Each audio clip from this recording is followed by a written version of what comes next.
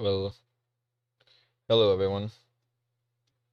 It is about 3 o'clock, 2:57 p.m., 4/18/2026 Pacific Standard Time. I'm on the West Coast, California. This is Mojave Podcast Transmission. I have about 36 videos to show you guys. A few of them in the beginning I won't be able to comment on here, but I will be live on Discord commenting um, because I have to leave. But I'm still going to be commenting on the uh, feed, the actual live stream this time, to kind of push it in the algorithm more a little bit. And yeah, so I'm going to be doing that for about an hour or two.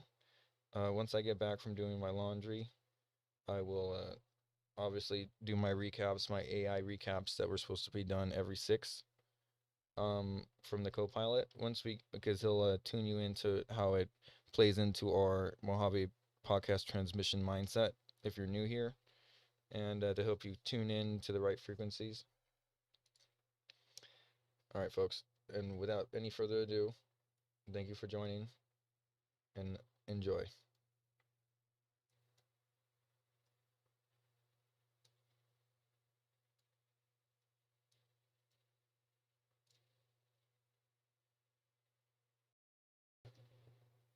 Donald Trump made a tweet. That's how basically everything starts these days. Iran's navy is laying at the bottom of the sea, completely obliterated 158 ships. What we have not hit are their small number of what they call fast attack ships, because we do not consider them much of a threat. Warning, if any of these ships come anywhere close to our blockade, they will immediately be eliminated using the same system of kill that is used against the drug dealers on boats at sea. It is quick and brutal. P.S. 98.2% of drugs coming into the U.S. by ocean or sea have stopped. Thank you for your attention to this matter, President DJT. You know, a lot of people crying that Trump's not doing enough to protect our mainland, and he's doing a lot to protect our mainland. 99% of legal immigration was stopped under Trump, which is fantastic. For those of you that need a crazy update, Iran threatened to block the Strait of Hormuz, so Donald Trump said, "Oh, no, you will not. I will block the Strait of Hormuz." which is honestly, it sounds pretty dumb, and that's why a lot of the libtards are crying about it. And a lot of the low IQ podcasters are freaking out Donald Trump's an idiot, but they don't understand. But if they watch this video, they would. So lend me your attention for approximately the next 20 minutes, and you will see potentially one of the greatest military victories in at least the last half century. So, Donald Trump continues to tweet. 34 ships went through the Strait of Hormuz yesterday, which is by far the highest number since this foolish closure began. So the question is, wait a second, Donald Trump did a blockade. Why are ships going through? Because Donald Trump, you see, has a very different strategy with his blockade than merely annoying the planet, which is what Iran did. Right, Iran was out there bombing ships and whatever to basically annoy the planet, to use it to extort Trump to stop the war. Trump is using it to crush Iran completely.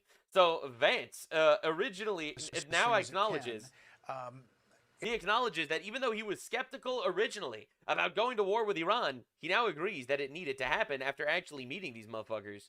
As it can. It's being reported that you had real skepticism about this at the beginning, and that you expressed that to the president. Is that true?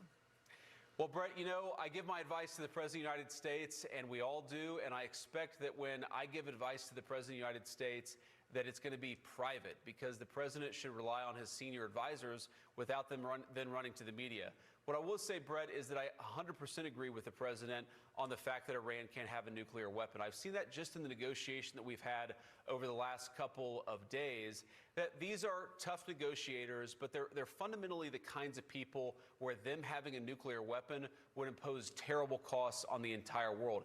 They couldn't figure out engage in economic terror. They couldn't figure out how to stop raping children and goats. All right, we don't want them to have nukes. If they had a nuclear bomb in Tehran, that's not an outcome that is acceptable to us, or really should be acceptable to anybody. So I 100% support the president's goals here to keep nuclear weapons, to keep the worst weapons of war out of the hands of the Iranians.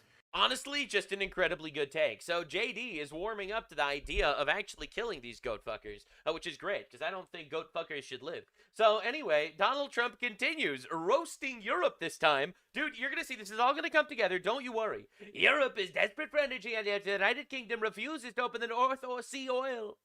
One of the greatest fields in the world. Tragic. Aberdeen would be booming. Norway sells its North Sea oil to the UK at double the price. They are making a fortune. UK, which is better situated on the North Sea for purposes of energy than Norway, should drill, baby, drill. It is absolutely crazy that they don't. And no more windmills. And this is honestly because, honestly, England is gay.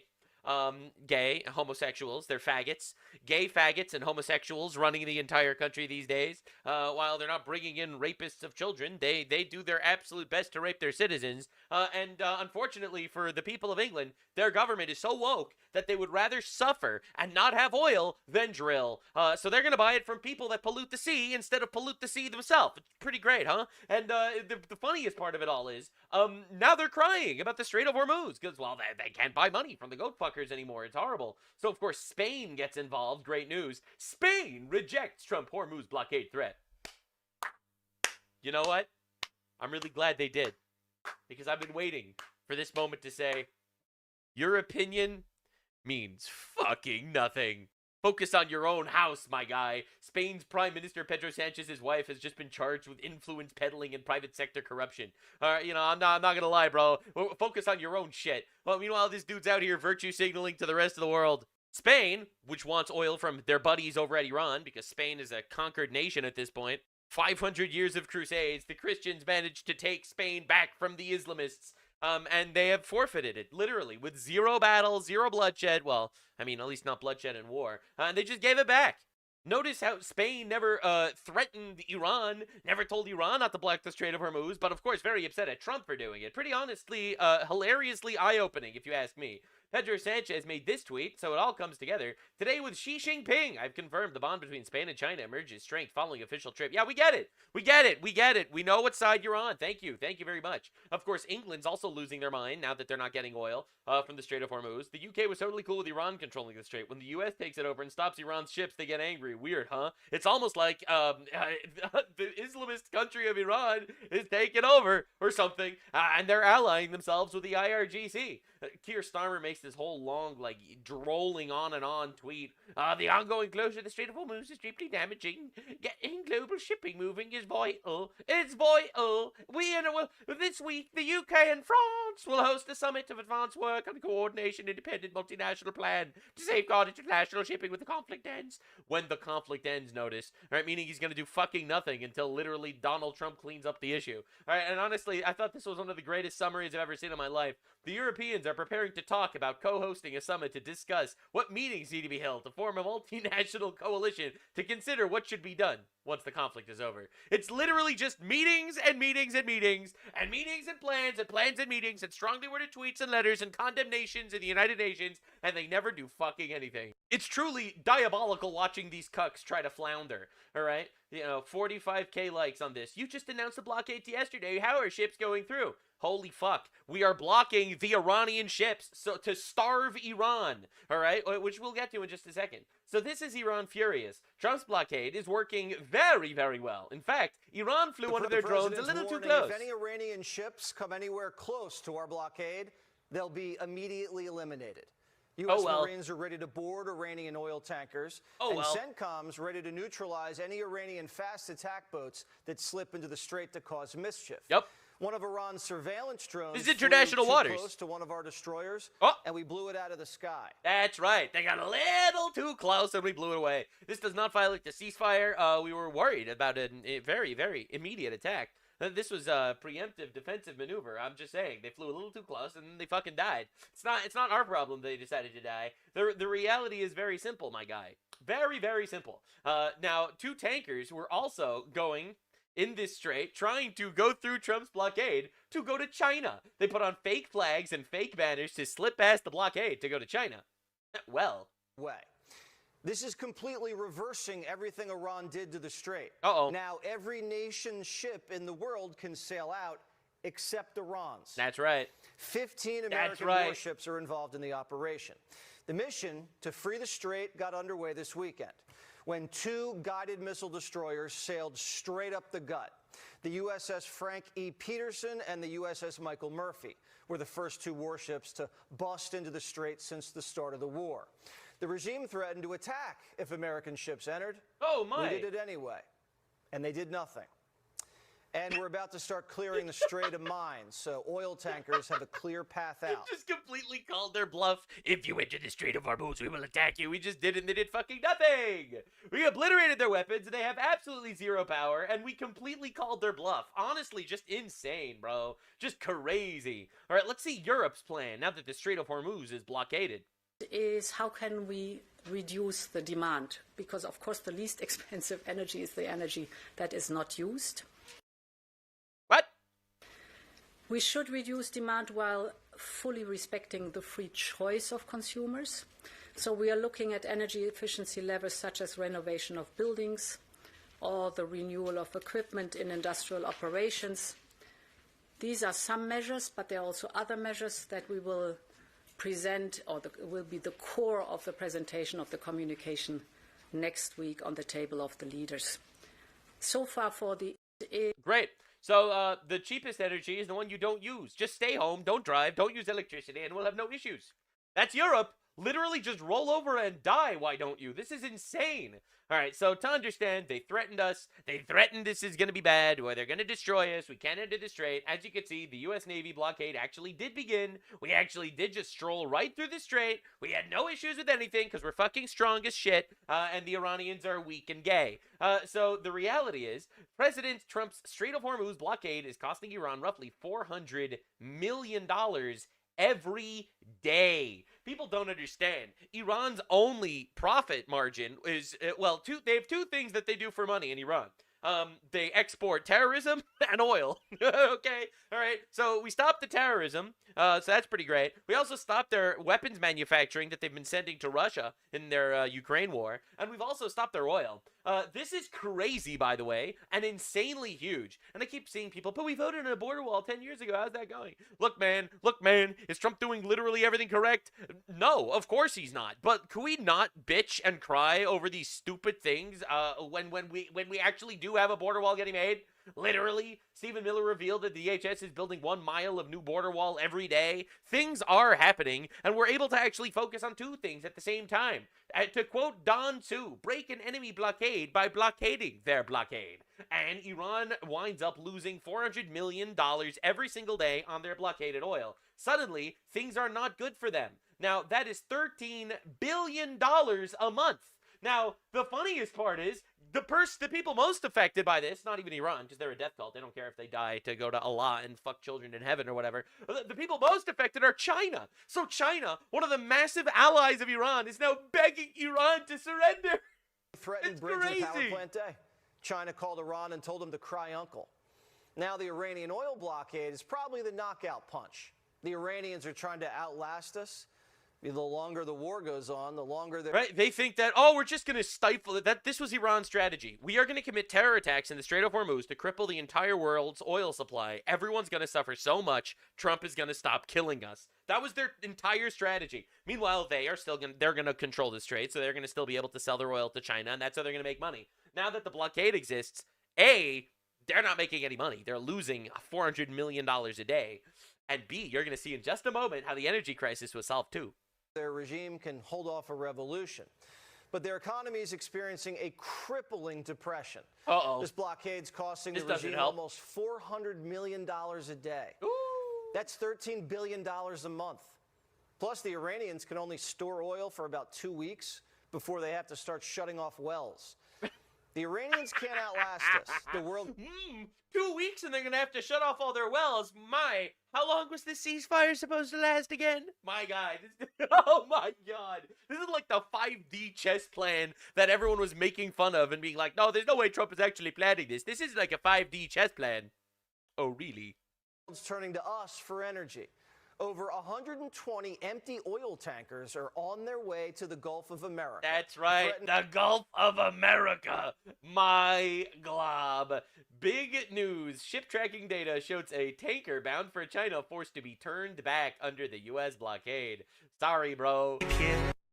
Sorry, brother. You ain't getting through our blockade. Iran is more than happy to sell oil to China, but What if China can't get that oil? And breaking news, oil prices fall back to below $100 a barrel. What a crazy reversal. Actually, they're even lower than this right now.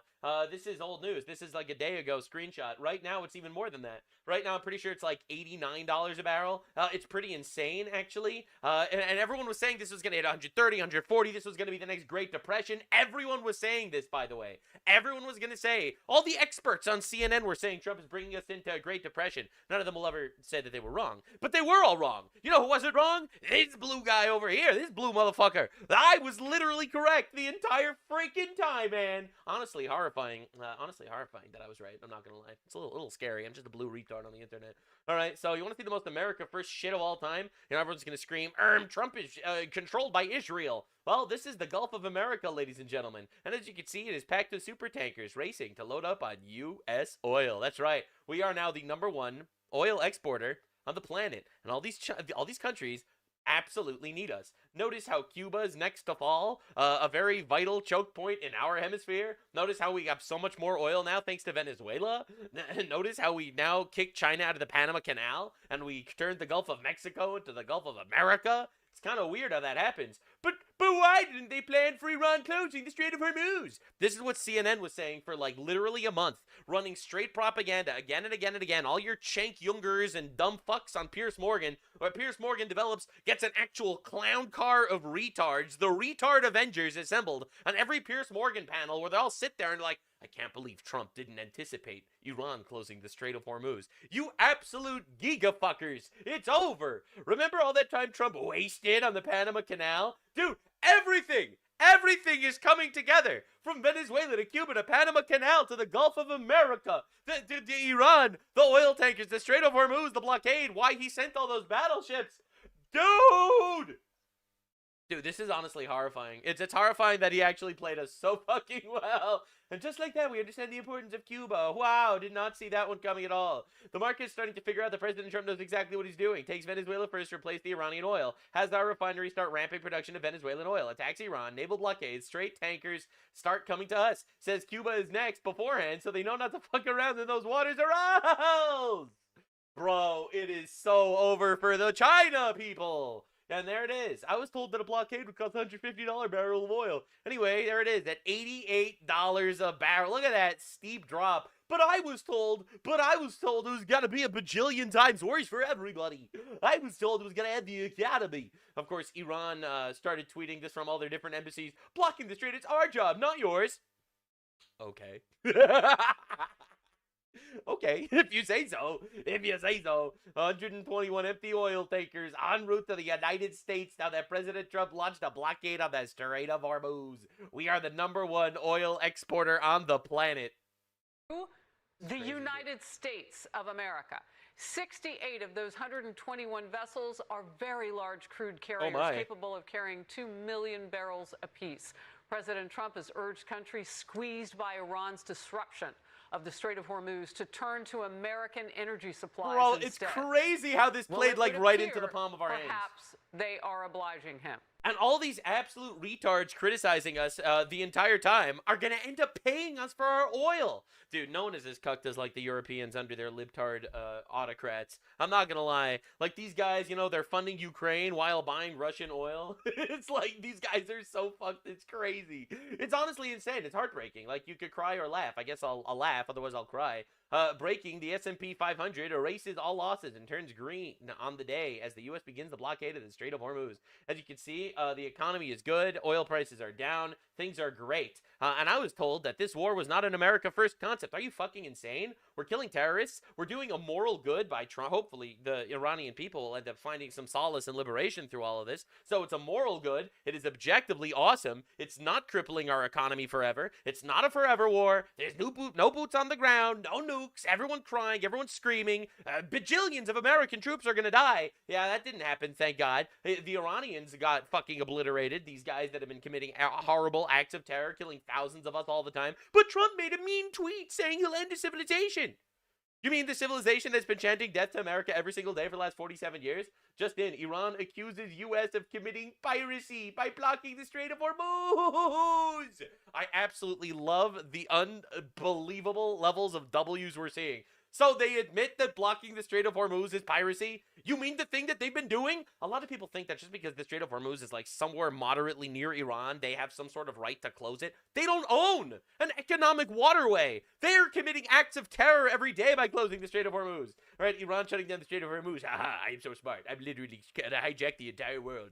Fuck you, Europeans. Now, Iran, when America shuts the Hormuz back down. No, no, no. Why would you pirate our piracy? No. So Iran is literally cooked, as I've already established, within 10 to 14 days. They max out on all their oil storage, because obviously they can't get any oil out. There's something of a blockade, it seems. It seems like in day 2 of the blockade, which is today, several dozen Iranian ports are already 100% choked off by the U.S. Navy. Not only do we have all the cards militarily, we have all the cards economically. This is like an absolute total victory. And because there's a ceasefire, essentially we could just move around without any fear of getting hit by these dumb fucks. Y'all could focus on fucking goats. You have 2 weeks left. Oh my god, it's like so over. Iran is desperate as shit, dude. The regime is reportedly in talks with the Trump administration as the Strait blockade begins. Now they want to work towards an agreement. No. The blockade in the Strait of Hormuz, it's underway. U.S. Central Command issuing a note warning the blockade applies to all vessel traffic regardless of the flag. And they write this: any vessel entering or departing the blockaded area without authorization is subject to interception, diversion, and capture. The blockade will not impede neutral transit passage through the Strait of Hormuz to or from non-Iranian destinations. So everybody's clear. Everyone is clear. Where everything stands. That's right. That's right. It's our strait now. We're renaming it the Strait of Trump. Trump Strait. That's what's happening. Sorry, man. I hate to be that guy, but this is crazy. Of course, the Iranian regime released all sorts of statements saying that we may not have a navy, but we have thousands of one-way attack drones. Yeah, so, they're still dropping their threats. They're trying their best. And this is them basically threatening to bomb other Gulf countries. They're like, oh, yeah? You're going to stop us from making money? Well, we'll commit acts of terror on random Arabs. Iran is warning its military may retaliate, threatening a wreckage and a reckoning. And Iranian military spokesperson saying if the security of the ports of the Islamic Republic of Iran in the waters of the Persian Gulf and the Sea of Oman is threatened, they were threatened. No port in the Persian Gulf and the Sea of Oman will remain safe. Now, like, how many times do they have to say it for us to be aware that we're dealing with actual terrorists? They're like, oh yeah, we're going to blockade the Strait of Hormuz. And if you try to blockade our blockade, well, then we're going to bomb random Arabs. Like, what the fuck are we dealing with?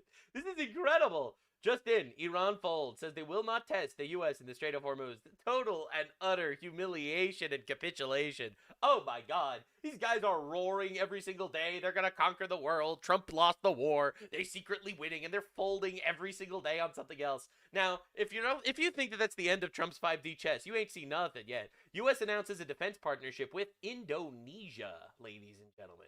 So the U.S. Secretary of War, Indonesian Minister of Defense, announced an establishment of the Major Defense Cooperation Partnership between the United States and Indonesia. All right, you're probably wondering what that's all about. Well, the Strait of Malacca is there as well. If you understand a little bit of maritime strategy, China's fucked.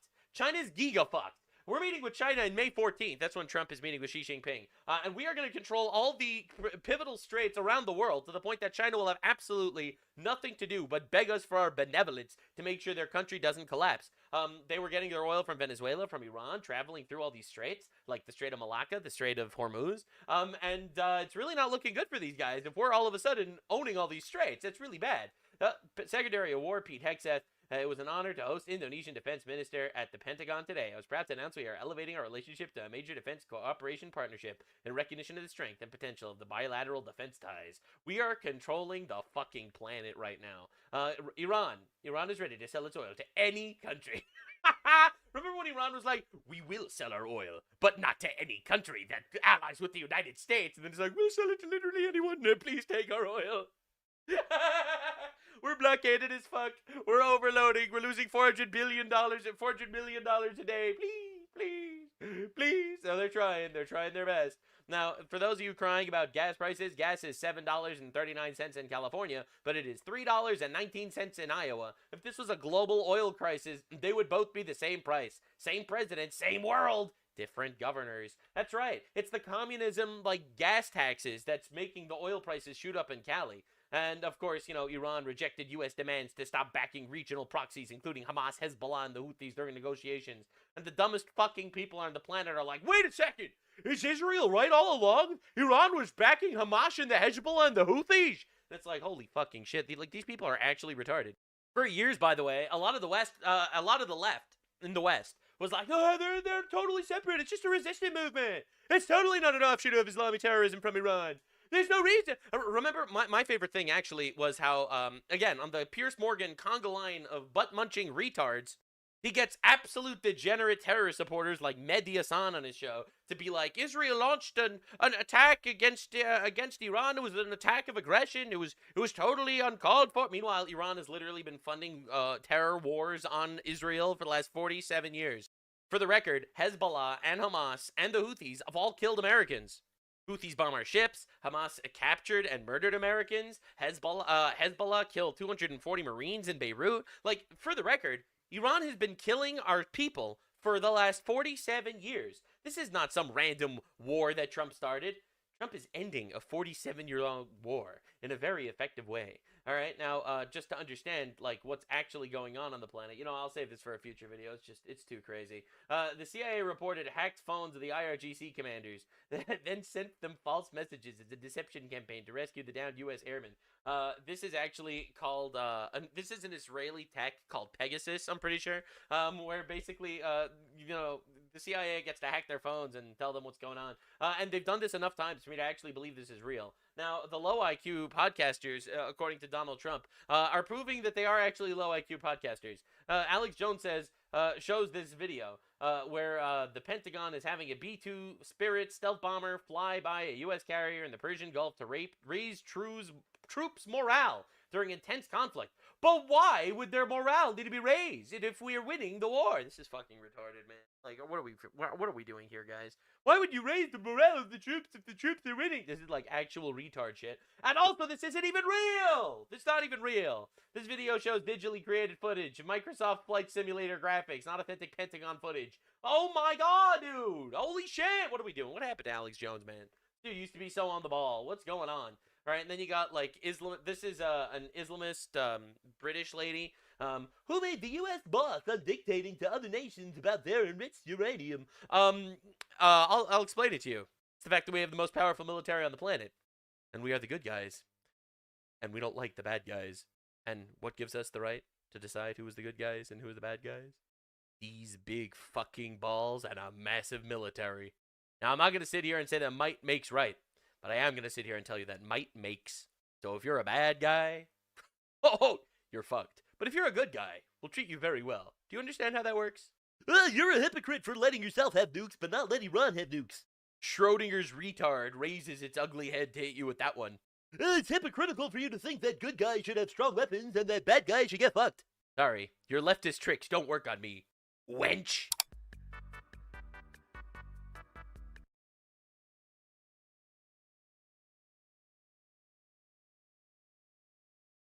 What do you think about the Stop Nick Shirley Act?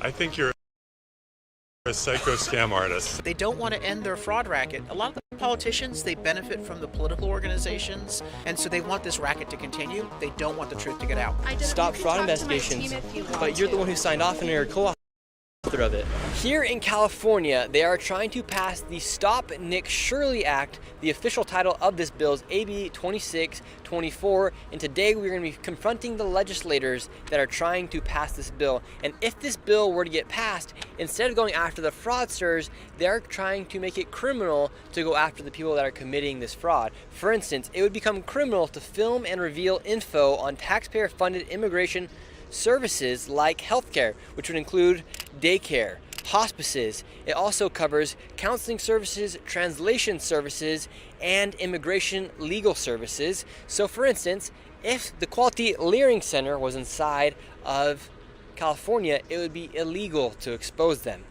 It would make it illegal to film government-funded NGOs. And this bill essentially wants to shield the info of immigrant support services from the public. So your tax dollars, you'd have no idea where it's going because it would then become confidential and you would not be able to see how much money that NGO is getting if it's going towards immigrant services.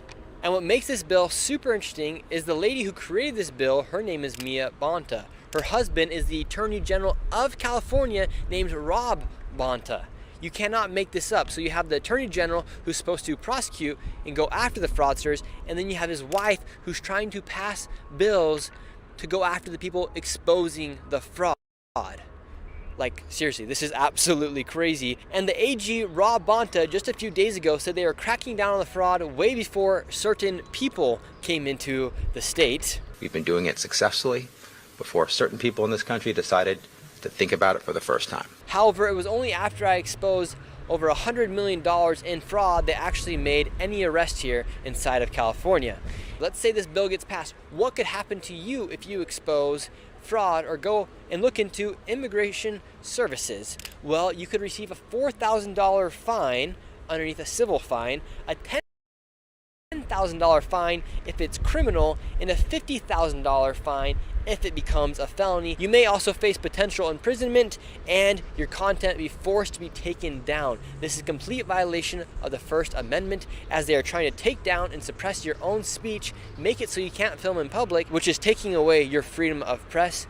There's a whole lot of issues with this bill, and today we're going to be confronting those that co-authored, signed, and passed this bill. And so truly, every single day here in America, you are learning more and more about the fraud that is taking place. And if you want to become a member of the Anti-Fraud Club and help me as I go all about the country to expose this fraud, go join at antifraudclub.com. It is completely free, and hoodies are also available on the site. And really quick, let's go speak with an assemblyman who knows more about this bill before we go and confront them. Now let's get into the video. What's the truth about the Stop Nick Shirley Act? So you've heard a lot of people trying to call you a liar. Why don't we just read the bill? I think that's what everybody just needs to know. So in this section of AB 2624, which we call the Stop Nick Shirley Act, it says a person, business, or association shall not publicly post or publicly display, disclose, or distribute on the internet or social media the personal information or image of a designated immigration support service provider, employee, or volunteer if that individual or individual entity or organization authorized on the act of their behalf. And that's just some of the language. And what does that mean? Immigration support services provider. You're exact. See, and that is where the devil is in the details. Designated Immigration Support Services Facility means a facility where immigration support services are provided, including but not limited to nonprofit organization offices, Department of Justice recognized entities, community legal clinics, law offices, accredited representative sites that provide immigration legal services, and healthcare facilities. They threw that into designated immigration support service facilities, healthcare facilities. And healthcare is at the very bottom of this. But that's where a lot of the fraud's taking place, inside of Medi-Cal. For instance, the hospices, the daycares are with CalWorks, but they're with anything to have to do with immigrants. Essentially could not and is actually punishable. You're 100% right. And that's where, again, the devil is in the details. Their definition of harassment is repeated, unreasonable, and unwelcome conduct. What is unwelcome conduct? Simply you asking questions today, can that be considered unwelcome? What do they mean by things that you could generally fear? So if they say the words, I was harassed by Nick Shirley, if you were out videotaping a hospice, you would fall under this because healthcare facilities is a designated immigration support service facility. That is part of the definition. It is written here that if you post this online and they give you a demand made under that paragraph shall be effective for 4 years where you could be punished. So what people really need to know is that the state of California is deciding to punish the journalists out there that are doing the work and exposing the fraud instead of punishing the fraudsters. And a government that diminishes transparency has something to hide. And what are some more crazy things about this bill?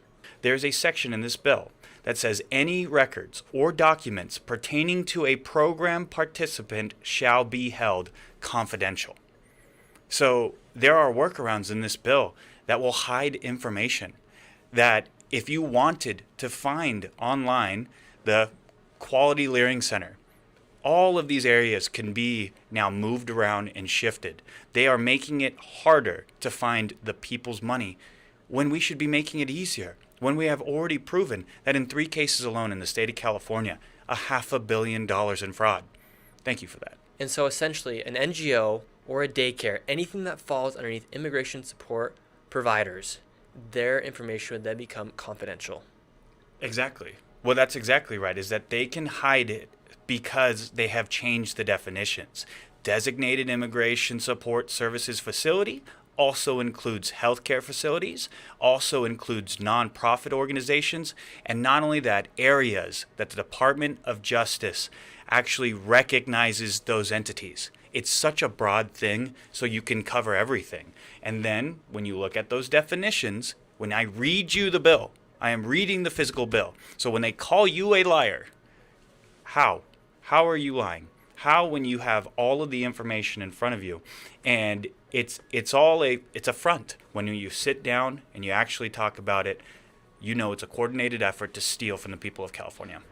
In that same day, an assemblyman, Carl DeMaio, brought forth a motion to push for more transparency on this bill. However, it was then shut down by the Democrats inside of the assembly to not give any more transparency. And as I was explaining this, one of the co-authors passed by, and it was now my time to confront these legislators who are pushing forth this bill. Here's one of the authors of the bill.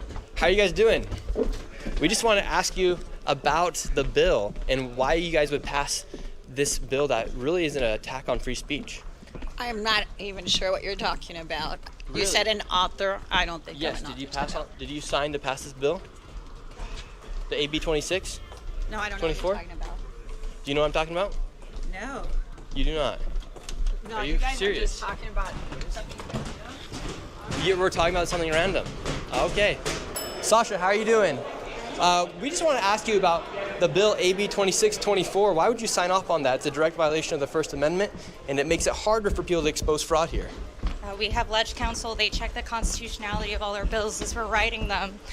I work on fraud issues. You'd know that if you look at some of the work I did on the budget subcommittee. Amazing. So Mia Bonta, her husband's Attorney General of the Attorney General of California, and it was only until I exposed fraud that they actually cracked down on the fraud and made some arrests here, especially with the hospices. And do you know that if this bill were to pass, it'd make it illegal for someone to go after fraud, especially if it's based off of immigrants, for instance, the Armenians in California?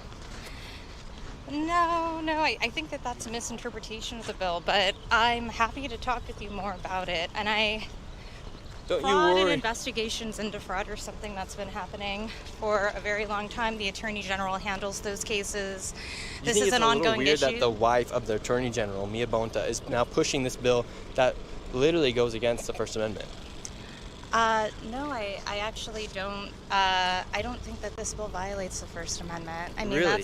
that's the whole purpose. We have Ledge Council and Ledge attorneys that talk with us about this. Constitutionality is really important to the work. So your bill criminalizes publication of images recorded in public. Do you believe the government has the right to punish journalists for filming in public space? No, I think that is a complete misinterpretation of actually the piece of legislation. That is not. That's literally what would happen. Speaker Rivas, how are you doing? What do you think about the Stop Nick Shirley Act, AB 2624? I don't know anything about it. And do you think there's any conflict of interest there with Mia Bonta and her husband being the AG? That just shows you everything you need to know. These people won't even answer the questions. So you signed off, you're a co-author of the AB 2624 bill. What made you want to sign off on this bill that would literally make it so NGOs don't have to disclose their money? Yeah, we'd have to go back and look at the materials from that committee hearing. Okay, and what, for instance, just answer the question. Why does your bill apply to organizations receiving taxpayer money? Shouldn't publicly funded entities have more transparency, not less? Restate the question? Yeah, so entities that receive money from the government, shouldn't there be more transparency and not less? I think we want to make sure that we are being accountable to public funds. Yes, and so you signed off on a bill that would make that harder to have transparency. Well, I don't think I see it that way. I think that we're making sure that, all of our systems are able to get the money out to community and that there's transparency and accountability incorporated. but you're literally signed off on a bill that would make it for less transparency, sir. That's debatable, and I don't It's not debatable. They're going for immigration-based services. They're trying to make it harder for money to be disclosed. Thanks. Look, they just run off. Oh. How are you doing? I just want to say hi. So, great work. Very Thank you. proud of what you're doing. And how come you think that they're just signed off on a bill that would make it harder for organizations that receive taxpayer dollars to be... I don't agree with it. I think you're on the right track. This is an attack. It should not be. It's not right. You're doing well. Thank you very much. Thank you. Thank you. You're a co-author of the Stop Nick Shirley Act. Oh, you know who I am. My name's Nick Shirley, ma'am. You signed off on the AB 2624 Act. Can you tell us about what you did on that? I don't even know who you are. Well, my name's Nick Shirley. But either way, can you tell me about this assembly bill you're trying to pass? Shirley? My name's Nick Shirley, ma'am. I have no idea. I'm sorry. But could you please just answer any question about the AB 2624 bill? A lot of people are worried about that it's going to stop fraud investigations, but you're the one who signed off and you're a co-author of it. These people are crazy. They can't even answer questions about the bills that they're co-authoring. Hello, Mr. Lowenthal. How are you doing? I'm okay. How are you? Doing great. How do you feel about proposing a bill that would put $10,000 fines and potential jail time for publishing a video from a parking lot? Wait, can you say that to me again? Yeah, so AB 2624, if a journalist were to go and investigate fraud in an immigrant service company, essentially, from the government that receives taxpayer dollars, they could potentially risk receiving a $10,000 fine with this bill you guys are trying to pass. Well, I need to read the bill. But you signed off on the bill. You passed the bill. What do you mean I passed the bill? I don't know. It's gone through two times and it's been passed. What 2 times? Where are you referring to? Are you referring to committees? Yes. Which committees? I can tell you right here if you give me a second. But speaking of committee, I'm in the privacy committee right now, but I don't think that bill has passed before my committee. He's a co-author of it. He's a co-author of that bill. What's your thoughts on this AB 2624 bill? Any response? Like, what would make you guys want to pass this? Thank you. Do you think it makes it harder for fraud to get discovered here in the United States? Why can't you guys just answer our questions? You guys are the ones who are signing off on these bills. So what do you think about the Stop Nick Shirley Act, AB 2624? You don't know much about it? Or? I don't know if I know that. Oh, well, can I tell you a little bit about it? I'm okay. So you should know about it though, because it's kind of your job. So the Stop Nick Shirley Act, what it does is it shields immigrant. Oh, all right, we can keep following you. The Stop Nick Shirley Act shields immigration nonprofit workers from public record disclosure. It criminalizes publishing images and videos of covered workers, even taken in public, grants covered orgs power to demand video takedowns, imposes a $4,000 civil, $10,000 criminal, $50,000 felony fines per violation, applies to taxpayer-funded organizations. Would you support a bill that allows all that to take place? It is your job. Would you support a bill? Yes or no, ma'am? Can you take that out of our It was so good to meet you. I hope you have a great day. Ma'am, you're literally working for us, but you won't even answer our own questions. Like, these people get paid by our tax dollars, yet they can't even answer anything. This is super important. People have a lot of questions about the AB 2624 Act, so this bill, aka the Stop Nick Shirley Act. Tell us about it. Well, there is no Stop Nick Shirley Act, but the author's not here today, but I hope you can find her. But you're a co-author of this. I'm a co-author of many, many bills that protect vulnerable communities in California. Good, so you should know a lot about this bill. For instance, it shields immigration. Hold on one. Hey. I hate to disrupt the phone call, but this is important. Wait, come on. Look at that. These guys really just don't want to answer any of the questions. These people won't even answer questions about the bills they're co-authoring. Welcome to Sacramento. You know, I appreciate you exposing waste, fraud, and abuse. It is rampant in California, just like in Minnesota. And if it wasn't for independent journalists like you, that would not be happening in our state. And I applaud you for doing it. And welcome to Sacramento. Well, these people are literally signing off on these bills, and they're acting like they don't have any idea what it is, when it really is a direct violation of the First Amendment. Most of them don't read the bills, but they know what it is. The people that you talk to that co-authored the bill, they know what it is. It's criminal. And then to think that They're getting paid from the taxpayers of California, yet they can't even answer any questions about these bills that they are co-authors of. A lot of times when the media will approach them, they deflect often, and that's just the job that they do, and they'll continue to vote. And it's ironic, like I'm the author of SB 14. It's made it a strikeable offense to make sex trafficking of a minor a strike offense in the state of California. And Mia Bonta, we had to get the governor engaged to reverse her decision on the committee to not criminalize sex traffickers, but she wants to criminalize you. That's an ironic situation, huh?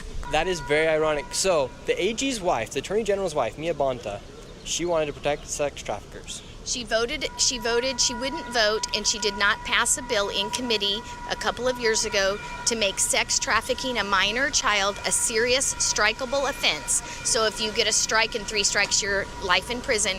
She wouldn't vote for it. The governor engaged in that process. The next week they passed it out of committee, but she wouldn't criminalize sex traffickers, but she'll criminalize people like you. That is insane. Mia Bonta, she sounds like quite the lady. You should meet her one day. She didn't show up to her own job today, Mia Bonta, didn't it? Oh, I wasn't aware of that. Oh, is this Scott Wiener right here? Yep, yes he is. Yes. Scott Wiener, how are you doing? I'm good, how are you? Doing great. Can you give us your opinion? To the Capitol. Thank you very much. Can you give us your opinion really quick on AB 2624? I think you're a psycho scam artist, so... You think please disclose how you think that. Look how they just run away. These guys are fools. It would suck to have last name Wiener anyways. So right there, you have literal co-authors who will not give answers to the bill that they are a part of. Some even said they aren't even co-authors of the bill. And now let's see what the public has to say, and later we'll be speaking with the man, Carl DeMaio, who is in support of getting rid of the Stop Nick Shirley Act. And he'll explain just how dangerous this bill actually is. Do you think they should pass the Stop Nick Shirley Act? Absolutely not. We need to stop letting politicians get away with fraud and do better for the people of California here in the state. And what's your message to Mia Bonta? She needs to stay in her lane, stop writing BS bills, and let journalists do their job and find out the truth and give the money back to Californians. And do you think there's a conflict of interest when the Attorney General, his wife, is creating laws to make it harder for people to expose fraud? Yeah, that is a conflict of interest. I mean, come on, dude. And right now in Polymarket, there's a 46% chance that the Stop Nick Shirley Act becomes law by June 30th. It might happen here because you got some weird fools over here. I mean, seriously. That's the truth of it, right? Yeah. Absolutely insane. 46% chance that the Stop Nick Shirley Act becomes law according to Polymarket right now. Insane. Yeah. I see what they've been doing towards you, and it's completely strange. Like, you're just a local news person, and you're an amazing journalist, and then somehow they're just like throwing these bites out and like saying that you're this and that. So it's a very weird situation. We're Jesus believers, and we've been praying for the state, and we've been praying for you. He actually, when we were praying, he has sensed that, this state has been drained in terms of wealth and in terms of abundance because of these people with the policies and the bills that they've been passing. And we believe this is a very important year for California to be saved, literally need to be saved and rescued from everything that had gone on for the last 4 to 5 years, ever since with all these agendas going in and everything. And but we need people to pray, and we need people to speak out, and we need reformers. We do have an actual conflict of interest when the Attorney General is married to someone who's trying to author a bill to essentially attack our freedom of speech. I would consider this to be a textbook conflict of interest, and I would consider it to be extremely unethical. Every journalist across the country should be pissed right now, because an attack on Nick Shirley is essentially an attack on everybody. We need our freedom of speech. If we don't have our freedom of speech, what do we have? Next step, Second Amendment. You're one of the few people who have opposed the Stop Nick Shirley Act. What made you oppose this bill? Because I read the bill.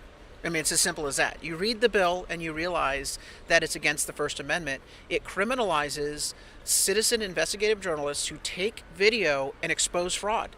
And that's what the bill's designed to do. It's designed to keep secrets, to keep the public from knowing what's going on. They don't want to end their fraud racket. A lot of the politicians, they benefit from the political organizations and various contractors and grantees that are getting money and getting it fraudulently.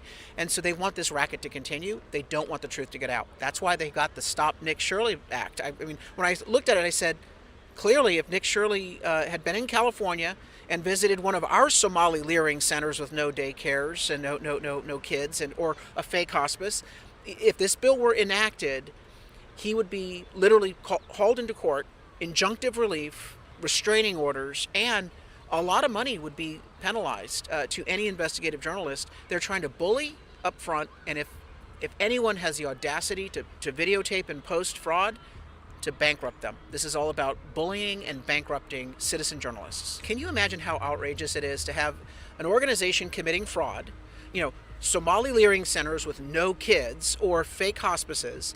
You show up and you capture the evidence of their misdoings.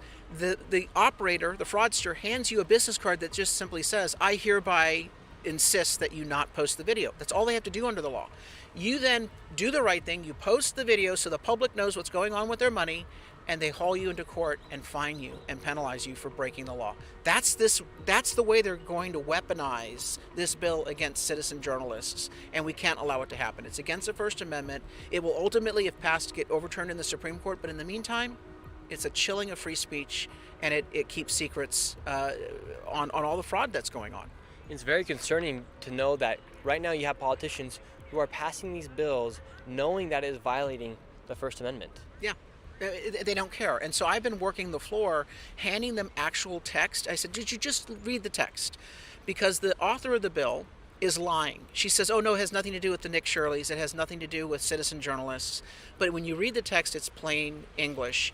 It would make it a crime to post a video of evidence of fraud, and it would result in very costly fines. So we want this language to be removed from the bill. Actually, I want the bill to be killed entirely, but at the very least, they need to take this provision out. The Stop Nick Shirley Act needs to be removed from the bill. In this bill, it talks about immigrant services. It's very vague. That means healthcare, translation services, attorney services, daycares. It's very vague on what they're trying to say this bill is. And it's being backed by CHRLA, the Coalition for Humane Immigrant Rights LA, which is a taxpayer-funded organization that isn't really providing services. They're really organizing violent protests in LA. They're agitators, and they don't want people capturing their bad behavior on video. This is designed to protect them in the activities that they're doing. And if this bill were to be passed, organizations like CHRLA, they would not even have to disclose the amount of money they're getting from taxpayers. Correct. These organizations are if they have nothing to hide, why have this bill? And the way they define immigrant services is so broad that a fake hospice could say, well, one of our fake patients, one of our non-existent patients could have been an immigrant, so therefore we get protection under the bill as well. It is absolutely a bill designed to hide the fraud that's going on in the state of California, and the politicians clearly know that the investigative journalists are on the case, and they got to stop the investigative journalists before it's too late, before the public learns the truth. And do you think there's a conflict of interest with Mia Bonta, husband being the AG, the Attorney General of the state? Meanwhile, he's trying to take credit for exposing the fraud. Meanwhile, she's trying to silence those that actually have exposed the fraud. Look, when you showed up and visited the fake hospices in LA and Southern California, you showed he wasn't doing his job. This isn't hard to find. He literally was ignoring it. And so you embarrassed him. You embarrassed him by showing that he's not doing his job to protect taxpayer funds. He then calls a press conference last week and says, oh, look, I took out 21 fraudsters. I'm thinking, that's just the tip of the iceberg. And now we've dismantled the fraud rings in California. No, they're not dismantled. You have 21. When you indict 2,100 people, then maybe we're starting to turn the corner. And he referred to me as certain people. Certain people. You did his job. You did his job. The job that he should have been doing all along. You did his job. You embarrassed him. And now Mia Bonta, she doesn't want it to happen again, so she's trying to stop citizen journalists.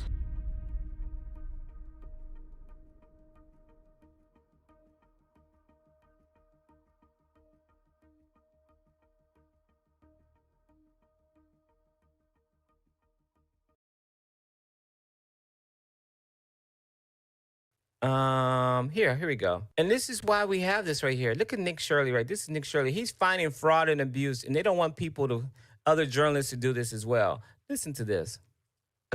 Yeah, they're trying to make it so citizen journalists or just average Americans who are going about seeing what's happening inside their community, they're trying to scare them from talking about potential fraud taking place inside of these communities.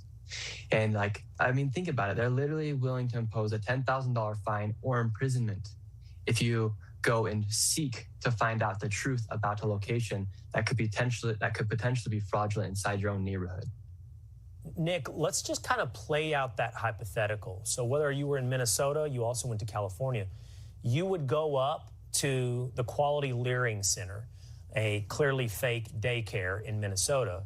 There's your shirt. Yes, always on. And you would attempt to see if there's any children inside, right? And somebody comes out and talks to you. And now that person who's there possibly committing fraud could file a complaint in California that Nick Shirley is harassing me online, right? That's how it would work in effect. And then you would either see a year in jail or a $10,000 fine? Correct. That's what it sounds like. And it sucks because inside these states like Minnesota and California, they've been proven to let fraud take place inside these immigrant communities. Yep, they let fraud continue to happen. Can you believe that? That is the reality that's going on. It says right here, just then, California Democratic lawmakers just voted to move forward with the Stop Nick Shirley Act because they are terrified of fraud. That's right there. They want to criminalize investigative journalism against fraud. They're panicking. They're panicking, guys. This is serious. This is so serious that no one is talking about it enough. Mainstream media should be talking about this every single moment or day at least. Outrageous. I just made a motion in the Assembly to block the Mia Bonta bill. Motion to re-refer AB 2624, the Stop the Nick Shirley Act, back to the Privacy Committee.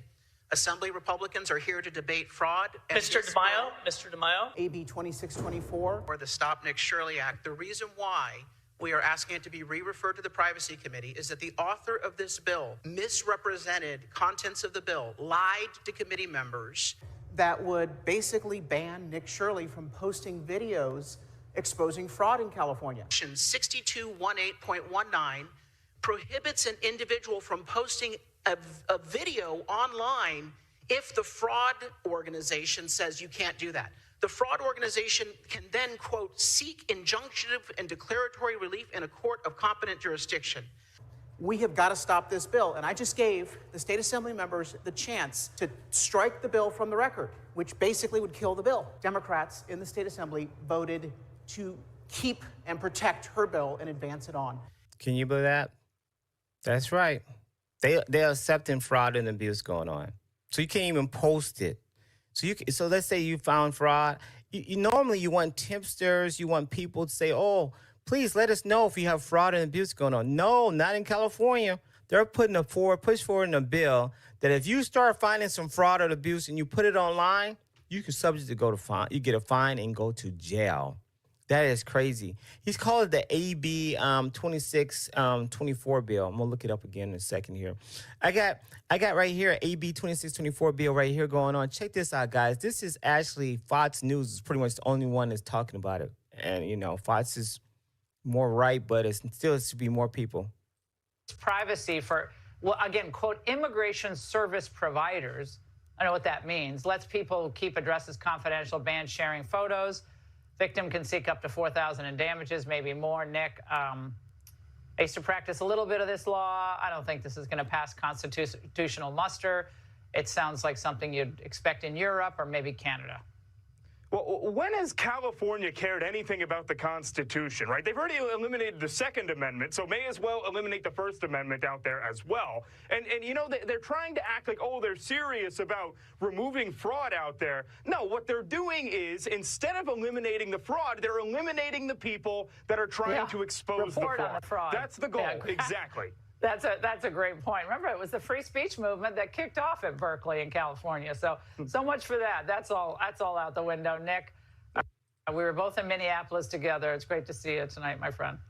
And coming up. That was Nick Sorter right there. Nick Sorter. She said initially that it probably wouldn't hold muster. I'm going to make sure I look at that up one more time what she says. Just check this out one more time. Privacy for, well, again, quote, immigration service providers. I know what that means. Lets people keep addresses confidential, ban sharing photos. Victim can seek up to $4,000 in damages, maybe more. Nick, I used to practice a little bit of this law. I don't think this is going to pass constitutional muster. It sounds like something you'd expect in Europe or maybe Canada. Okay, all right. I just want to make sure she said that. A lot of people are like sleeping on this one, I think so. But you know what? It's just the same thing. You find the problem, and they're upset of the person who found the problem instead of the actual problem. That's Nick Sorter right there. That's Nick Sorter right there. If you don't know how he looks right there, I see how he looks. He's pretty much out there. Then the other guy, this is Nick Shirley right here, Nick Shirley. He is out there on the ground, straight out. Very young man, is doing well. I think he is. He's doing very well. They're really trying to get Nick Shirley.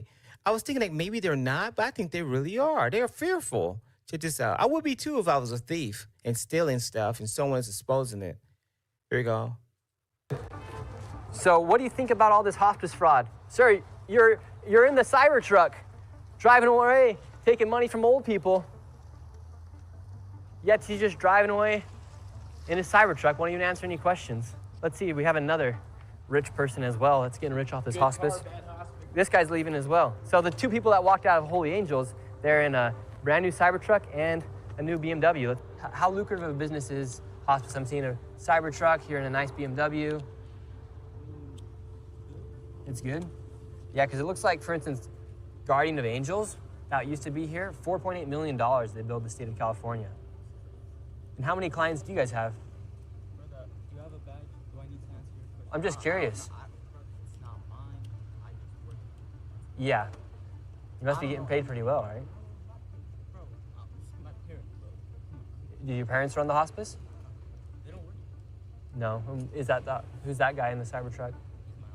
He's your uncle. So it's like a family business to own the hospices. But why was he walking out of the hospice then too? Like these hospices, there's nothing inside of them. If it's not you guys, how come you're in the newest BMW and the newest Cybertruck? I can only imagine what the guy who's in charge is driving. Just all the other hospices?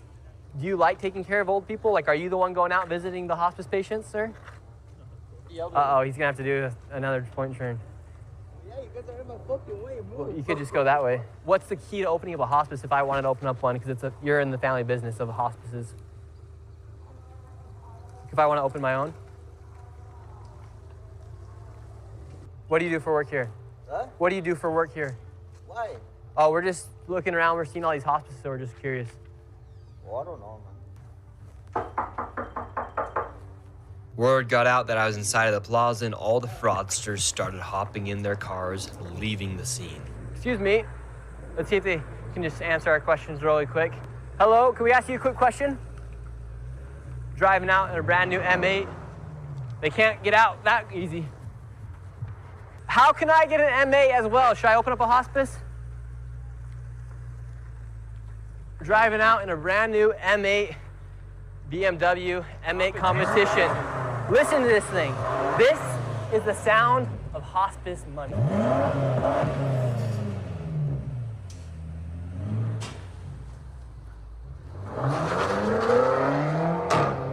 And this is the guy who said he's fat because of Dr. Oz. His business is not open today. Seems like this mafia right here is naming all of their companies after the word angel. We have Angels of Valley Hospice. We have Angels of Haven, Angels of Peace. I need you to understand this, guys. This whole area is supposed to be all different types of businesses. That's hospice and all different types. And yet, it's not even enough room for all these clients if they did have them. It's kind of crazy. It's kind of crazy. Xi Jinping's knife handle, Wang Xiaohong vanished after Vietnam, trip amid brutal power struggle. Buddha under guard, armed police seize over 500 temples, as CCP uses merit money to pay soldiers. Shenzhen War, 100,000 e-bikes seized overnight, delivery drivers handcuffed, a war on the poor. Trump's secret letter, Xi forced to abandon Iran, as 50% tariff threat crushes arms plot. Panama Canal War, China orders Maersk and MS sea to withdraw. Beijing seizes control of global trade. Helium shock. China's tech, dying as gas. Prices surge 120%. No stock for chips, a fatal weakness. What's happening in China? Ants swarm like floods, fish leap, and masses of bugs rain from the sky, shocking omens revealed. Thank you for joining us on today's program. Every key detail you need to know can be found right here in Decoding China. Xi Jinping's knife handle, Wang Xiaohong vanished after Vietnam, trip amid brutal power struggle. For the past month, the complete public disappearance of Minister of Public Security Wang Xiaohong has become a focal point of attention in China. He is a key figure of the Fujin faction and is considered the knife handle providing direct security protection for Xi Jinping. On social media, a flurry of rumors has exploded, ranging from claims that he is suffering from multiple types of cancer to suspicions that he was secretly detained by the Central Commission for Discipline Inspection immediately following his visit to Vietnam on March 18th, 2026. His total disappearance after March 17th has led observers to suspect that the power struggle in Beijing has escalated beyond all boundaries. Although he is not the highest-ranking official, Wang Xiaohong's practical power is immense. As a longtime confidant of Xi since their time in Fuzhou, Wang heads the Special Support Bureau, controlling daily security in Beijing and dominating the public security networks in over 70% of provinces and cities.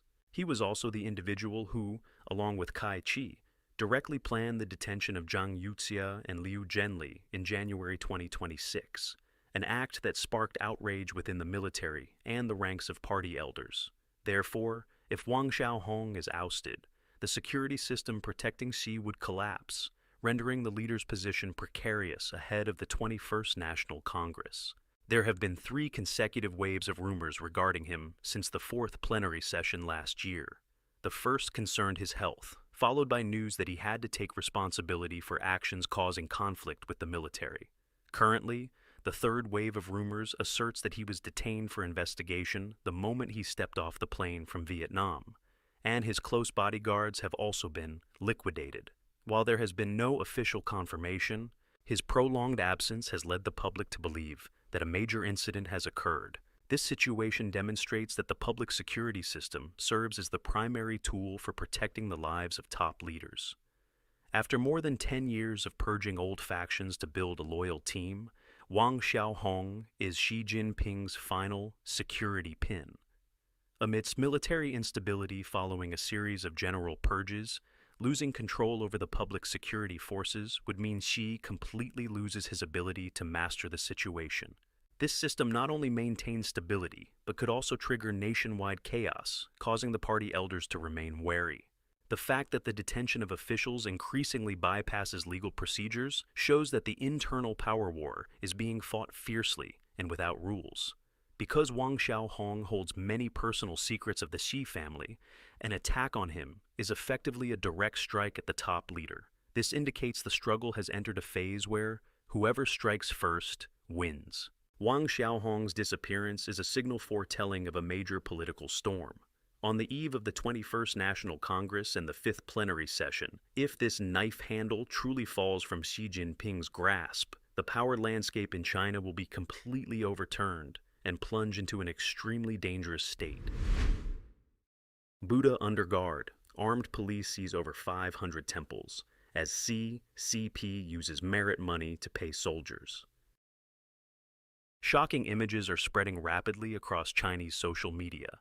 Masked armed police carrying live ammunition, standing guard at the entrances of famous temples, and even armored vehicles parked directly in front of Buddha statues. Tourists can only stand by and watch as iron gates remain tightly locked, and incense burners become covered in dust. Netizens are confusedly asking why gun barrels are pointed at civilians in spiritual places, concluding that this is a sign the Beijing government has reached a financial dead end, forcing them to take over and exploit religious faith. Since the beginning of 2026, an unprecedented large-scale temple closure campaign has taken place nationwide. According to consolidated data, as of April 2026, more than 500 Buddhist and Taoist temples have been closed for rectification. This is the result of a joint operation involving 12 major departments, including the Ministry of Public Security, the Ministry of Civil Affairs, and the National Religious Affairs Administration. Famous landmarks such as Mount Wutai, Mount Putuo, Mount Imi, Lingyin Temple, Yonghe Temple, and Shaolin Temple have all shared this fate. Temple doors are bolted shut, and auxiliary commercial activities have been completely dismantled. For example, Shaolin Temple was forced to remove all kiosks on April 15th, and has been ordered to clear all business facilities before the end of the year. Many areas have had their mountain access roads blocked, and internal information suggests this campaign could last until the end of 2027. Sources from the Beijing Religious Committee reveal that the government's financial situation has reached a point of exhaustion. Consequently, religion has been placed under militarized management so that revenue from incense money, offerings, flows directly to the military to pay soldiers' salaries. The ousting of Shaolin Temple abbot Shi Yongxin in July 2025, following allegations of embezzlement and violations of religious precepts, is seen as the opening shot. However, analysts believe this is actually a move by the government to seize temple assets and transform Buddhism into an economic tool. The consequence of this is that waves of fake monks have been expelled from temples and have flooded the streets. They wander through residential areas and shopping malls, continuing to hawk prayer beads under the guise of forming a karmic connection. Netizens sarcastically remark that the money-making business hasn't changed. It has simply moved from inside the temple to out on the street. This campaign reflects the CCP's fear of its own people and a severe financial crisis. The mobilization of armed forces carrying live rounds into spiritual spaces shows that the government is in a combat-ready state regarding its internal population. This is being viewed as a modern-day persecution of Buddhism under the era of Xi Jinping. When a regime must use Buddhist merit money to pay military salaries, it exposes financial ruin and a fundamental breakdown of trust. This action not only destroys faith, but also ignites silent resistance within society. History proves that when the Beijing government resorts to extreme measures targeting religious beliefs to save its budget, the consequences are often unpredictable. The 2026 temple closure campaign may very well be the turning point that most clearly reveals the deep instabilities within China today. Shenzhen War. 100,000 e-bikes seized overnight. Delivery drivers handcuffed. A war on the poor. Overnight, more than 100,000 electric bicycles in the Huaqiang Bay area of Shenzhen were seized as the strictest e-bike restriction regulations in history took effect on April 1st, 2026. Videos capturing scenes of violent enforcement are spreading rapidly. Delivery drivers weeping, being led away in handcuffs, or being pulled to the ground by police while trying to hold onto their vehicles. Images of thousands of bikes piled up like mountains on April 13th have sparked public outrage, with many viewing this as a form of cleansing the low-income population amidst the economic downturn. This campaign stems from the new national standard, GB 1776, 1-2024, issued in September 2025, which tightened regulations on fireproofing, vehicle weight, and the mandatory installation of Beidou navigation systems. Shenzhen has implemented these rules most extremely, banning e-bikes from circulating all day on highways, tunnels, and expressways. With an immense density of electric vehicles, 1 for every 3 residents, this regulation has sent a massive shockwave through the entire city. Specifically in Longgang District, authorities declared zero tolerance for unlicensed or illegally parked vehicles.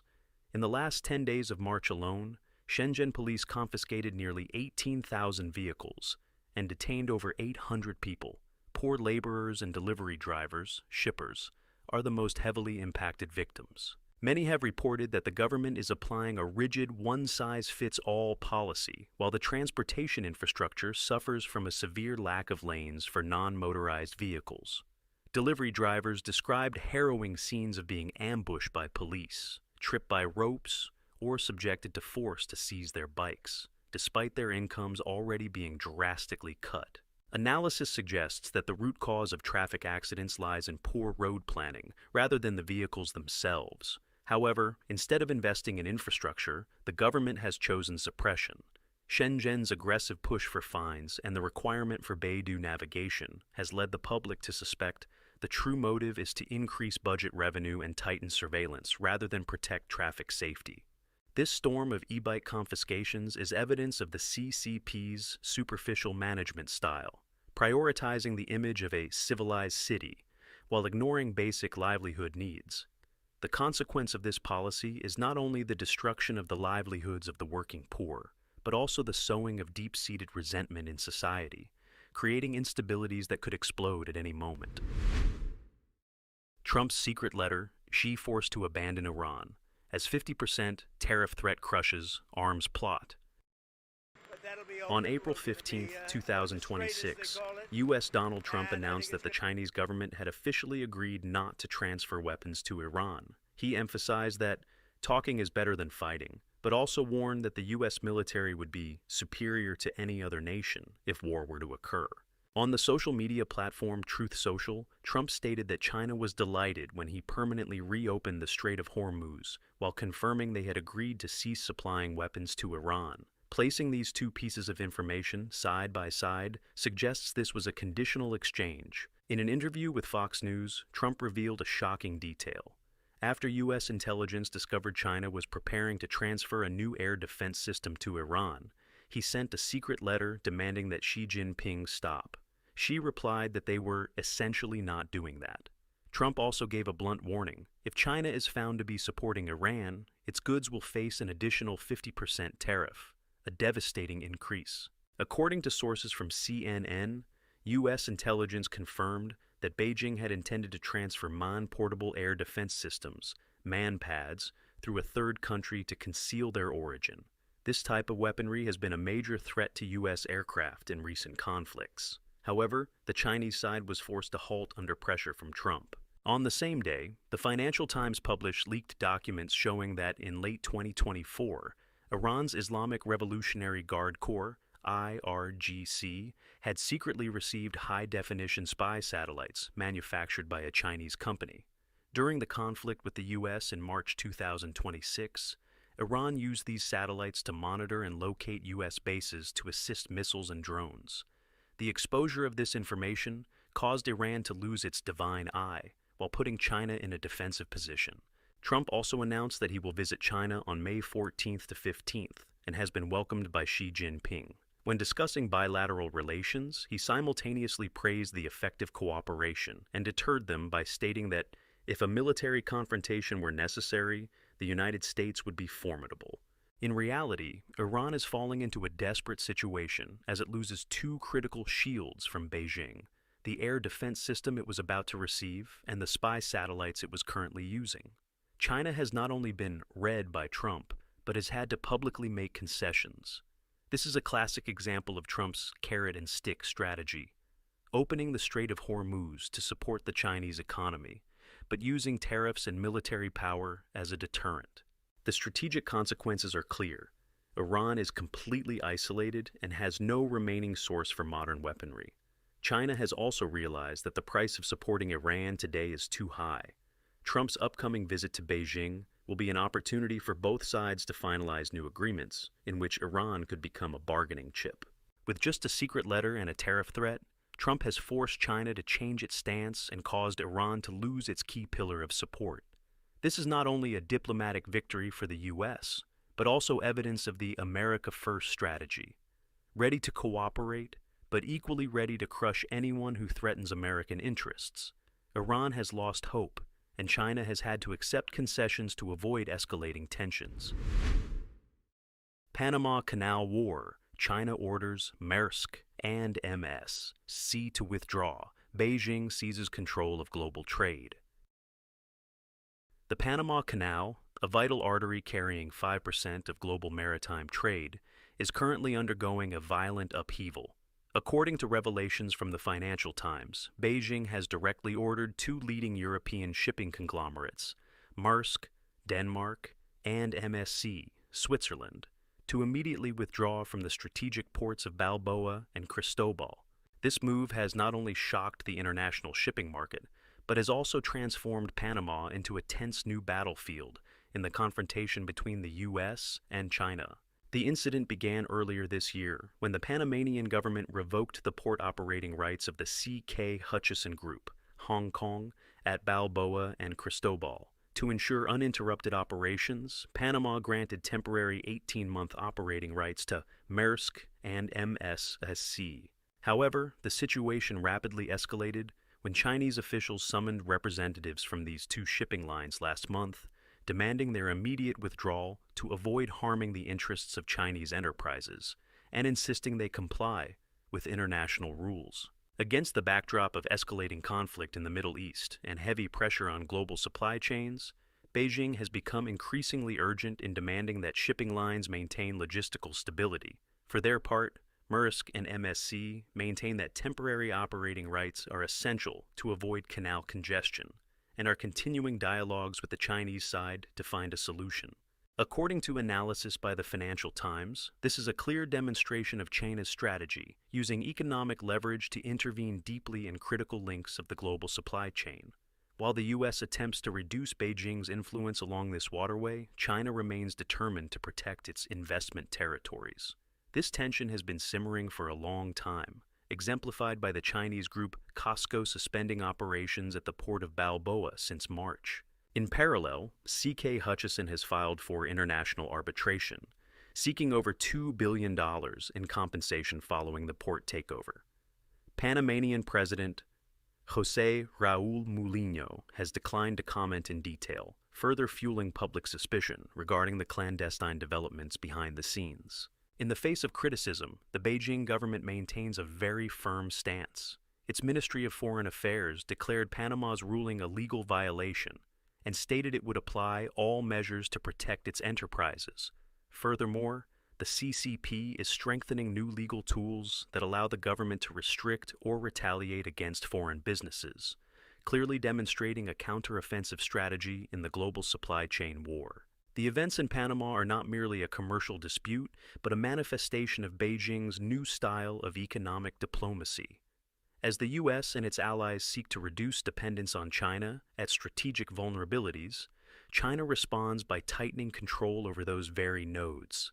The Panama Canal has now become a focal point of superpower confrontation, much like the South China Sea or the Strait of Malacca. If major shipping lines are forced to withdraw, global cargo flows will be disrupted, shipping costs will rise, and inflation will spread. CCP's actions also send a message. The economic interests of Western enterprises in strategic regions must submit to the interests of Beijing. China's new legal system has transformed retaliatory measures into flexible defensive weapons. The crisis in Panama signals a fierce new phase. The battle for control over global logistical arteries has become remorseless. Whichever side controls Panama will hold a massive advantage in the geopolitical game of the 21st century. Helium shock. China's tech. Dying as gas. Prices surge 120%. No stock for chips. A fatal weakness. In December 2025, more than 10 Chinese energy experts issued a warning in the journal China Mining, stating that, in the push toward the goal of self-sufficiency, helium is the weakest link. Only a few months later, the war in Iran turned this warning into a painful reality with extreme speed. The supply of helium, a strategic rare gas that is neither renewable nor replaceable, has been completely paralyzed. Helium prices doubled in just 1 month, with some areas seeing increases of over 120%. Suppliers bluntly declared, even if you pay $1 million, we have no stock to sell. China is facing its most severe helium shock in decades, directly threatening semiconductor chip manufacturing, aerospace, MRI medical equipment, and national defense. Helium plays an extremely vital and irreplaceable role in chip production, cooling medical machinery, low-temperature superconductivity, and the military industry. Currently, China must import more than 83% of its helium demand, with Qatar alone accounting for 54% and providing 1/3 of global demand. When the U.S. and Israeli attacks on Iran broke out on February 28, 2026, following the failure of nuclear negotiations, Tehran blockaded the Strait of Hormuz and attacked energy facilities in the Gulf. This caused helium production in Qatar to grind to a halt, with resulting damages that could take several years to recover. Cameron Johnson, a consultant in Shanghai, noted that it is currently impossible to predict when a stable supply will return. Helium supply managers in China also confirmed they can only provide limited supplies to existing customers and have stopped accepting new orders. Unlike oil or gas, China has yet to build a centralized helium reserve system. Furthermore, the very limited number of specialized cryogenic transport vessels has made the situation even worse.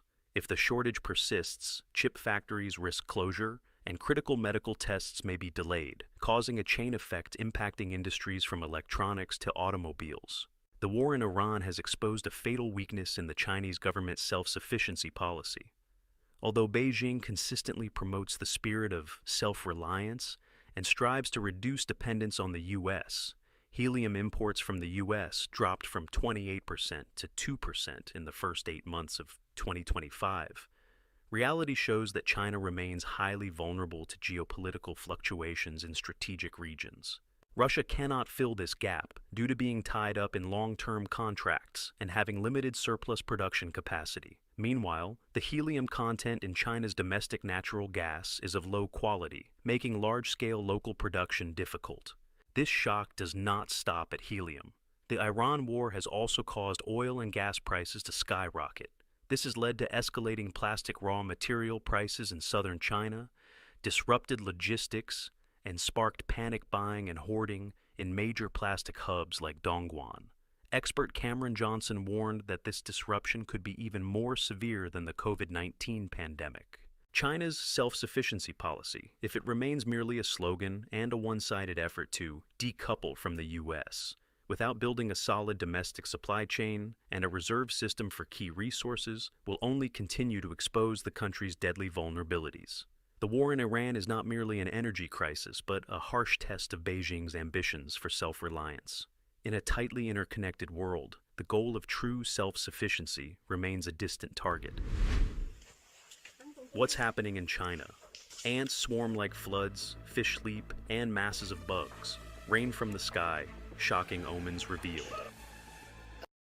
Recently, a series of strange animal phenomena have occurred simultaneously in many provinces and cities across China, causing significant anxiety and confusion among the public. From swarms of giant water ants flying into homes, to fish congregating in dense numbers and black insects falling like rain from the sky, all have appeared abruptly and abnormally, even before the onset of summer. In Guangdong, an enormous number of water ants suddenly proliferated and filled people's homes. The ants clung to floors and walls in terrifying numbers. Many videos show ants pouring out continuously like a living flood, a phenomenon rarely seen before the height of summer. At the same time, in Liaoning and several other provinces, schools of fish gathered in rivers and canals on an unprecedented scale. Fish jumped out of the water simultaneously in such density that locals remarked there were more fish than water, leaving many questioning the cause of this bizarre occurrence. In the Shihazi area of Xinjiang, a large volume of black insects fell from the sky, covering the ground and causing panic among local residents. Meanwhile, in Sichuan, frogs appeared in massive numbers on city streets and farmlands in both urban and rural areas. Notably, in one grassland area, a resident filmed a scene of mass bird deaths after they drank black water in the fields. He issued a worrying warning. Every bird that drank this water died. Is the produce grown around here still edible? Sparking deep concerns over food safety. The simultaneous appearance of these strange phenomena, ants surging like floods, fish jumping in unison, frogs swarming everywhere, and insects falling from the sky, has led the public to raise a major question. What is truly happening, and is this a portent of some major event to come? Currently, citizens continue to share these images, making the topic hotter than ever on Chinese social media.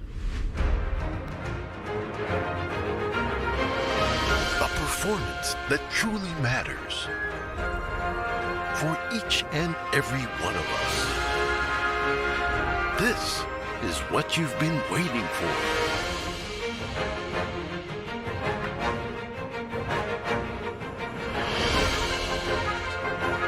Shen Yun. Get tickets now at shenyun.com. Let us know your thoughts. leave a comment below. If you found value in this episode, please share it with others. Your encouragement drives us to keep bringing you thoughtful analysis.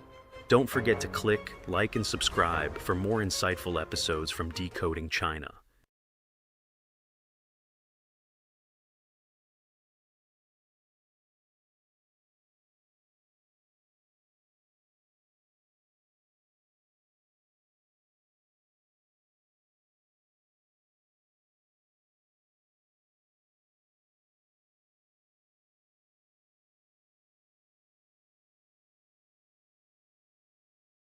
China recently released its 2025 population data. According to the National Bureau of Statistics, the total population is expected to drop to around 1.405 billion, a decrease of 3.39 million from the previous year. This marks the fourth consecutive year of negative growth. Out of the 27 provinces with available data, 20 saw a population decline, while only 7 experienced growth. This data has sparked heated discussions online. 1000万人口的哈尔滨，街上没人，写字楼没人，餐厅没有人。 In Harbin, with a population of 10 million, there's no one on the streets, no one in office buildings, no one in restaurants. Where did all the people go? I remember back when we had 1.3 billion people. The streets were full. The train stations were crowded with people carrying big bags. But now, with 1.4 billion, it feels like there's no one. The only place that's crowded now is the hospital. There are huge lines there. Does anyone know where all the people in Harbin have gone? Official data shows that Harbin, a northern city, has a population of around 10 million. But in reality, it's hard to feel that kind of population density in everyday life. The streets are quiet, office buildings are vacant, and restaurants have very few customers. The doubts about the population data quickly grew, with many online users expressing clear distrust, even outright rejecting the official numbers. They say most of them are gone, and there aren't many births anymore. One user commented, "The world has already acknowledged that China's population is around 800 million. There's hardly anyone left." Another user said, "After the 3 vaccine shots, there aren't many people anywhere." This feeling isn't just limited to Harbin. A similar discussion and confusion have emerged in another northeastern city. A user from Fushun, Liaoning, also expressed almost identical concerns on social media. There is a strange phenomenon happening in Fushun lately. I specifically searched it up, and Fushun's resident population is 1.71 million. Are these 7.71 million people not eating anymore? I was chatting with a colleague this afternoon. One was making videos for restaurant. Their coupons aren't selling. The live streams aren't being watched, and no one is eating at the restaurants. I figured maybe people are being more frugal now, buying groceries and cooking at home. Then I talked to the aunt who sells vegetables at the market, and she said no one is buying their produce. It's not selling. Some might say they're ordering takeout, but when I got on the elevator, I saw the delivery guys and they all looked pretty down. I talked to them, and they said, "There are no orders now. No orders at all. It's way less than before." I saw someone online guessing that people have all gone back to their hometowns, to their counties. I'm from a county too, buddy, and no one's coming back. On the streets, it's just old people and children. Let me tell you, when I go down in the elevator in the morning, if I happen to see someone around my age, my whole day feels so much better. But there's no one. On the streets, it's either people with canes or pushing carts. Data shows that among the 20 provinces with negative population growth, Hunan has lost 470,000 people, Sichuan has lost 460,000, Anhui has lost 410,000, and Shandong has lost 372,000. In the northeast, Heilongjiang has lost 280,000 people, and Liaoning has lost 240,000. Other central and western provinces, like Hubei, Guangxi, Jiangxi, and Gansu, have also recorded net decreases in the tens of thousands. In contrast to the continuous population decline in most provinces, there are a few regions that are still seeing growth. However, the structure of this growth has sparked new discussions. According to the data, Guangdong saw an increase of 790,000 people, the highest in the country. Zhejiang added 310,000, and Xinjiang, Hainan, Shanghai, Tibet, and Ningxia also experienced slight growth. However, a deeper look at the data reveals that this growth isn't entirely due to natural population increase, but is largely driven by population influx. For example, in Guangdong, out of the 790,000 new people, only about 290,000 came from natural growth, while about 500,000 came from net migration from other provinces. In other words, this growth is more like a siphon effect, where population growth is maintained by attracting people from other regions. Shanghai's situation is similar. Its natural growth is negative, with 107,000 births and 164,000 deaths, but due to a net influx of 108,500 people, it achieved a positive growth of 51,500. This means that without migration, even these so-called growing regions would still face the trend of population decline. More and more ordinary people from first-tier cities are starting to verify this data through their own daily experiences. A netizen who has lived in Beijing for a long time shared his observations. Today, I want to talk about something interesting. I've noticed that the population in Beijing has really dropped. How did I notice? Well, a couple of days ago at 8:30 in the morning, I went to take the subway and found there was actually a seat. I've been coming to Beijing for almost 20 years, and this has never happened before. In the past, whether it was 8:30 or 9, if you went to take the subway, it was always packed, with people elbowing each other. So much so that you didn't even need to hold on to anything because the people around you would keep you steady. Now, there's actually a seat. Then a couple of days ago on Monday, I drove to work and found there was a parking spot in the underground garage under my office. In the past, it would take me over an hour to get to work, and I'd still spend half an hour looking for a spot. Now, there are empty spots. So I got curious and looked up the data, and it turns out that in 2025, Beijing's resident population is about 22 million. According to the 14th five-year plan, Beijing's population is supposed to be kept below 23 million, and it looks like we've already exceeded that target. Plus, according to some rumors, about 400,000 to 500,000 people didn't return to Beijing after the New Year. A netizen from Shanghai shared a similar feeling, saying, "It feels like there are fewer people in Shanghai, too." Some people in the comments believe that after the pandemic, many people's health has deteriorated. From Harbin and Fushun to Beijing and Shanghai, more and more individuals from different cities and regions are feeling the same way, that people are disappearing. This change is even spreading to the busiest transportation hubs. A netizen shared their personal experience at Tianjin Airport. Let me tell you about something a bit crazy. A few days ago, I flew out of Tianjin. When I got to the airport to check in, there were only 3 people in line in front of me. Then, when I went through security, usually there's that long snake-like queue, right? But there were only 2 people in front of me. It wasn't a particularly early or late flight either. I was thinking, what happened? Is there really fewer people? Or is the economy just in this bad of a shape? Then, when I went to the waiting area, I checked the display at the gate. It was around 12 p.m. when I sat down, and my flight was at 2 p.m. I suddenly realized the display only showed 2 flights, mine at 2 p.m.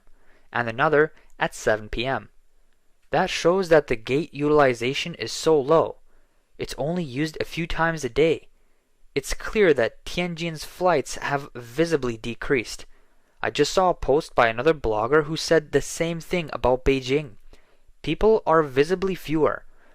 He took his mom to Tiantongyuan to take the subway, and it used to be packed with people with long queues, but this time there was no line at all. I'm wondering, what's going on with Beijing and Tianjin?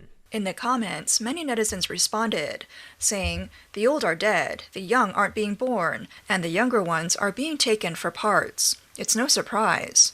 The 3 vaccines, Plus, the organ harvesting means fewer people. People have been eaten or sold by others. China doesn't have 1.4 billion people anymore. It's decreasing at a visible rate. Now it's less than 1 billion. By next year, there will only be 800 million. People have been eaten by demons. What's even more notable is that this sense of emptiness isn't just in the north or first-tier cities. It's also happening in the southwest. In Chongqing, once bustling commercial areas are now showing noticeable changes. A netizen filmed the situation at Shapingba, Three Gorges Plaza, where many shops are closed, storefronts are vacant, and the whole pedestrian street seems unusually quiet. In Chongqing's Shapingba district, Three Gorges Plaza is also eerily quiet. This used to be the Three Gorges Plaza pedestrian street, but now it looks like this. This shop is closed. This one is closed too, and this one is also shut down. Even this one has closed, and over here, all the doors are locked. Is it because the environment is really bad this year, or has consumer spending dropped? It's only March, just after the new year, and I didn't expect it to become like this. This is the Three Gorges Plaza pedestrian street, and it feels like it will never go back to how it was before. Everything around here is cold and quiet, and I wonder how many people still remember this place. Shapingba's Wang Fujing has been closed for so long, and it still looks like this. The McDonald's here is also closed, and the Happy D Noble Dental, it's closed too, and now the door is tightly locked with thick dust inside. It looks like it's been empty for a long time. I don't know what happened. Even Shapingba's Edwards is closed. How many people still remember this place? Now the entrance is a parking lot. In the comments, someone pointed out, salaries have remained the same for 10 years, but prices are skyrocketing. Many people don't understand why. Let me put it this way.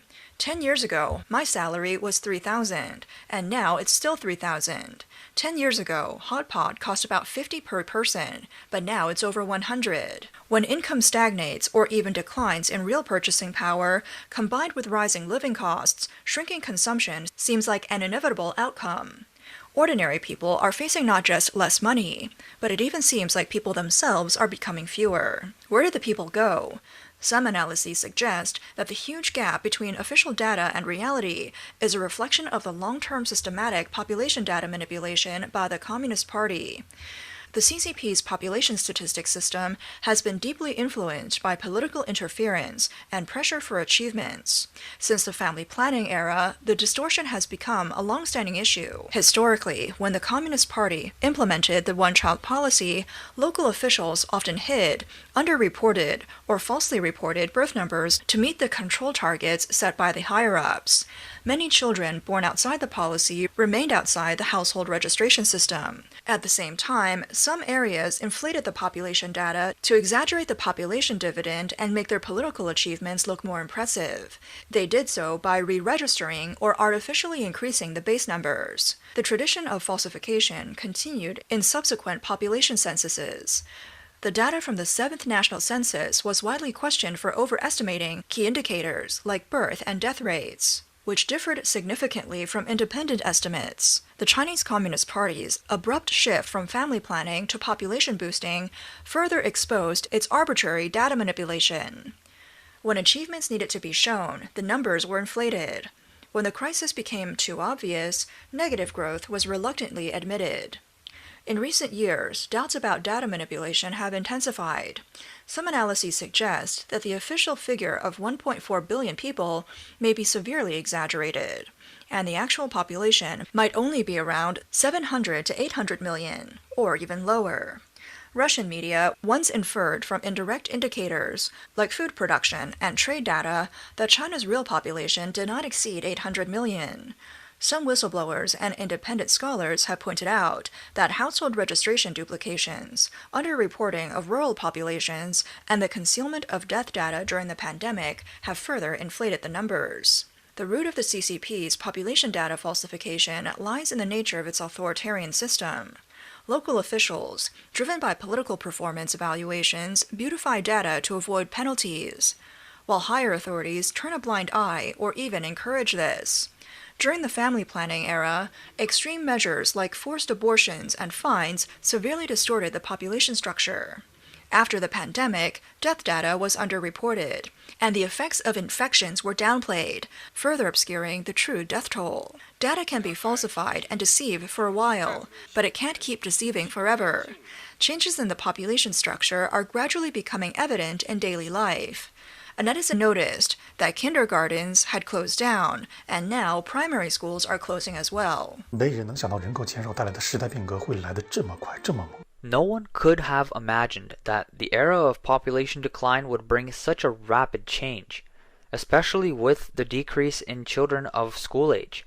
A sweeping transformation in education has already begun.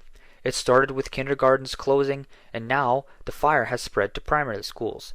In some counties, in Shanxi, parents went to pick up their children's registration cards, only to find the campus empty. No one notified them. No warnings. This is not an isolated case. Last year, over 5,000 primary schools nationwide stopped enrolling students, an average of 15 schools a day. Whether in urban or rural areas, public or private, all were shrinking. After kindergartens, primary schools closed, and next it will be junior and senior high schools, and even universities. In the comments, some netizens expressed, for most people, studying is meaningless now, and Harbin has closed 7 or 8 primary schools from last year to this year. The first field where population decline had a direct impact is in the education system. According to data from the Ministry of Education, the number of kindergartens has significantly decreased in recent years.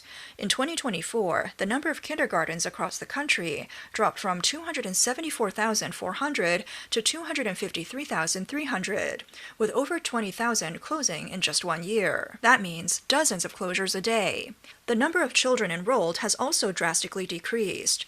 Experts predict that this trend is spreading to primary schools, with thousands of ordinary primary schools having already closed by 2024. Junior and senior high schools, and even higher education, could face a student shortage in the future. At the same time, the job market is also under significant pressure. While the decrease in kindergartens and primary schools can be explained as a direct result of declining birth rates, the emerging issues now point even more directly to another core issue of social operation: employment. A 35-year-old woman with a master's degree shared her job search experience. 35岁硕士，我意识到我这辈子可能再也找不到工作了。 I'm 35 and have a master's degree, and I realize I may never find a job again. When I look around the job market, all I see are people looking for work, and there are only a few companies hiring. Most jobs won't hire women over 30, and jobs that don't have an age limit often require specific skills, like forklift operators or air conditioner and washing machine repair jobs.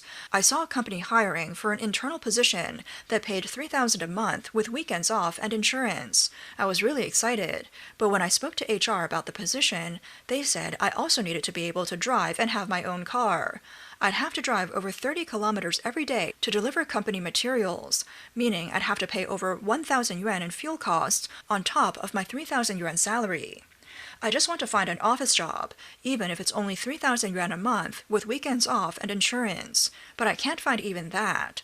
It's so hard, really so hard. The job market is impossible to navigate now. So, if you have a job with weekends off, a regular salary, and insurance, you should really cherish it. Don't just quit. The job market has become so distorted. In the comments, one netizen bluntly said, "What's happening to this country?" Another shared that their company received over 900 resumes in 2 days for a 4,500 yuan reception job, including many people with bachelor's degrees. 今年的就业形势严峻到什么地步呢？ How severe is the employment situation this year? Recently, our company was hiring for a front desk position with a salary of 4,500 yuan a month. In just 2 days, HR received over 900 resumes, many of which were from people with bachelor's degrees. For just one front desk position, in only 2 days, over 900 people applied. So if you still have a job and your company is still paying salaries, please really cherish the job you have now. In the comments, netizens from different regions gave more direct feedback. 4,500, that's high. In Xi'an, you can't even get 3,000 after probation. Business is sluggish now. It's good enough that they can still pay the base salary. We've closed one of our 3 4S stores in town. The empty streets is not just a matter of population numbers, it's also the result of shrinking economic vitality, social mobility, and development expectations. When education no longer guarantees a way out, when employment no longer offers stability, and when consumption can't support growth, these basic elements that once sustained a society's operation are all weakening at once. The most direct feeling for ordinary people is often summed up in one simple statement: there are fewer and fewer people, and fewer opportunities. At the same time, more and more young people are choosing to delay marriage or even not have children. These factors combined are further accelerating the trend in population shrinkage. In this social context, some people's questions are becoming more direct. What's happening to this country?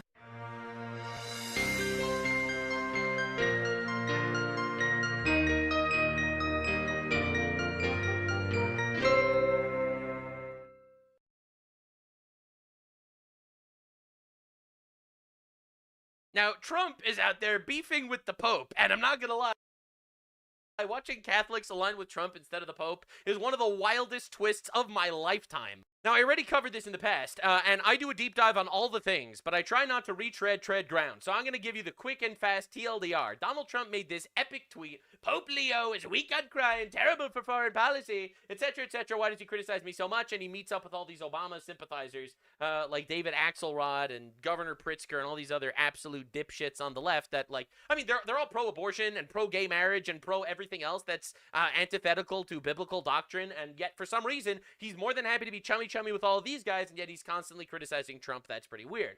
The Pope made this response, essentially, saying, communion between Christians and Muslims takes shape under the mantle of Our Lady in Africa. Here in Algeria, the maternal love of Lala Maryam gathers us, everyone and children, within our rich diversity and our shared aspiration for dignity, love, justice, and peace in a world where division, war, so pain and death. War, so pain and death. Anyway, we need communion between Christians and Muslims. You know Muslims?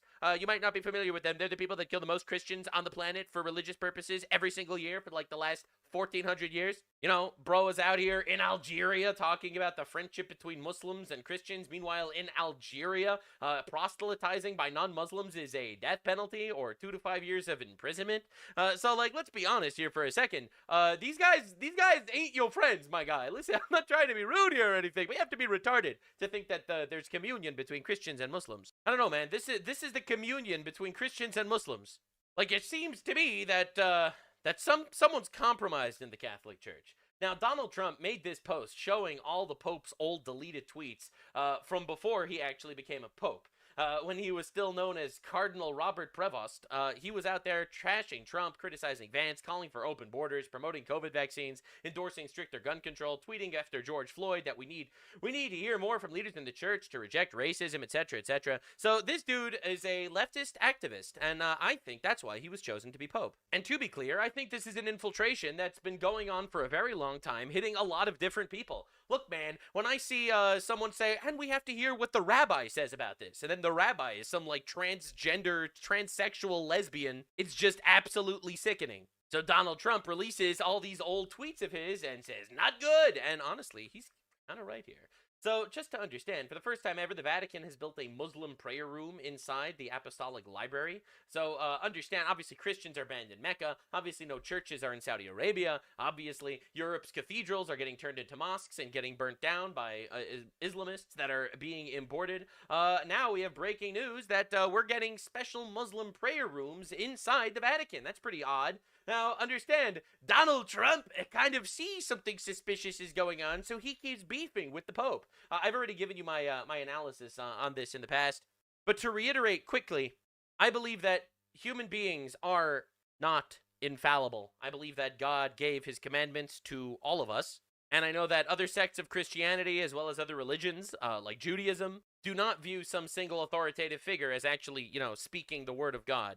Not trying to step on any toes here, but if the Pope wants to get involved in political discourse, then, well, that means it's in my battleground. It's my wheelhouse, and I have the right to state my opinions. So, and so does Donald Trump, apparently. Very important that the Pope understands. Very, very important. It would be nice not to say it. Iran killed 42,000 people that were... Yeah, so listen, Mr. Pope. Iran killed 42,000 of their own people. Totally innocuous protesters. Iran cannot have a nuclear weapon. if they did every country, including Italy, where he's stationed, every single country in the world would be in trouble.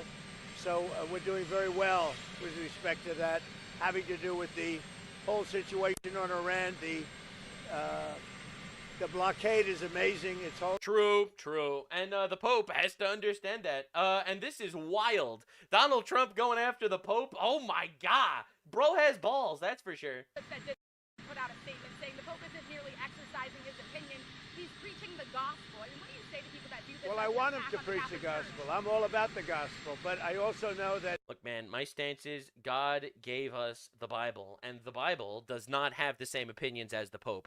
Like, I'm just going to be real here. I would trust the Bible over a man. That's just my stance.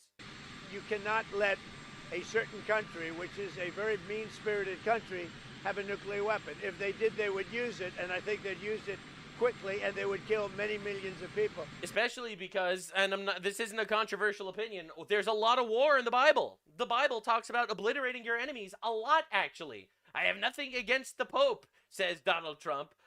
But Are you fighting with the Pope, and are you worried it's upsetting your? No, I don't.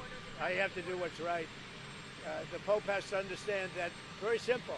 I have nothing against the Pope. His brother's MAGA all the way. I like his brother, Louis. I'm not fighting with him. The Pope made a statement. He says Iran can have a nuclear weapon. I say Iran cannot have a nuclear weapon. And that's essentially what he said, by saying, actually, all war is bad for all reasons and no war should ever happen, which is blasphemy, actually, in my opinion. I know that I paraphrased what he said. That's not exactly what he said, so take it with a grain of salt. But the essential detail here is you're kind of co-signing that Iran could have a nuclear weapon is what is happening. You know, and so the Pope, he keeps going. He makes more tweets. Woe to those who manipulate religion in the name of God for their own military, economic, political gain, dragging that which is sacred into darkness and filth. It kind of seems a little bit like that's kind of what you're doing here, man. Like, the Pope trashing political leaders and stuff to push political agendas does definitely seem like this is what he's sort of engaging in. Again, it's just weird to me that this is happening. When Muslims destroy Europe, I sleep. When Muslims destroy Christians in Africa, I sleep. When Muslims destroy churches worldwide, I sleep. When America bombs Muslim country, it's like you start wondering what's actually going on. All right? And you keep seeing it in more and more of his posts. All right? So this is a tweet, a statement that he made when he was asked what he would say to Catholics in Europe who believe that Islam is a threat to Christian identity. This was his response. In Europe, fears are present, but often generated by people who are against immigration and trying to keep out people who may be from another country, another religion, another race. I would say that we all need to work together. This is I'm sorry, I don't mean to be rude, but this is gay, bro. Hey, man, Muslims are burning our churches and raping our daughters. Well, you're probably only saying that because you're against immigration. Excuse me, what? So this is the Pope citing Lebanon as his example of how Muslims and Christians can coexist peacefully. I know that in Europe there are many times fears that are present but oftentimes generated by people who are against immigration and trying to keep out. Maybe some of the people that are against immigration, it's because they see what immigration brings, perhaps. People who may be from another country, another religion, another race. And in that sense, I would say that we all need to work. But what if the religion preaches to slaughter Christians? Like what if Jews and Christians are the lowest of creatures is a direct quote from the other religion? What if smite the kafar wherever you fight them or slit the kafar at the throat? What if those are direct quotes from the other religion and they practice what they preach? Together, one of the values of this trip is precisely to raise the world's attention to the possibility that dialogue and friendship between Muslims and Christians is possible. I think one of the great lessons that Lebanon... Try converting them, though. You see, my stance is, if you believe in your religion, pray that other people find God. That's why when I get Christians in my audience saying, I'm praying for you, I hope you actually join Christianity and stuff like that, I take it as the highest honor. It means you care about my soul. Thank you. Who knows what the future will bring? But saying, hey, let's be buddies with people that are massacring us by the tens of thousands, like, what are we even doing? This is delusional. Can teach to the world is precisely showing a land where Islam, Christianity are both present. No Judaism, they expelled all the Jews, but also, just to be clear, and this is very funny because he's talking about Lebanon. Lebanon was a Christian majority country 2 decades ago. It is right now a Christian minority country. How do you think that happened? How is it that Lebanon went from 60% Christian 2 decades ago to 30% Christian today? How did that happen? And I respect it, and that there is a possibility to live together, to be friends. Stories, testimony, witness. Friends, they'll only burn our churches down and slaughter us when they feel like it. This is that we heard even in the past 2 days of people helping each other, Christians with Muslims, both of whom had their villages destroyed, for example, of saying we can come together and work together. Destroyed because of Islamic terrorism, by the way. This is crazy. The Pope cites Lebanon as an example of peaceful coexistence between Christians and Muslims. Lebanon was literally created to be a homeland for persecuted Christians in the Middle East, and it was for a few decades. The moment Muslim invaders thought they had numbers, they started a civil war that lasted 15 years because they didn't want to live with the same Christians who made them part of the country. Thousands of Christians were massacred. Muslims became the majority, Hezbollah took over, and the country hasn't known peace since. Lebanon is the first and ultimate example that coexistence between Christians and Muslims is literally impossible. It's mind-blowing anyone would use it as an example of coexistence, let alone the Pope. And honestly, unless there's an agenda here, I don't know what's going on. This is insane. All right. So someone actually went up to Trump after all this takes place. They went up to Trump and they said to him, "Did you hear that there are more Iranians that are getting executed?" Iran going to execute 4 more protesters, reportedly, including the first woman They're gonna start executing more protesters. They're executing 4 more. protester. What do you tell Iran? Well, tell that to the Pope. Tell that to the Pope. He's just objectively correct here. And objectively, demonstrably correct. And it's crazy watching the Pope virtue signal. I can't believe I even said those words, but it's crazy watching that happen. It's like he sticks his head in the floor and not witness the atrocities and just engage in the most bad faith discussion I've ever seen. Pope Leo doesn't realize that 2 Pope Leos ago, Pope Leo ordered the construction of walls around the Vatican because of Muslim invaders. And now we have current Pope Leo trying to tear those walls down. So just to understand what's going on in Iran, they gang rape female protesters before executing them so they don't go to heaven as virgins. And Trump says, tell that to the Pope. And he's just right. So Tucker Carlson, of course, freaking out. No president should ever mock Islam. Pope Leo, we should perhaps be less fearful of Islam. Well, this is what a Nigerian imam had to say. 1 million Myra to anyone who beheads the Christian pastor. na ran sai da Allah sai na bashi wannan kudin ba gudu ba ja da baya. Yeah, very associate. I think that we could all become besties. I think we could all become friends. Why don't you? Let's just sing Kumbaya and just not engage with reality for a second. So the Daily Mail releases this article. Iranian Christian who has leg broken by regime thugs because of his religion describes horror endured in his 5-year in prison hell. Any comment, Pope Leo? A lot of people are actually really asking these questions. U.S.-backed airstrikes are actually taking place, or at least planned, on Nigeria. Started to hammer Islamist groups across the country really hard.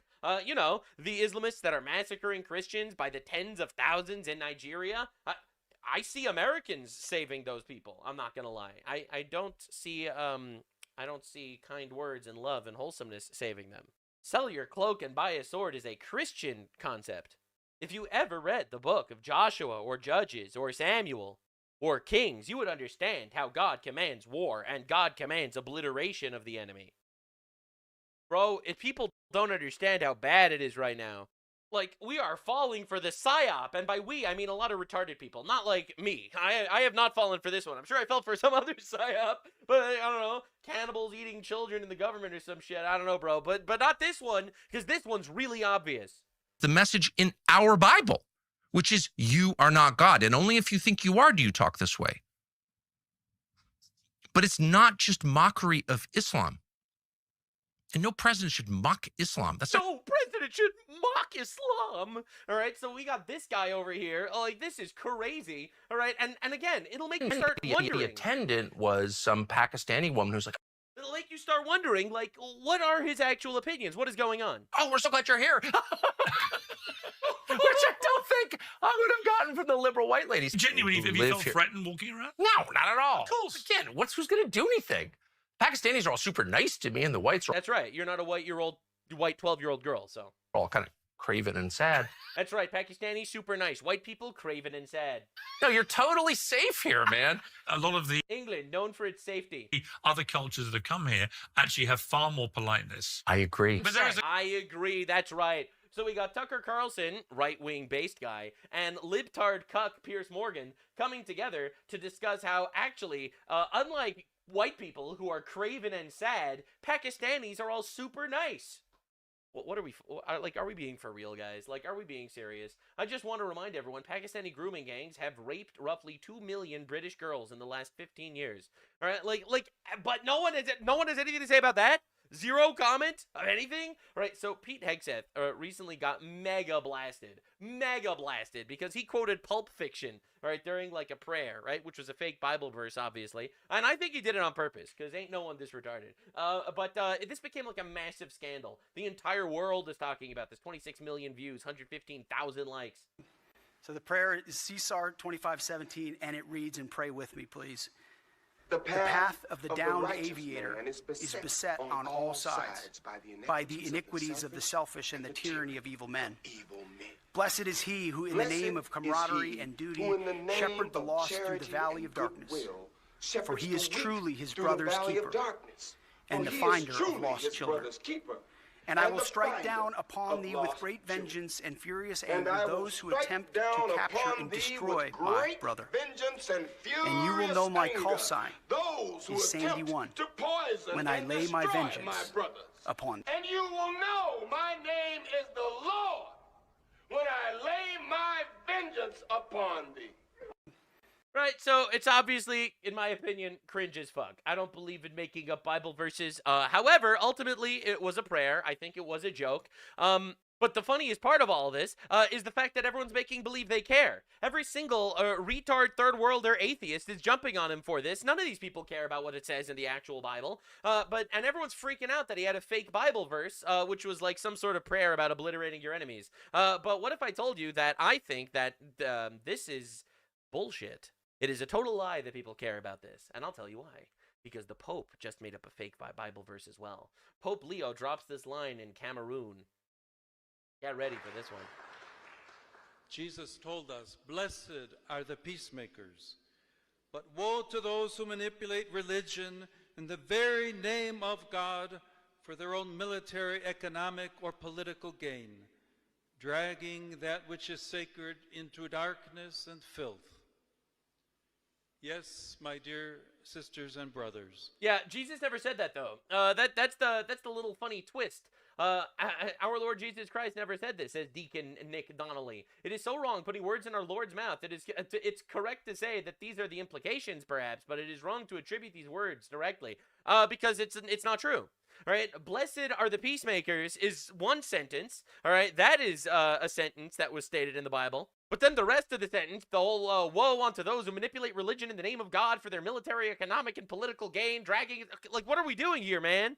So all of these leftoids, let's be honest, it's the leftists and the dipshits like the Candace Owenses and the Tucker Carlsons freaking out that Pete Hegseth quoted Pulp Fiction in a prayer, but they don't care that the Pope is making up Bible verses in order to push political agendas? Are we even being serious right now? So these are Muslim soldiers in Azerbaijan destroying the graves of Christian Armenians.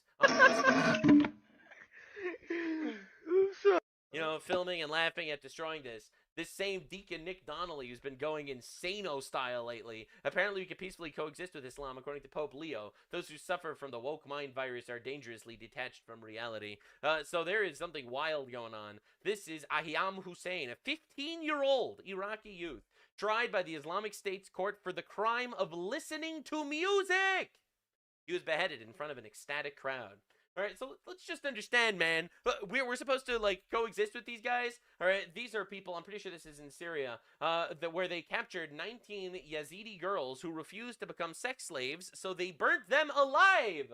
And it's Islamophobic to mention that perhaps this cannot be something that coexists with me, perhaps. And honestly, Trump has been going nuclear on all these guys, all these sleazebags. Who's dumber, Tucker Carlson or Joe Kent? It's very interesting. I met Joe Kent at Dover Air Force Base, along with numerous others who lost their loved ones in war. I said hello to all the families. Kent horribly lost his wife. Her casket was being brought over to Dover along with the rest, although he got married again quite quickly, in my opinion. In any event, a number of years later, I noticed the same person was running for Congress in Washington State and lost. I then noticed a couple years later he was running again and lost. While I didn't know him other than our brief Dover encounter, I felt sorry for him after the 2 election losses. I told my people to hire him to the White House, give him a job, make him feel good. He lost his wife in 2 elections. elections, they did so. And when I rarely saw him, I certainly didn't expect disloyalty, but that's what I got. He was a sleazebag. Some would say on top of it, a leaker. I don't know whether or not that's true, but next time, no more Mr. Nice Guy. Kent is a loser, just like Tucker, Candace, and Megan. The rest of them are losers. You're born that way, low IQ, and there's not a damn thing you're going to be able to do about it, President Donald J. Trump. And notice how all these guys immediately jumped on top of the Islamic train, and how Israel is secretly the bad guy pulling the strings. Now, I think that this was incredibly important. This is Michael Knowles. He's a Catholic, and he thinks that there's a giant psyop going on in the Catholic Church, essentially pushed by the left to divide Catholics and get them to basically move into a Democratic Party. And to be honest, it used to work on a lot of people. The majority of Catholics were Democrats until Trump. Literally, Trump was the first president that got voted in by that majority of Catholics actually voted for him. Now, I'm in shock. The left is the gay abortion party. Let's be honest. It's the blasphemy party, the heresy party, and the pedophile party. And I think sinister forces are doing their absolute best to divide the church and, steal elections. This is an anti-Catholic and coincidentally anti-Trump op to try to split the Catholics from the president and the president from the Catholics. That's what this is. That's what's going on. And it's clear as day. President Trump won the Catholic vote with greater numbers and more consistently than any Republican president ever. The Democrats had a stranglehold on the Catholic vote from basically the moments Catholics arrived on these shores all the way up through the early 70s. In 1972, Nixon manages to win the Catholic vote, and he does so because the Catholics were working class. The Catholics are socially conservative, at least were at that time. The Catholics were a little more, I don't know, they were a little less cosmopolitan, say. So the Democrats were able to hold the Catholic vote because they appealed to ethnic and class hostilities. But then the Democrats in the 60s started to go nuts. They shifted from being the party of the working man to the party of the cosmopolitan elites. They shifted from being the party of common sense, meat and potatoes, kitchen table issues, to the party of radical, bizarre sex stuff, to the party of abortion, which is a non-negotiable issue for Catholics. Catholics cannot support abortion at the ballot box. And so that gave an opening to someone like Nixon. Nixon wins the Catholic vote in the re-election campaign.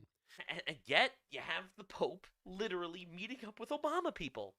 And Governor Pritzker, all right? Like the wokest fuckers on the planet. Like, it's insane. Then 1984, in Reagan's re-election campaign, he won the Catholic vote too. He became the second Republican president to do it. Then George W. Bush, in his re-election campaign, became the third Republican president to do it. Notice none of these guys won the Catholic vote their first time around. They were just sufficiently successful, and their opponents were sufficiently bad that they won them over in the re-election. It's kind of funny with Bush, too, because Bush is an evangelical Protestant. John Kerry, his opponent, is nominally Catholic, but the Catholics picked Bush over Kerry. Trump, however, is unique. Trump wins the Catholic vote in 2016, first time around. And then Trump wins it again in 2024. The 2020 election, a little bit dubious. But we don't talk about that. And so this is a major problem. No one knows what happened there. 1 in 5 American voters is Catholic. And Catholicism is growing right now. There are a lot of adult converts.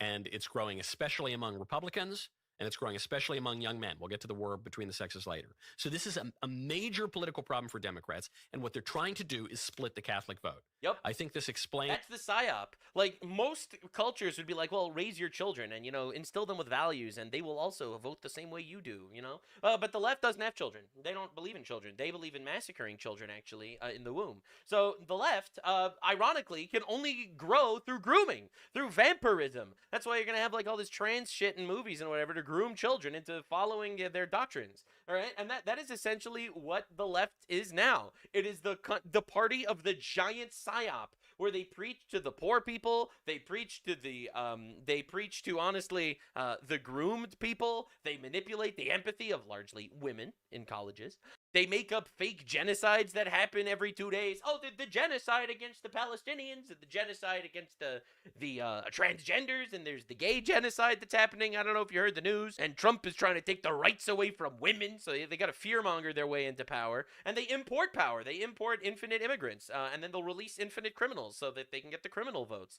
Like, this is how they operate. They're just a gigantic scam. Why there was so much attention given to the 3 most liberal bishops in the United States going on 60 Minutes. 60 Minutes, a show that the president reportedly watches to try to trigger some of that. David Axelrod makes a big show, the strategist for Obama, makes a big show about getting to meet the Pope on a visit to Rome. I think this is an op. You're seeing a lot of anti-Leo stuff right now. I was just doom scrolling while the DW servers were rebooting. I was doom scrolling on Twitter.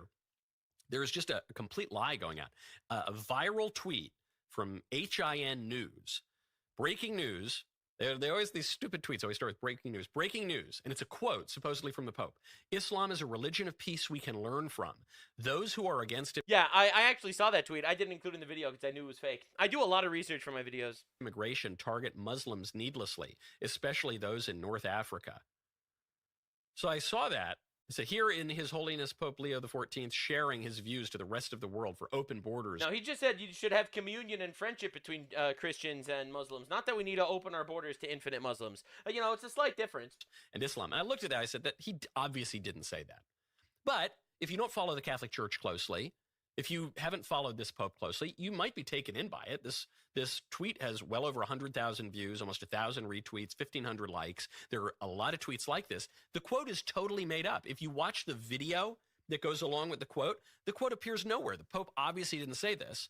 This is a coordinated effort by enemies of the Catholic Church, by enemies of this Trump coalition to try to split them apart.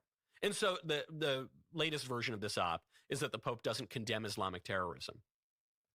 One of the very first things this Pope did upon being elected, don't forget, he's been Pope for like 5 minutes now. One of the very first things he did was call attention to the Muslim attacks on Christians in Nigeria. And also condemn Trump for bombing Muslims that are killing Christians in Iran. Like, I understand that every Catholic is going to defend the Pope to some extent, and I get it. But you have to bury your head in the sand to not think this guy is something of a plant. Immediately after rising up to the seat of Peter. Yeah, and then he blessed a giant block of ice to protect the world from global warming. Like, I know. And he's not just focused on Nigeria. He has called attention to Islamic attacks on Christians in the DRC, in Bangladesh, in Syria, in Sudan, in Mozambique. The list goes on and on and on. Yeah, but from what I've seen, and I tried to find it, he never mentioned that it was Muslims doing it. He just said it's so sad Christians are dying in all these places. And again, I understand, and I don't want to like get too deep in the weeds of it here, but I think that there is a huge blind spot to the manipulation that's pouring out of everywhere. Like, my guy, he made this tweet saying that communion between Christians and Muslims takes shape under the mantle of Our Lady of Africa, etc., etc. Here in Algeria, yada, yada. He meets up with every Obama guy. He pushed for every single open border policy of all time. You know, this is the guy criticizing Trump and Vance and endorsing the COVID vaccines and stricter gun control. And like, let's be honest with ourselves here too. And I say this with love and respect, but y'all are getting played by one side or the other. These are treacherous times and the psyop is huge.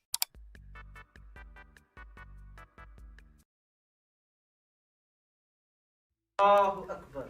Zien jullie dat? En kijk hier naar. En kijk tussen je voeten.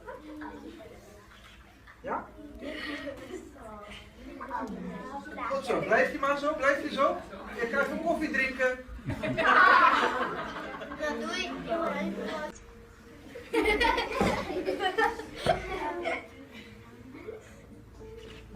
Ja, en de elleboog van de grond af.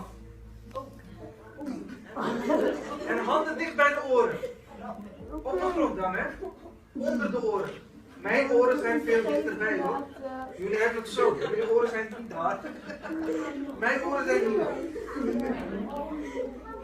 Ja, en op de grond. Goed zo. Muslims tried to bow down Dutch children to Islam. Then this happened. They took Christian kids to a mosque, forcing them to pray to Allah with orders for hands close to the ears drop on the ground, stare between the feet and elbows off the ground as the instructor went for coffee, demanding the kids stay exactly in that pose. This assaults the safety of your children and the future of our Western laws, while Democrats enable the whole encroachment. Legitimate terrible consequences slammed those Muslims hard after this. Trump alone has the courage to fight it.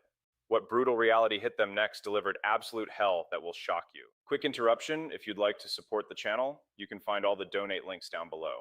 Every contribution helps me keep creating, upgrade my setup, and bring you the best content possible. I really appreciate it. Now, let's get back to the video. Ladies and gentlemen, Muslims tried to bow down Dutch children to Islam. A group pushed Islamic submission on kids in the Netherlands, demanding they show deference to their religion in schools and public spaces. The conflict is Western freedom versus Islamic dominance. One side wants your children to internalize that Islam comes first in Europe. The other side is done pretending this ends in peaceful coexistence. Here's why this matters to parents. It's your kids being conditioned. To taxpayers, you're funding the housing, schools, and welfare for communities that openly reject your laws and culture. To anyone who values personal freedom, sovereignty is slipping away as parallel societies grow. This pattern isn't hidden. It's loud, it's repeated, and the inserts you're about to hear from Germany show exactly where it leads. Take the temperature on the streets where locals have had enough. There it is. Germans shouting they aren't tolerant with Islam anymore and asking why the rest of Europe keeps bending. That own Gewalt chant isn't calm. It's the sound of people trying to hold the line before it snaps. This confirms the tolerance experiment is one-sided. They come, they demand, and when natives push back even verbally, the whole thing turns tense. You guys know what I've noticed. The people paying the bills never consented to any of this. Then you have the direct message to the newcomers.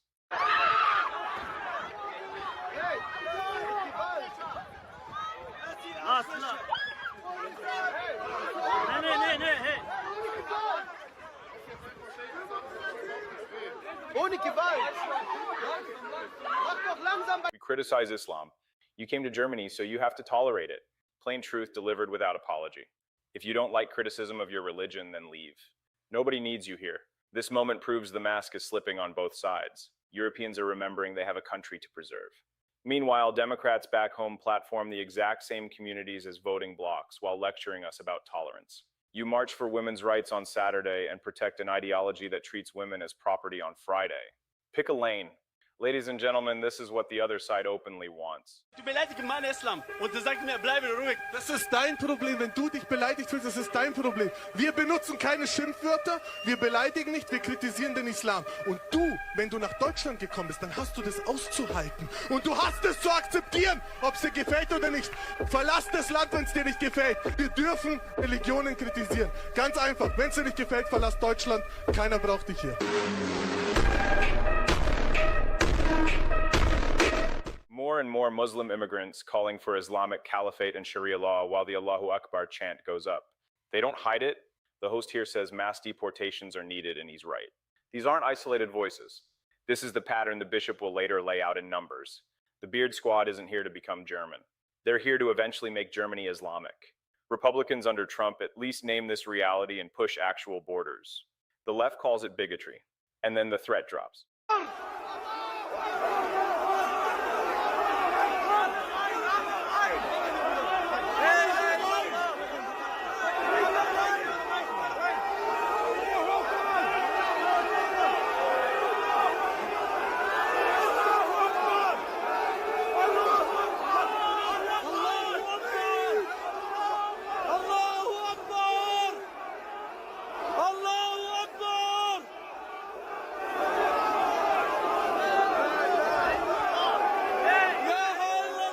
There are very many Muslims in Germany now, and I can guarantee nothing. He's telling Germans to accept the true message of Islam or get out and make their own country. The quiet part is said out loud. If criticism continues, bad cards lie ahead. This isn't dialogue. This is intimidation with numbers behind it. To any woman walking alone or parents sending kids to school, this is the future being built on your dime. I don't know if politicians will ever admit how fast this demographic math is moving, but the math doesn't care about feelings. Let's walk through that math out loud the way it actually hits you. Europeans sit at 1 or 2 kids per family. Muslims there run 5, 6, up to 10. Add nonstop migration, what they call hijra, the Islamic doctrine of migration that spreads the faith until it becomes dominant. You get mosques on every corner, Sharia councils running parallel to real courts, grooming gang scandals ignored for years, priority housing lists, translators on payroll, welfare systems strained. It adds up fast. Nobody voted for their neighborhoods to feel foreign in their own lifetime. Taxpayers carry it. Public safety takes the hit. And the whole time Democrats and their European counterparts call you racist for noticing. Will they reverse course? Probably not. Should they? Yesterday. Ladies and gentlemen, even senior church figures are done staying quiet. Interessiert, dass die Menschen die wahre Botschaft verstehen und den Islam annehmen. Das ist der Punkt. Wir werden wie Ta'ala in jeder Stadt in Deutschland fahren und überall diese Botschaft verbreiten. Wen es nicht passt, der soll aus Deutschland ausreisen, soll sich ein eigenes Land schaffen. Wir werden diese Botschaft nach vorne bringen. Aber ich sage euch eins, wir sind sehr viele Muslime in Deutschland. Hetzt nur weiter und ich hoffe wirklich, dass nichts Böses passiert. Aber wenn das so weitergeht, sehe ich nur schlechte Karten in Zukunft. Ja? Also wir haben vor niemanden Angst, wir haben auch hinter uns Leute. Und wenn so weitergemacht wird, wallahi, ich kann für nichts garantieren. Bishop Schneider calling it exactly what it is, not refugees. An invasion of mass Islamization, a global agenda to destroy Christianity in Europe using massive Muslim birth rates and migration. In 30 or 40 years, the continent flips if nothing changes. He's not speculating. He's doing the math the cowards in power refuse to touch.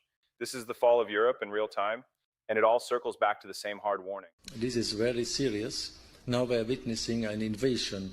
They are not refugees. No, this is an invasion of mass Islamization of Europe, which already went on for at minimum 50, 60 years, Islamization in Europe. But now it is in mass. It is very evident. And so this is a global political agenda by the powerful of the world to destroy Europe culturally and religiously. I mean, to destroy Christianity ultimately in Europe. With the help of the massive Islamic population. And I was reading recently an article of a sociologist who made a calculation that maybe in 30 or 40 years, when it's now going on, so the majority of the population of Europe will be Islamic. Europe will be Islamic when this will go on, because the European people have almost no children, 1 or 2. The Muslims there, they have 5, 6 to 10 children, and so it is. You can only make mathematics, and then you can see that they will be in the majority.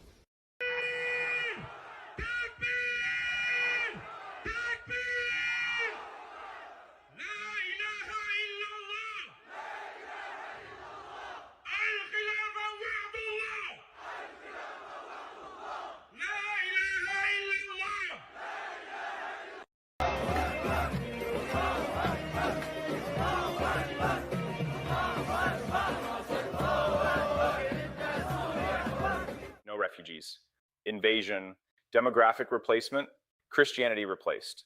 The bishop lays it out again because it bears repeating. They don't want to coexist. They want to conquer. Europeans have almost no children. The math is merciless.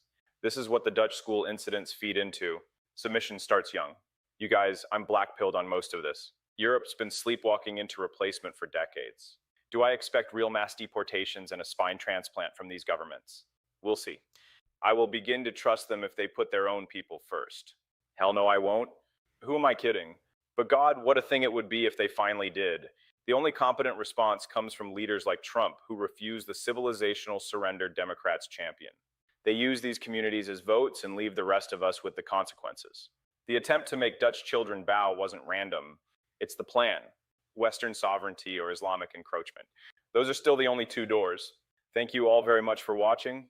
Goodbye.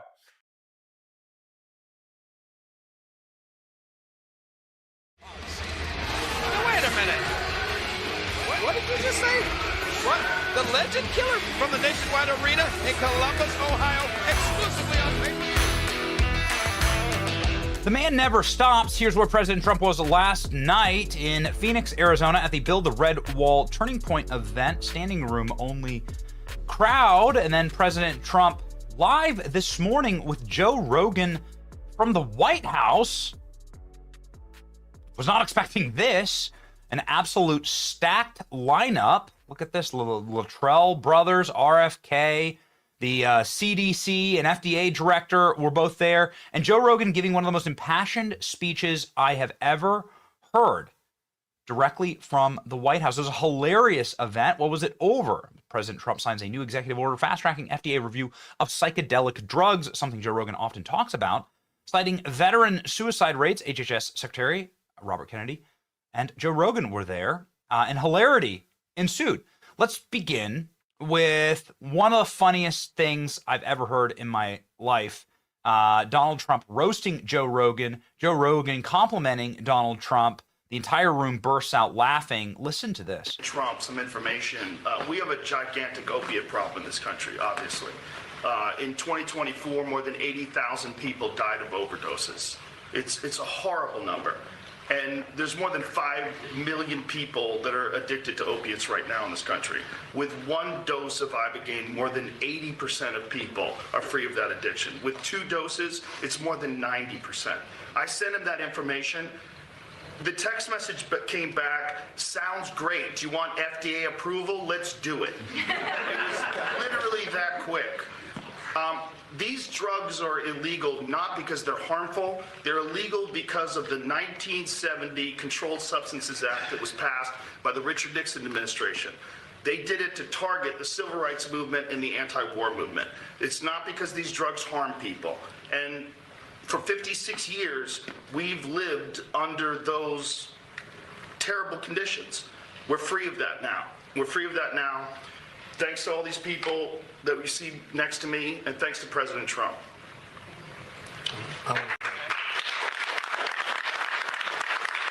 Beautiful speech.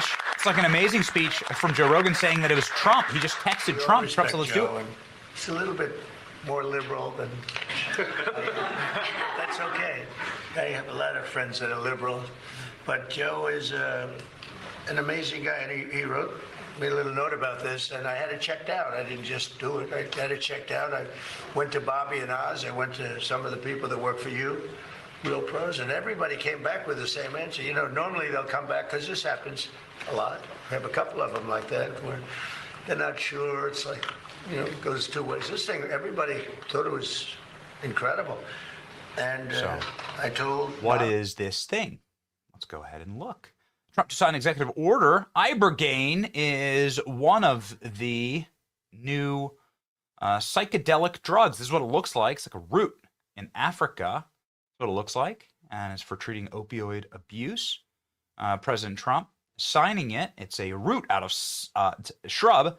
Root native to Central Africa is Ibogaine. It is, again, meant to help with post-traumatic stress disorder and brain injuries. It's a Schedule 1 substance by the DEA now. It's not accepted for medical use, but now it is, thanks to Joe Rogan. Pretty cool thing that Joe Rogan did here. Obviously, it's great to see actual movement happening for the better, for our veterans, for people. I mean, I don't pretend to be some expert on psychedelic drugs. I don't take drugs. I don't smoke weed. I don't like that. I don't like anything substance-wise that speeds time up or slows you down. Life moves at the pace that God intended, and I try and live at that pace. And the text message just came back. Sounds great. You want FDA approval? Boom.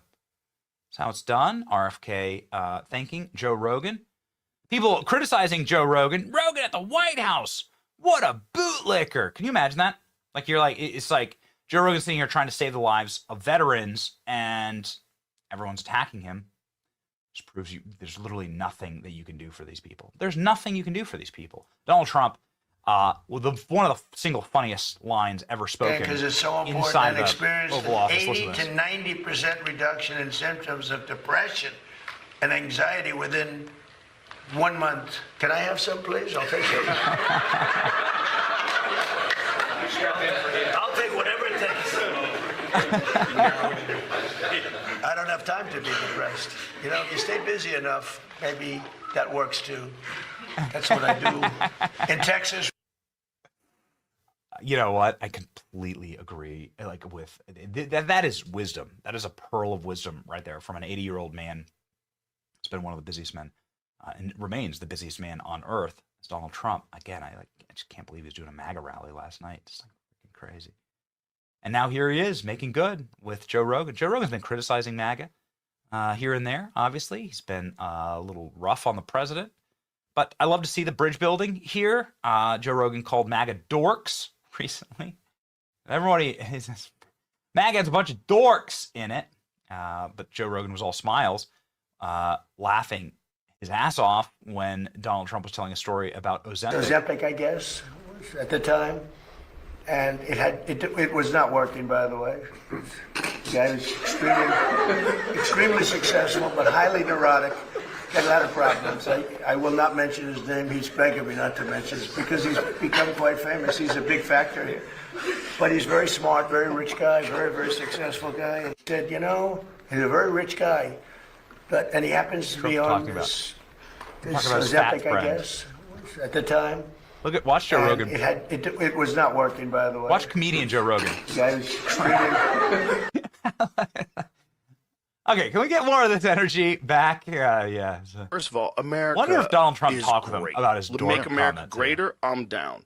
But make America great again, and then it becomes a movement of a bunch of fucking dorks. Because a lot of them are dorks. A lot of them, these really weird, uninteresting, unintelligent people that have got something they cling to. And there's a lot of people that are just real, genuine patriots. And they're all lumped into this one group, and you got to accept the dorks too. Yeah. Ladies and gentlemen, the same Joe Rogan who trashes Trump on his podcast. Trump's always like this, right? It's like he just like kind of rolls with it and expects that there is going to be a timeline where he can do something for someone, and then they're going to be standing right behind him, right? And I don't know, man. He had Zorhan Mandami in the White House. Is that a superpower? Is it a weakness? It's worked out so far. President Trump is working on a Saturday. Libs are about to cook Rogan now. Myron is correct. Laura Loomer going after Rogan, saying Rogan is very opportunistic, rich, successful, but opportunistic. He's not an ally of Donald Trump. Would be nice for Rogan to refrain from speaking badly about Trump on his podcast.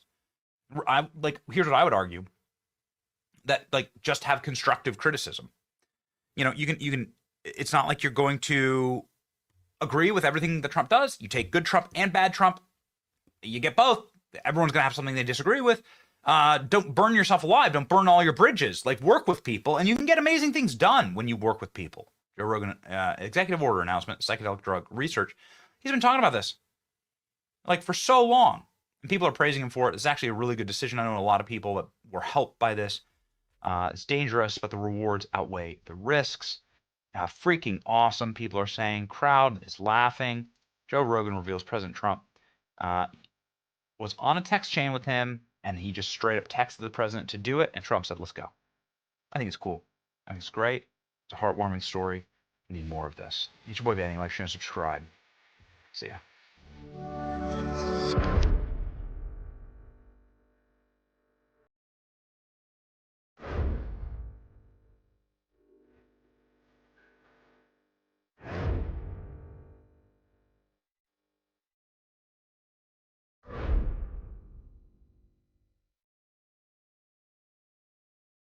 So in this video, we're going to be covering some Fallout 76 news. Bethesda responds to their huge mistake recently. We're going to be getting into this response. Consider leaving a like on the video. The support is greatly appreciated. It would help get this more pushed around in the algorithm so people will know what's going on. Hopefully people don't get banned over this. That would be so lame. I'm going to go ahead and pull it up here. So this was posted on the Bethesda Discord. As you can see here, here's what they said. The team is aware of the issues that granted some players a sudden influx of atoms earlier today. An investigation is currently ongoing to confirm how many were affected. We'll give you an update on this once our investigation is complete and we have next steps ready to share. Now, at the moment, I don't think they shared anything. Let me go ahead and check just to clarify. Which, by the way, guys, if you're not in my Discord, consider joining it. It's a Fallout 76 help Discord, basically, for raids and stuff like that. We help a lot with raids. Let's see, did they say anything after? No, but they did say yesterday, on Tuesday, April 21st, Fallout 76 will be brought offline on all platforms to apply an update. For server status updates, keep an eye on this channel. So, yeah, an update is coming into the game soon, and this update, I believe, is going to affect Two-Shot. I'm not positive, but I'm pretty sure it is. Right now, Two-Shot is super powerful, in case you don't know, and I think they are going to be nerfing it, unfortunately. I did make a build video around Two-Shot in the past. Now we're going to probably go back to Furious instead of Two-Shot. And literally in my title, it was like, Bethesda, please don't nerf this. Daggone it! But, anyways, in case you don't know, let me go ahead and get you in the loop. People are losing atoms, and also people are gaining atoms. Some players are losing them, some are gaining. As you can see here, this person gained quite a bit. I bought 4,000 atoms on Steam, and now the shop is showing that I have 35,000 atoms. In case you don't know, that's $350.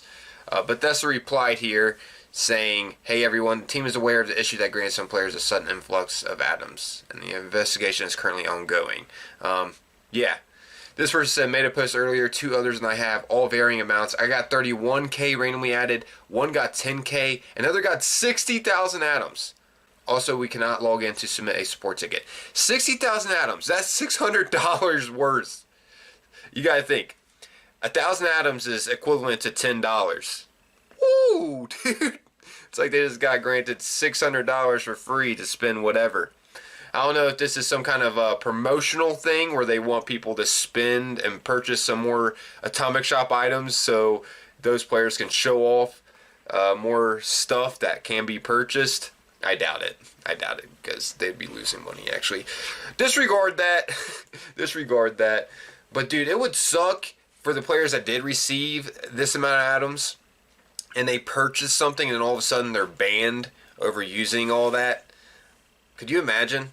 I'm assuming they would just, if they did purchase anything with these atoms, Bethesda would just get rid of it on their account. But then again, I don't know how Bethesda would be able to track all that, because it seems like a lot of players did receive an influx of atoms. So I don't know. I don't know how this is going to be handled. They could be just, they could just keep what they purchased with those atoms they were given. But I was having a talk in a stream the other day, and some of the people in chat was like saying, what if people get banned for spending the atoms that they got? And dude, I didn't think about that. That's actually a good thought, dude. But if they did get banned, that'd be seriously ridiculous, because it's Bethesda's mistake, a huge mistake. I mean, they're giving away quite a bit of money for free, and Bethesda likes their money. Well, at least whoever's in charge of Bethesda, I guess Microsoft now, likes their money. Whoever is running the show nowadays. Kind of sucks here lately. I mean, this update we're getting infestations, that's off topic, but dude, it's such a lame update. I was really hoping for something bigger or something a little better, since this was supposed to be the bigger update, bigger content drop we were supposed to get in summer and winter, they mentioned. And fall and spring and stuff like that was their smaller quality of life update, really. Kind of sucks. This is considered the bigger content drop that we're getting.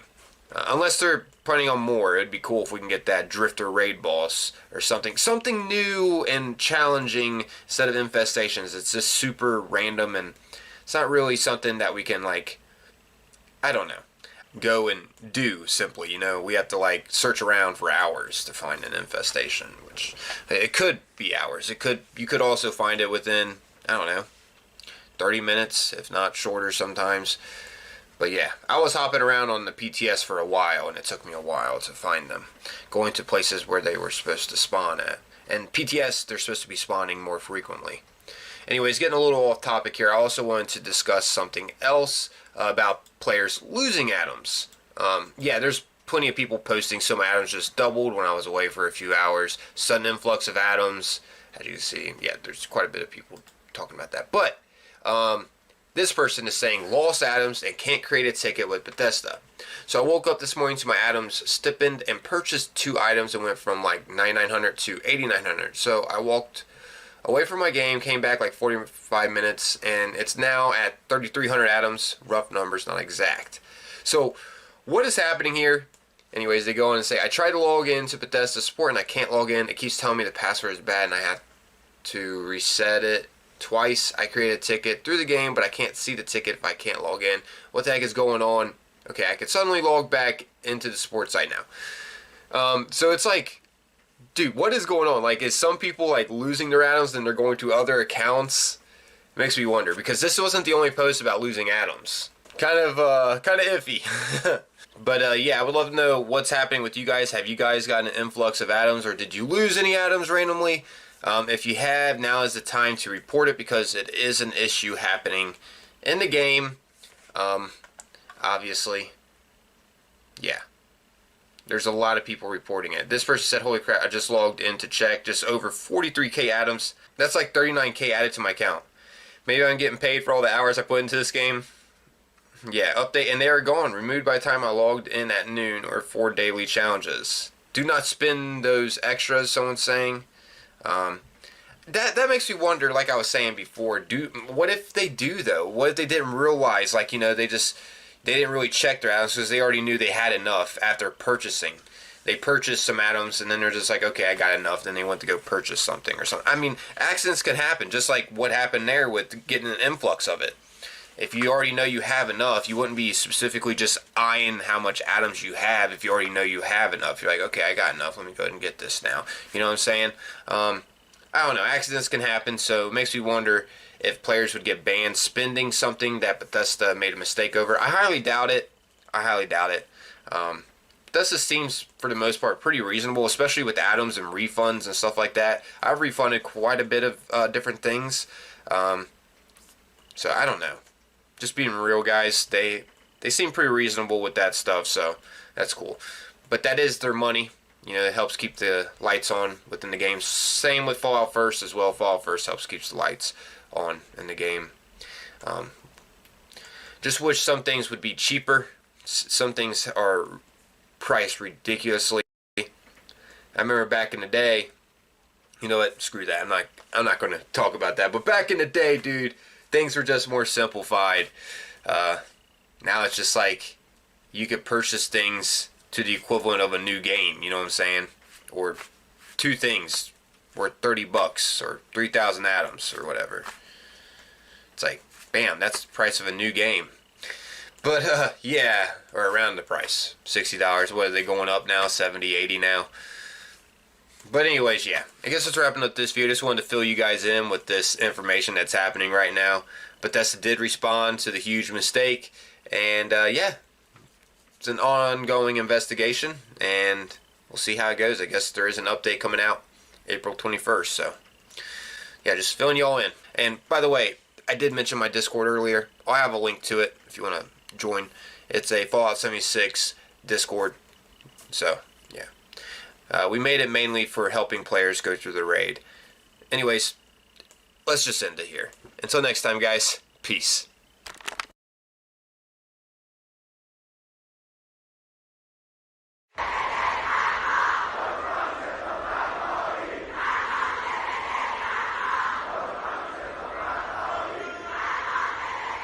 Massive crowds have taken to the street in Tehran, but these aren't protesters against the regime. These are regime supporters. Now they're losing their minds because they can't believe that Iran just surrendered.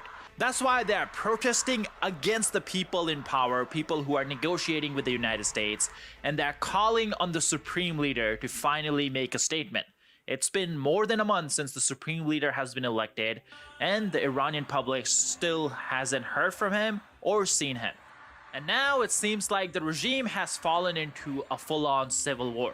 Politicians are turning on each other. Military is turning against people who are negotiating with the United States, and people are losing faith in everyone. So let's get into exactly what happened. Now, for everyone who missed our video yesterday, this was the statement that started it all. Yesterday, Iran's foreign minister put out this statement saying that in line with the ceasefire in Lebanon, passage for all commercial vessels through the Strait of Hormuz is declared completely open for the remaining period of the ceasefire. This statement was a shock for people all around the world, including people inside the Iranian government itself. We're now seeing parliament leaders, IRGC commanders, speaking out against what the foreign minister said. They said they cannot believe it. Some are calling for his impeachment, and some are calling for worse. Here's a report on what's happening inside of Iran right now. The Islamic Republic is showing a major internal fracture at the highest levels in real time. After Aragachi and Trump both claimed that the Strait of Hormuz is open, IRGC-linked media is now openly questioning officials, warning of confusion inside the country, and demanding explanation for the silence. At the same time, IRGC messaging via state TV makes clear that the passage is still controlled, restricted, and under IRGC oversight. Across the regime's support base, pro-Basij and pro-IRGC aligned channels are fuming, with visible anger over this so-called agreement to open the Strait of Hormuz. This exposes a direct contradiction between the diplomatic narrative and the military reality. Even regime-aligned media is now signaling that something doesn't add up. And this is something we were talking about just a few weeks ago before the negotiations started. Iran doesn't have a government now. Iran has multiple different power bases, and the United States is negotiating with the strongest power base, but nonetheless, that doesn't discount the fact that there are still other people with power inside of Iran, and their incentives, their goals are different than the people who are actually negotiating. Everyone is trying to make sure that they come out on top after this war is done. And in doing so, they want to make sure that the other guy doesn't get the benefit of the ceasefire, other guy doesn't get the benefit of ending the war, because whoever is negotiating with the United States definitely has upper hand when it comes to ruling the country after this war is over, and that's why we are now seeing other factions basically trying to bring each other down. This country could literally fall into a civil war. And as I said before, all the while this is happening, Iran's new supreme leader still hasn't put out a single statement in audio or video form. We have not heard his voice, and we have not seen him basically since this war started.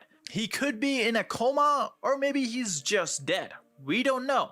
He has put out a couple of text-based statements, but someone else is reading them. How do we know that's actually coming from the supreme leader?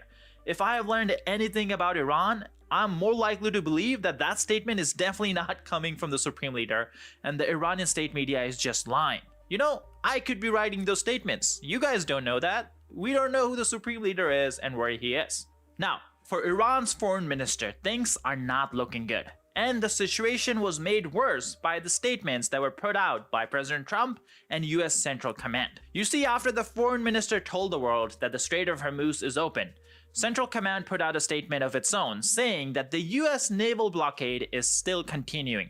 It doesn't matter what Iran is doing, Iranian ports are not going to be used by any ships at all. Then we had President Trump basically repeat the same message. Now I'm sure you guys can see why to Iranians this looks like a complete surrender. Iran only had one leverage, the Strait of Hormuz. And the foreign minister publicly gave away that leverage while not getting pretty much anything in return. There's no long-term peace deal, and the US blockade is still ongoing. The Iranian economy is still crashing. And this is exactly why even people who work with the foreign minister, his politician buddies, are publicly speaking out against him. Take a look at this lawmaker who's calling for the impeachment of the foreign minister. An Iranian lawmaker, Mostaza Mahoudi, said Foreign Minister Abbas Aragachi would face impeachment over his social media remarks, accusing him of repeating ill-timed statements during a sensitive wartime period. In a post on Twitter, Mahmoudi said that if it weren't for the excuse of war, Aragachi would have been impeached for his Twitter message.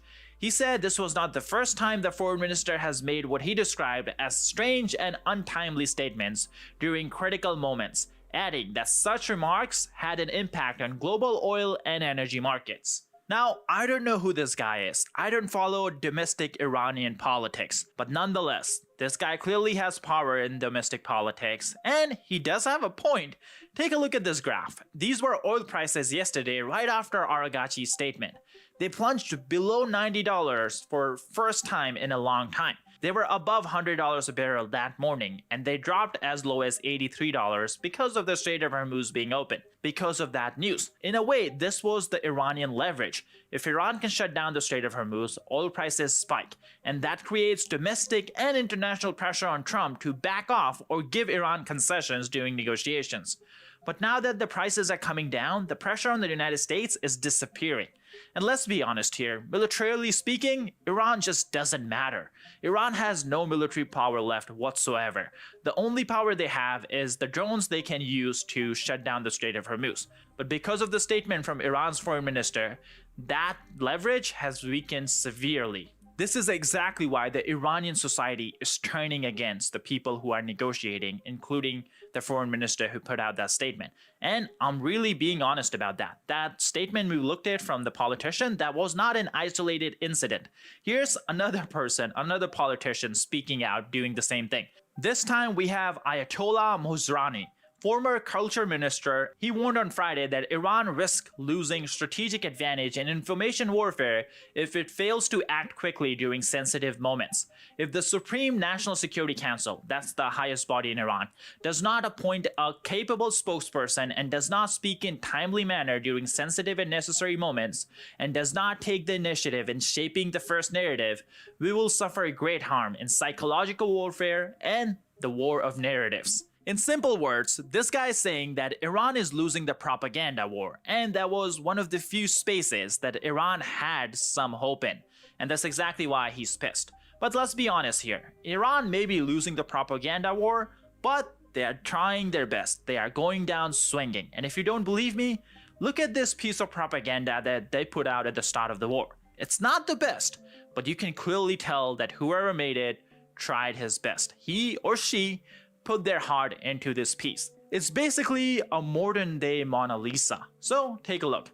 Here we go again. Iranian accounts are now claiming they shot down a B-2 Spirit over Tehran. And here's someone just casually driving around a $2 billion bomber through the city on a flatbed. In reality, Iran doesn't have the technology to take down a B-2, but let's just assume they were able to take one down. A B-2 bomber flies at 50,000 feet. A bomber taken down that high usually doesn't land on the ground all intact. Now, you would think that people would know that this is fake, but Central Command actually had to come out and confirm that all 4 B-2s that struck Iran are on their way back home to the Whiteman Air Force Base. Now, if you guys haven't been following our coverage on YouTube Shorts, I highly recommend you start doing so. And if you aren't subscribed, be sure to hit the subscribe button down below. Just yesterday, we had a couple of comments saying that people believed they were subscribed to this channel, but when they went down and checked, they weren't actually subscribed. So just take a second, check down below if you're subscribed. If you're not, be sure to hit that subscribe button. Now let's continue with the chaos inside Iran. Here's a statement from Iran state media, the Tasnim news agency. And in no simple words, they're basically saying that the statement that the Iranian foreign minister put out is bad and incomplete. This statement is creating confusion, ambiguity inside of the country, and people are pissed. This is exactly why people are criticizing the foreign minister. They also added that the passage of the Strait of Hormuz will be controlled by the IRGC. Any ship that wants to go through, they have to coordinate with the IRGC Navy. The situation got so bad that Iran's parliament speaker, the guy who was the head of the delegation that went to negotiate with the United States, well, that guy had to come out and put out a statement basically saying that, hey, whatever the Iranian foreign minister said, whatever President Trump is saying, all of that doesn't count. Take a look at his statement. Number 1, the President of the United States made 7 claims in 1 hour, all 7 of which were false. They did not win the war with these lies, and they will certainly not get anywhere in negotiations either. With the continuation of the US blockade, the Strait of Hormuz will not remain open. Passage through the Strait of Hormuz will be conducted based on designated route and with Iranian authorization. Whether the strait is open or closed, and the regulations governing it will be determined by the field, not by social media. The way he's talking about social media, like it wasn't his boy who put out that statement in the first place. Aragachi put out his statement before President Trump saying that the Strait of Hormuz is open. But this is where the Iranian politics has come to. No one knows who's in charge. But nonetheless, I do want to provide more context to a couple of points that he mentioned. First of all, a couple of ships have already gone through the Strait of Hormuz using the normal route. So they went through the middle of the strait. They did not go through the route that Iran has been forcing ships to take. And that does tell us a lot of things. But first, I know, a couple of ships don't really mean a lot. Hundreds of ships were going through the strait every single day. So a couple of ships is not going to change the global oil crisis. It's not going to fix it in any way. But it does tell us one important thing. These ships went through the routes where Iran was saying that they had sea mines. But yesterday, literally minutes after the foreign minister put out his statement, one cruise ship that was stuck at Dubai for 47 years, it just said, F it, I'm going through, I'm making a run for it. And it went through the middle of the Strait of Hormuz, and now it's in international waters. So it does tell us that maybe there are no sea mines, or maybe there is a specific route in the middle of the strait that you can use and you will be safe. I feel like they will become important later. But nonetheless, here's the second big point. Remember this guy. This is the same Ghalibaf guy, the Speaker of the Parliament in Iran, who said last week that he's not going to go to Pakistan to negotiate with the United States unless there's a ceasefire in Lebanon. And guess what? Last week, there was no ceasefire in Lebanon, and he still went to Pakistan and negotiated. The ceasefire in Lebanon happened yesterday, or I think 2 days ago. So, this guy has a habit of lying, and that's probably what he's doing here. Or maybe he's trying to make up for the chaos that's happening inside of Iran. They negotiated with the United States, they said, hey, Strait of Hormuz is open, and then they saw the backlash from the public, from the IRGC, and from other politicians. And now they're trying to go back on their word so they can maintain their grip on power. Now this is where I want to share with you guys something interesting, and it relates to the Speaker of Parliament's Twitter account. Because it seems someone here in the United States is actually behind the tweets that this guy is putting out. And the reason for this is because some of the tweets that this Ghalibaf guy was putting out over this war, they were just too on the nose for the American culture. It seemed like someone who knew how American psychology worked was maintaining this Twitter account, was putting out these tweets. And guess what? Iranian Wire just did an investigation into it, and they found out that the speculation was true.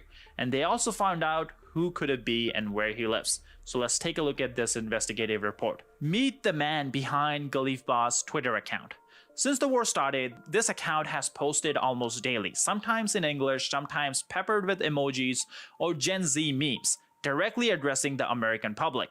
Observers have noted the sophisticated English, the grasp of American psyche, and the use of internet subculture.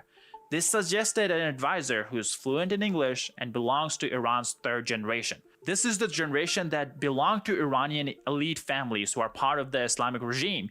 But the third generation doesn't actually live in Iran. They are, a lot more cosmopolitan. So they live all around the world. So they understand the international culture, more specifically the Western culture. Now, according to this investigation, the guy running this account is Mesam Zamanbadi. He lives in Glendale, California. He comes from a family that's connected to the regime, and he has a history of running pro-regime media networks in the past. In fact, he used to advise Ghalibaf personally in 2003, and probably for a long time after that. We don't exactly know when he gave up that position, but it seems he might be back in that position, helping the country that he feels his loyalty with during a time of war.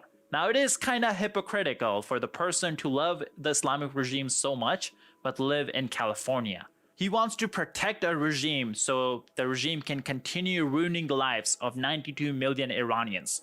All the while, he wants to live here in the United States, which apparently is a country that the Islamic regime thinks is the great Satan. That means this is just yet another perfect example of the hypocrisy that we have covered all around the world.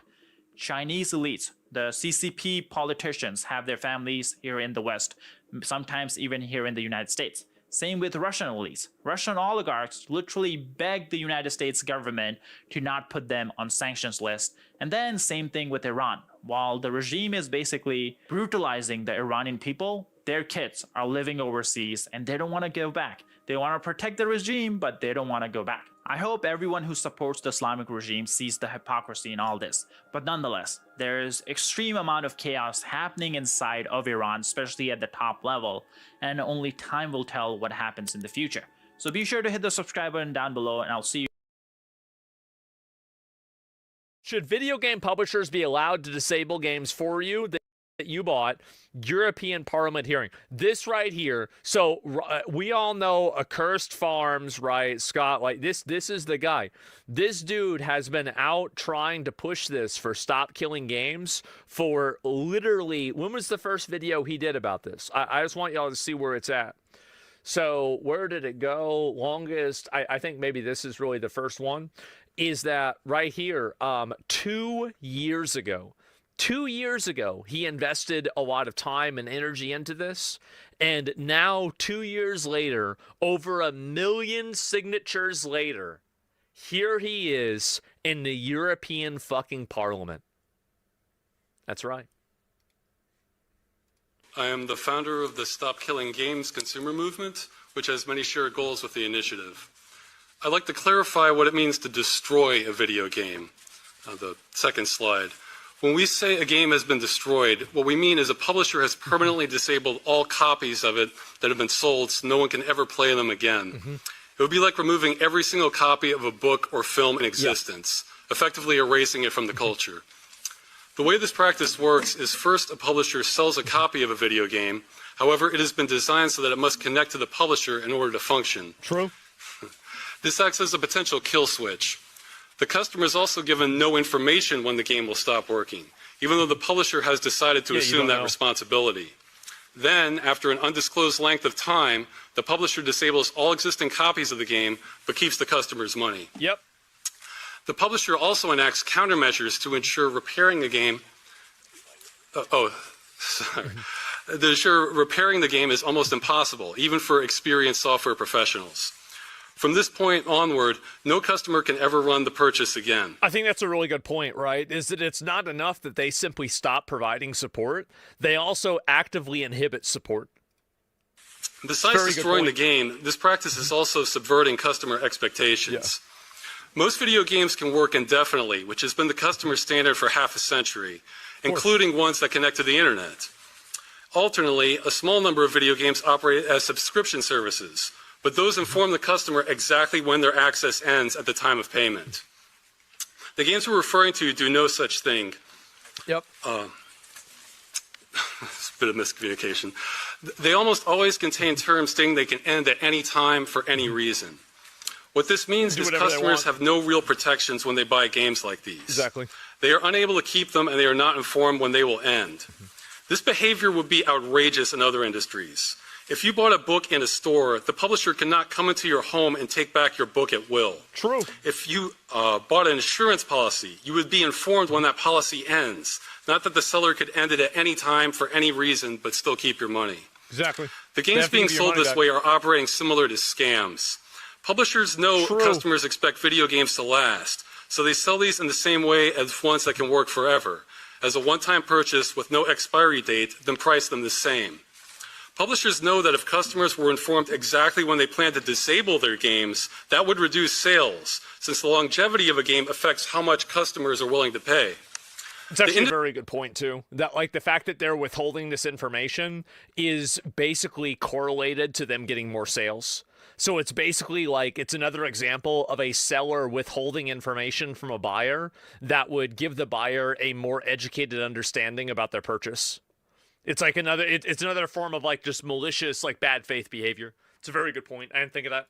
The industry is trying to have it both ways, finding ways to say they're selling you a game that they're not selling you. Yeah. This creates confusion for everyone involved, and is part of why it's taking customers so long to get exposure on this practice. The legality is also unsettled.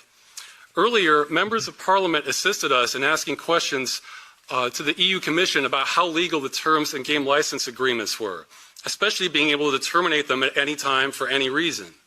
The Commission stated Directive 93/13 EEC prohibits unfair terms causing a significant imbalance in the parties' rights and obligations to the detriment of consumers.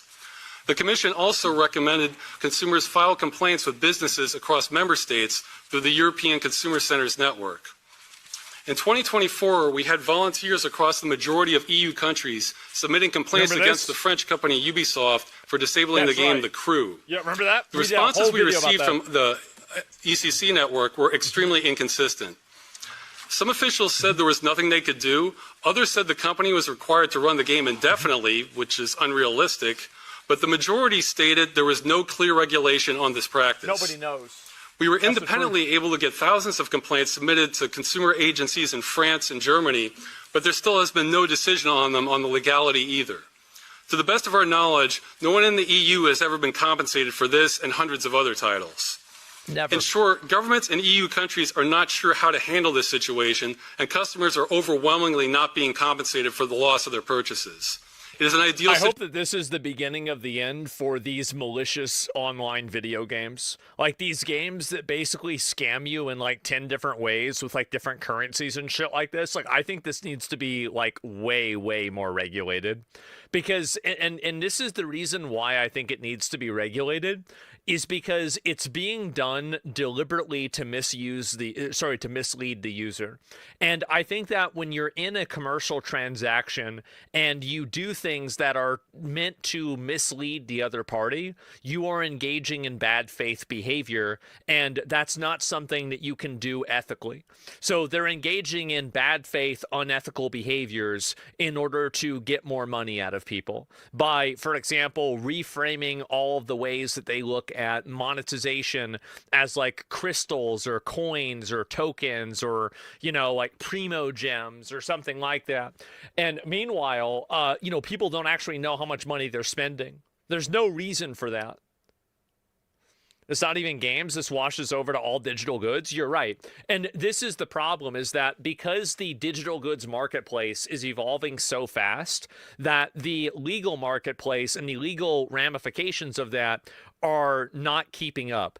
And the result is a bunch of completely unfair, broken, badly designed, and consumer unfriendly practices that aren't regulated because the industry is moving so fast.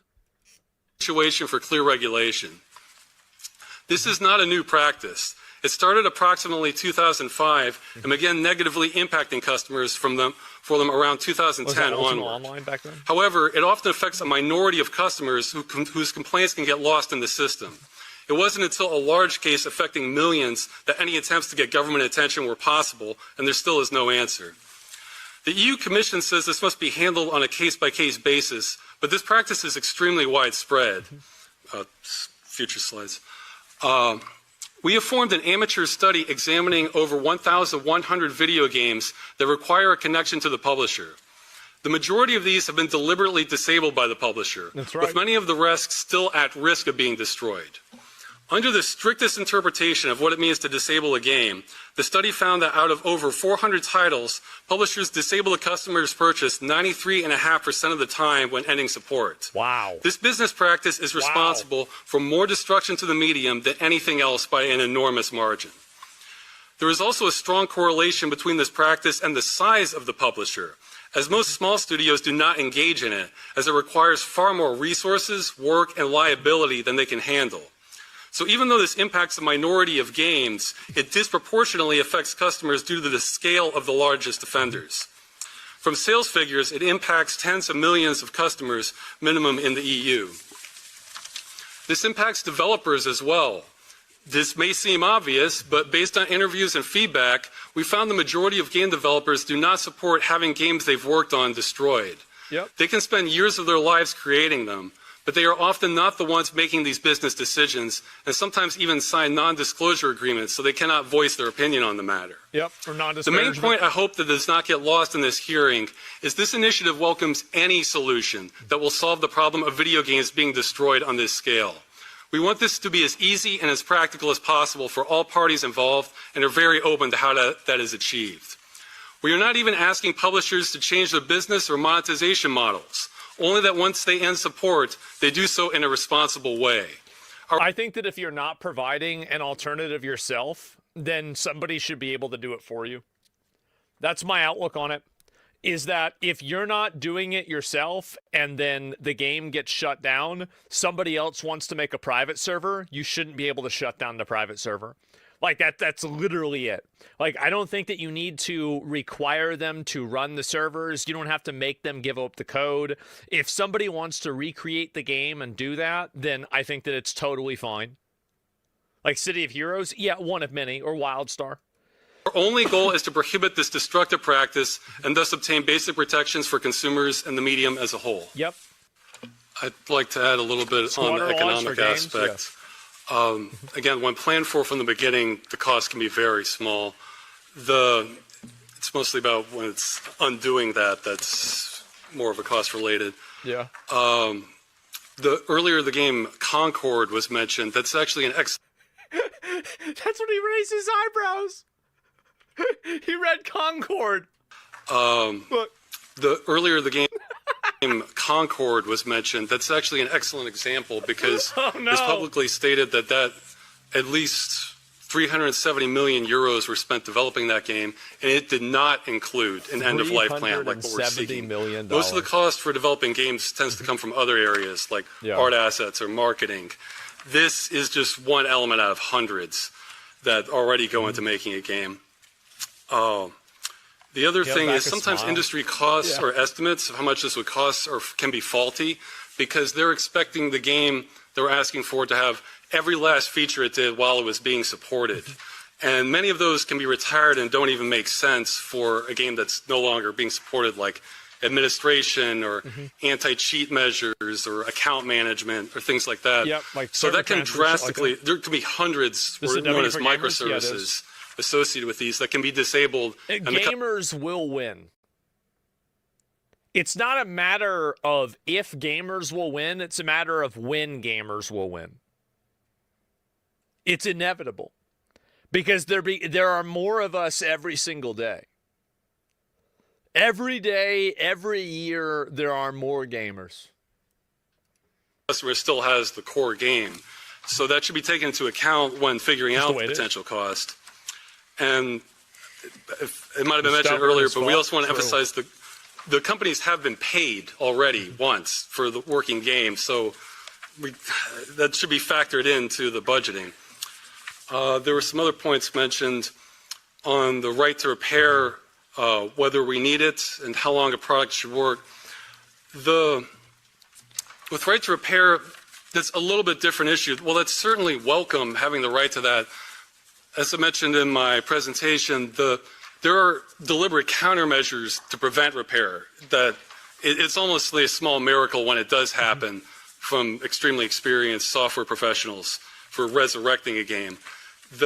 However, if there were repair instructions, that would be very welcome. I think we would even consider that a viable alternative to what we're asking, if it was practical to resurrect the game that way. Yeah, of course. And for how long it should work, it's kind of again, the customer standard is indefinitely, as long as they keep the game in good working order on their end. How popular it is. We're not trying to hold any publishers responsible for updates that break things that wasn't their doing. So how long they choose to support it, we're completely open to. I mean, I think there's already existing EU regulations on that, but I mean, as far as we're concerned, they could end support. Does this theoretically mean that Concord would have to stay open for like 5 years? It's like, imagine your game dies in a month. Your game is never alive. Your game dies in a week, and then like you have 5 more years of paying for the servers. Next day, but as long as the game isn't destroyed, we would find that acceptable. And the last point on the for doing this through the existing, just doing this through the courts, through the legal action. Yeah. That still doesn't get to the heart of the matter of the game itself being destroyed. We're not really refunds and compensation. Those are a secondary measure that when the game itself can't be reinstated. We just want the game preserved. So doing it through the existing framework doesn't quite get us there necessarily. It's kind of crazy for us to imagine the fact that Concord and Highguard are now into the void. We can't play them ever again. They're gone. That world that we used to live in has moved on beyond us, and now we're living in a different universe beyond Concord, beyond Highguard. and that's it. And not missed. Oh, I agree. But I think that you should be able to go back. Like, wouldn't it be a good thing if in gaming schools you were able to play Concord the same as you can play like E.T. on Atari and see, oh, that's why it was bad. I get it. Yeah, it makes sense, right? Like, we need to have that listed out there so everybody knows what the hell they're doing wrong. It's a cautionary tale. Exactly. So that's what I think they need to do. But you know, like, again, I'm a big advocate of this. I've supported Ross this entire thing. I completely support this as well. I linked you guys the video. Give it a like, give it a sub. I want to see more of this happen. I do. And, you know, again, the Stop Killing Games movement is something that I've agreed with for a very, very long time. So, yeah, that's really how I think it. Can't sweep the skeletons into the closet? I know. Bro, you're teasing Contard creators with more players after the game's been dead for months? Well, look, man, it would be funny if people were able to do that. Not acceptable to make the cost for that fall on the company. Well, the reality is that when you spend money on something, you should expect to get what you paid for.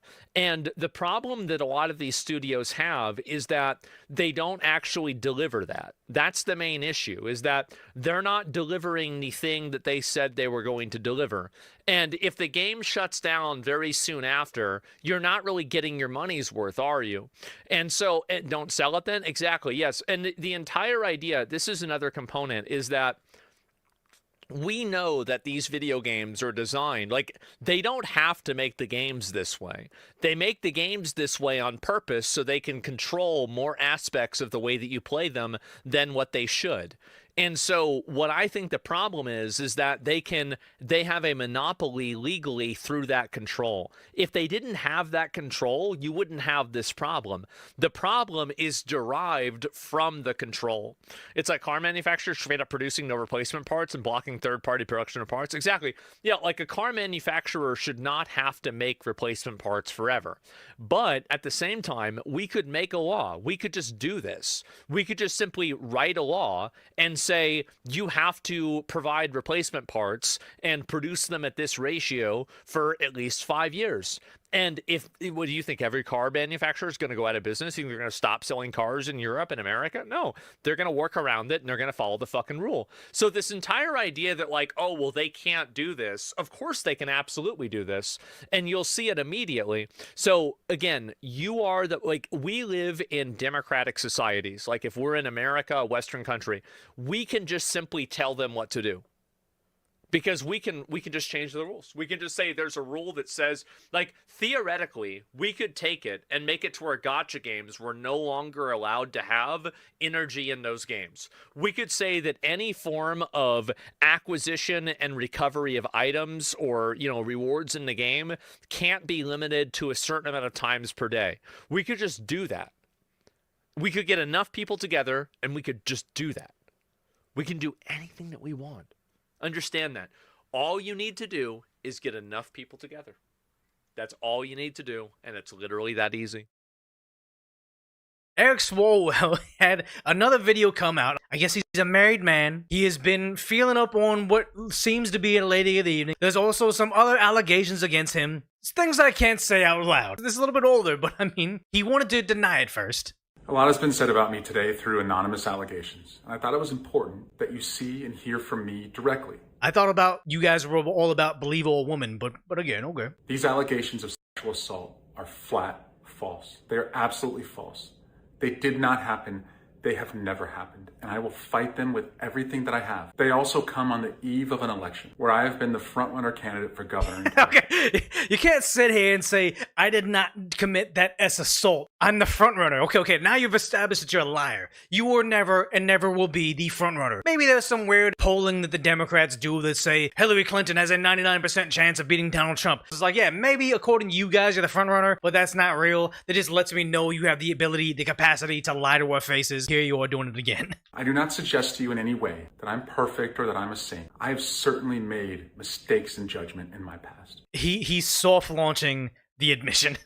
But those mistakes are between me and my wife. I apologize deeply for putting her in this position. I also apologize to you if in any way All he's missing is either a ukulele in his hand or his dog in his hand while he's petting it to make this like any garbage YouTuber apology. Doubted your support for me, but I think you know who I am. We know who you are. Fang Fang knows who you are. China knows what we're up to. For over 20 years, I have served the public. As a city councilman, as a member of Congress, and as a prosecutor who went to court on behalf of victims, particularly on behalf of sexual assault victims. That's who I am and have always been. So I wonder if he just kind of knows the exact verbiage to use, what's not going to incriminate himself. Like, he's been in these courtrooms before. That's what he's alleging, right? This only makes it worse, not better. This weekend, I'm going to spend time with my family and friends, and I appreciate those who have reached out to me to show support. And I look forward to updating you very soon. My family and friends? Is this one of your friends? I don't know. But then, not even 2 whole days, he came out and said, I'm suspending my campaign for governor. To my family, staff, friends, and supporters, he's deeply sorry for the mistakes and judgment he's made in his past. So it's admission. I think it's admission. I will fight the serious false allegations that have been made. That's my fight, not a campaign's, because he knows he can't win. Everybody's been denouncing him. I think it was Pelosi's team, Warren's team. Like, everybody's been jumping off the ship that is Swalwell because apparently, like I think it was Rotham is saying, you can't get away with it if you're running for governor. But if you're just staying in Congress, that's okay. Like, all these people are separating themselves from him, but it's like, he's still in power right now. If he was misusing that power to put other people uncomfortable, to assault girls, don't you want him gone from politics? Or is it the Democrats don't care about what you've done, they care about what you can do for them, which is kind of scary to think that they will let you get away with atrocities as long as it benefits them. Because now they're saying DHS confirms Representative Eric Swalwell is under investigation for allegedly hiring an unauthorized Brazilian nanny. I think that she's an illegal as well. UCIS gathered details now deferred to the Department of Homeland Security for a criminal probe. Federal law bans employees from knowingly hiring unauthorized aliens. So yes, she was an illegal. No employer, including Congress members, is above the law. I'm wondering if this is the same nanny he was recently caught using campaign donations to pay for, where he was using money inappropriately to pay for his nanny. But it's like you had Ilhan Omar apparently paying her, it was her husband or something? It was paying for them to run the campaign. All these Democrats in office are misusing campaign funds. And I'm not saying Republicans don't do it either, but when a Republican does it, I demand they be ousted from office, not, you know what, it's okay if you're going to sit in Congress and do this. But it's not okay that you run for governor because you're going to harm the party. You're going to split the vote. As you know, California's governor race has Riverside County Sheriff Chad Bianco and Steve Hilton front-running those campaigns, and we might have a situation over, I think it's called a jungle primary, where no matter the party, the top 2 front-runners get to go for governor. It might be between 2 Republicans, which I think is going to be the real thing. Saying, is he going to enter rehab next? No, the Democrats are going to protect him. It's sad, but it's not the only Democrat that's under hot water, because you're having Ayanna Pressley sworn into Congress. Her husband quit her $92,000 a year job to start a consulting firm. Now they're worth $8 million, which is very similar to Ilhan Omar, another Democrat. How much was in her name? She wasn't by no means a rich person. And then her and her husband have a winery that is against their religion, but now they're millionaires. Fox News alert, it looks like Ilhan Omar isn't the only millionaire squad member. Now, our team dug into open secrets and financial disclosure reports. What we found is that when Ayanna But she was in debt? So these people are in debt. Like, the only president that lost net worth in office was Donald Trump. But they always want to say he's misusing his power to build a ballroom or a UFC arena, or he's going golfing too much. They never look at their own people saying, hey, how come you're a millionaire with $8 million of assets after coming in office from being a broke, in-debt person? Was elected to Fraud Congress vibes, back in exactly. 2018. She had a negative net worth. You fast forward to today, she's worth $1.3 million with assets worth up to $8 million. Now, that's a massive increase in just 6 years, especially for someone on a $174,000 congressional salary. It's impressive, really, but how did she do it? Well, part of its property in 2024, Presley reported owning a Martha's Vineyard rental worth of up to course. $5 Martha's million. Vineyard, remember, that was a place that the Democrats wanted wide open borders. And they said, you know, it's racist for you to close the borders. But once they sent just a busload of immigrants to Martha's Vineyard, they were gone within 2 days. Open borders for all, except for where Congress and Biden lives. As well as multiple Boston rentals worth up to $1 million each. Again, rental. So they have all these properties, just like Bernie Sanders. Oh, we have a housing crisis. Oh, we have immigrants deserve houses. I deserve 5 of them myself. But you know what? You guys can never afford a home. Now, for context, back in 2019, she only reported owning 1 property in Boston. We're also learning days before Presley was sworn into Congress, her husband quit his $92,000 annual Boston City Hall job to start his own consulting firm called Conan Harris and Associates. Lifetime leeches. And as we read more of the Congresswoman's financial disclosure reports, we learn that her husband also saw his income jump while he was in Washington. His client list consists of some government organizations, including one with deep ties to the Obama Foundation. But as he started his firm and seeked new clients, he faced ethics concerns because of Presley's job in Congress. Quote, as Harris's days Here's the dwindled... problem. There was ethics concerns, but did they do anything about it? Or did they just write a strongly written letter? We don't like what you're doing. We think what you're doing might be fraud. We're not going to do anything about it, but at least we had an ethical concern. City's Office of Public Safety. He used his city-issued email account to pitch Walsh's chief of staff. Yeah, he said, I thought landlords are evil. It's funny because, what is it, when Hassan Piker said something about like, oh, we should end landlords. Their blood should be somewhere. It's like he was saying all that. Meanwhile, I believe it was his mother was an active landlord at the time. Staying on as a consultant, city officials say they did not solicit nor accept the offer, and state ethics laws bar municipal employees from knowingly using official resources for personal gain. Now, we asked Presley for comment, and we even invited her on. She did not answer, but Fox Business anchor David Asman joins me now. He's been looking over this information. And David, there's nothing wrong with gaining financial resources. Yeah, exactly. We see this a lot in Congress, but there are questions. Well, and you go back to the 1930s, the last when movies began. Mr. Smith Goes to Washington. I mean, it's happened for a long time. It happens in both the right and left. But what's so rich is that this is coming from anti-capitalist squad members. 100%. You know, Yes. people who spent their life denigrating our capitalist system and saying how bad it was. In fact, Congresswoman Presley came out with an ex-post just a year ago. She and her fellow squad members, of course, constantly condemn capitalism. But she says Donald Trump and Musk want big banks and bad actors to run rampant and take people for a ride. They want to pillage the government and make themselves rich. It's always projection. Everything they've done is a projection. If Trump gets in office, he's going to arrest his political opponents. It's like they try to jail Trump like 3 times. If Trump gets in office, he's going to have more people pass away because of the COVID. It's like, no, more people died under Biden's watch when they had the vaccine than under Trump's watch when it was actually running more rampant. Like, it's all projection all the time. Well, she's the one who's been pillaging the government. Now, again, we're not suggesting she's going in and stealing funds or anything like that. But the fact is she got rich off of her contacts in government. Her husband got rich consulting with members of the business community and others, perhaps some people who were taking grants. That's, by the way, we saw that with Lee Zeldin, the EPA commissioner. When he came in, he found out that right before Biden left office in December of 2024, he was spending billions of dollars. A lot of that money was going directly to friends, you know, to acquaintances within the Democratic community that learned how to go in and write grants that would get accepted, making millions and millions of dollars, each one of them. So this has been going on for a while. I should mention that Presley's kind of a poor gal next to her friend Ilhan Omar, because Ilhan Omar is worth up to $30 million right now. The winery that they can't seem to find. She went from basically a flat to negative, if not negative, point when she came into Congress.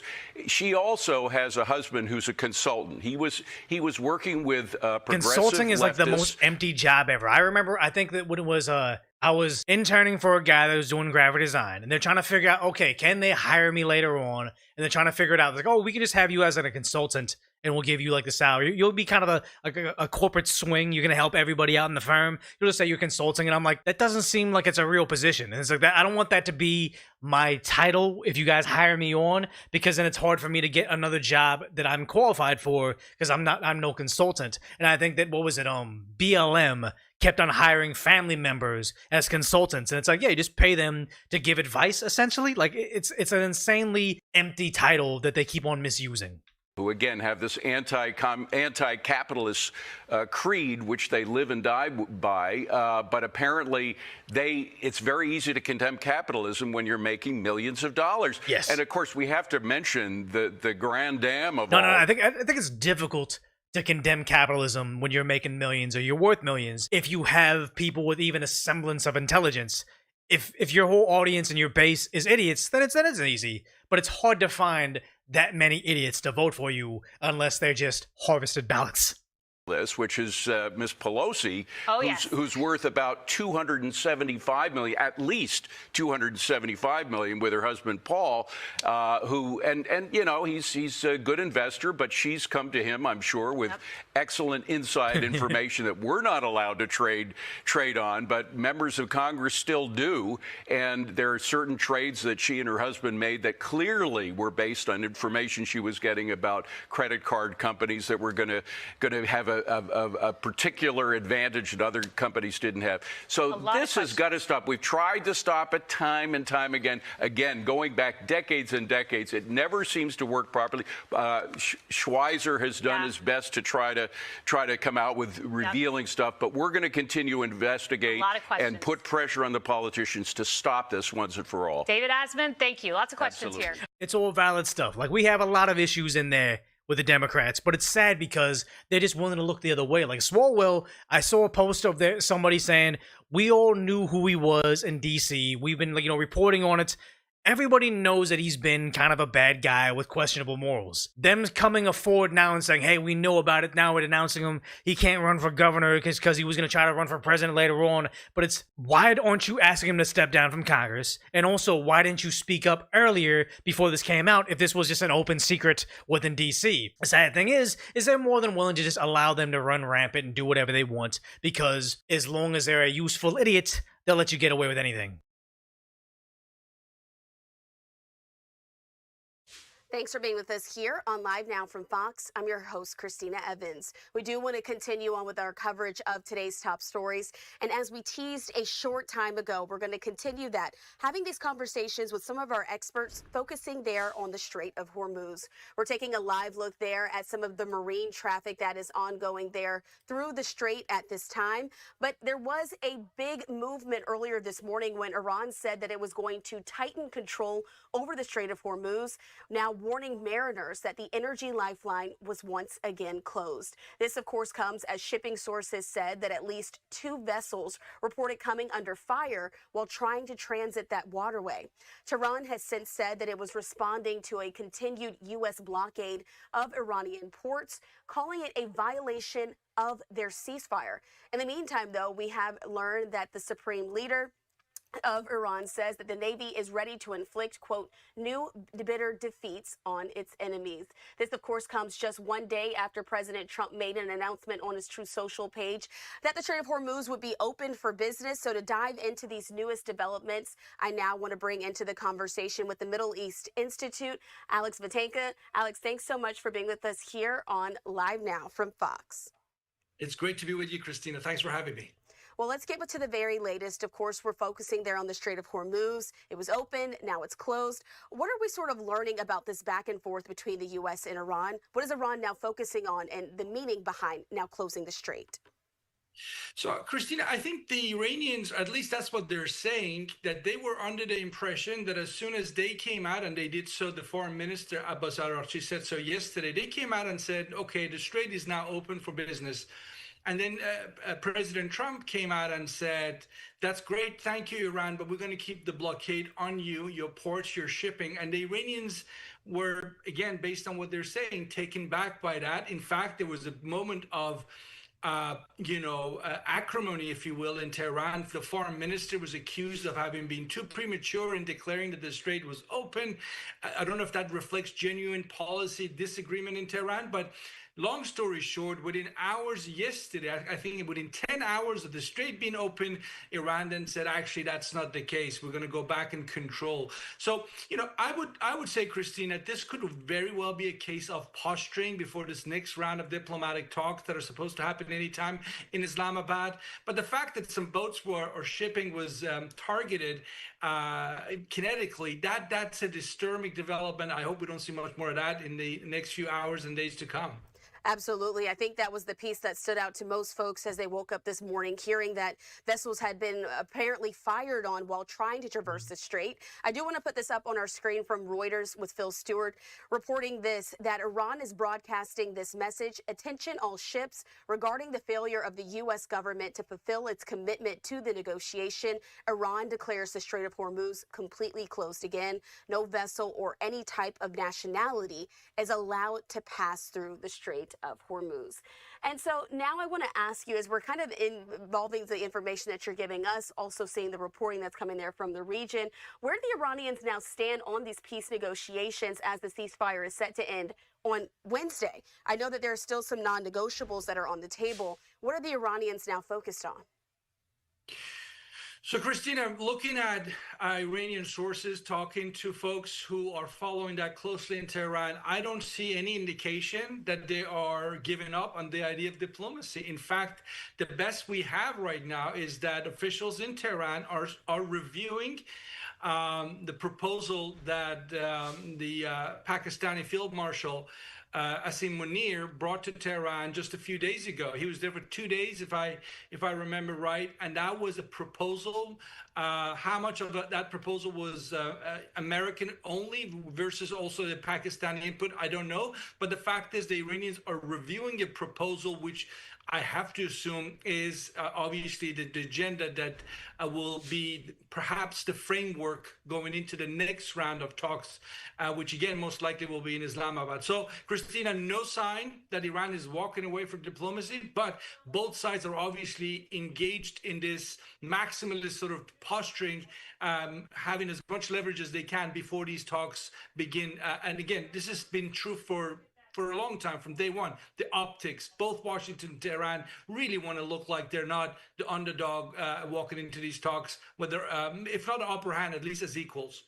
Absolutely. And so as you're talking about some of those negotiations, and really optics is at the center, like you said, but I want to ask you, is there any realistic scenario at this point where Iran is able to give up significant enrichment capacity at this stage when it comes to their nuclear program, which has been at the center of all of this?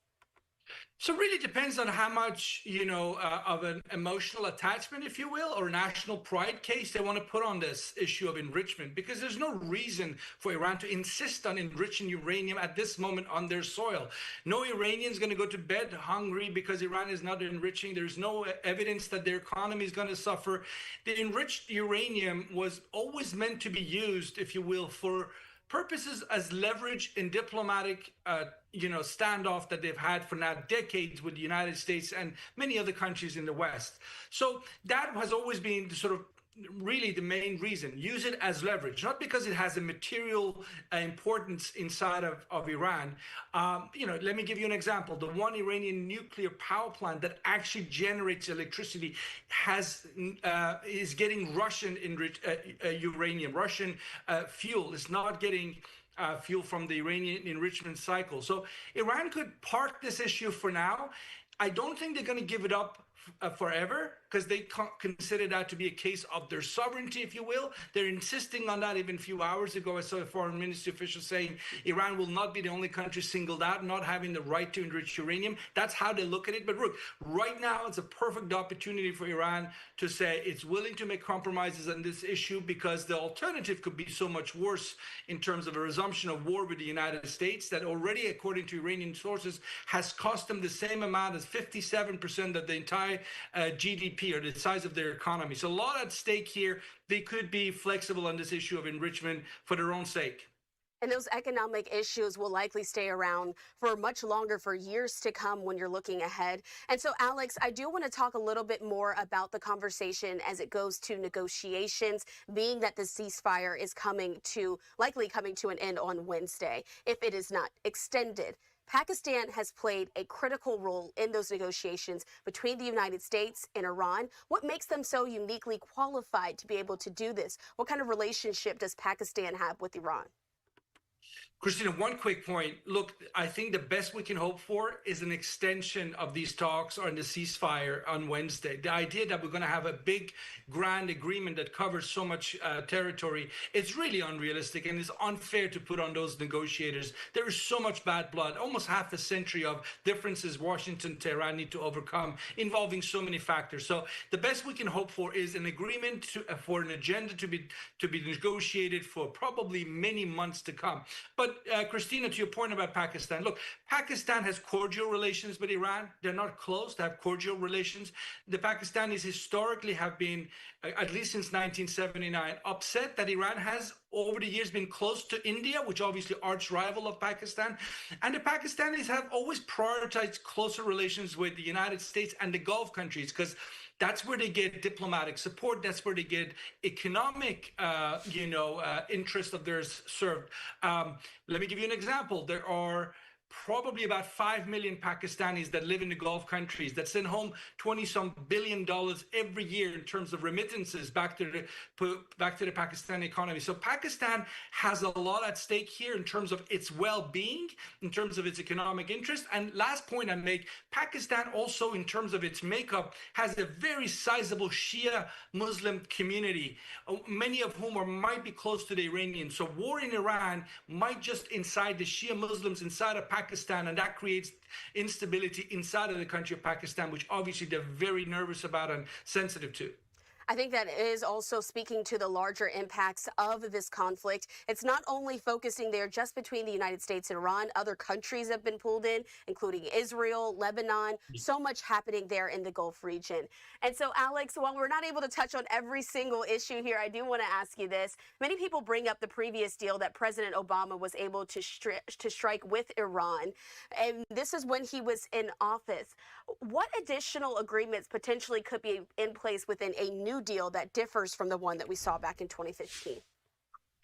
So, Christina, one of the things really to remember first is the context. That was over a decade ago. Iran was in a different place. Iran had some much better of a game plan and was doing far better in the region, when President Obama was negotiating with them on the nuclear issue. And the Iranians insisted they weren't going to talk about anything else other than a nuclear deal. And the Obama administration kind of settled for that. But today, Iran is in a much weaker position. And President Trump here has an opportunity to broaden the conversation with the Iranians to make the point that, look, no matter how good of a nuclear deal we sign with you, if we don't have political trust, it's going to fall apart at some point in the near future. The only way we can sort of make a next nuclear deal with Iran, one that's sustainable, is if you start building on trust. And trust can come if Iran changes position in terms of its historic animosity towards the United States, towards the state of Israel. It just needs to be a different country going forward. That's what the people of Iran want from the regime. But whether the regime can deliver, whether the regime is flexible enough to make such a big turn, obviously that remains to be seen. But fundamentally, this is the regime's own survival that's at stake. So they better pay attention to what the next steps they decide to make. And it is going to be something that we're going to continue to follow here on Live Now from Fox. Alex, thank you so much for your expertise in joining us here today. Again, these details are coming out hour by hour, so we appreciate you for joining us to help us with the very latest. Thank you for having me. Pleasure. All right, what we're going to do now is take this opportunity to slide away for a quick 2-minute commercial break. Much more on these top stories when we return. Stay with us.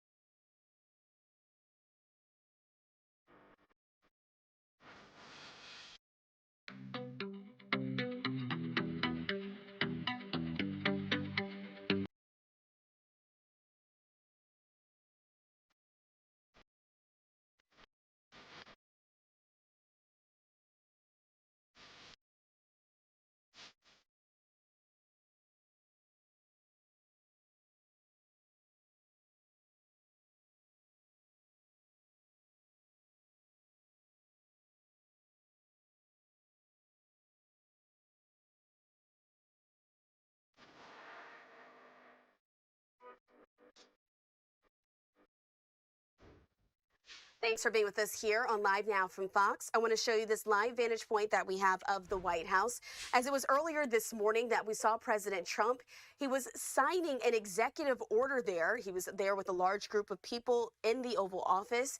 But during the question and answer portion, he focused on what a lot of Americans want to know, the conflict between Iran after Iran made the statement that they would be closing the Strait of Hormuz. We do have this from Barack Ravid, putting this up on your screen, saying this: President Trump told reporters in the Oval Office today that Iran, quote, got a little cute. They wanted to close up the strait again. They can't blackmail us. Trump said that the U.S. is still talking to Iran and noted that he will know by the end of the day if the parties are going to move forward with a deal. So with that deadline on the horizon, I do want to play out the remarks that President Trump did make as he was asked first about the Strait of Hormuz in that event. Let's listen to this here in case you missed it on Live Now from Fox. We have very good conversations going on. It's working out very well. They got a little cute, as they have been doing for 47 years, and nobody ever took them on. We took them on. They have no Navy. They have no Air Force. They have no leaders. They have no nothing. Actually, their leaders are, it is regime change. You call that enforced regime change. But we're talking to them. They wanted to close up the strait again, you know, as they've been doing for years. And they can't blackmail us. In fact, a lot of the ships are coming up to Texas. I don't know if you know, in Louisiana, the ships are coming up. They got used to it. Maybe they'll keep doing it. It's worked out pretty good. But it's going actually along very well. And we'll see. But we'll have some information by the end of the day. We're talking to them. And, you know, we're taking a tough stand. They've killed a lot of people. A lot of our people have been killed. A lot of your fellow soldiers have been killed over the years by Iran. The roadside bomb. Soleimani, I killed Soleimani. But Thank you for that. He was making the explosive form penetrators. They're making them in Iran, bringing them to Iraq and blasting through the vehicles. Well, he was the father of the roadside bomb, essentially, and he killed a lot of people. And when you see soldiers or others, but soldiers generally walking around with no legs, with no arms, a face that's been smashed, that was Soleimani. That was Iran that did that.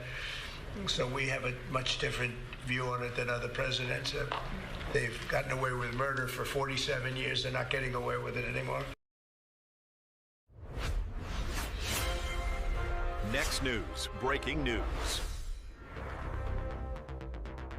They can be arrested anywhere in the country. Think about that.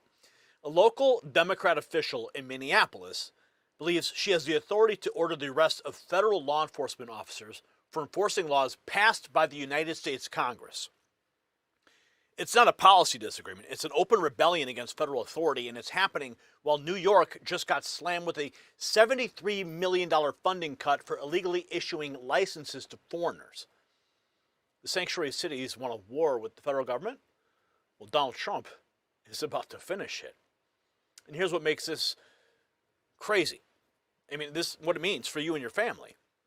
When a county prosecutor can issue arrest warrants for federal agents doing their jobs, no federal law enforcement operation is safe in any blue city in America. Think about that. The FBI investigating cartel activity, local warrant.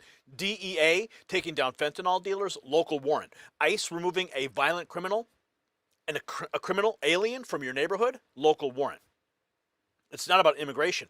It's about whether the federal government of the United States can actually enforce any federal law in states that don't feel like complying. Meanwhile, New York issuing 32,000 commercial driver's licenses to foreigners.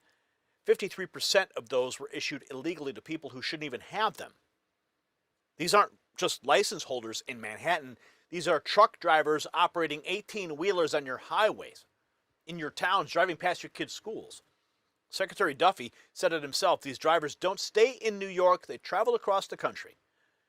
And when New York was offered the chance to cooperate, they told the federal government to pound sand. So Trump's team pulled $73 million. And that is exactly what accountability looks like. And speaking of the federal government taking action to protect American interests, there is breaking news you need to hear about. It's happening right now. You see, the White House just announced over $30 billion to secure America's critical mineral supply chain. They named a specific Alaskan project as a key strategic asset for U.S. mineral independence. I've been to the Vizsla copper drilling site in Canada myself. I've seen it with my own eyes. I've held the core samples. And what's happening right now in Alaska, bigger than most people realize. President Trump just unveiled Project Vault. It's a $12 billion strategic minerals reserve designed to stockpile essential resources and keep America secure. When I stood at that Canadian site, I knew it was the future of American energy independence because it's going to happen in Alaska. Vizsla Copper is positioning itself at the center of this national security priority. You can find them trading in the United States under VCUFF. It's on your screen there. And in Canada as VCU.V. Check the exclusive briefing only for Next News viewers. It's linked below to see why this matters for both national security and your portfolio. And we thank Vizsla Copper for supporting this program. Now, back to the federal showdown that's exposing exactly how far Democrats will go to protect illegal aliens over American citizens. And the media is not going to tell you about the Minnesota situation, honestly. Prosecutor Mary Moriarty didn't just file charges, she held a press conference to brag about it.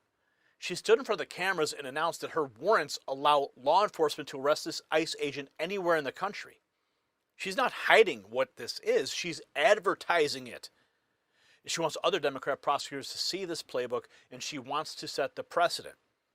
And if the DOJ doesn't crush this immediately, every sanctuary city prosecutor in America is going to reach for that same pen. Now let's go to the Secretary Duffy talking about what happened in New York. We've seen these crashes across the country where we have commercial drivers, truck drivers that are unskilled to be on American roads, and they're endangering American families, whether they go to Walmart or they go to church. And so we have taken a hard look at this. In New York alone, they have issued 32,000 licenses to foreigners. 53%, as you mentioned, of those licenses were illegally issued. And so that's dangerous for the American traveler. And these people don't just stay, these drivers don't just stay in New York, they travel across the country. And so the response from Kathy Hochul in New York was, listen, we didn't do anything wrong, we followed the rules. But the truth is, they actually gave commercial driver's licenses to people who are in the country illegally. And to your point, they'd give an 8-year license to someone who might only be legally in the country for another 3 or 4 months. And so this was actually brought up to Kathy Hochul in December. I don't want to pull money from New York. I want to work with New York. I want them to follow the rules in New York. They completely rejected our offer to cooperate. And so that's step one. We pulled $73 million. We pulled that today. And then looking forward, if they don't get into compliance, there's additional tranches of money we can pull. Nice. But in the end, we can pull their ability to actually even issue commercial driver's licenses. We're going to do all we can to keep the American traveler safe on American roads. Yeah, baby. Oh, that's great. Now, Mary Moriarty issuing 2 warrants to arrest 2 ICE agents for assault, claiming they can be arrested anywhere in the country. Kim Katie USA writes she's going to start a civil war with these warrants. Minnesota really wants to go to war with the federal government under President Trump. Bring it, she says. The proper federal response needs to happen right now. The DOJ, under AGT Tactical, must immediately move to quash the unconstitutional warrants, open an investigation into Moriarty for obstruction of federal law enforcement, and make it clear that no state or local prosecutor gets to order the arrest of federal agents doing her job. And here she is at her press conference bragging about it. Mary Moriarty. Today, our office has charged Gregory Donnell Morgan, an Immigration and Customs Enforcement ICE agent, with 2 counts of second-degree assault. There is now a warrant for Mr. Morgan's arrest, which allows law enforcement to arrest him anywhere in the country. Before I address the details of this case, I want to take a moment to talk about the timeline and why a charging decision was reached earlier in this case than in the shooting of Julio Sosa Solis and the killings of Alex Preddy and Renee Good. I know the community is following the decisions of this office very closely, and I want to be transparent on why these situations are developing at different speeds. This case followed the typical investigation and submission process for cases coming to our office. The Minnesota State Patrol received a 911 call from the victims, who had a gun pointed at them by the driver of a vehicle who pulled up next to them illegally on the shoulder. The State Patrol was able to investigate thoroughly, identify Mr. Morgan, and conduct an interview with him at the Whipple building. After finalizing the investigative case file, the State Patrol submitted the case to our office for potential charges. Virtually none of the obstacles around evidence collection that exist for the January shootings exist in this case. On February 5th, Mr. Morgan was driving illegally on the shoulder of eastbound Highway 62, or the crosstown, just past the Portland Avenue exit, appearing to attempt to bypass slower traffic. The victim who was driving briefly moved their vehicle into the shoulder to slow him down.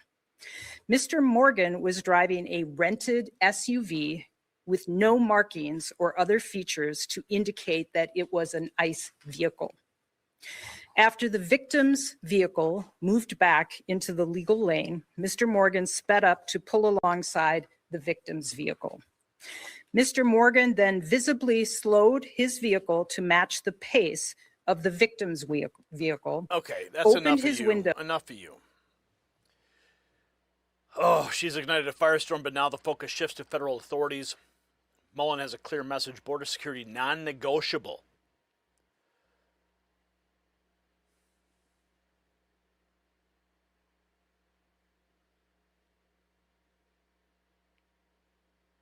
We know that even if we were to fund ICE and CPP, which once again I don't understand, Joe, why they're not just talking about defunding ICE agents. Now they're wanting to defund the border, which means that these individuals, they don't want to deport anybody here illegally, and they want open borders. That's where the Democrats are at this point. So what we've said is, with the help of President Trump, is fine. We're going to take this off the table so you don't shut us down again September 30th. We're going to fund the other 20 agencies that fall underneath the Department of Homeland Security, and we're going to take the 2 agencies that they are most contentious about, and we're going to fund those for 3 years through reconciliation. So the time to negotiate is done. We tried to. They're not wanting to negotiate at this point. We're just going to continue going forward, enforcing the laws that Congress has in place, and make sure we're always holding up the Constitution of the United States. Mark Wayne Mullen on the case there. With Mullen's unwavering stance on border enforcement laid out, his commitment to protecting every American state equally underscores the battle line against those who wish to defund Homeland Security. Here he is more. I don't care if you live in California or Florida. Our ICE agents, in fact, all the Department of Homeland, what our goal is every single day, Joe, is to protect the homeland. I don't care if you live in California. I don't care if you live in Florida. I don't care if you live in New York or in Oklahoma. We look at all the states the same, not in color based on how you vote. It's protect the homeland. And what they are trying to do here, Joe, is defund the Department of Homeland. Now, that's like defunding the Department of War. Department of War takes care of everything off our shores. Department of Homeland takes care of our backyard, and it makes no sense to me. No sense. None of it makes any sense. So I'm going to tell you, this is the moment of truth. Secretary Mullen laying it out crystal clarity. He doesn't care if they're California, Florida, New York, Oklahoma. The Department of Homeland Security protects all Americans, not just the ones in states that vote the right way.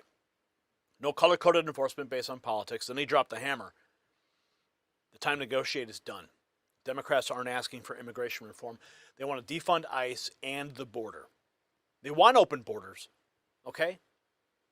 They want arrest warrants. And they want sanctuary policies and illegally issued licenses. The Trump administration tried to cooperate. They extend the olive branch. Democrats slapped it away. So now there's only one path forward: enforce the law, cut the funding, make the examples. The rebellion ends now. Now let me be clear about what we're witnessing. It's not a policy debate. This is Democrat officials at the state and local level attempting to nullify federal law enforcement through warrants and sanctuary schemes and illegal licensing. And Trump's administration is responding exactly the way the American people elected them to respond, with consequences, with enforcement, with the full weight of federal authority. The DOJ needs to quash those Minnesota warrants today, open an obstruction investigation into Mary Moriarty, and make it loud and clear so that no prosecutor in this country ever tries this again. Share this video with everybody you know, because the media, they'll bury the story. And drop a comment and tell me, should federal agents be arrested for enforcing federal law? Yes or no? And since you made it to the end, text raw feed 844-840-4963.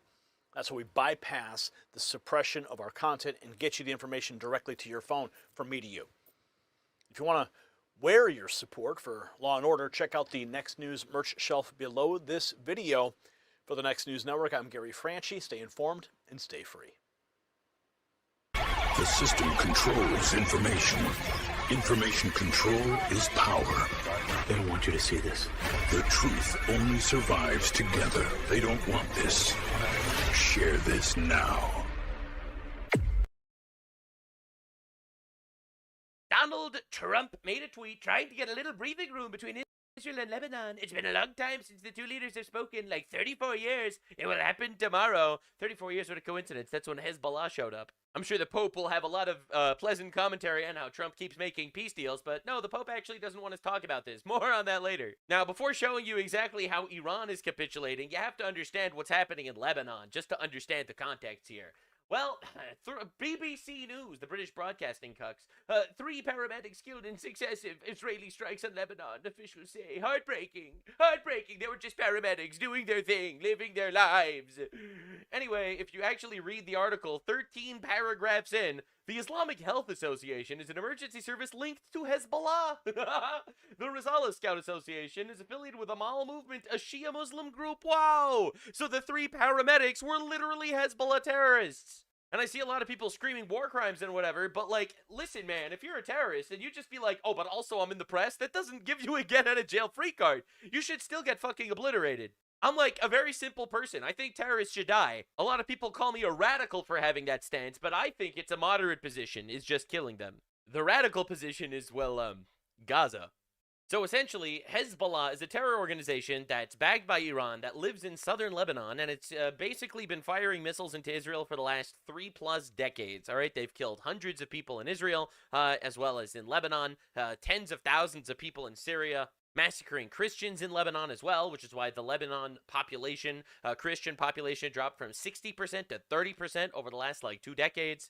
Just unbelievably horrible people, and the Lebanese government did nothing to fucking stop them. So, I'm sorry, Lebanon, that shit's happening to you, but, you should have done something about it earlier. Now, the IDF found this inside a school in Lebanon, right? So understand, it's just terrorists, once again, using schools and hospitals and paramedics and shit to commit acts of terror, and if you fight back, then they scream and cry war crimes. This is literally Arab warfare. Beat their chest, make big threats, start a war, lose miserably, cry genocide. I mean, that's what Iran basically did too. And, well, after Trump started doing peace talks, it seems like the Lebanese TV is displaying the flags of Israel and Lebanon. This has never happened before. Donald Trump, the peace president, pretty insane stuff. To be fair, Hezbollah's killed hundreds of Americans as well. I fucking hate these people. And I'm excited that Hezbollah seems like it's actually going to finally die. But now, before we get into Trump's actual statements, breaking, Trump says Iran agreed to hand over its enriched uranium. This is something I predicted a while ago. I think Trump is making sure that they're willing to do that. This is huge. This is something that the previous Iran regime, before they were all killed, because they're terrorists, and killing terrorists is awesome, actually. A lot of people don't agree. They're retarded. It's okay. Lots of retards out there. Oh, but they're humanitarian aid to the terrorists. Yeah, all right, dude. I'm a simple man. I like to think, I try to be righteous. And if God talks in the Bible about killing people, executing murderers, and destroying enemies and stuff, I feel like terrorists that have killed us by the hundreds to thousands, I think that killing them is awesome, actually. And even more than awesome, it's moral. But anywho, so this is massive. Iran actually agreeing to hand over its enriched uranium supply means that the blockade is working and these people are drowning in their own blood. Now, let's just say Pete Hegseth is fully aware of how badly these guys are losing. With a message to Iran's military leadership, to the KH leadership and IRGC leadership, we're watching you.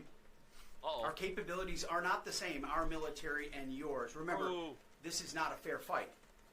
Some Pakistani guy, but what do you mean? Why don't you want to give them a fair fight? No, because killing them is awesome, actually, and we don't want to give them the opportunity to kill us. I'm really glad we're on the same page. Because we're the good guys and they're the bad guys, and I like when the good guys kill the bad guys. That's how it works. It doesn't need to be fair. It needs to be fast. And we know what military assets you are moving and where you are moving them to. That's right. While you are digging out, which is exactly what you're doing, digging out of bombed out and devastated facilities, we are only getting stronger. Uh-oh. You are digging out your remaining launchers and missiles with no ability to replace them. You have no defense industry. no ability to replenish your offensive or defensive capabilities. You only have what you have. You know that, and we know that. You can move things around, but you can't actually rebuild. You can dig out for now, but you can't reconstitute. But we can. We are reloading with more power than ever before, and better intelligence. Even more importantly, better intelligence than ever before. And you know why? Because we have people on the inside. As you expose yourself with your movement to our watchful eye. That too. Anyway, these guys got blatantly humiliated as their negotiators have said, you, Iran, can choose a prosperous future. We are locked and loaded. On your critical duel, the chairman will detail this morning, have a navy or real domain awareness. Transiting international waters, that is not control. Oh. That's piracy. Daru! These guys be like, we're going to bomb every ship on the blockade. Trump be like, well, actually, we're going to blockade your blockade. No, that's pirate. You're not allowed to do that. That's a war crime. The United States Navy controls the traffic going in and out of the strait because we have real assets. That's right. I'm not saying might makes right, but might does make. That's real control, and we have a long track record of dealing with pirates and terrorists. Exclusively Muslim pirates and terrorists. You didn't want to say that out loud, but it's important to note exactly what our strengths are. But there is an alternative. As our negotiators have said, you, Iran, can choose a prosperous future, a golden bridge, and we hope that you do for the people of Iran. In the meantime, and for as long as it takes, we will maintain this blockade, successful blockade. That's right. They could choose a golden bridge. They could have a glorious life. And if they decide not to choose that, they're going to die. Now, that's how winning wars work. Now, we are living in the cucked reality where people don't want anyone to ever win wars, but that's because they're gay and lame and they have no militaries and they're weak. That's because their morals come from the inside of Snapple caps and it doesn't come from a higher power. My morals comes from a power that actually does want you to be victorious and obliterate your enemies. No, you're not allowed to win the war this badly, but what if you win the war, then they'll be losing a lot. Yes, correct, absolutely. A lot of them are going to die. Yup, they shouldn't have started it. They didn't want us to obliterate them. They shouldn't have been chanting death to America, trying to make nuclear weapons to kill us and kill thousands of Americans. Kind of a skill issue on their part. From my perspective, when you go to war, you go with the intention to win. And honestly, that happens when either they surrender unconditionally and capitulate entirely, or they die. This pussyfooting shit, humanitarian garbage? Nah, dude. Humanitarian shit ends the moment the war starts. I don't like getting to war, but once you start the war, you win. Now, the blockade is going very well, it seems. It applies to everyone, it seems. All right? Chairman General Dan Kane said, let me be clear, this blockade applies to all ships, regardless of nationality. We're just absolutely stopping all trade going into Iran. Iran is dying. It's drowning in its own blood. It has no money left. Honestly, this is one of the most diabolical victories the United States has ever had. President Trump is a man who doesn't bluff. He is a man who follows through on what he says, who acts in every case with courage, resilience, determination, vision, focus, and direction. He warned Maduro. Maduro did not heed those warnings. Uh-oh. And now look what happened. Look at the operation that took place in Venezuela. Right. He warned before Midnight Hammer. Midnight Hammer happened because the Iranians did not heed those warnings. Hot take, Trump is just a really nice guy for warning them. He could have just obliterated them without warning them. But he did. These guys have been getting awarded for 47 years. Operation Epic Fury, he gave Iran a chance to do the right thing. They declined, and they sustained the greatest battlefield defeat, thrashing, military annihilation we've seen in modern history. Then, after the ceasefire, President Trump said, make a deal. The Iranian terms were not satisfactory, and so President Trump flipped the tables on Iran and implemented this naval blockade. That's right. And with this blockade, President Trump is resetting the entire global order because... That's right. Now everyone's buying oil from us. And the more they thrash and cry, the worse their defeat is going to be. And that's awesome, actually. And a lot of people are really sad about it. Now, Stephen Miller almost did an oopsie. He almost failed the QuickTime event here. And this embargo and every other option is on the table as President Trump seeks that final, safe, secure outcome for the final safe, secure outcome. Bro was so close to saying final solution. Holy shit. All right, but he passed the QuickTime event. It was close, but, you know, he managed to survive. Now, Europe has reportedly drawn up plans for a new NATO without the United States, according to the Daily Mail. Right, just to be clear, the United States is 70% of NATO funding and Europe's military. So Europe is like, we are totally going to do it. And then, you know, you have some Euro cucks in the chat with, like, the EU flags and everything. Lol, Europe is already stronger military than the U.S. if you add it up. Oh, that's hilarious, honestly. Holy fuck. Unbelievable, Cope. You're about to find out what life without 12 weeks of vacation is like. Let me make this clear.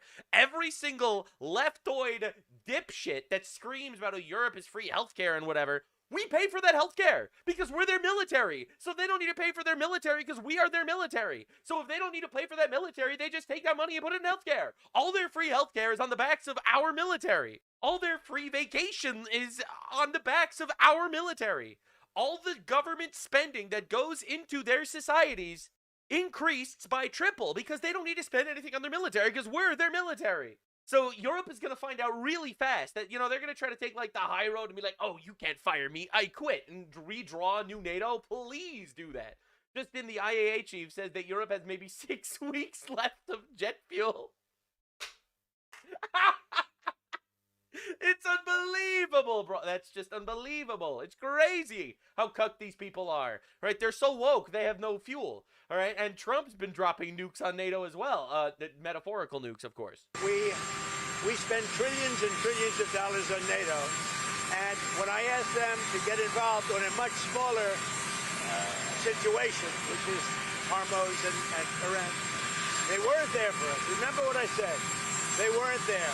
None of them. They weren't there. So we were there on Ukraine. I mean, we shouldn't have been. It would have never happened if I were president. But nevertheless, when they've had problems over the years, we were there. When we asked them to get involved on a very minor skirmish by comparison to what it could be, they weren't there. So I don't think they'd be there for a large skirmish. And therefore, I think they've got themselves a problem. That's right. And they're scared. They're really scared. I don't think Europe understands the FAFO that's coming to these dumb fucks. All right. Now, if you actually look at the level of winning that's happening, America has never exported more oil ever in the history of the country than now. Right now, we are at an all-time high of actual oil exports. We are the #1 oil exporter on the planet, actually. Now that Venezuela is ours and Iran is blockaded, we are the #1 oil, and we're not woke about it. We actually drill. We're just absolutely dominating. I guess Trump got lucky again. This is like the retard position every time. It's incredible. I guess Trump just keeps getting lucky. He keeps winning wars and toppling dictators and making billions. I don't know how it happens. It's crazy. Trump getting lucky once again. Absolutely. U.S. crude oil exports rose 5.2 million barrels a day last week, a record high. Trump keeps getting lucky. Yeah, I guess he had a plan. Bloomberg's business, right? This is one of the biggest business articles on the planet. Ironically, America's competitive edge has increased due to the Iran conflict as price of natural gas has soared in the rest of the world, but fallen in the U.S. Ironically! Wow, look at the irony. Wow, that's crazy. Remember when every leftoid on the planet, like literally 2 weeks ago, was screaming and crying about how actually we are about to enter a Great Depression because of the Iran war? I love how those guys will fearmonger for like a week and then realize they were completely wrong. And then just be quiet about it. They don't need to correct the record. They can just be quiet about it. And then just move on to the next scandal. There's nothing ironic about the fact that we absolutely dominated a war and we're not woke about drilling oil and we're rich as fuck. All right, I'm sorry, man. Now, understand what we're up against. This girl is dead. She was raped before execution. That is the destiny reserved for Nilofar Estefani. She is 18 years old. Comes from Kazvin in Iran. January, she was arrested with her mother during the protests. Her crime was asking for freedom. A few days later, the Revolutionary Court sentenced her to death by hanging. But before killing her, according to reports from activists and historical testimonies from Iranian prisons, they intend to rape her. Why? Because she's a virgin. According to the distorted and barbaric religious belief, a virgin girl who was executed would go straight to paradise. For this reason, in the past and still today, female virgin prisoners are systematically raped before execution to send them to hell instead of paradise. This is a practice documented for decades and confirmed even by former officials of the regime itself. She is a girl, like so many others, whose life is ahead of her, who's about to die, crushed by the Ayatollah's killing machine. And I'm pretty sure she's already been executed. Understand what we're up against. We're up against, like, actual evil, and every leftoid on the planet is supporting it. The Iranian assholes as well in this regime imported Iraqi Shia terrorists to patrol the streets of Tehran, terrorizing Iranians. I mean, they are losing control, obviously, of the people, so they're just shipping in the barbarians to fucking obliterate them. And it seems like it's there's a trend here, if you actually pay attention. Like, this is pop-based, like one of these big pop culture type, you know, information Twitter accounts. 24 years ago, Palestinian political leader Marwan Barghouti was imprisoned by the Israeli occupational forces. He rose in the late 1980s as the prominent leaders in the fight for Palestinian liberation, was sentenced to Israel for 5 life sentences plus 40 years. 40 years and 5 life sentences. Unbelievable. 24 years ago today, Palestinian political leader Marwan. He's in jail for 5 counts of murder. Okay? All right, he's in jail for 5 counts. Notice how this isn't in the tweet. No one's going to mention the fact that the #1 Palestinian export is terrorism. Look, man, all these Palestinians, they all keep finding new ways to boycott. All right, we got to boycott Israel by stop drinking Pepsi or some shit. All right, all these oh, I can't go to Starbucks because they support Israel. All right, you get to I would love to boycott Palestine. I can't because they never made anything. like, what am I supposed to do?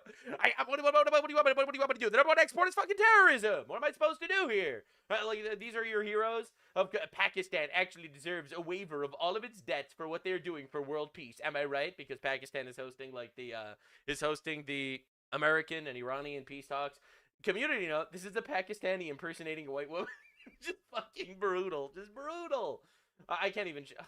I don't know if I can show this to you. So this is a Down syndrome kid in Gaza getting whipped by Gazan Palestinians because they think that he's possessed by a demon, so they're trying to whip out the demon. I can't show you this footage on YouTube. Like, understand, bro, we're dealing with a different culture entirely, a whole different beast. Anyway, Donald Trump made this tweet. I just had excellent conversation with the highly respected President Joseph Aoun of Lebanon and the Prime Minister Bibi Netanyahu of Israel. These two leaders have agreed that in order to achieve peace between the countries, they will formally begin a 10-day ceasefire at 5 p.m. EST. On Tuesday, the two countries met for the first time in 34 years in Washington, D.C. with our great Secretary of State, Marcus Rubius. I have directed Vice President J.D. Vance, Secretary of State Rubio, together with the Chairman of Joint Chiefs of Staff, Dan Raisin-Kane, to work with Israel and Lebanon to achieve a lasting peace. It's been my honor to solve 9 wars across the world, and this will be my 10th. Get it done, President Donald J. Trump. Now, just for some context, in case you're unaware of Israeli sentiment, Israel is not happy with this ceasefire. Hezbollah terrorists in Lebanon have been torturing Israelis for the last, 40 years. Especially people living in northern Israel. They're in their bunker every couple of hours because Hezbollah keeps firing missiles at them. They're constantly evacuating different cities. And they very much want Israel to obliterate Hezbollah forever right now. They are not very happy with the ceasefire, and neither is Bibi Netanyahu. He's agreeing because Trump told him to. Anyone that thinks that Netanyahu controls Trump and not that Trump controls Netanyahu understands literally nothing about the world. In addition to the statement just issued, Bibi Netanyahu of Israel. I will invite Bibi Netanyahu of Israel, the president of Lebanon, Joseph Aoun, to the White House for the first meaningful talks between Israel and Lebanon since 1983, a very long time ago. What happened in 1983? Both sides were to see peace, and both sides want to see peace, and I believe it'll happen quickly. All right, so anyway, so this is the ultimate Donald Trump take over here, making peace in ways that no one expected. Anyway, right after this tweet was made about a peace talk, Hezbollah, who also doesn't want peace, they're a terrorist organization backed by Iran, fired missiles into the city of Carmiel, which is in northern Israel, and look, it injured a whole lot of people, random civilians, because they're terrorists.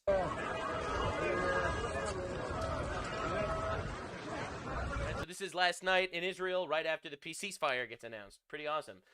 So now, anyway, Donald Trump answered some questions in quite the diabolical fashion. Extending the ceasefire with Iran. With who? With Iran. We're doing very well, I can tell you. Maybe it'll happen before that. I'm not sure it needs to be extended. Who knows? Maybe we won't even extend the ceasefire at all. Trump is not moving away unless we get everything we want. Unless people are unaware of how Trump operates. Unless we get literally everything we want. Sorry, bro. We're not. The stock market is good. The oil prices are coming down. And it's looking very good that we're going to make a deal with Iran. And it's going to be a good deal. It's going to be a deal with no nuclear weapons. All right, well, we'll see what happens, ultimately. We're going to see what happens. So this is him talking about the ceasefire between Israel and Lebanon. Hezbollah stick to the ceasefire. I think they will. I think it's going to be, actually, it's very exciting because it's 48 years. We're going to be meeting with Bibi Netanyahu, as you know, and the president of Lebanon. And I had a great talk with both of them today. They're going to be having a ceasefire. All right, well, we're going to see what's going to happen there. If anyone could do it, it's El Trumpo, because this dude basically... Oh, my God, wait. So a reporter asks Trump, but what if there's no deal with Iran? And I'm so happy he answered this way, man. If there's no deal, would you be willing to extend the ceasefire, or will the fighting resume, Mr. President? I would say the fighting, if there's no deal, fighting resumes. If there's no deal, fighting resumes. Now, this is the big one. So, very important is that Iran does not have a nuclear weapon, and they've agreed to that. Iran's agreed to that, and they've... Not enough. Not enough, though. Our boy Donald stringing them along. You're going to give us everything. They've agreed to it very powerfully. They've agreed to give us back the nuclear dust that's way underground. That is massive. If they're willing to do this, it means they've completely and utterly capitulated in every possible way. Because of the attack we made with the... Like, that's not just them giving their word. That's them letting us dig up their, 40 years of development trying to build a weapon to obliterate us, just giving it all away. B-2 bombers. So we have a lot of agreement with Iran, and I think something's going to happen very positive. All right, and we'll see. I'll believe it when I see it. I think this might be Trump playing them because I think Trump is just letting the peace talks drag out while the blockade completely strangles them completely. The blockade is probably Trump's biggest checkmate move. The next in-person Probably, maybe over the weekend. Will you send the vice president? Mr. President, will you send the vice president? Like, it was so smart if you think about it. Like, he obliterates Iran's military in the way that we needed to, all right? Think about this. He obliterates Iran's military, and then he's like, now let's do peace talks, all right? We'll end the civilization. And then Iran's like, no, don't end the civilization. We'll do peace talks. Okay, send J.D. Vance. J.D. Vance goes. He discusses with them. They're not willing to budge on anything. They ask for reparations, and Trump's like, okie dokie, blockade time. And now they're begging for peace talks again. It's like, it's unbelievable, dude. It's crazy. Blockade has been incredible. It's held. They're not doing any business. They're unable to do any business because of the blockade. And so the combination of having no Navy, having no Air Force, having no anti-aircraft equipment, they have nothing. Everything is gone, including their leaders. Now they have a new set of leaders.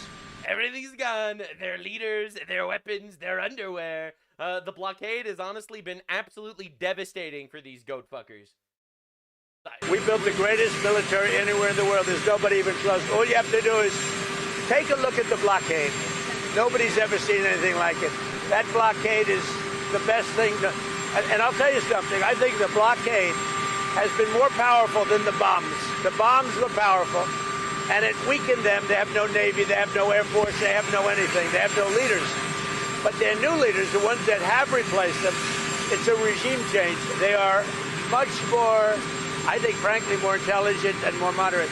But think about how absolutely insane it is that we were able to strangle them like this. He obliterates their military and their Navy and their anti-aircraft missiles. And then it's like, okay, well, we'll do peace talks. And while that happens, we're just going to own the Strait of Hormuz so you die. Then you make no money. And you just slowly waste away into nothing. Remember on CNN where they were saying that Trump has no plan going into this war? Oh my God, no plan. This was unbelievable. All right, now they ask Trump, hey, would you be willing to tell them they can't have nukes for 20 years? Like put a 20-year cap on it?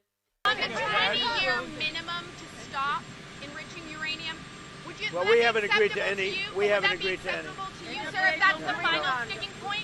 What we have is we have a statement, very powerful statement, that they will not have beyond 20 years, that they will not have nuclear weapons. That's beyond. There's no 20-year limit.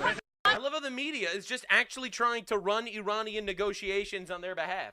Like, this is the media. The media is so anti-America, it's actually insane. They're just actually trying to come up with ideas for Iran to nuke us, but 20 years later, not now.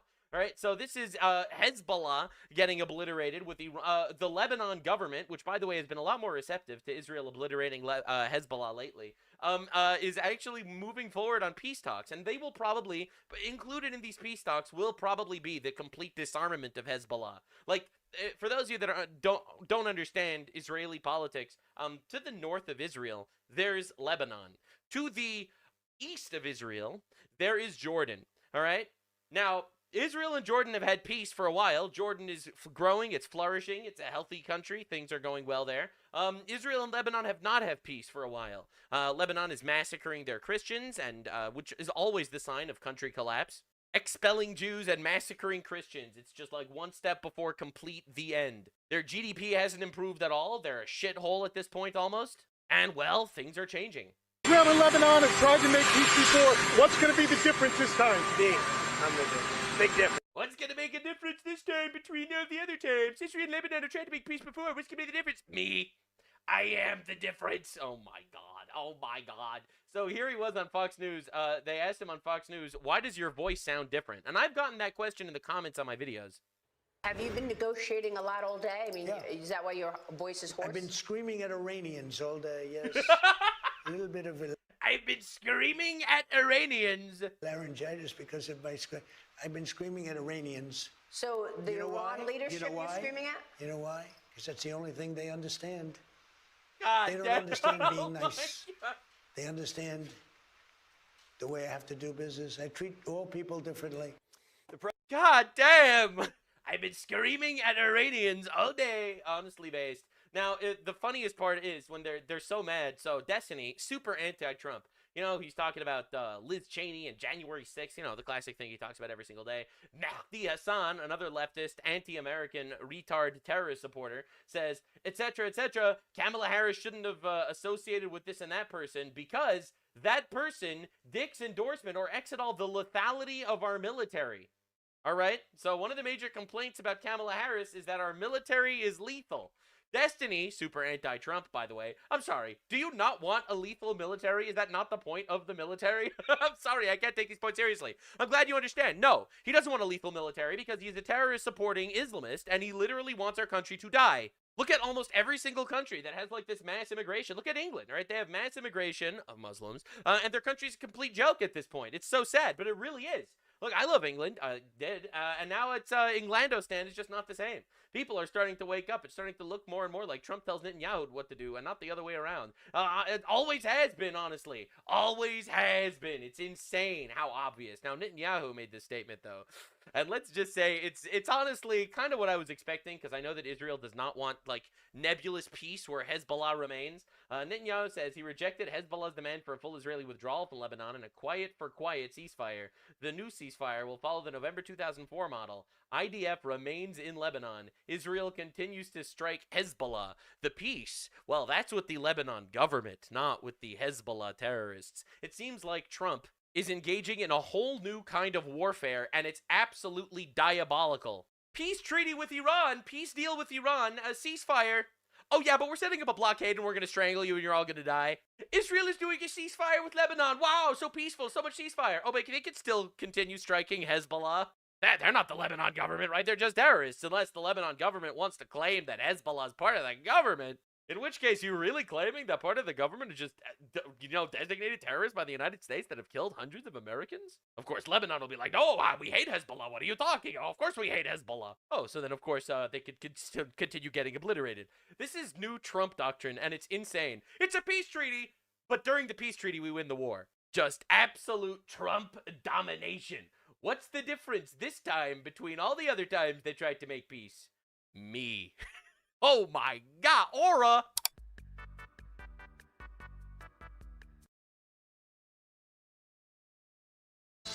Okay, in California, Democrats are taking heat for a new bill they're pushing that one lawmaker has now dubbed the Stop Nick Shirley Act. Some people are arguing that the proposed legislation effectively criminalizes investigative journalism. GOP Florida Senator and member of the Homeland Security Committee, Ashley Moody, joins me now. You know, fraud has been a big focus for you when you were AG in Florida, and now that you're a senator here in Washington. Give me your reaction to this. I mean, they're basically saying you can't go out and investigate in the way that Nick Shirley did in Minneapolis. Yeah, this doesn't surprise me at all. A lot of, we're uncovering in these commie criminal havens, let's call them, their policies have bankrupted their states, and they've built that in to these structural deficits like California. I think Massachusetts is struggling with deficits. All of these policies that they're implementing don't drive real market-driven prosperity. In fact, it wrecks true markets and the ability of a state to thrive, like Florida, right? Compare and contrast. We run a deficit every year. So then they go and cry to the federal government, we need all these grants, we need all this money, and they push that money out to these NGOs and other organizations, which through all kinds of grants, health grants, you name it. You saw some of the stuff coming through COVID or even green energy during Biden, just pushing out billions and billions of dollars. And then when you have Americans like Nick Shirley showing up and saying, where's my taxpayer money going? You're using so much of it to shield and cover up what you're pushing to, I would say illegally, to illegal immigration or other things. Now they want to cover it up. They want to stop any way of an American taxpayer coming in and demanding transparency. They've already been shutting out Congress and its oversight. They definitely did that during the Biden administration. And now they're seeing Nick Shirley have some success. They're going to try and cover up and block anybody like that from coming in. So it doesn't surprise me at all. Yeah, it does make you wonder, like, what are you hiding that you have to pass a law? Here's Nick Shirley, actually. He was just on with Kaylee, and here's his reaction to this bill that's sort of named after him. So if this passes, the fraud's going to continue to get worse and worse. And if I were to go look into the fraud at one of these NGOs, let's say, that receives money for migrants, I could receive a $4,000 civil fine, a $10,000 criminal fine, or a $50,000 felony. They're basically trying to bankrupt journalists from looking into the fraud. So, you know, all of us journalists, I mean, I've been a journalist since 2006. I know what I can and can't do. I know, you know, where I'm allowed to go, where I'm not allowed to go. And I would think that being on public property the way that Nick Shirley was in Minneapolis is covered by the First Amendment. I mean, is this bill even legal? Right, exactly. I mean, you have to, people have the right to talk out, report and talk about things that they see wrong. The real challenge in this law also is that they're saying these nonprofits or employees should never be doxxed. They should never be harassed. They're calling it, you know, protecting these, I'm going to say quote unquote employees, although if you remember in Minnesota when he was showing up, nobody was there. There were no employees. It was completely a front.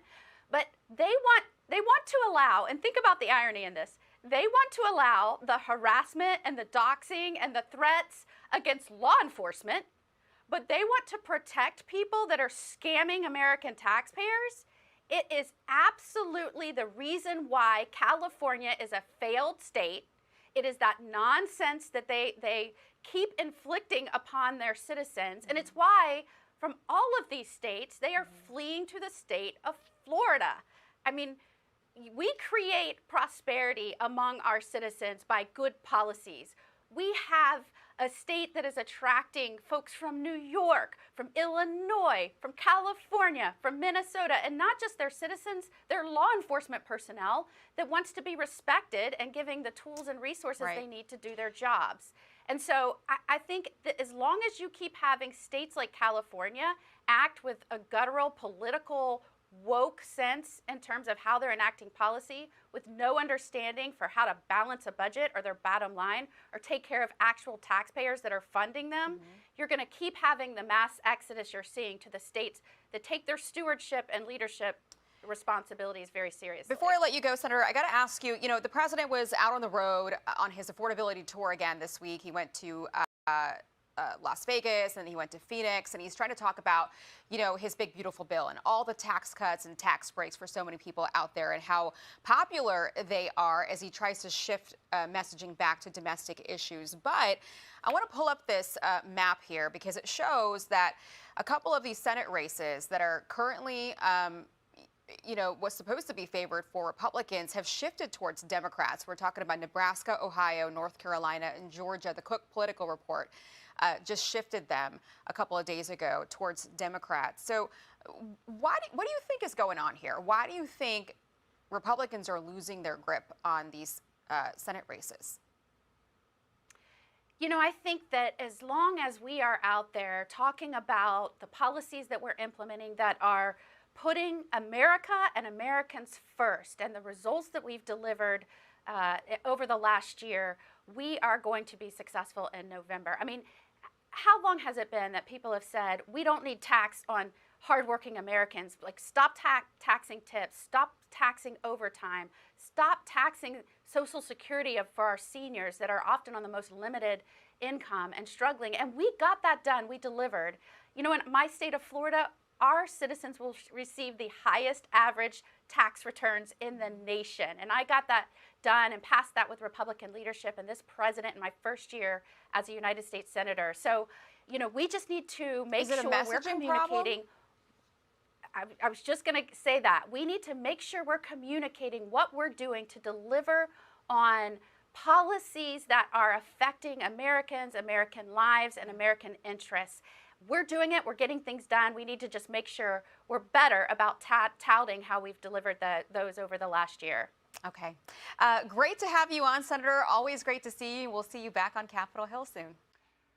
Be sure to like and subscribe for all the Fox News latest on YouTube and catch full shows streamed.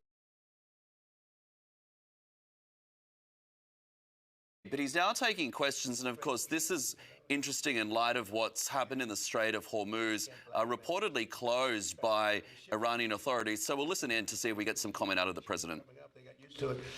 Maybe they'll keep doing it. It's worked out pretty good. But it's going actually along very well. And we'll see, but we'll have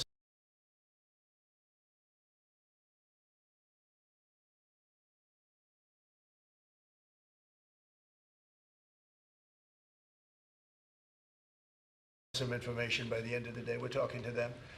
And, you know, we're taking a tough stand. They've killed a lot of people. A lot of our people have been killed. A lot of your fellow soldiers have been killed over the years by Iran. The roadside bomb. Soleimani, I killed Soleimani.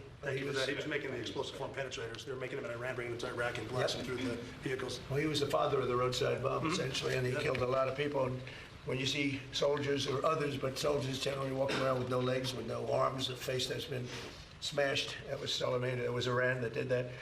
So we have a much different view on it than other presidents. They've gotten away with murder for 47 years. They're not getting away with it anymore. Does anybody have any questions with the great professionals, please? So I wanted to know, could this potentially ever be available through the VA? You know, because I was talking to Liz over here, you guys went down to Mexico together, but it's really expensive. And this is another drug that's expensive. We have the right guy, Oz. Let's go. A lot of veterans need this. Why are you good for this question? They're talking about expense and availability. So I spoke to Doug Collins. Obviously, both he obviously pays for the VA, and we pay for Medicare, Medicaid, children's health insurance. Are very focused on the results that the NIH and FDA are going to offer us. We have a mechanism of creating models, CMMI. That might be the wise way to go because we can continue to study the impact. This is such a massive shift in how you deliver care. Imagine if instead of taking a pill a day for your depression, you go through one treatment, but you have to have few people watching you. It's a very different world. So we're working that through. That's why the president, who I think this is the perfect step to get everything rolling, to deliver on the promise he made. What timing would you say on that before you know? We could have a CMMI model that we would announce by the end of this year. But the reason I'm not committing to that now is I want to make sure that the FDA and NIH have time, along with the great scientists, to give us a bit more information about how to deliver care. I'll give you one concrete example. For things like, well, Ibogaine is a little different story, but you wouldn't want 2 people in the room during the treatment. That's true for many of these approaches. That's a very different way of delivering medicine. And so the models that Abe Sutton runs that group for us and has done a great job for the president, that would be probably the fastest way of moving forward and give the VA data so they can make wiser decisions, because Doug Collins is very focused on this. There's one thing I'd add. There's nothing more expensive right now than the mental health crisis in America. 21% of Americans have a diagnosable mental health condition. The second leading cause of death for young adults today is suicide. Mr. President, antidepressants right now are the most prescribed class of medications in the country. Over 20% of women are on an antidepressant. And is that good in terms of do they work? There's highly problematic research on the fact that over 20% of U.S. women are on these drugs that are prescribed for life. We have a mental health crisis. And do they work? No. They don't. Maybe I'm on a couple of them. And I would not have.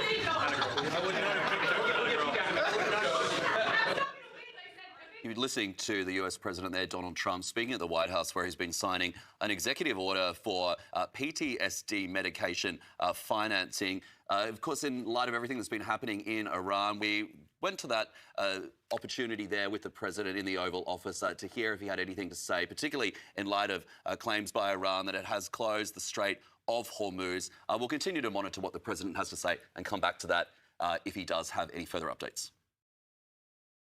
Now, one of the wildest stories from one of our elected officials lately has been this RFK Jr. story. So this is breaking news. RFK Jr. cut off the penis of a raccoon. According to TMZ, the raccoon was dead. Apparently, the way the story goes, RFK Jr. was on a family trip with his family. They were driving down the road, and they found a dead raccoon, and RFK Jr. was like, holy shit, I need to cut the penis off this dead raccoon for research purposes only. So, like, that's pretty freaking wild, I'm not gonna lie. However, ironically, and I'm gonna show you the libtard crash outs about this, because I think they're perfect. I think they're so perfect. I absolutely love leftist crash outs. They make me so happy. But first, RFK Jr. was just today in a gigantic hearing, basically shredding Big Pharma to pieces. And I'm not gonna lie, he actually really cooked. He eviscerates the swamp for letting Big Pharma capture the health of America, and he says he's ripping it down. And I think that's actually awesome. Every single leftist that makes believe they actually care about this, they don't. But he does, it seems. So I think he's one of the few people in our government that actually, despite cutting the penises off dead raccoons, is working for us. And you're not ready for what you're about to see. We stand at a generational turning point. Our children are the sickest generation in modern history, and decades of failed policy, captured agencies, and profit-driven systems have caused it. True. Parents across the country demanded change, and we are delivering it. Right, so we got the Democrats saying we need, infinite health care for everybody, but also Democrats seemingly artificially inflating the prices of drugs where they didn't need to because they're getting paid by Big Pharma, a much bigger lobbying group in the United States than almost any other, for those of you unaware. Much bigger than Israel, that's for sure. Not even close. We're ending the era of federal policies that fueled the chronic disease epidemic and replacing them with policies that put the health of Americans first. And the truth is, even though a lot of his opinions might sound a little bit wacky, he's just right. He's just completely right about here, and I'm super happy he's fighting for it. So he gave a whole speech. But I wanted to show you some highlights. So Rosa DeLauro, no one has any idea how she's actually literally a member of Congress. I have no idea. So this is her screaming and yelling like she always does. If I were the head of HHS, I would, by God, say, don't take raw milk. It is dangerous to your health. And if you can't say that, well, maybe there's some other conclusions that can be drawn. Thank you, Mr. Chairman. Okay, sure, a little meltdown about raw milk, like literally fucking disgusting that this person is even in Congress. Like bro, we actually have Golem in Congress. The habit says drinking raw milk, that's disgusting. I eat nasty chips. This is crazy, bro. Like, this is wild, dude. Vaccine pushing, men can be women goblin telling us about health. True. All right, so Bobby Kennedy has still been cooking, by the way. All right, so all these people try to get him on these gotchas. They don't work. Medical school. Have you ever reparented? You didn't go to medical school, and yet you're head of the Department of Health. Or parented, I should say, a black child. I don't even know. Have you ever parented a black child? What are we doing here? What are we doing here? I can't believe this is literally still happening. Oh, what that phrase means, and I doubt just that a yes or no answer. I doubt that I said that phrase. No, absolutely I'm not going to answer something that I didn't say. You absolutely said it. Oh, I'd like to hear the recording. So to be clear, it doesn't make any sense. I don't even know what it means.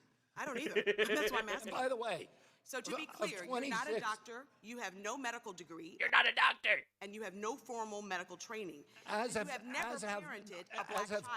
24 of the 26 HHS secretaries have not had medical degrees.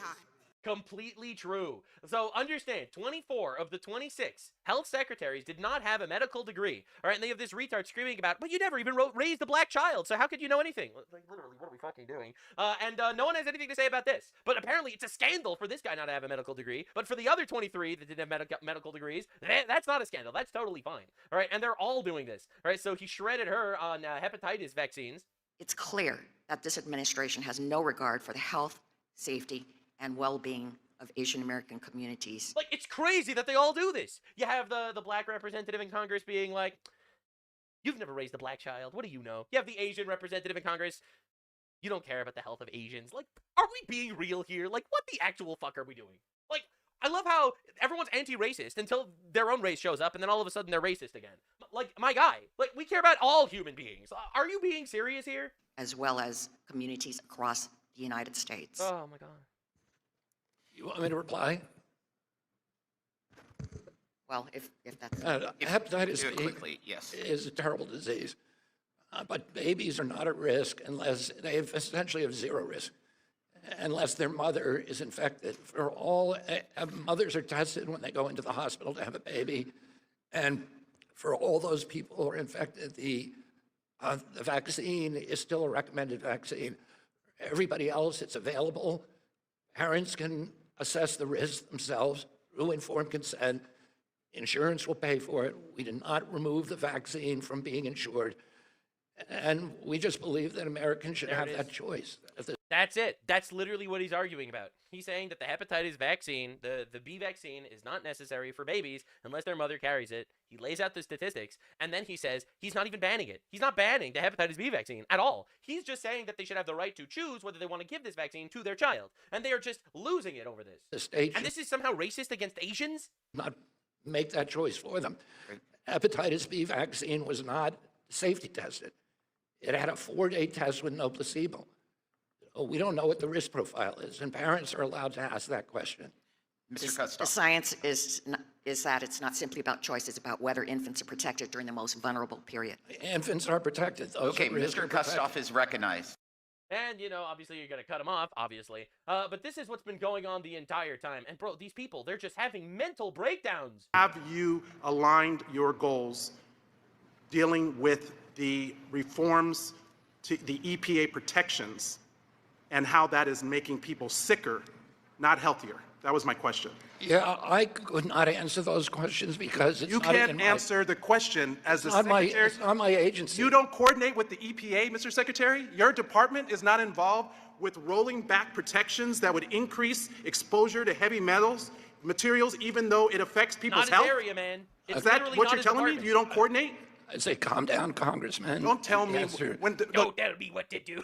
Calm down. Don't tell me what to do. Healthcare is personal to my constituents, like Deja. No shit. Your and time Richard. is over. Do not tell me to calm down.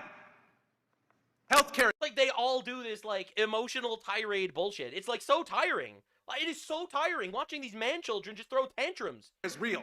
Healthcare is real. Are we being serious? If you can't answer basic questions, then maybe come prepared next time.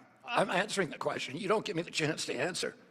You haven't given me a chance to You answer. said you I'm happy didn't- to answer your you said question. you and weren't- cut me off when I started to answer.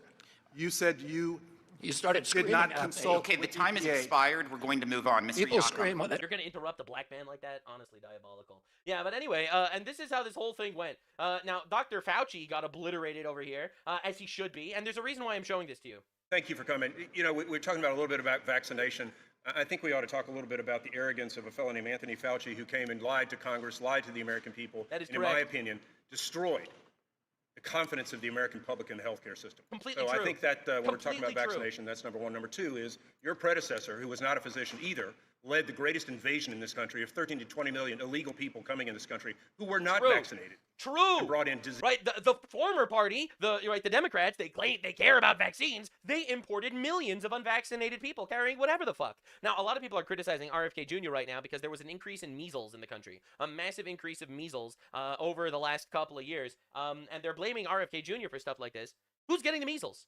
It's the illegals. It's the illegals that are in the country that are getting the measles. Like, obviously, they're the ones that never had the vaccinations. They are regenerating, they're revitalizing a dead disease because people were not getting measles because people got vaccinated and it killed off the disease. You can only get measles if you catch it from somebody. If everyone's vaccinated, it completely kills the disease. So at that point, even people that weren't getting vaccinated for measles weren't catching it because who are you going to catch it from? No one has it. Now measles is fucking back, baby, because we imported infinite retards from the third world that never had immunity to measles, and now measles is back. So the crazy thing is, it's not even the lack of vaccines that's causing this shit nearly as much as it's, you know, the foreigners that are being brought in en masse Disease into this country. So let's actually bring facts into that conversation. And that is the real reality here. Now, RFK Jr. has been getting blasted largely for the raccoon penis situation, which is pretty hilarious, I'm not going to lie. So, I've got it. Moist Critical, who's very anti-Trump in his entire administration, it seems. You know, he says he's apolitical. He's obviously not. I still like the guy, and a lot of people don't. But I have to do this, man. I have to do this because I'm going to give you my 2 cents on that. I completely agree. I say this all the time, and there isn't anything wrong with stating that fact. I mean, it's clear. Look at Christopher Columbus when we brought over, disease blankets and gave it to the Indians, and they had, accepted it as peace offerings and ended up dying from it. It's like, so what? We were supposed to just accept the fact that they're bringing back measles because they literally don't want to adapt into our culture and do the vaccines themselves. They'd rather just, revitalize it so everyone else has to get the vaccine again. And then this is what I mean, is it's like they do not care. They do not care the repercussions of doing something the wrong way. They just think it only is, it's supposed to be affecting the individual, but we do things to literally protect millions of people in the United States, not just one ethnic group. This is what I think this is becoming a little bit, I would say, clouded by like reality is one thing and people think another, and we really need to come back to reality and realize who these things are really affecting. The elderly, like the person that was caught from CCP who was bringing over E. coli. The only people who are going to be affected by that were the 65 and up group and the young people who are just coming up who don't have anything, to do with that. They don't have any like regular vaccine themselves. They don't have any adaptations for it. And the people coming over might. Remember the E. coli outbreak in Africa? I mean, they might actually have vaccines adaptations naturally by now. But I also remember we were shipping over vaccines to help them.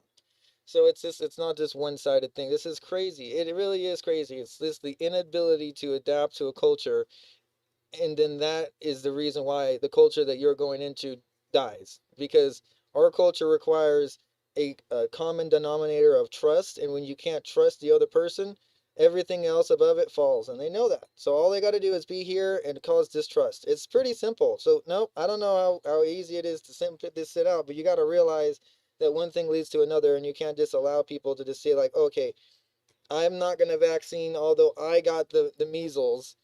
Like, I don't know what you want. Like, I mean, it is what it is. Like, if your body's going to naturally get it, you got to quarantine yourself. Like, there's reasons why we had the two-week quarantine restriction and stuff like that. There's not like we were trying to take away your rights. We were trying to protect others. And it's like the people who don't have antibodies to fight this stuff. There's people who can't just take a vaccine, even if they wanted to take a vaccine, it would kill them. So you have to understand that, like, it's not just about you. It's about the common good. And when your line of right steps outside the common good, you no longer have your way. It's going to be that way. And I'm glad that people are starting to see it like that. RFK Jr., whether you like him or not, is absolutely trying his best to fight for what he believes in. And I could say that is way more than every other person, basically, in all of Congress. All these retards are fighting for their bullshit agendas, trying to push infinite bullshittery, all right? And I just had to show this to you, because I think if you compare RFK Jr. cutting a raccoon penis off, it's fucking insane, I'm not gonna lie. All right, you compare that to Anthony Fauci lying to the American people, potentially killing tens of thousands of people with myocarditis and other side effects from the COVID vaccine when he lied and said there were none. I think I know who's worse. Yap about two freaks today, and I want to start with the wackiest one. RFK Jr. and a dead raccoon's penis. This is pretty wild, though. I'm not gonna lie. We're gonna enjoy this one. That is a match made in heaven right there. That is peanut butter and jelly. Vultures don't get as excited about roadkill as RFK Jr. does. This guy loves it. And he brags about having like a freezer full of roadkill that he studies and like feeds to his hawk. I had no idea this guy was a cock scientist. I didn't know that. But in his new book, he just openly talks about the time that he pulled over with his family in the car, mind you, his kids in the car, pulled over in order to cut the penis off of a dead raccoon so he could bring it back and analyze it. As if he's some kind of like archaeologist. Like he's fucking Evie from The Mummy. Going through like the Book of the Dead, trying to research it and learn about it as if he's some kind of scholar for dick, animal dick. It's all documented in his new book. I just wanted to make something clear here. There are more liberals angry that RFK Jr. did something objectively weird as fuck, right? Pulled over and cut the penis off a dead raccoon. All right, I cover right-wing controversies, left-wing controversies. I think that's why people like me, because I give shit to whoever deserves it. But the honest truth is, this is way better than abortion. He's cutting the penis off a dead animal. There are 1 million abortions murdering living babies a year in America. 1 million. So, like, literally, let's enjoy the hilarity of the story and recognize the fact that you people are immoral degenerates. RFK Jr., The Fall and Rise. I don't know when the rise is happening. It hasn't happened yet. He's still in that fall. This dude looks like he's housing every single plague that the world has ever seen in his body right now. Yeah, so that's another one that I always love watching people do this. All right, you know, RFK Jr., he looks like he's so unhealthy and he's dying and he's in charge of health. Bro, this is RFK Jr. He is 71 years old, okay? 71.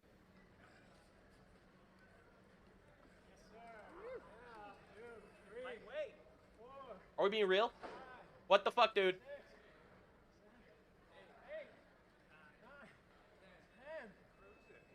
Anyway, this keeps going. He does 20 pull-ups easily at 71 years old. God, I hope that when I am 71 years old, I will still be able to do that too. All right? Because that is crazy. So people freaking out because he has a throat disease, all right, which is not his fault. You know, they'll just say he's such an unhealthy. He's housing every disease on the planet in his body. Bro takes care of himself way better than everyone else I know. Every image and video I see of him, he looks like he's deteriorating further and further and just devolving into a fucking ghoul from Fallout. I mean, but what about that one where he did, you know, I mean, listen, man, people are in their echo chambers and they never leave their echo chambers. I don't even blame him for not knowing this kind of thing, per se, but it really is wild to see people completely lost in the sauce. This is the experience here that I do my best to read and watch both sides of different arguments to make my opinions as fine-tuned as I possibly can. This one ain't it. Get pinned. I was standing in front of my parked car on I-684, cutting the penis out of a road-killed raccoon, thinking about how weird some of my family members have turned out to be. That's the funniest sentence I've ever heard in my life. A surreal passage indeed. I like how he's cutting the penis off of a roadkill raccoon in front of his probably horrified children in the car. Nah, bro, what are you talking about, bro? He actually has a wife and children. Obviously, it's a family that gets along with each other. He probably, his whole family's like, oh shit, Dad's gonna cut another penis off a dead. All right, I'm not defending it. I think this is weird as fuck. I'm not gonna lie. He's like, God, my family is so peculiar. They're such odd goofballs. They're so weird. Over there with the fucking hacksaw on the raccoon's cock. If only they could be more like me, just normal and well-adjusted. There we go. And then he'd hold it up like a trophy. Probably. We're celebrating, family. Quick, get some ice out. I gotta put this on ice. I need to study it when we get home. My kids waited patiently in the car. It's like, look, everyone's freaking out that RFK Jr. cut the penis off a dead raccoon. Meanwhile, you have people like Moist Critical, by the way, who literally condones cutting the penises off children. Human, living children. Because they identify as a different gender. Right? So, like, again, like, every time I hear, like, genuine criticism of RFK Jr., he cut the penis off a dead raccoon, I'm like, are we actually being fucking serious? Like, this is goofy and weird. Don't get me wrong. We're gonna laugh at this situation. Absolutely. Noted as he collected the raccoon's genitals so he could study them later. That's right. Finally, a man brave enough to go where science fears. True. He was willing to do the dirty work of snipping a raccoon's dick so he could take it home and really find out what makes it tick. Like, I'm curious, what is there to study with a raccoon penis? Honestly, like, what is there to do with that? I agree. What was he doing, just over there, like, playing with it? Stretching it like a penny whistle? Write it down. Interesting. These are the notes that will no doubt propel our species into the next scientific age, the final frontier of science. Raccoon genitals. I mean, I'm going to be real here. RFK Jr. seems to be a guy that's actually doing things. I'm not going to lie. A lot of people not doing things when they're working for the government, but he's actually doing things. Excellent, yes. I just have to wonder what he was doing with it. Like, I agree. I agree. I would like to know that too, actually. I would like to know what his research actually entailed with the raccoon penis. Like, fashion some kind of necklace out of it, like Ringar out of League of Legends, but instead of bone tooth, it's just raccoon penis? Or, like, was he trying to make a stew out of it? Maybe he was, like, you know, crafting Sarah Doman brews out of RuneScape, just dumping the raccoon penis in there with some colloidal silver, just like this disgusting concoction, this witch's brew, this potion. Like, what was he doing with it? Genuinely, like, what was he doing? He's right about this. He traveled all the way home with it. True. So this was, like, an important thing that he did. And this is, apparently, something that he made a habit out of doing with dead animals. Dude pillages roadkill like he's Indiana Jones looting a tomb full of treasure. Just imagine hunting with RFK Jr. Dude probably doesn't even bring a gun. He just sits there in the bush waiting for the animal to get hit by, like, a bus or a train. Then he leaps into action. Yes! Yanks the wiener off of it. According to his daughter, this obsession with dead animals also put a damper on vacations. Apparently there was an incident where a whale carcass washed ashore, and so RFK made a beeline for the beach and decapitated it with a chainsaw and strapped the whale's head to the roof of the family minivan with a bungee cord, intending once again to bring it home to study. Every time What a fucking legend, man. Oh my god. we accelerated on the highway, whale juice would pour into the windows of the car, and it was the rankest thing on the planet. That is the worst thing I've ever heard. Sounds like hell on earth. He's out here torturing his family on this vacation. We all had plastic bags over our heads with mouth holes cut out, and people on the highway were giving us the finger. But that was just No shit, he had a whale head on his car. normal day-to-day stuff for us. Wow. Sounds healthy. And then, of course, It's a family with two loving parents that love their children.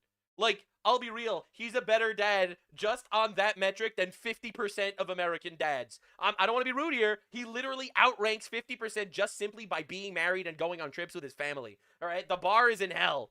First, there's the infamous one where he dumped a dead bear cub in Central Park after a botched attempt to skin it. That one's been talked about a lot. I'm pretty sure all of you have already heard of that before. But the whale and raccoon penis, I think, are new revelations here from the bizarre adventures of RFK Jr. and his fascination with dead animals. Bro thinks he's the villain from Guardians of the Galaxy Volume 3. Like, what is he doing? Is he trying to, like, breathe life back into it, like Frankenstein style? Like, what is he studying? I know, what I'm is he with you. possibly I'd like to studying combine there? this as well. Holy shit, the worm in his brain must be giving him some odd directives here. Yeah, the worm in his brain. Like, it's so wild watching people just hate him. People hate him so much because he's against giving vaccines that weren't tested. Like, oh my god, he's such a horrible person.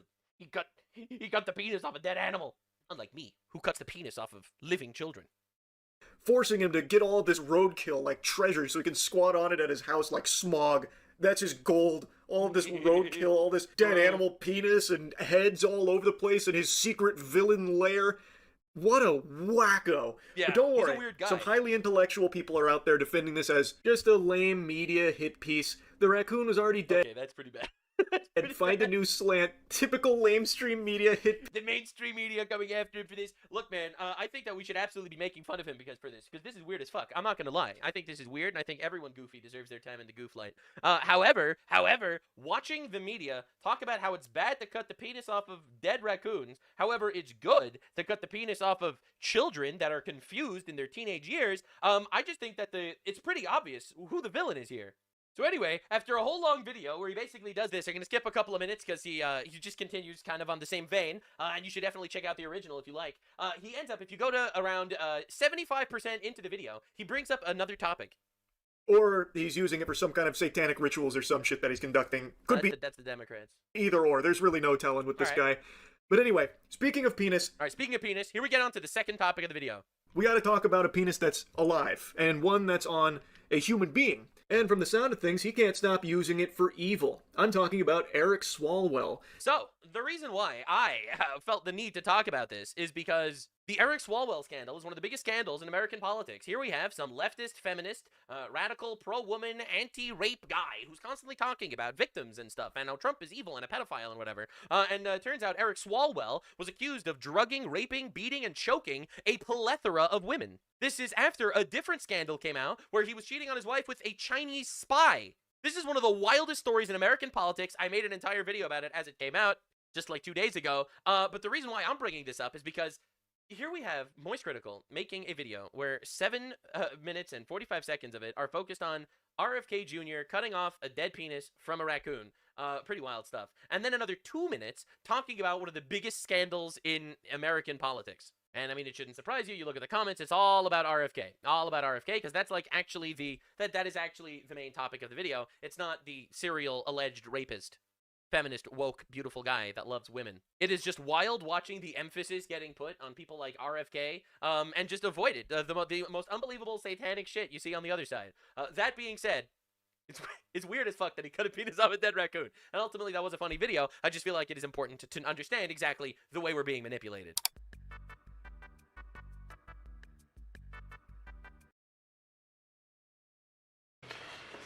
So, as you see, and you know a lot of the people behind me, they're tremendous professionals, medical professionals most, and some military, like Marcus, some great military professionals too, real hero.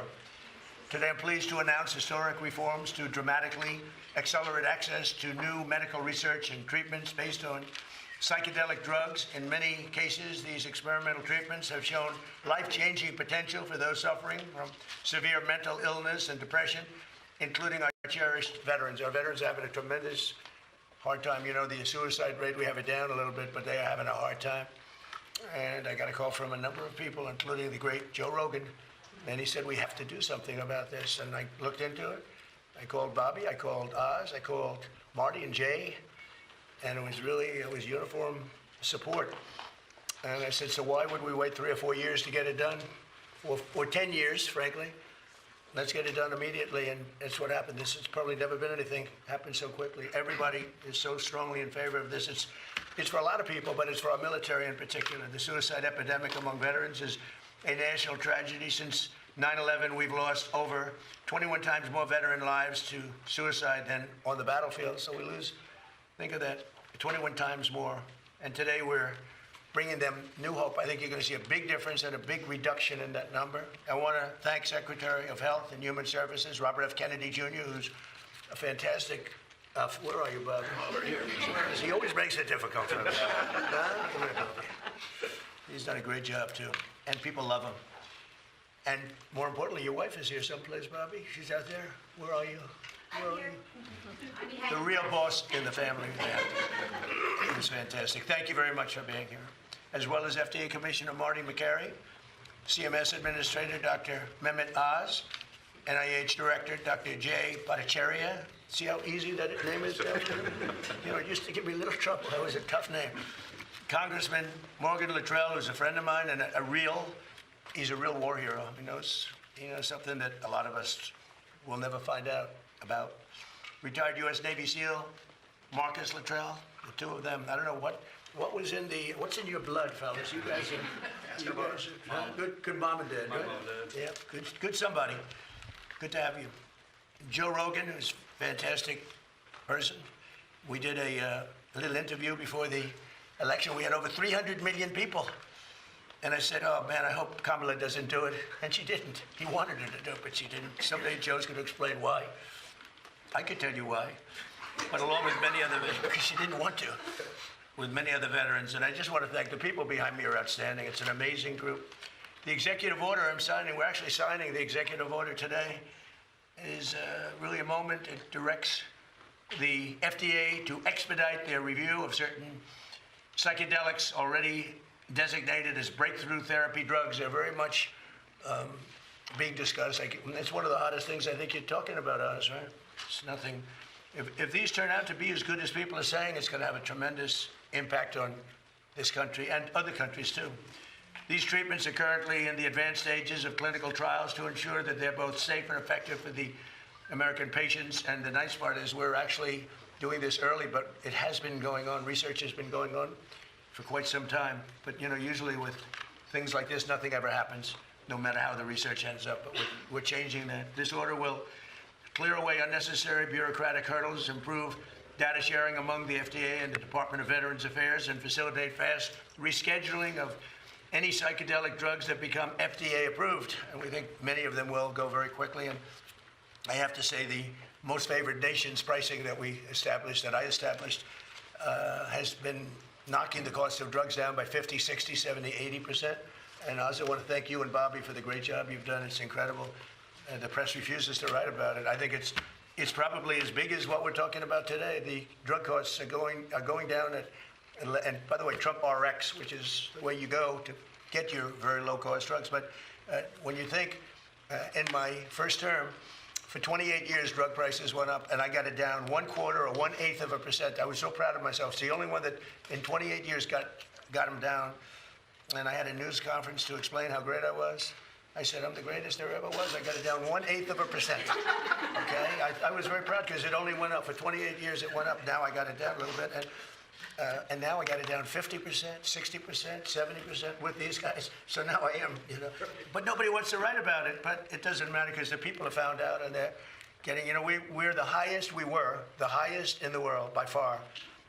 Sometimes would be 10 times higher than other countries. You'd buy a drug, I call it the fat pill or the fat drug. You'd buy it in London, you'd buy it for $10 for a pill, let's say, or a pill generally. But actually, to be specific, London, $87, New York, $1,300.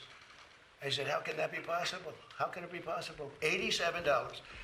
And actually, a friend of mine called me up and he said, he's a very rich guy, and he happens to be on this Ozempic, I guess, at the time.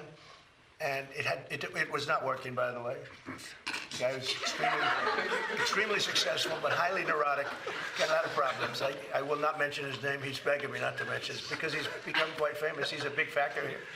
But he's very smart, very rich guy, very, very successful guy. And he said, Hey, President, he used to call me Donnie. Now he calls me President, sign of respect. He said, I'm in London. I bought this stuff for $87. In New York, I pay $1,300. What's going on? I said, well, that's the way it is. We pay the highest prices in the world. And it sort of hit me that how ridiculous it is. Made, by the way, he checked it. He had a whole big research done on it because he couldn't believe it. Made in the same factory, same plant, everything was the same except the price.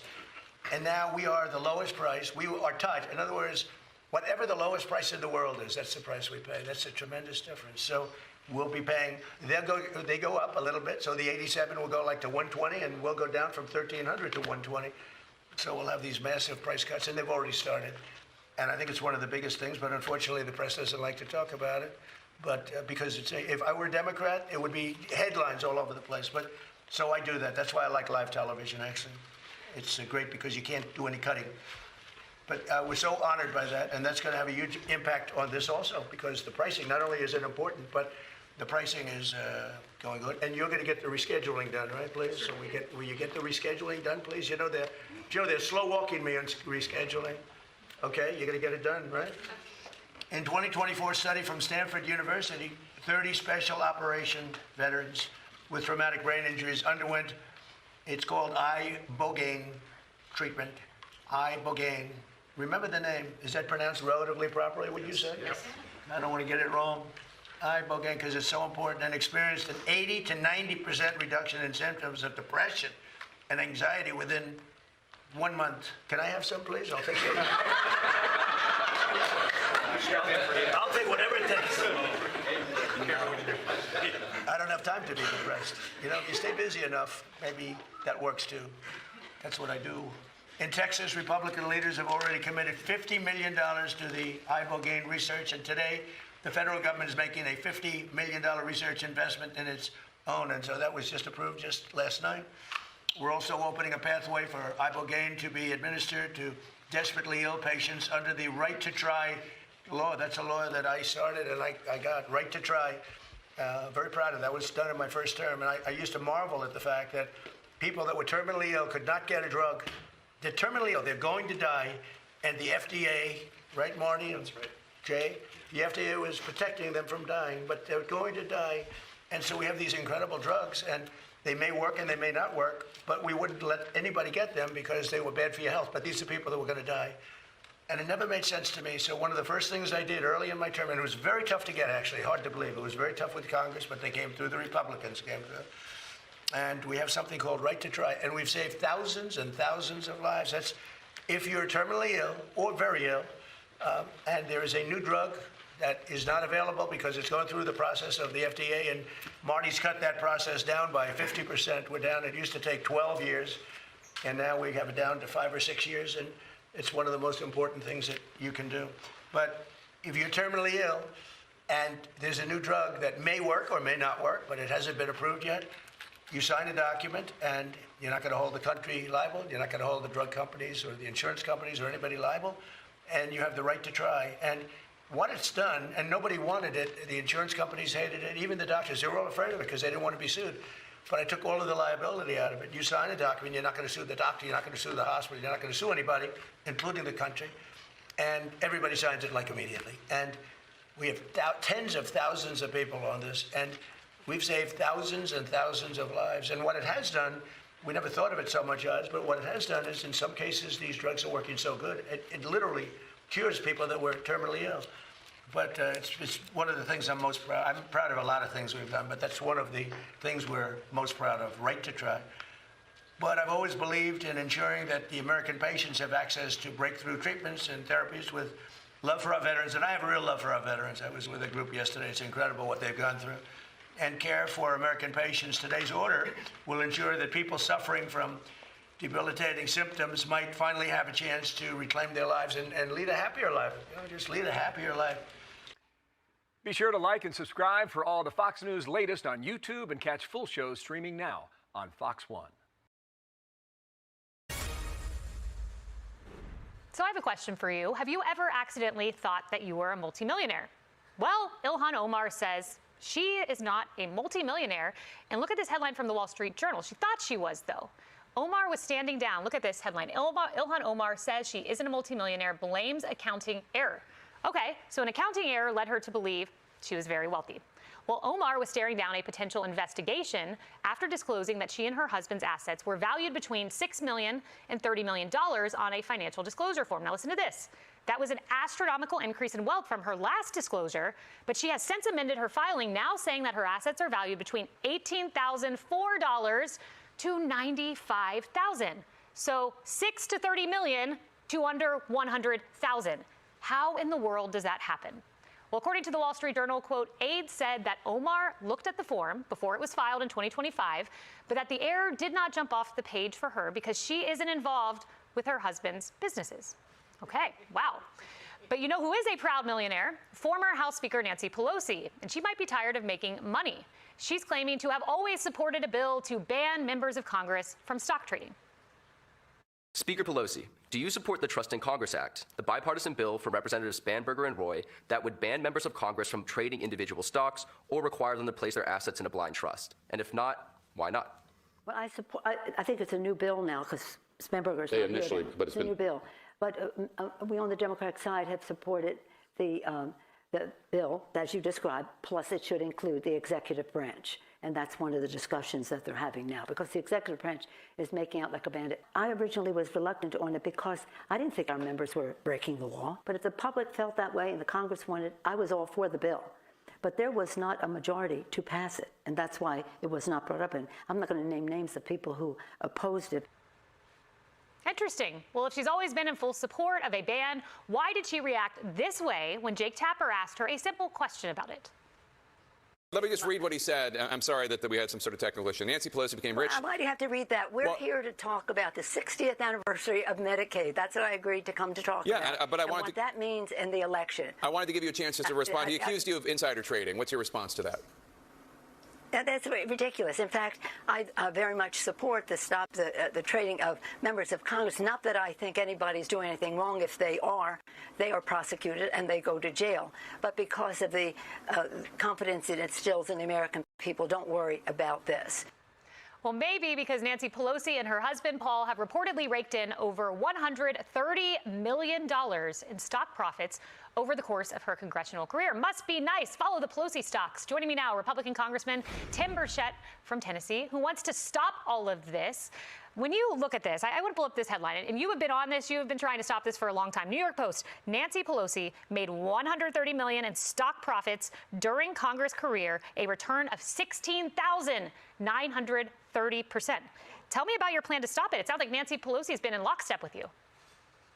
Oh, yeah, right. I'll sell you the dome off the Capitol, too. Thank you for having me on, ma'am. No, this is just a bait and switch, ma'am. The bill that's circulating right now allows you to keep your stocks, and you just can't buy anymore. So if you've got a $30 million portfolio, dadgummit, of course you're gonna enhance it by the way you vote. These are just profiteers, and that's all it is, pure and simple. It's both sides of the aisle. When we gave our missile defense system to Ukraine, and then they had to issue a multi-billion-dollar no-bid contract. Who do you think owns stock in that missile defense company? I'll give you a guess. Members of Congress, both sides of the aisle. And I believe some of them possibly made some purchases very, very shortly before Joe Biden made that, or whoever, or Obama, I guess, made the decision for him. I don't know. But listen, Congress is crooked as a dog's leg. Nobody's making 16,000% return. Dadgummit, if I did that, she ought to be up at Wall Street advising investors up there, and not in Congress. This is a joke. America knows it.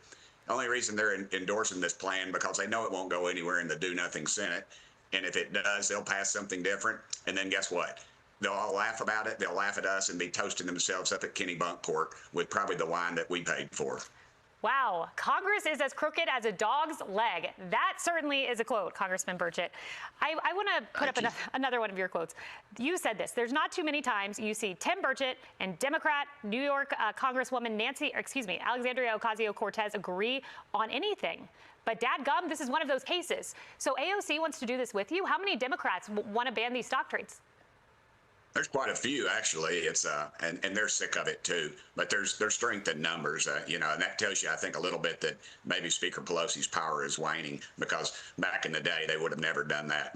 Their office would have become a bathroom stall down in the basement of Longworth or something, and this would have never occurred. But I think you're seeing it now. There's a big change with them on this issue, and they see it, and partly probably due to the fact they hate capitalism, which I don't. I just hate crooked people. I don't really hate them. I just have a lot of distaste for them. And the American public's tired of this stuff, ma'am. We got to fix this. And the bill that's circulating won't. My bill is simple. It just says you cannot buy and trade stocks. You have to get a mutual fund. That's what my buddy Tommy Siler is, my stockbroker, and he managed my $12,000 portfolio very well. My other buddy Andy Venable does it too. And I of course, I've since cashed it out because I had to send my daughter to school for a year.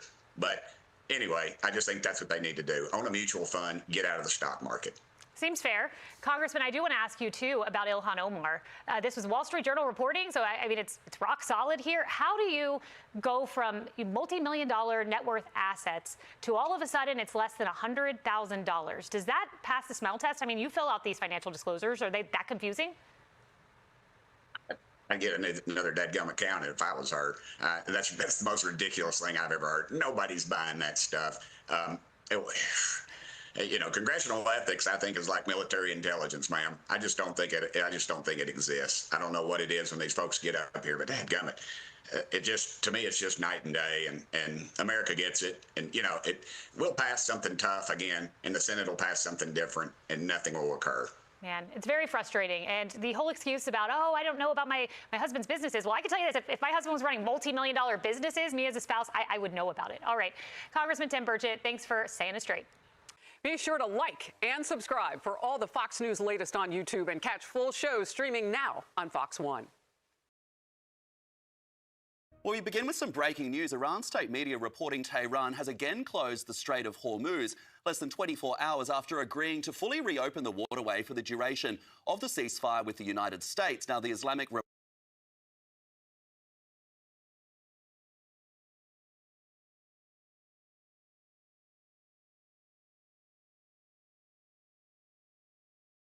Republic of Iran broadcasting this statement, quoting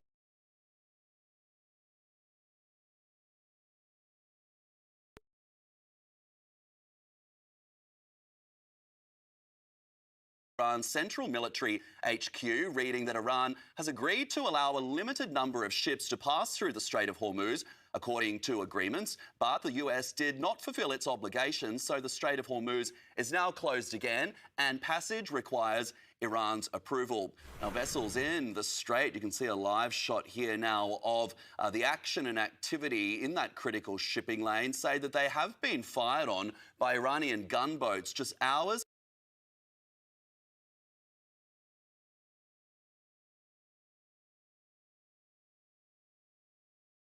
after the waterway was closed. A message from Iran's supreme leader says that the Iranian Navy is ready to inflict new bitter defeats on its enemies. I've just been reading that telegram message from Mojtaba Khamenei, which I think he wrote because it is the anniversary or the day of the army in Iran, also the birthday of the former Ayatollah. So the fact that he's talking about how the Navy will inflict new bitter defeats on its enemies isn't necessarily related to the goings-on in the Strait of Hormuz today. But those really do illustrate quite how precarious this ceasefire appears to be right now. You know, late yesterday, we had a message from the foreign minister of Iran saying we will open up the straits. There seemed to be some pushback from other parties within Iran. The IRGC didn't seem to be too happy about it. The Speaker of the Parliament said only if the US lifts its naval blockade. Donald Trump posted a whole series of tweets sort of in saying that, you know, not until negotiations are ended will we lift the blockade. And now the Iranians have thrown it back into the US court, saying that they have closed the strait, and we have now from the UK MTO, the Maritime Trade Operations body, talking about the fact that 2 vessels appear to have been fired upon by IRGC gunboats, which I suppose shows that Donald Trump's claim that he has sunk the entire Navy to the bottom of the seas is also not the case. This ceasefire has until Tuesday night before both sides start again. Now, I think that what you see on social media and what is happening behind the scenes mediated by Pakistan are 2 very different things. But if you focus on the Strait of Hormuz, that doesn't seem to be getting anywhere right now. And also you have this ceasefire here in Lebanon, and I'm standing at a building in the middle of Beirut, which was hit by an airstrike last Wednesday, Black Wednesday. People here in Lebanon are calling it 25 people killed just in this building, a civilian structure. The ceasefire that Iran says is an absolute condition for any other bigger deal with Iran, and that is, you know, now into its 24th hour, and we're hearing that there has been shelling down in the border villages, that Israel is continuing with demolitions of Lebanese homes in those villages. And if you look at the small print of that ceasefire deal, it says that Israel is to be allowed to continue acting in self-defense should they see a strike. And from all the rhetoric that we've heard from Benjamin Netanyahu, his fight against Hezbollah is certainly not in any way finished. He's made that very clear to the Israeli people. So I don't know whether there is a connection between what the regime in Iran is saying, we've closed the strait, whether that has to do with aberrations around the ceasefire here. It may well do. But I would imagine that Tehran isn't too happy about the prospect of Israel continuing in self-defense here in Lebanon against Hezbollah, given the fact that they've characterized their whole operation here as defensive in terms of protecting their northern communities. But that said, of course, we don't have anything like the scale of what we saw last Wednesday here in Beirut and in the south of the country. And despite the fact that both Hezbollah and the government here have warned people against returning to the south, you've got tens of thousands of people now desperate to get back to their homes, streaming down the one remaining route across the Litani River that allows some passage. And they will probably return to homes that are in part as demolished as this, and will have to rebuild their lives with Israeli occupying forces on their land. The craziest psyop in our entire country is not only the fact that we have Democrat politicians voting to destroy us, literally voting to destroy us, but we have Republican politicians also voting to destroy us. You don't understand how bad it's gotten. So Donald Trump finally makes a tweet about Mamdani. Sadly, Mayor Mamdani is destroying New York. He has no chance. The United States of America should not contribute to its failure. It will only get worse. The tax policies are so wrong. So wrong. People are fleeing. They must change their ways, and past history has spoken. This stuff doesn't work. Thank you for attention. It's Matter Donald J. Trump. He's actually completely right here. Moron Zamdani having a terrible day. And Trump is doing this in response to this. The moron Zamdani posting Happy Tax Day, New York. We're taxing the rich in one of the creepiest, rapiest videos I've ever seen. When I ran for mayor, I said I was going to tax the rich. Well, today, we're taxing the rich. Yeah, a little creepy, a little bit rapey. I'll just show you a second of it. I covered this recently. I'm thrilled to announce we've secured a pied-à-terre tax, the first in New York's history. This is an annual fee on luxury properties worth more than $5 million. Which is basically all properties in all of New York. Whose owners do not live full-time in the city. Like for this penthouse. Right, so this is me standing in front of a guy's penthouse, a guy who did nothing wrong, who probably worked hard, who bought a penthouse, who, you know, didn't do any crimes or anything, and I'm going to talk to you about how we're gonna rape this guy. This is the foreigner communist way. We import the retards into our country, the retards get together, they vote for retards to represent us, and then the retards that represent us talk about how they're gonna rape us. Because they want to take our money and give it to them instead. And because, of course, the people that don't earn the money totally deserve it more than the people that earn the money. Now, even Ben Shapiro had a rare W here. This smarmy Marxist doesn't see taxes primarily as a way to provide necessary public goods. He sees them as revenge. He celebrates the confiscation of wealth he did nothing to earn.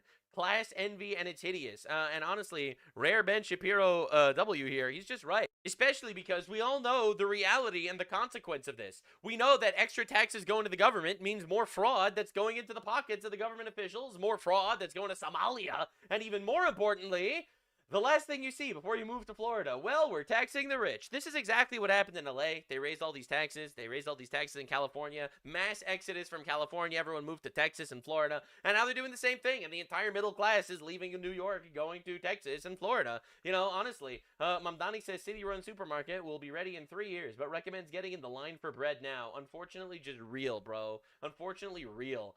This is the new Sesame Street, by the way. This is official. This is the official new Sesame Street. Salam alaikum, everyone. I'm Rami Youssef. Oh, it almost Elmo. Mr. Rami, what does salam alaikum mean? Well, salam means peace, and it's a way to say hello in Arabic. Oh, cool. Oh, salam alaikum, everybody. This is real, by the way. This isn't parody. This is actually the new Sesame Street. Elmo and I are here to wish all of you a happy Arab American Heritage Month. Yeah, happy Arab American Heritage Month. I'm so proud of my Arab heritage, and I'm so happy to share this month with my fellow Arabs and Elmo. So, thanks, Habibi. Oh, wait a minute. What's Habibi? Oh, it's an Arabic word for a special friend. Really? Well, happy Arab American Heritage Month, Habibi. We love you. Yeah, so, again, we understand what's happening. we are being conquered. We are being... Holy shit, AI. Yeah, immediately. Allahu Akbar, infidels. Yeah, true. Anyway, it's pretty wild watching this happen in front of our eyes. Oh my god, it's brutal. It's just absolutely brutal. So yeah, this is the PSYOP, man. On the left, they import people to drastically change our culture and control us. Here's Ilhan Omar actually getting asked about the fraud. This goes so well. It goes so well. So they ask her immediately, oh, what about all the fraud? And it's just like, it's everything you could have hoped for. I think it's, what, now 230 million that has been... well, 250 is what they say. Yeah. Misuse funds meant for child nutrition. Yeah, 230 to 250. There's been about... Imagine lying about 20 million when the number's 250 million. Like, just a casual lie. 77 or so. 75 defendants. Yeah, that have been indicted. Many of them have taken plea agreements. That makes it. They got to make it hard for you, right? Just in general, not because you got anything to do with it. Yeah. But when he can point. In my opinion, she has things to do with it. We got to get her out of the country, man. Say, well, this actually happened. No, I mean it doesn't make it hard for me. Yes, it does. But it does make it hard for. Get ready. You know, the American taxpayers that are getting defrauded by Somalis. Is that what she's gonna say? No, the average Somali business owner. It is crazy how all of them have the same mindset. 9/11 was really hard for the Muslims that didn't do 9/11 that are going to get dirty looks on the subway. Oh, and Somalis raping you and scamming you, well, that's going to make it really hard for Somalis that are going to get dirty looks on the subway. It's like, it's literally insane how this is literally the thought process for all of these people. There you go. Yeah. It makes it hard for the average immigrant business owner. It makes it hard for the average black blacks most affected. Are we being serious here? Business owner, because it does create this cloud of suspicion, and and obviously it's become very politicized. I wonder why. We imported literal fucking retards into our country. Look, I don't want to be racist here or anything, but these people are actually retarded, and we are importing them into our countries, okay? And they are raping us and scamming us blind. All right, opening up leering centers with seemingly government assistance to scam the shit out of us, and we're supposed to sit here and be like, well, actually, this is getting politicized. I don't want to get this political. And it will continue to be politicized as we get closer to November. And the level of harassment people are dealing with, even...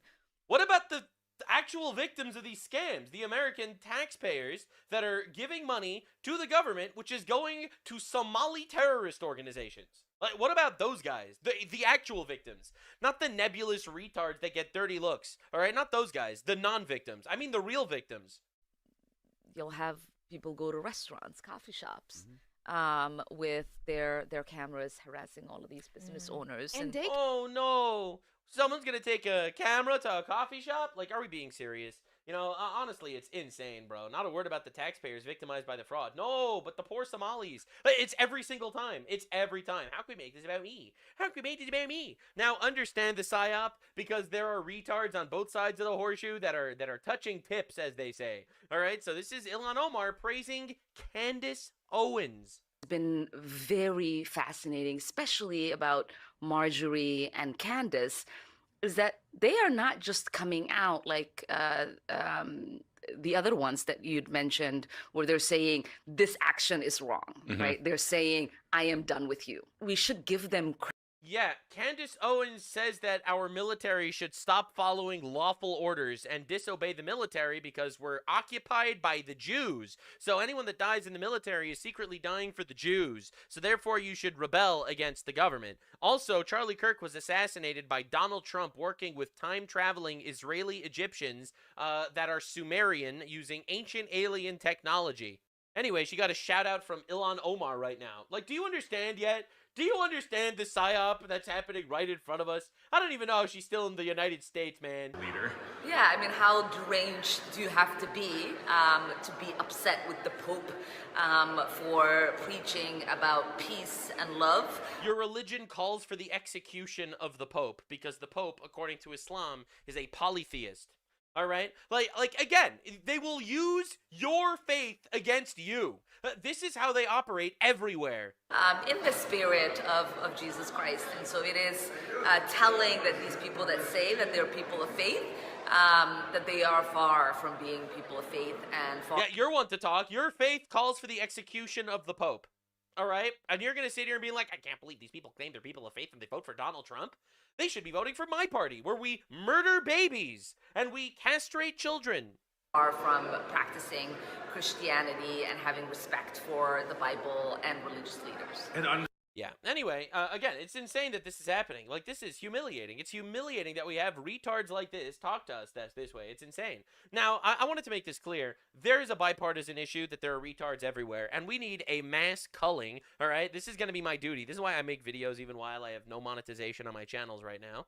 Because unfortunately, I think things need to be said. And I get a lot of people calling me out for this. They're like, oh my God, a Jew is making videos even when he's not getting paid for it. You shut the fuck up.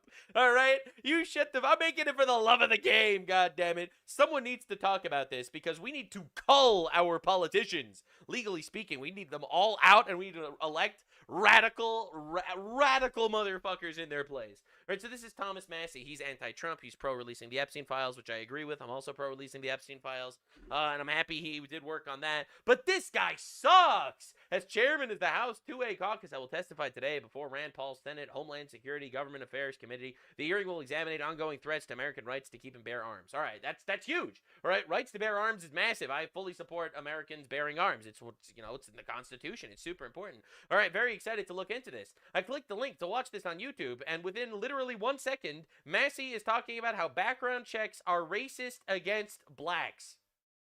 This is our based right-wing guy. Are we being real here? All right. So obviously this guy goes to check immediately to see if that's true. And it is. Report. And what we've discovered through my friend John Lott, who's an economist and a statistician and an author, is that there's inherent racism in the NICS background check system. Because it's sloppy and they check only phonetically similar names, when you go to purchase a gun, you can be deprived of purchasing that gun.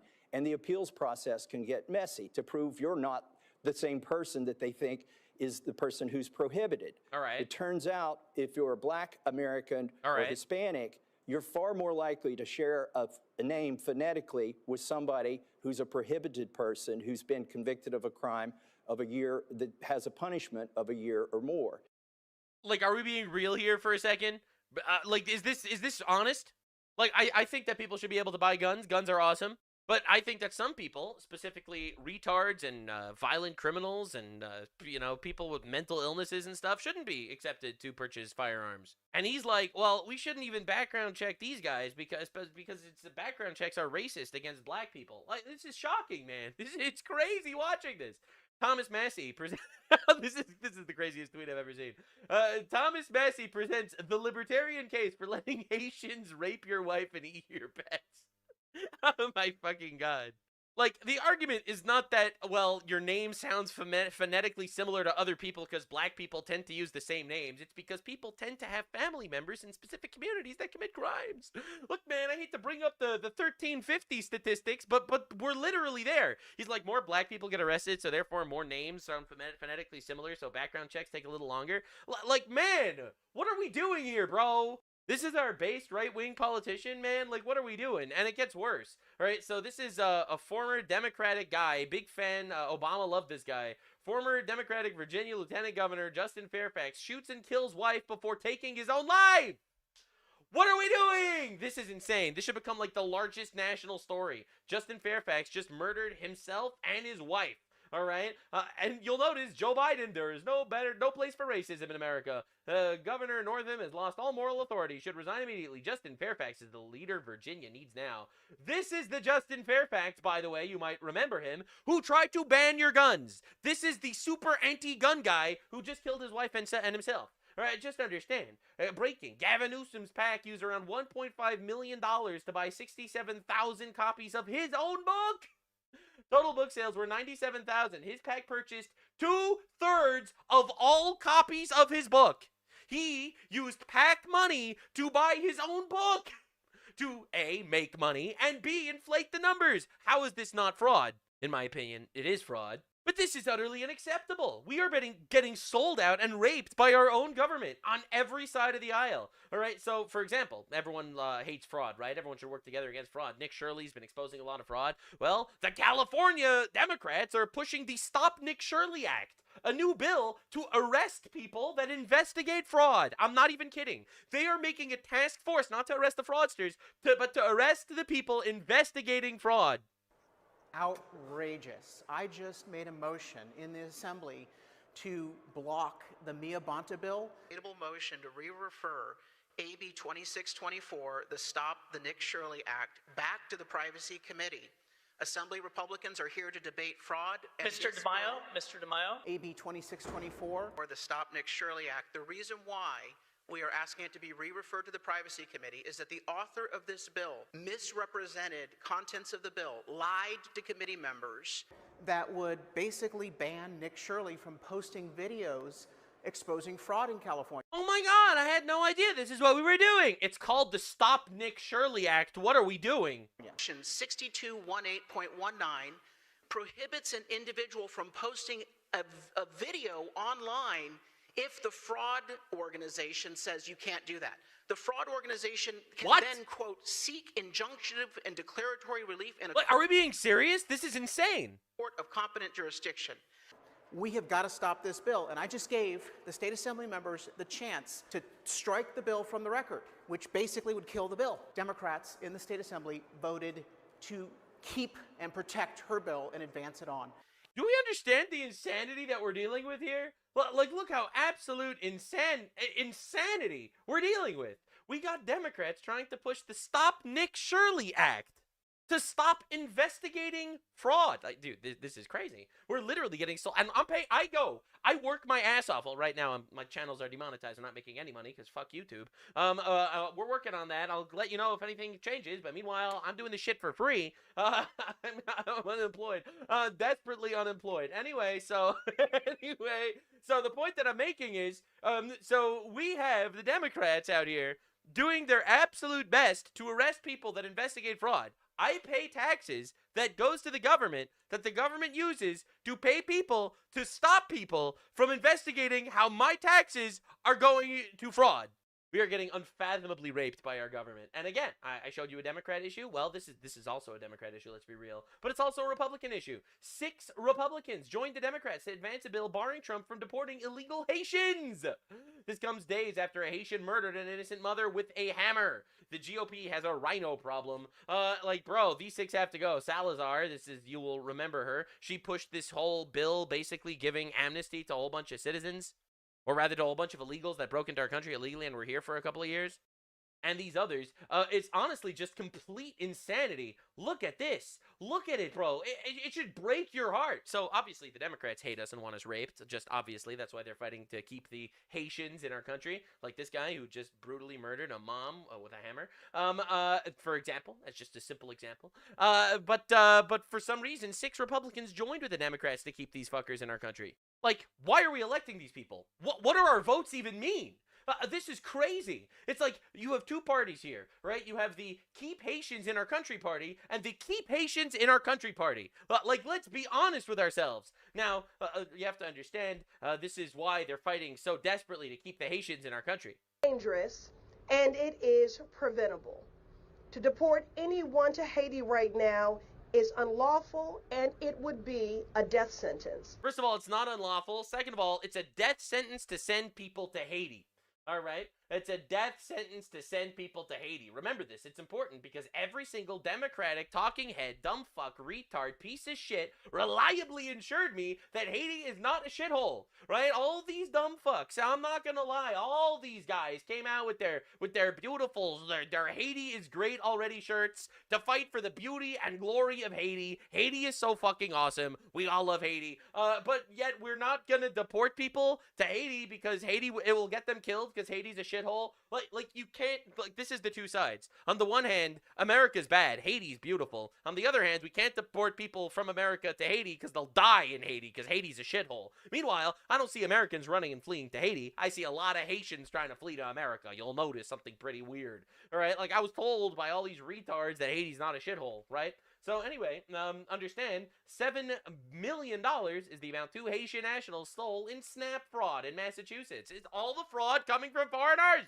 What are we doing here? This is crazy. It's crazy. And the wildest part is we got 6 of these guys, 6 quote-unquote Republicans joining the Democrats. It's like, I'm at the position of, I know the Democrats are a fraudulent organization that's trying to rape our country, import immigrants, and steal votes. Okay, I've already accepted that. 6 Republicans joined them for this? Like, they need to lose their next elections immediately. And this is what we have to do. This is how we save our country. We have to cull the retards that vote this way. If they do this once, they're out. They will lose their next election. Nux, you're being radical here. No, I'm not. The radical position is letting third worlders into our countries to rape and kill us. The moderate position is removing them. Like, and bro, this is gonna sound racist as fuck. The Haitians are not like your average little, like a gang in some ghetto in Detroit. What are we talking about, bro? Like the gang in the ghetto of Detroit. These are 85 IQ like good guys. All right, let's be real. The Haitians are 70 IQ, bro. On average. Like this is a literal real statistic. I'm not trying to be racist here. I don't want to import people from countries where they will eat your organs and think that you have precious metals inside your skull. We are dealing with a different beast. Okay, all right. I'm definitely getting a little racist here. But the point is very simple, actually. Our country is pretty awesome, and I don't want to bring in retards that want to kill us. Once again, the moderate position. And it's insane. Like, you look at Haiti, it's a shithole. I don't think we should be bringing people from shitholes into our country if they made their country a shithole. If they couldn't make their country not a shithole, then why do I think that they're going to improve our country? It's just really basic logic. Haiti's average IQ is 67. Oh my god, I said 70. I was wrong.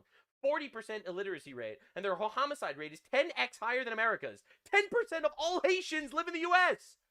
Literally, what the actual fuck are we doing, bro? Oh my god. And then these people hit you with like the random gay libtard. Hateful people are less intelligent according to science. It's not hateful to want to deport the Haitians. All right? I love my neighbors so much. I don't want them to get their organs eaten by a 67 IQ person from Haiti. Okay, you want to be real here for a second? It is hateful to let them rape us. All right? It is loving to want to deport them and protect ourselves. Just because you have this moral retard situation going on between your ears, it doesn't mean we all have to fall for the psyop. Like, this is absolutely insane. And 6 Republicans voted to keep them here? Like, what are we doing? Declassified testimony shows that the Democrats actually did false impeachment on Trump right now. The first impeachment on Trump was totally bogus, which, again, is just like the classic lawfare to destroy us. Like, I'm just being real here, man. This is treason. It really is. Like, Donald Trump is the elected president of the United States, and they're going to try to impeach him on bullshit charges and reasons. Our country hates us. Our country hates us. Our government is not working for us. Especially the Democrats, obviously. I think these guys have completely sold their souls to some otherworldly being.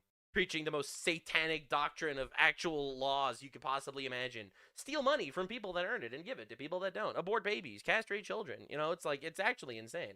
Then you have a couple of retards on the right that join and lock hands with them because I don't know why. Were they paid off? Did they fall for the psyop? Are they just honestly believing what they're saying? Are they infiltrators? I don't know. I don't know. But they need to go. And we need to elect a new generation of some of the most radical motherfuckers of all time. Slowly but surely, we will take our country back.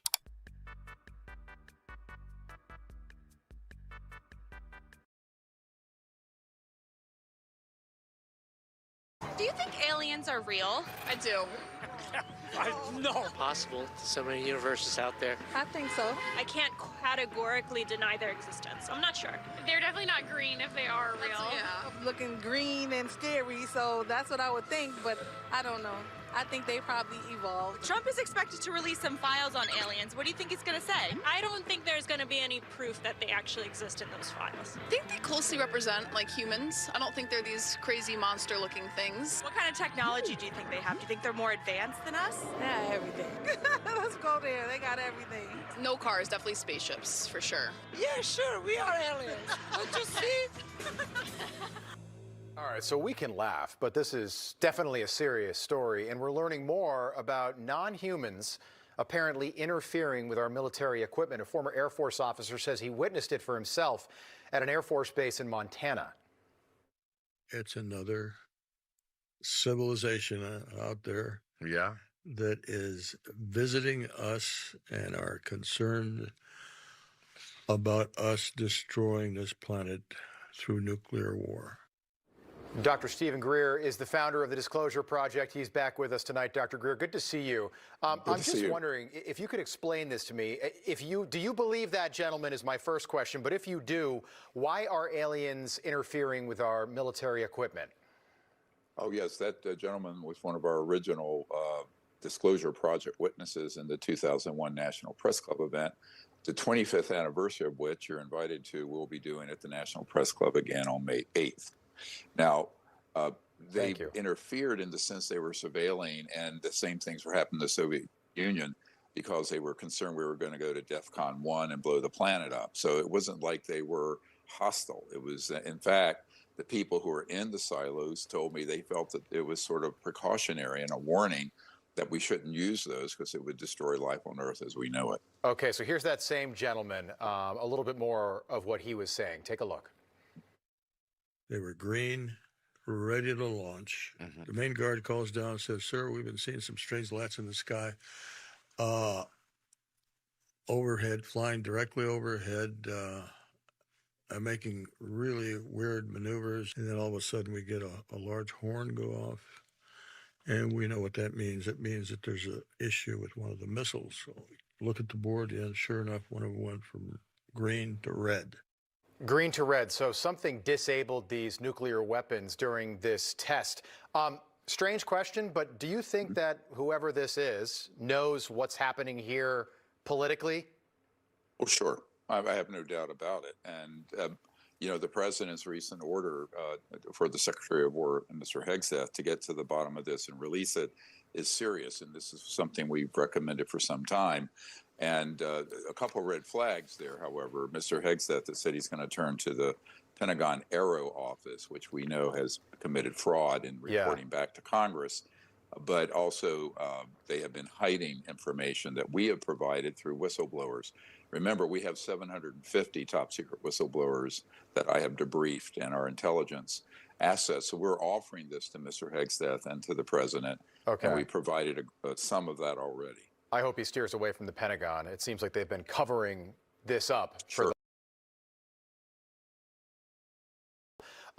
There was a report this weekend claiming that the White House could release UFO information, including videos, photos of non-human craft and non-humans, proving that we are not alone. And then they registered this domain website, aliens.gov. It got no attention.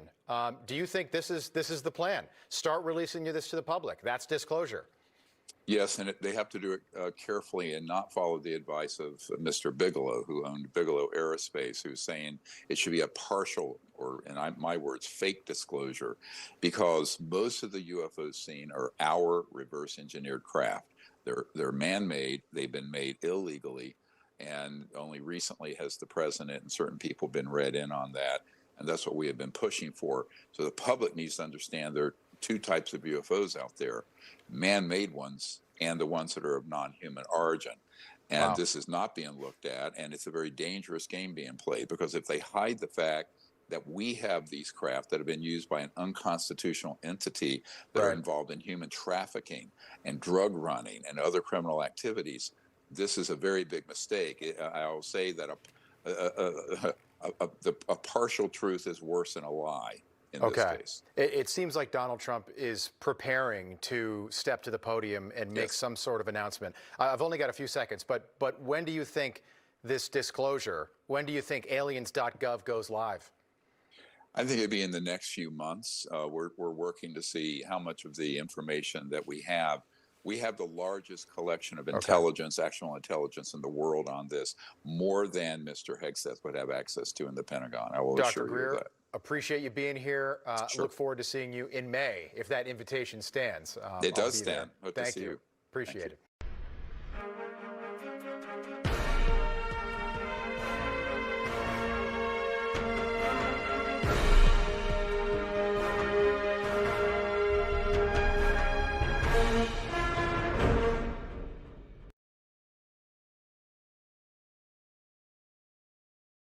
Let's take a little look into our neighbors in Europe, shall we? Because if the left wins here, we become this. All right, so this is what the inbreds of Bradford think of their host nation and people. I really love when they say the quiet part out loud. Look, man, I've been so radicalized ever since I saw that Somali interview with the guy say, hey, don't you think that there's negative repercussions to raping women? And the guy's like, well, I mean, technically she could scream if she gets raped. I was like, wow, dude, maybe we shouldn't be inviting these people in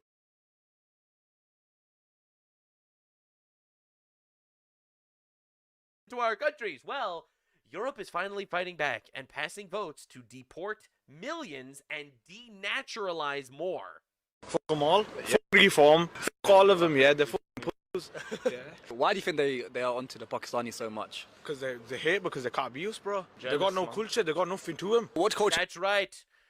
England has no culture. That's right, ladies and gentlemen. The West has no culture. It's the Pakistanis that bring culture to the West. What have they got? Beans and toast, cuz. That's right. I mean, yeah, we have rape gangs, but hey, at least we have good food. I mean, I love when people use this argument like it actually makes any sense at all. We could borrow your cookbook and deport yo ass, and our culture will improve. England's national dish is fucking chicken tikka, cuz they've taken everything from us, yeah. They've robbed out of India and all that shit. Yeah. They robbed us because they could. All right, you want me to introduce you to something fucking awesome? Imperialism. All right, I'm sorry about that. You're not allowed to be based anymore and think that it's fucking awesome that England conquered the world. No, you have to make believe that that's an obviously horrible thing. Look, I'm just saying, Zimbabwe before colonialism was a shithole. During colonialism was beautiful and denominator, motherfuckers. And besides, if England was so bad, why are you there? I love how every migrant fucking hates America and hates England, but desperately is trying to come and leave their shithole behind. Not giving nothing back, yeah, and they're trying to get us gone. They brought us here, bro. Then they're saying, oh, we shouldn't have come here, go back to your own country. They brought us here. It don't make sense, guys. 100%, man. They brought us here. They invade illegally on like these little fucking boats. They brought us here. Yeah, no, they didn't actually. Not in these numbers. Well, are you absolute insanity? All right, yeah, so people from the 7th century sandpit are desperately upset that England has no culture unlike them. Let me introduce you to the culture that they came from.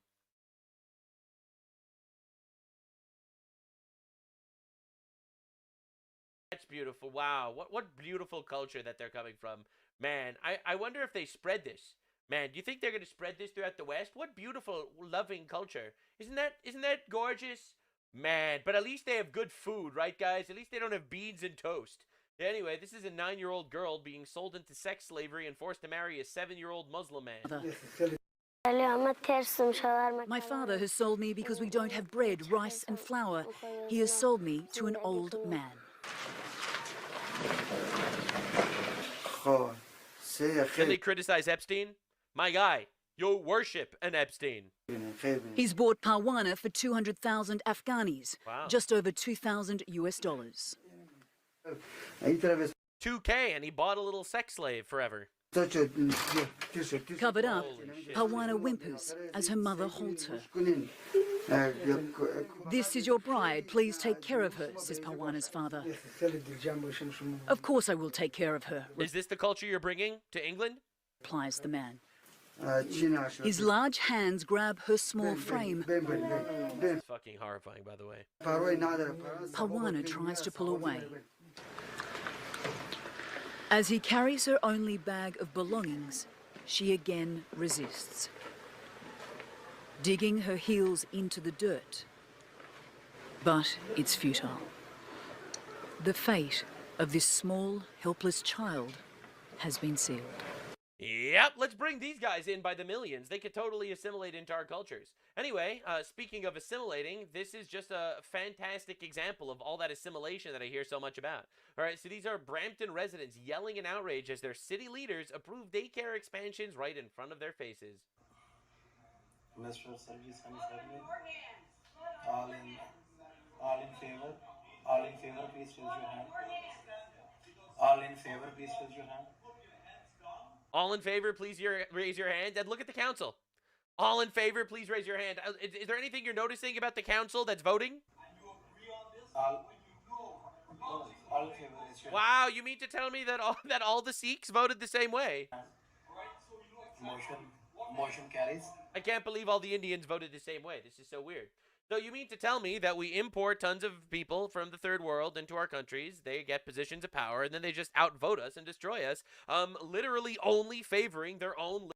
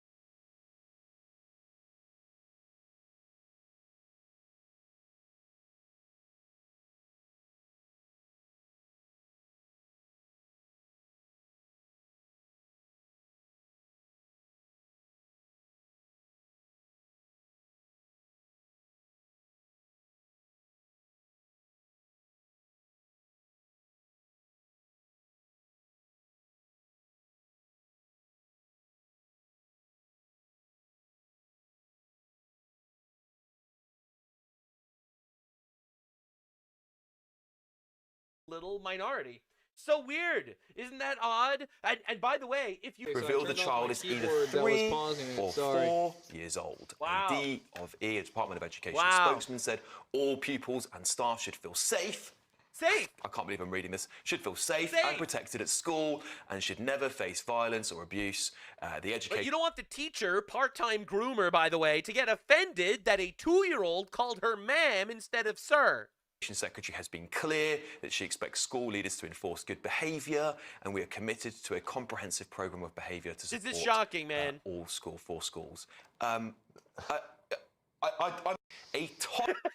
Even the media is like, I don't even like. How do we even do this? This is crazy, right? And you thought that's bad? Well, it's everywhere. This is a guy in Iceland also facing prison, right? He's facing prison for this. Understand how cucked these people are. Leftism is cancer, all right? It is evil. It is. So yes, when Shoe on Head calls me out and say that I just, you know, basically smear leftists as a whole, it's because they're fucking evil. That's right. I do smear them as a whole because their ideology is demonic. An activist in Iceland, Elder Christensen, chairman of Samtökin. An activist. 22, a gender-critical organisation that supports single-sex spaces and opposes the medical transitioning of children, is... Listen to how he described this. Being investigated by police over 7 posts he shared on Facebook and X, where he expressed criticism of male breastfeeding. There is a guy going to jail in Iceland for saying men cannot breastfeed. Are you hearing this correctly?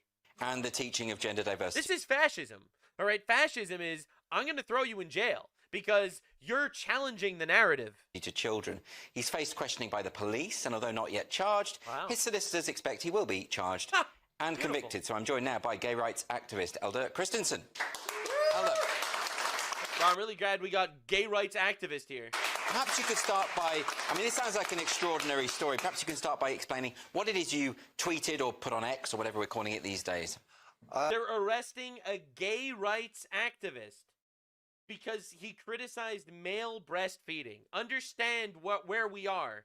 This tweet in question with the breastfeeding, I believe it was put, I believe I tweeted it in August of last year.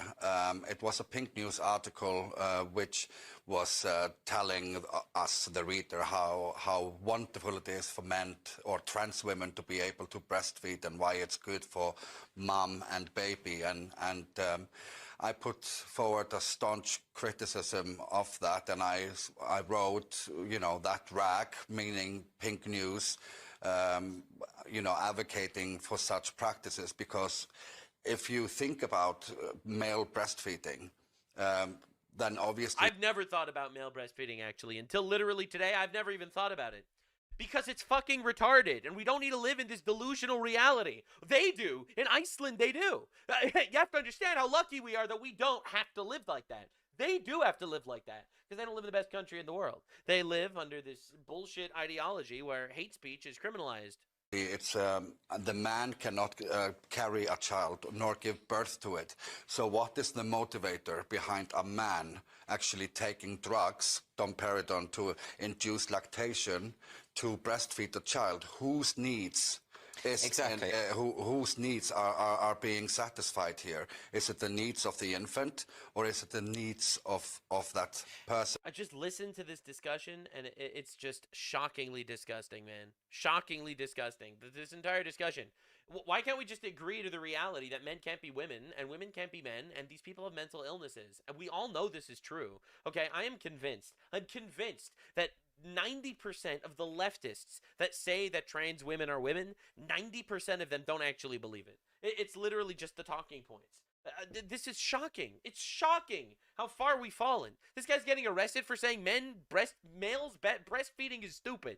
And who is taking the drugs and trying to breastfeed an infant. And of course your criticism was very robust, and you said that it was a form of child abuse, and yes, that there was a fetishistic aspect. Yes, I used the P word, pedophilia, in this context, because, and I stand by it, because if you do use, or if you are not a gynophile, and which is a sexual fetish, and if you are using infants or children for that matter to satisfy your sexual fetishes, it's pedophilia. He's literally just completely right. I don't think that all transgenderism is the autogynephiliac fetish. I think a lot of it's just a mental illness. But the reality is, this is fucking insane. What is going on? What is happening? Youth Center, this is in England, did not want to report 16-year-old girls raped to authorities because, quote, Muslim boys are already under enough police scrutiny. Oh, German media claims. It's German media. It's not British media. Every day I wake up and I read an article from Europe and I literally just freak the fuck out that this is real. That we have the same, like, cultural foundations as these people. Hitler fucked up so badly that these retards are scared to be called a Nazi to the unbelievable extent that they are literally letting Muslims rape their children and not call them out of fear of being called a Nazi. This is like complete moral psychosis. Now, the fight back is actually happening now. This is the Dutch politician Geert Wilders. He's been based as fuck from what I've seen. We want 60,000 Syrian refugees in the Netherlands to return to Syria immediately. And we want, maybe one of the most important things, we want all criminal foreigners to be deported from the Netherlands. That's right. And people are actually starting to wake up. The right wave that's happening is insane. This is Rupert Lowe. Rupert Lowe is a British politician basically running on, we are going to deport fucking everybody. Some exciting news to share. Restore Britain's membership gone up through 120,000. That's double the Liberal Democrats. Double. Almost entirely done through social media. Less than 6 weeks after launch. Less than 1 week after our official registration as a political party. Our ground game is now firing. Approaching 400 parliamentary constituencies. Now that our local branches are up and running, introductory meetings happening every day. And essentially, it's actually picking up steam despite having just starting because people are tired of this. Breaking, the European Parliament voted in favor of removing all tariffs on the United States industrial goods, completely caving to Trump. First they say Trump's a fascist, you're not allowed to play the game with him. But every single one of them is going to cave to this guy because he is actually a man, and these people are weak, effeminate, feminized retards, and they'll always cave. Now, this is a new era, the likes of which we've never seen anywhere in Europe.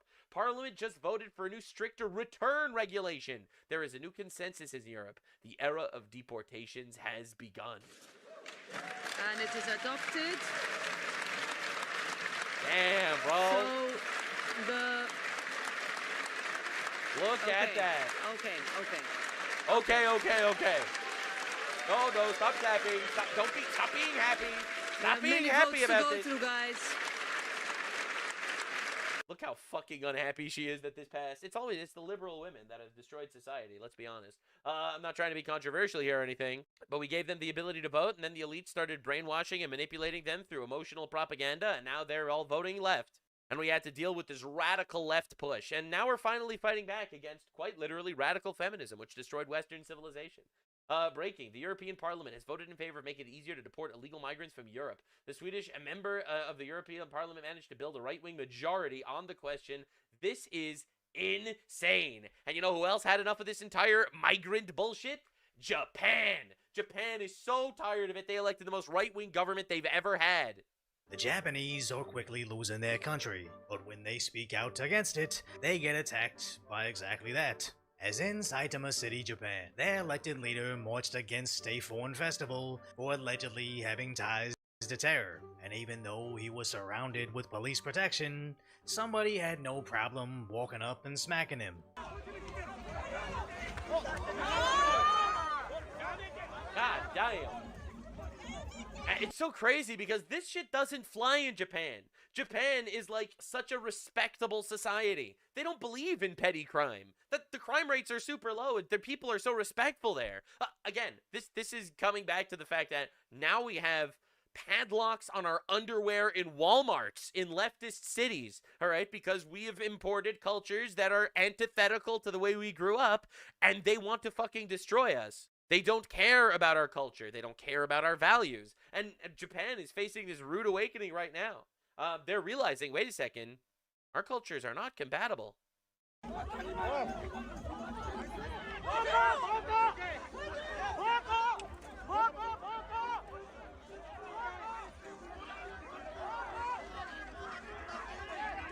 Damn, bro. And as another Like, mass... this dude just stayed on. He was in shock. Look, I mean, in a way, I think one of the reasons why he's staying on the ground is like he just got the best political campaign of his life. He's out there campaigning. I think this is like the big anti-Muslim guy, the campaigning that Muslims are violent or whatever, and then a Muslim beats him up in public. Like, I mean, this is the Japanese equivalent of Trump getting shot at. And as another masked non-Japanese man... What? You mean to tell me he was a foreigner that didn't assimilate into Japanese culture, that did something completely uncouth? Tried to steal the camera. I can't Another believe angle it. shows the police getting splashed with an unknown substance. What is that? As their group had no issue shoving police, as apparently he was with the guy that hit the city councilor. Why even supply law enforcement if all they're gonna do is provide a barrier for them to hide behind and basically refuse to make any arrests? As the internet's explanation goes into the tensions between the Japanese nationalists and foreigners for potentially having ties to a group, their home country had I thought it was Kurds. Yeah, I expected it to be Kurds. Saitama especially has massive issue with Kurdish migration. There are a lot of Kurdish people that show up, and shock of all shocks, there are now literal Kurdish terrorist organizations in Japan. I mean, you mean to tell me that Muslims that come from Muslim countries start terrorist organizations? Muslims starting terrorist organizations? Ha! That must be some Islamophobia swill that you're hearing. Designated as terror. But when you look at the Japanese articles, that roughly translate to admitting the assault occurred, with the authorities refusing to release information on the investigation, but concluding the article on how this was a Kurdish festival. Didn't see that coming. They put on national costumes, held hands, and danced to folk music. Why the hell were they compelled to include any of that, as if anybody seeking the article on the attack needed to know the peaceful aspects of the gathering, not the several assaults that occurred, both on their elected leader and the police, which just lets us know Japan is suffering from the same liberal nonsense we are in the US. I don't think it's nearly as bad as in the U.S. or in Europe especially. Oh my fucking god. But yeah, it's bad. Absolutely. It's bad everywhere. The media sphere is a giant propaganda campaign pushed by elites across the world to guide the world down the path that they want to guide us. It's evil. Always tells me that it's just a lunchbox and that it's not that deep. But it is. And I'm going to take you down with me, because the bento box is also a symbol of Japanese empire. Patriarchy in any country is always going to be closely linked to nationalism. Bro, I didn't realize they had these woke retards, like, everywhere, bro. This is insane. The bento box is racist? Holy fucking shit, dude. Woman, go back into the kitchen and pack your husband a bento box. What are we doing?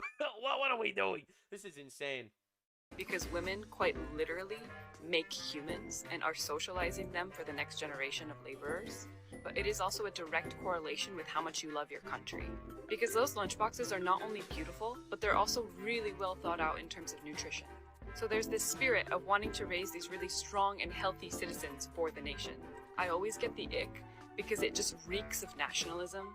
Whether it's subconscious or not, I think so for someone like me, who teaches gender in Japan, it's really, really difficult for me to come in and say, hey, that's actually oppression. Nonsense like this. It's not oppression! You're retarded! Stop it! Oh my god! It's unbelievable that even Japan has these retards. They're everywhere! They're everywhere! They're everywhere. Just reminds us that being recreationally offended is no longer exclusive to America, as nobody actually struggling in life or is... I'm happy he's mentioning that. The honest truth is, it's only the most entitled fucking people on the planet that have the time to actually get offended by shit like this. You think the Iranian people under the regime of Islam actually give a shit about stuff like this? They're trying to survive. You think the people in Israel in constant war, or the people in Palestine, some people keep telling me that's a real place. I haven't been able to find it on maps, but apparently some people think it's real. They don't have time to deal with this shit. It's literally coming from this, like, entitlement perspective. You know, I am super entitled to all of the things. I have no time for anything. I have no time for anything that's, you know, remotely important. I'm not contributing to society, so I have to make believe I'm contributing to society by criticizing bento boxes. providing something useful to society, has the time or even the drive to deeply miserable women, usually, that don't have a husband, don't have children, and still want to contribute in some way, and they do it the way they know best. By nagging. By constructively criticizing the patriarchy. figure out how lunch is oppressing us. But the scary part is, it's like they all deploy the same playbook on how to destroy a country from within. They do. It's communism. It is the communist revolution. That is exactly it. This is Bolshevism at its absolute core. It's emotionally manipulate retards. And, I mean, I don't mean this in a bad way. Women think more emotionally than men. Men are more logical. Women are more emotional. Obviously, women are also logical, and men are also emotional. This is just statistically. And it's much easier to manipulate someone emotionally. So I think these elite people, or whoever's fucking doing this shit and trying to pull these strings, are literally targeting women. And that's why, in the book 1984, discussing dystopian futures, it literally says it starts with the women, because it's actually so obvious that that would be the game plan if, hypothetically, there was some sort of global cabal that eats children and tries to overthrow countries to instill their globalist order of homogenized slop. It seems like that's what they would do. That's what I would do if I was them. Now, I'm not them, to be clear. I am not them. I actually believe in God and think that inherently there are morals that I believe in. Cultures are different, people are different, and biblical values are superior. They don't believe that. They don't believe that at all. They actually, I would argue, believe the opposite. As of 4 days after the original attack, there have been no public arrests, sparking anger amongst the country, with even this random Japanese YouTube video explaining, with oddly AI-translated speech. The two main people who attacked the group in the defensive terrain could have been arrested on the spot. Saitama Prefecture confirmed that the organizer, the Japan Kurdish Cultural Association, had been designated by the Turkish government as a terrorist support group related to the PKK. And Bro! Everyone's dealing with Islamic terrorism everywhere. This is fucking insane! It's almost like they're trying to conquer the world or something! Again, this is like the ultimate alliance, all right? You got the global communists, all right? And you got the anarcho-terrorists, okay? And essentially, all right, they're working together. Because you see, Islam wants to conquer the world, and the retard global cabal of dumb fucks and rich people that are trying to destroy civilization and any form of unique ethnicities anywhere, they're more than happy to flood our countries with barbarians. So, you know, it's the barbarians want to flood our countries, and they want to flood our countries with barbarians. They shake hands, and we get raped. That's how it works. Understand what we're up against. Gave permission for the performance on the condition that the flags of political organizations would not be displayed in advance. But what actually happened? Items such as badges that were thought to be related to the PKK were being sold at the event. It has also been confirmed that some people were walking around wearing the flags of combat units. Furthermore, the violence and attacks on the police by Kawamoto were unforgivable. When asked why they arrest people and why they don't arrest them, the police officers honestly said that they can't finish them off because they come in groups. As you can see from the video, when trouble occurs, they all gather together like this. And they intimidate. The police be like, we can't arrest them. There's like 6 goat fuckers all working together. It's like the Power Rangers. We're powerless. You. It's insane to think the local PD can be overwhelmed by such a small, aggressive group, to the point that neither their politicians nor their police are safe. But sadly, we've seen the same exact scenario play out in basically every single country that's asked to provide mass sanctuary. As high-trust societies will always find, their soft-on-crime approaches pathetically ineffective against those who don't respect their culture. I just think of that Takashi from Japan channel, illustrating how immigration can be great when paired with assimilation. And you will never be Japanese. Doesn't matter how much, Japanese you speak or if you get naturalized as a citizen, it doesn't matter. But, I appreciate Japan. They tend to be the kind of foreigner that is loud, kind of get looked down on by Japanese people, and that reflects on the rest of us, like all foreigners. You know how in Japan you're always scared to disrupt others and you have to be, how can I say it? You have to pay attention to other people's needs. If you just behave like Japanese people, then you'll be accepted. Things like taking off your shoes before you go inside, wearing a mask if you have a cold, don't talk loudly on the train. Japanese people accept if you behave just like them, but in fact you're a guest in the country, so you should behave better. But when the newcomers aggressively refuse to... But what if they're an Islamic terror organization that's planned is literally colonialism?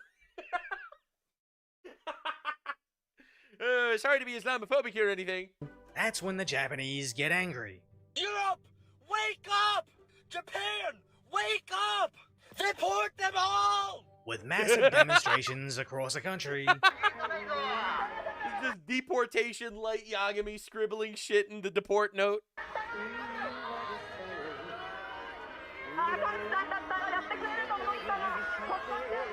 And anti-immigration marches featuring the Imperial Rising Sun flag. Paste.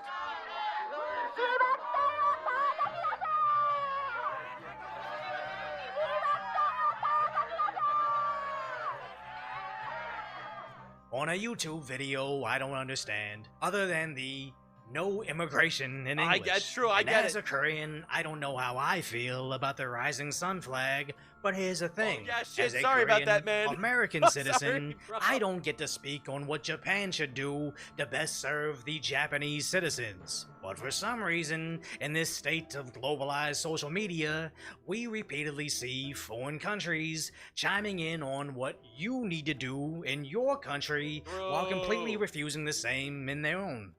Bro, I love seeing Pakistanis explain to us how we're actually really bad people and Jeffrey Epstein was a bad guy as they go out the next day and decide to buy a 7-year-old for their grandfather as a birthday present. Japanese politicians warn how mass migration could make them the next Europe. Also explaining how anybody calling the Japanese racist for being against open borders are likely Russian. Dude, I love watching libtards in America call Japanese racist for not wanting to cede their country to barbarians. It's like, I can't believe Japan isn't letting the orcs into the Shire, but how will they rape the hobbits if they don't let them in? Fantastic question, libtard. You see, Japan is not like Democrats. They're not actually pro-rape.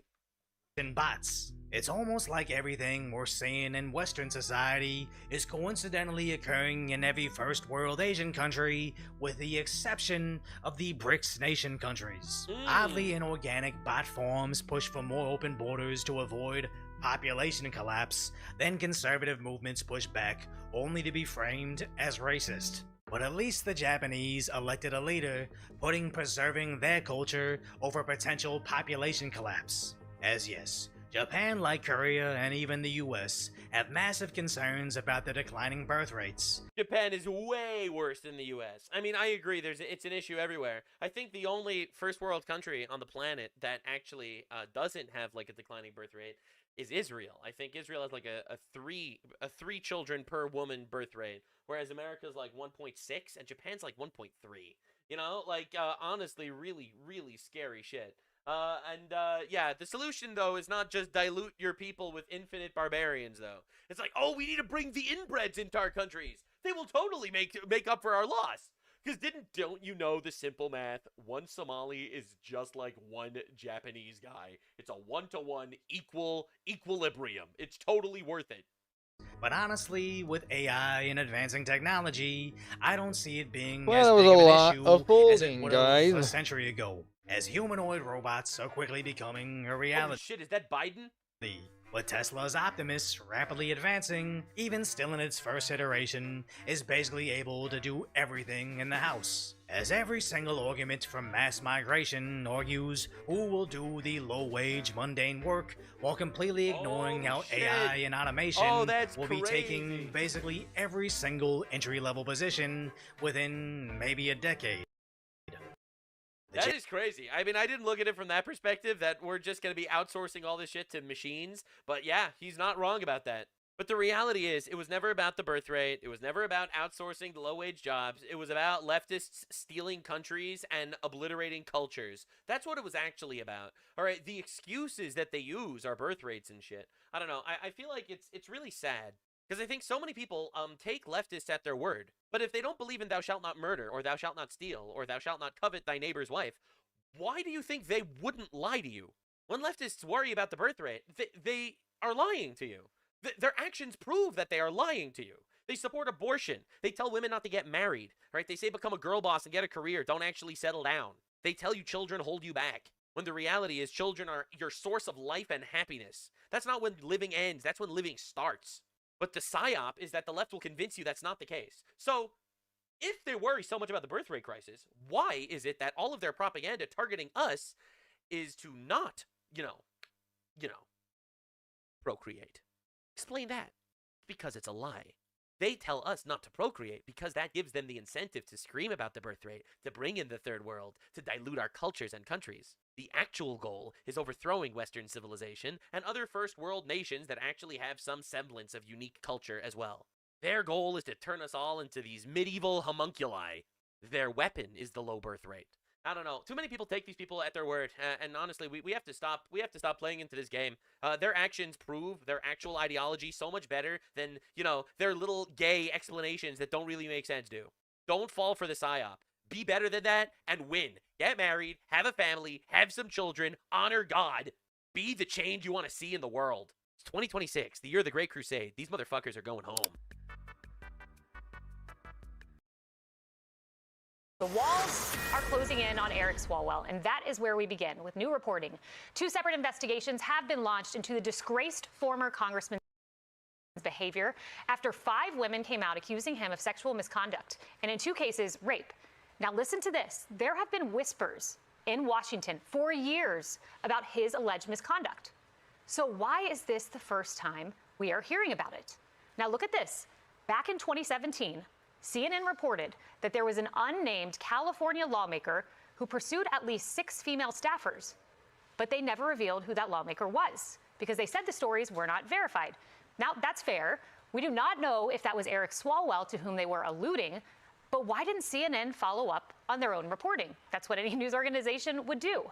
In that same year, just 1 month later, Politico reported that at least 20 lawmakers accused of sexual misconduct were about to be unmasked. But listen to this. They were never unmasked. We do not know their names. Why? Now, with these new allegations involving Eric Swalwell, which he denies, it raises a bigger question. If reporters, insiders, political circles were hearing things back then, why didn't anyone do anything about it? Why didn't the media and Democrats bring it to light sooner? The California kingmaker, Willie Brown, says it's been an open secret for years, saying, quote, I am not surprised, frankly, because there have been rumors after rumors after rumors. His colleagues in Washington pretty much said that. That's what Adam Schiff said. That's what Nancy Pelosi said. And that's from the California kingmaker. And now when asked, Democrats are openly admitting that they knew, too. I had heard rumors that he was a womanizer, and that's one of the reasons that I endorsed Tom Steyer in the race. It was flirty. That was flirty. And that was when? About what year? I mean, that was we've heard that. We've heard that throughout. I think many of us had heard the rumors as well. Never seen any corroboration, but certainly I think the word had gone out. And just this week, a 5th accuser spoke out against Eric Swalwell. You might have seen this, detailing how he allegedly assaulted her. Now, we have to warn you before we play this, these details are disturbing. Here's Lana Drews. I believe he drugged my drink. I only had 1 glass of wine. He said he needed to get paperwork from his hotel room. When I arrived at his hotel room, I was already incapacitated and I couldn't move my arms or my body. He raped me. And he choked me. And while he was choking me, I lost consciousness. And I thought I died. My delay in taking action against Eric was driven by fear, not doubt. Fear of his political power. Joining me now exclusively with reaction here in New York City is Congresswoman Nancy Mace. Congresswoman, this is the part of the story that I do not think has been explored. Hearing that this was an open secret, and of course, anyone is innocent until proven guilty, but had you heard this open secret? You're on the other side of the aisle. I don't get invited to parties, so I have very lonely in Washington. I had not heard the open secret. In fact, I've never spoken to Eric Swalwell because of his politics. But here we have a guy who was protected by his party, apparently for years. They all knew about it and said nothing. The party that says they protect women actually hurt women. They protected predators instead of these women. And I want to say and thank the women who've come forward for their bravery, for their courage as a survivor. I know firsthand how difficult it must be and is for these women. They might lose their jobs. They're going to be attacked. But this is a guy that led Russiagate. This is a guy that was the attack dog on Donald Trump. I imagine they protected him, his party, because he was so effective and he was leading that effort to go after Donald Trump, and that's why they did that. Yeah, no doubt about it. And, you know, of course, on the Republican side of the aisle, we saw Tony Gonzalez resign as well. So I bring that up because I want to know how widespread this is. And I saw a tweet that you said that Congress has a predator problem. It is time to clean house. Is Congress having a Me Too moment? They are. And in fact, last fall, I brought up Tony Gonzalez in Congress privately. When I started hearing rumors about a person in my own party, I said, we need to clean up our own party, because if we're going to attack Democrats for their behavior, we have to be willing to acknowledge when we have someone that needs to be kicked out of Congress or resign. And this is just the beginning. I think there should be an avalanche of resignations. Like, women need to come forward and show who these predators are, because women that work on the Hill, they shouldn't be either way, harassed. both sides of the aisle need to clean it up. Nobody wants to get into it because it's so stigmatized, and you don't want to be considered this, that, or whatever, dude. I'm over it. We need to fix the problems. Need to resign, and they need to be exposed. And quite frankly, I don't care what party they are. I mean, I've been advocating for what is fair, what is right, what is equal for women, so they have the right opportunities like everybody else. But this is out of control, and I want every single predator that's in Congress now to be forced to resign. I don't care how long it takes. If we can do it fast, let's do it. Let's do it now, regardless of party. They gotta go. And you've put action behind your words here. You put forward a resolution, and it said you wanted to move publicly to release records of sexual harassment investigations. I think the average person watching this says that seems fair. If there's a sexual harassment investigation in Congress, we as taxpayers paying your salary deserve to know about it. Right. But the vote for that was 357 to 65. How could Congress be against this? How could the House? Well, both parties decided that they would vote against revealing the sexual harassment records of their own party. And what happens is both parties will protect the other because they don't want their skeletons out there. And so they end up protecting each other. And they lied about what the bill actually did. I protected all of the identifying information for victims and witnesses. As a survivor, I want to be sure I protected them. But they covered it up. And this was just a few weeks ago. So this avalanche of this Me Too congressional moment is huge for us. And we need to expose every single one. Yeah, no doubt. It's we need to uncover it, and we need to know on both sides who's pedophile. I don't give a fuck. That happened yesterday. We just heard from President Trump in the Oval Office. He addressed Iran a little bit, said things were going well. But if President Trump is able to secure the opening of the Strait of Hormuz, remove the uranium, which he has indicated Iran is willing to do, stop the proxies in the ballistic missiles program, this might be the greatest deal in history and, quite frankly, reset the world order. There's a lot of ifs, but it would be a big deal. I just texted the president about Iran, saying it was going perfectly right now. This would be peace in the Middle East, and he's the only president that I know that can pull this off and do this. He's done what no one else has attempted to do, and so far what he's done in this negotiation is nothing short of historic and remarkable and perfect right now in this moment. So you've been communicating with the president, so it's his belief that we are on the right track? It's my belief. I communicated that to him, and I think he knows that he's on the right track. We had no troops on the ground. That was one of my concerns early on, is making sure that we didn't have troops on the ground, and he did it without doing any of that. And I think he's the only, and I told him this morning that I think he's the only president that could pull this off, and he's done it in the last couple of days. What I have seen has just been completely historic, and that's what I told him this morning. Yes, and we will continue to follow it. And Congresswoman, we cover faith on this show. It's a key part of Saturday in America.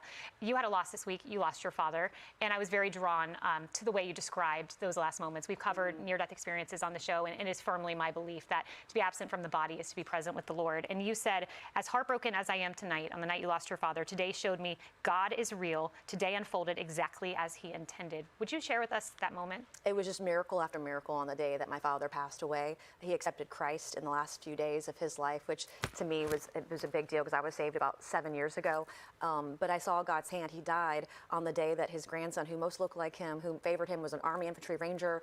The family was there. He wanted his wife and dogs with him. We had the dogs on our lap, and we prayed the Lord's Prayer over him as he passed away. And he passed away knowing that he was a war hero. He saved many men's lives in Vietnam and other conflicts, and he died knowing that Jesus loved him. And his faith was there, and his family was there. And as horrible as this moment and awful and heartbroken as we are, it was perfectly molded the way that God created it, the way that God intended to. And as he was passing away, I was reading him stories of his heroism in Vietnam. And that's what calmed him down. He died knowing he was a war hero, that Jesus loved him, and that he would meet God in the end. And it was an incredible moment, and it renewed my faith, and it said to me that this is exactly what was supposed to happen. It renewed my faith in Jesus Christ. Yeah, and he accepted Christ on a Friday, and then days later went to go be with his Lord and Savior. Beautiful. Yeah, thank you for sharing. Absolutely. Yeah. Thank you for sharing. What a hero, and thank you to your family for your service. Thank you, and God bless you. Be sure to like and subscribe for all the Fox News latest on YouTube and catch full shows streaming now on Fox One.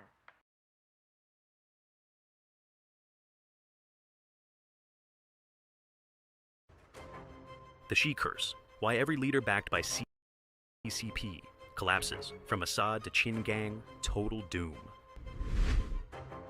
U.S. bans Chinese scholars, 20 interrogated and deported in Seattle, Trump's military order exposed. CCP's lifetime trap, the secret 7 groups list exposed, no escape from high-tech total control. $1.1 trillion, dead money. China's 1.4 billion people panic, save for survival. The end of trust, exposed. China's real estate Ponzi, Tycoon Pan. Xi exposes trillion-dollar scam, the market is dying. 3 tons of treasure, massive ancient coin, hoard dug up in Hunan. Workers caught hiding bags. Thank you for joining us on today's program.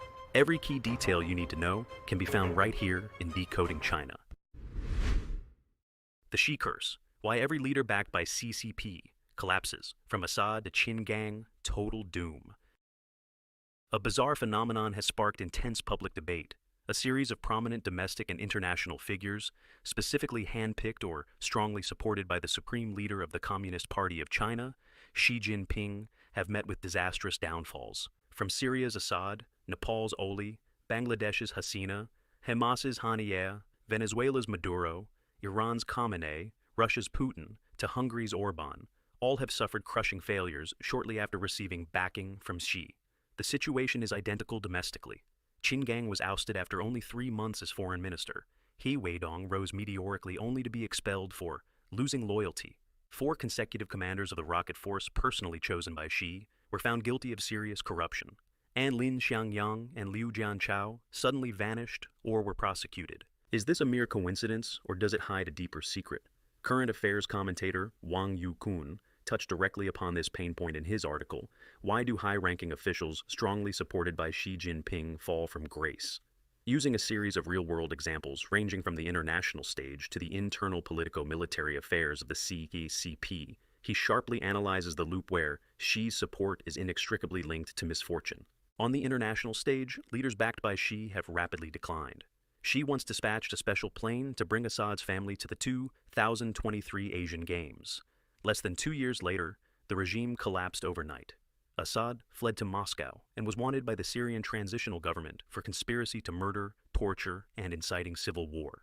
KP Sharma Oli was invited to review the troops in Beijing on September 3, 2025. Within 5 days of returning home, he was overthrown in 48 hours due to protests, and by March 2026, he was arrested for a crackdown that left 76 dead. Sheikh Hasina saw her relationship upgraded to a comprehensive strategic partnership in July 2024, but returned home to a coup and was later sentenced to death in absentia by an international court for crimes against humanity. Ismail Haniyeh was invited to peace talks in Beijing in late July 2024. Just 1 week later, he was assassinated in Tehran. Nicolas Maduro was backed for 14 years and had relations upgraded to all-weather, but in January 2026, he was captured by U.S. Special Forces on charges of narco-terrorism. Ali Khamenei signed a 25-year cooperation agreement worth $4 trillion. Yet by January 2026, his leadership was collectively eradicated by the U.S.-Israeli coalition. Putin was called Xi's best friend in a limitless partnership. Yet Russia has been bogged down in war for over 4 years, reaching a state of exhaustion. Viktor Orban was considered the most reliable EU ally, with relations upgraded to a new era in 2024. But in April 2026, his coalition failed in the elections, ending his 16-year rule. Domestically, the situation is even more tragic. Xi considered Qin Gang a rare talent in diplomacy, promoting him through 3 leaps to Central Committee member, State Councilor, and the youngest foreign minister. Yet, he fell in just 3 months, a 76-year record for the shortest tenure. He, Weidong, was promoted 3 ranks at once to vice chairman of the military commission, but in 2025 was expelled from the party and military for losing loyalty and undermining the principle that the party commands the gun. Xi personally founded the rocket force, yet 4 commanders, Wei Fenghe, Zhou Yanin, Li Yuchao, and Wang Hubin, all directly promoted by him, were entirely embroiled in serious corruption. Lin Xiangyang, the young faction, expected to support the unification of Taiwan by force, became a general in just 14 months. and twice served as the youngest theater commander, yet he was expelled for losing loyalty before ever fighting a battle. Liu Jianchao was prepared to succeed as foreign minister, but in July 2025, following a diplomatic tour, he went missing. His position was filled, and he was absent from the fourth plenary session. Despite promoting 81 generals to build a Xi family army, after the purges, only 4 remain on active duty, and none are truly trusted. So, what is the root cause? Wang Yukun points out, Xi is the final scapegoat for all the issues stemming from the eras of Mao Zedong, dozens of political campaigns causing 80 million unnatural deaths, Deng Xiaoping, the 1989 Tiananmen Square massacre, and a one-child policy that killed 4.5 billion fetuses, and Jiang Zemin, the persecution of Falun Gong with large-scale forced organ harvesting. Looking back at the 100-year history of the CCP, it is the party that has killed the most, owes the most blood debt, and has brought the heaviest disasters to China and the Chinese nation. This burden of dark history ensures that no one dares to speak harsh truths to Xi.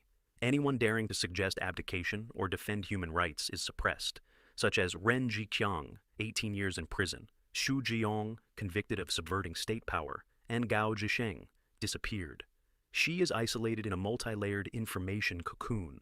He only hears pleasantries and only reads documents filtered of the truth, whether inspecting domestically or visiting abroad.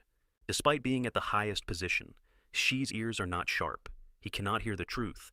Xi's eyes are not bright. He cannot see reality.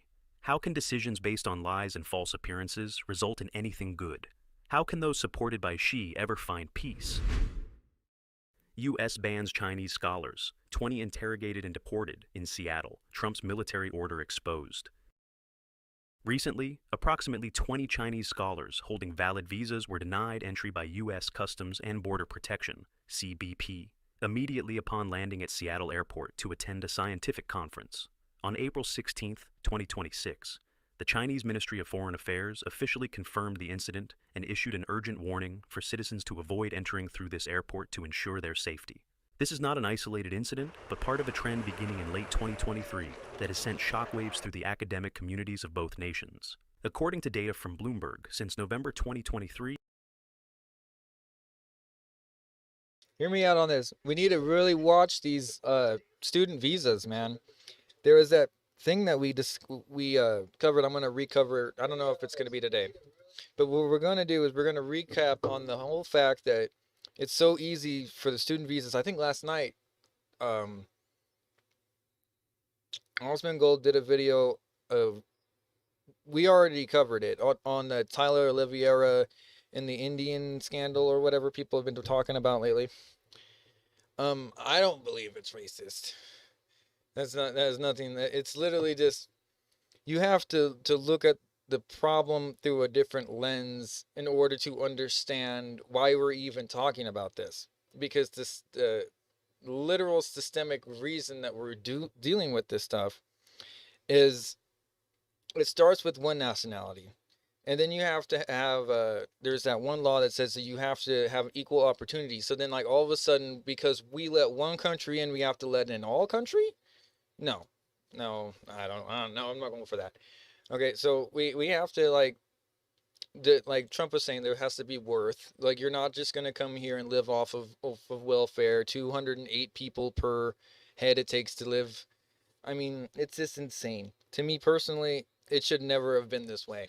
Like, if you were a mathematician in any sense, you would realize that eventually this isn't sustainable. So why even let it start and let it snowball to be like, oh, look, they got it. Or like even the systematic flaws with Social Security.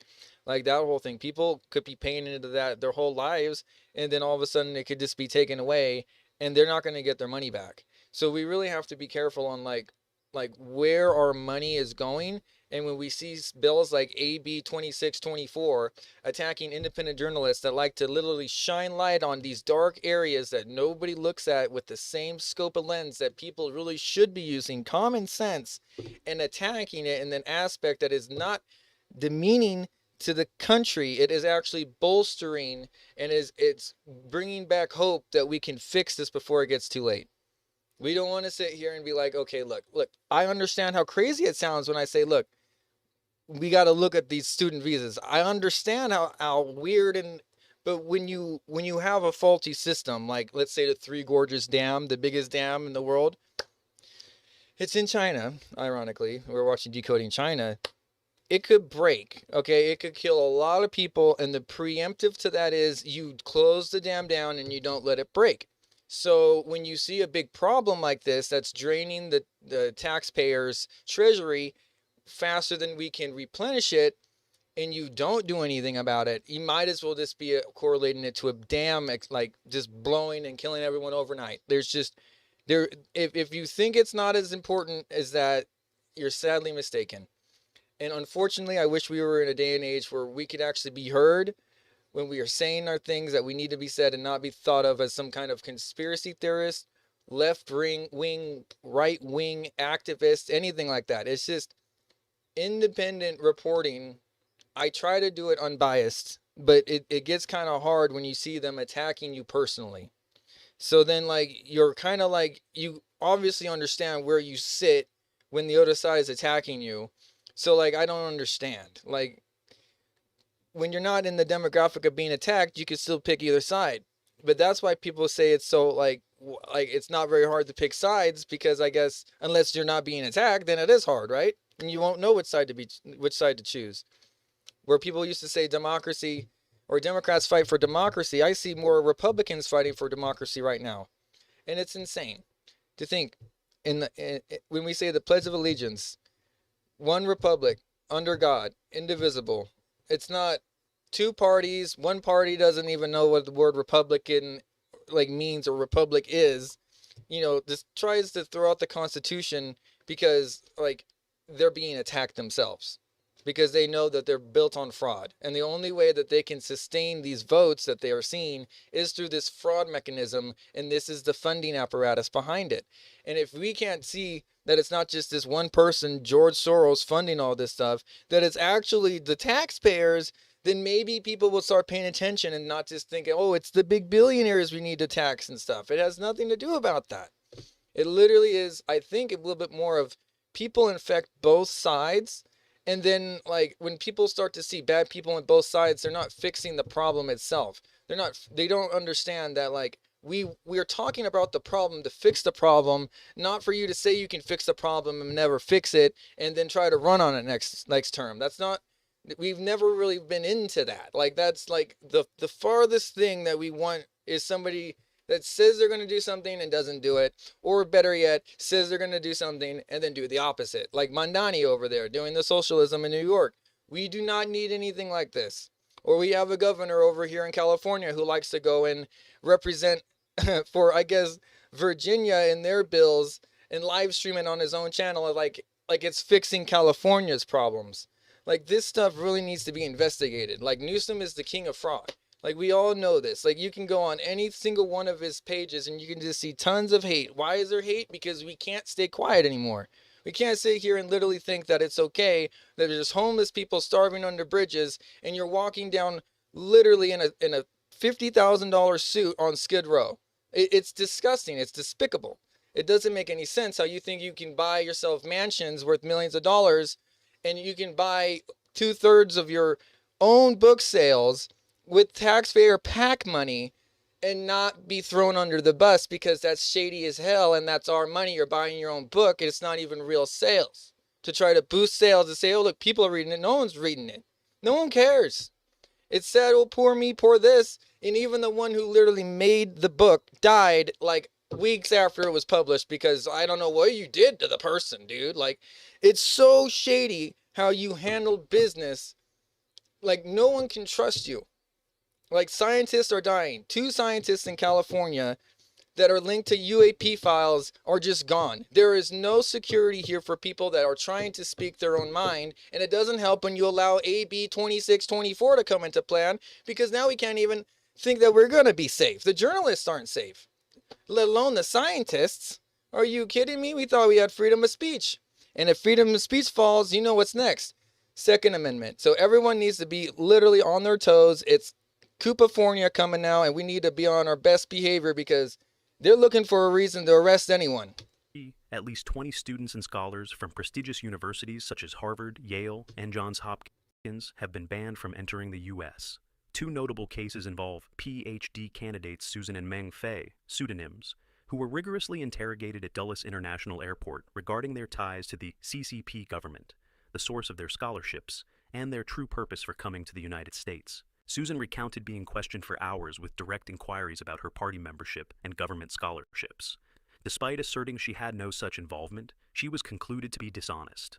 As a result, her visa was revoked, she was forced to pay for her own return flight, and she received a 5-year ban on entering the U.S. Meng Fei suffered a similar fate, being deported and slapped with a 5-year entry ban. The Beijing government has fiercely protested these actions, while CBP representatives maintain that inspections are a responsibility of national border protection. It is important to note that while the U.S. Department of State issues visas, CBP, under the Department of Homeland Security, is the agency with the final decision-making authority at the port of entry. The roots of these tightening measures stem from a 2020 executive order by Donald Trump, which bans entry for Chinese postgraduate scholars suspected of having links to military organizations or Beijing's military-civil fusion strategy. Citing this presidential executive order, the U.S. Department of State reported that customs denied visas to 1,964 Chinese students in 2021 and 1,764 Chinese scholars in 2022. This issue is more than a matter of border procedure. It reflects the escalation of strategic tension between the U.S. and China in the fields of science and technology. The U.S. fears that researchers could serve as channels for transferring sensitive technology to the military, thus utilizing border control to mitigate national security risks. The denial of entry to these 20 scholars is a clear manifestation of the technological confrontation between the two superpowers.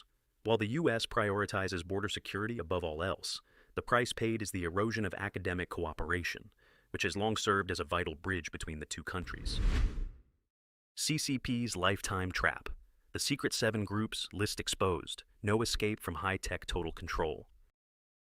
Information regarding the key personnel dynamic control system of the CCP is causing a public stir. Under this system, 7 groups of individuals, including petitioners and human rights activists, are placed on a permanent internal management list. Once in this system, any movement or identity verification triggers an alert, resulting in life under constant surveillance with virtually no escape. The consequences are often even more severe than having a criminal record. On April 14, 2026, Beijing-based lawyer Chen Qiuwen revealed that the 7 groups included in this list are individuals related to terrorism, those threatening social stability, serious criminal offenders, drug-related offenders, fugitives, the mentally ill who cause disturbances, and key petitioners. This management is entirely based on internal regulations with no public legal documentation. Victims often do not know when they were added to the list, who made the decision, and have no way to appeal or remove their names. A lawyer named Hao also confirmed the existence of this list. He stated that those under surveillance are interrogated wherever they go and are unable to enter public places that require ID scanning. Notably, the majority of them have neither broken the law nor violated any moral codes. They are simply deemed a threat to stability by the government or have offended the authorities, typically exemplified by those demanding their legal rights. One specific case is Mr. Lei in Guangxi, whose bank cards were suddenly frozen. Although the bank confirmed police intervention, the police denied it. Mr. Lei expressed frustration, stating he was merely fighting for human rights and had done nothing wrong. Although authorities cite anti-terrorism or security management laws in practice, we should be making laws and bills that protect the journalist. Not sit there and say that they're going to get arrested for finding and posting fraud.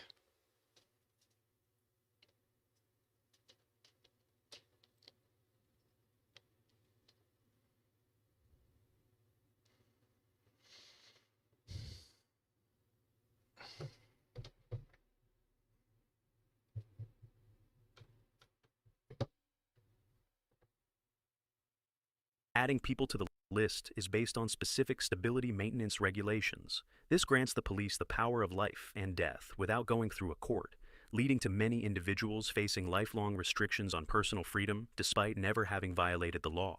The danger of this system also lies in its integration with modern technology, such as big data, pervasive surveillance cameras, and social media applications. The police can tag data to track an individual continuously and indefinitely. Many opinions on social media suggest that the key personnel label is more terrifying than a prison sentence because it has no expiration date and no mechanism for exit. It not only strips away the freedom of movement, but also destroys job opportunities and the social relationships of the victims. This demonstrates the CCP's efforts toward absolute control over all dissenting voices.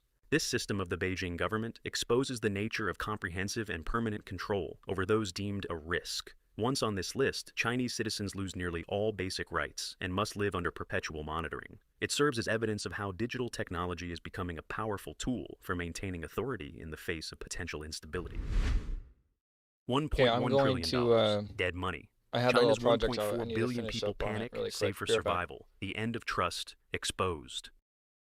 According to data from April 2026, bank deposits in China have set a new record, increasing by more than 13 trillion yuan, approximately $1.91 trillion in the first quarter alone, with individual deposits accounting for 7.6 trillion yuan, roughly $1.11 trillion.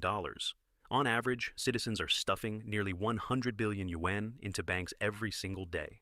This creates a paradox. The people have money, yet the real estate market, stock market, and consumer spending remain extremely bleak.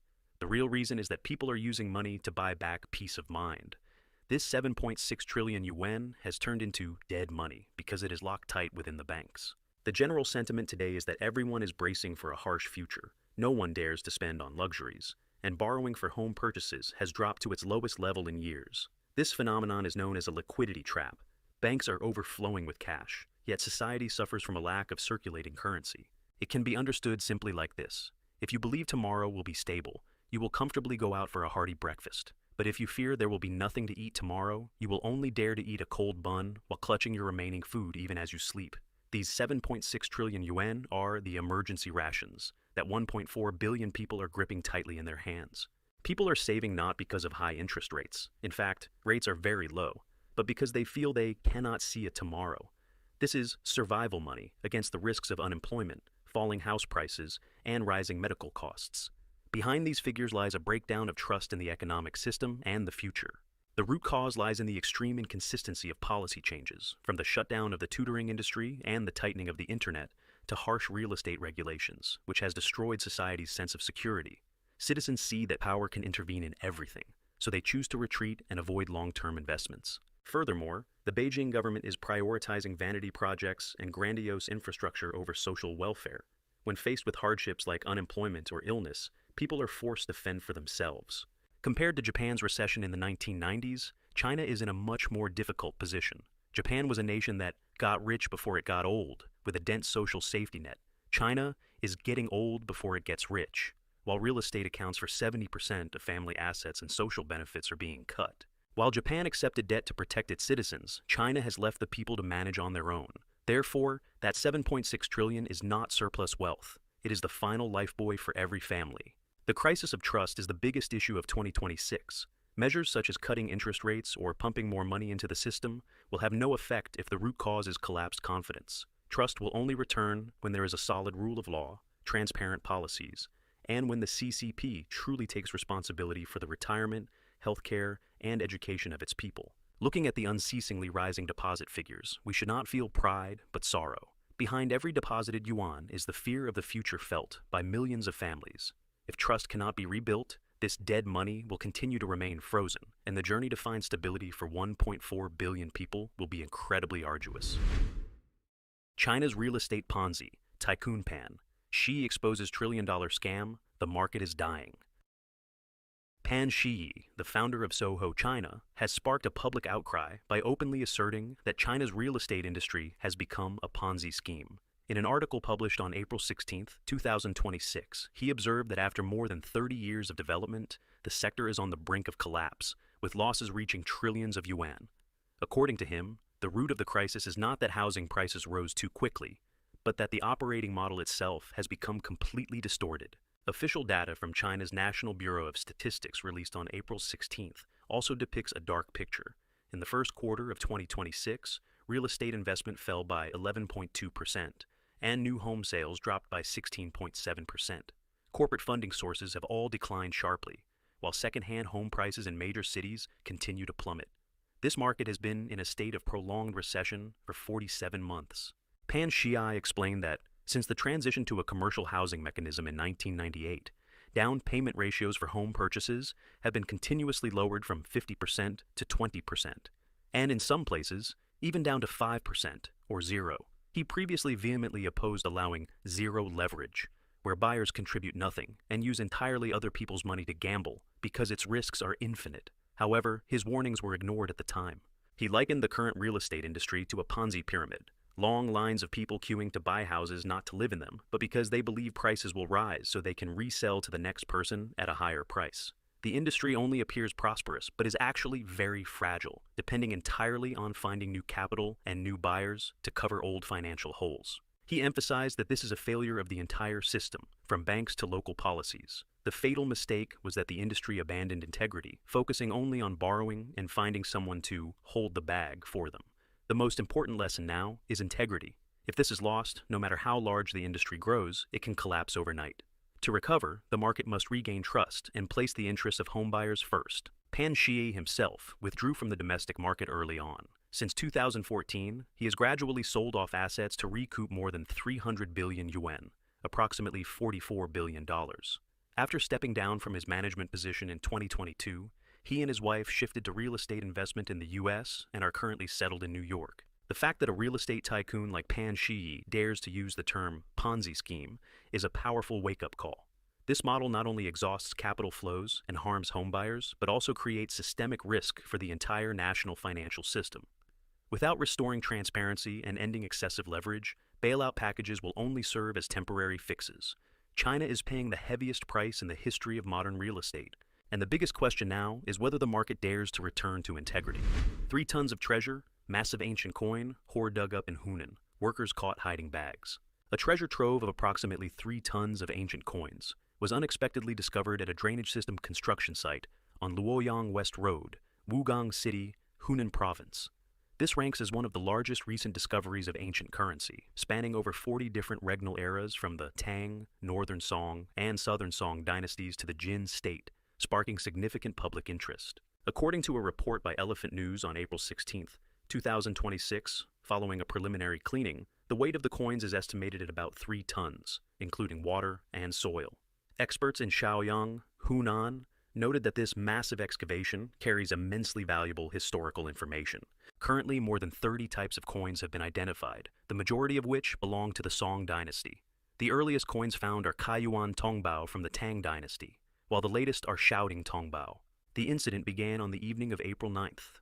Upon receiving the news, staff from the Cultural Relics Protection Center immediately arrived at the scene, where the coins were located at a depth of about 3.8 meters. They ordered a halt to construction, installed surveillance cameras, and cleared the area to carry out a rescue excavation.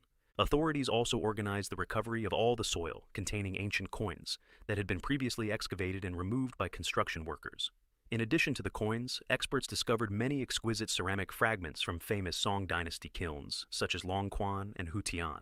By reviewing surveillance footage, officials recovered 3 bags of coins that had been hidden away, along with 15 kilograms, about 33.07 pounds, of ancient coins voluntarily returned by a worker. Currently, the on-site cleaning process is over 90% complete. Local authorities stated that after being washed, classified, and thoroughly researched, the entire collection of ancient coins will be publicly displayed at the Wugang City Museum. The incident continues to attract widespread attention and lively discussion on social media regarding its precious archaeological value. Let us know your thoughts. Leave a comment below. If you found value in this episode, please share it with others. Your encouragement drives us to keep bringing you thoughtful analysis. Don't forget to click, like, and subscribe for more insightful episodes from Decoding China.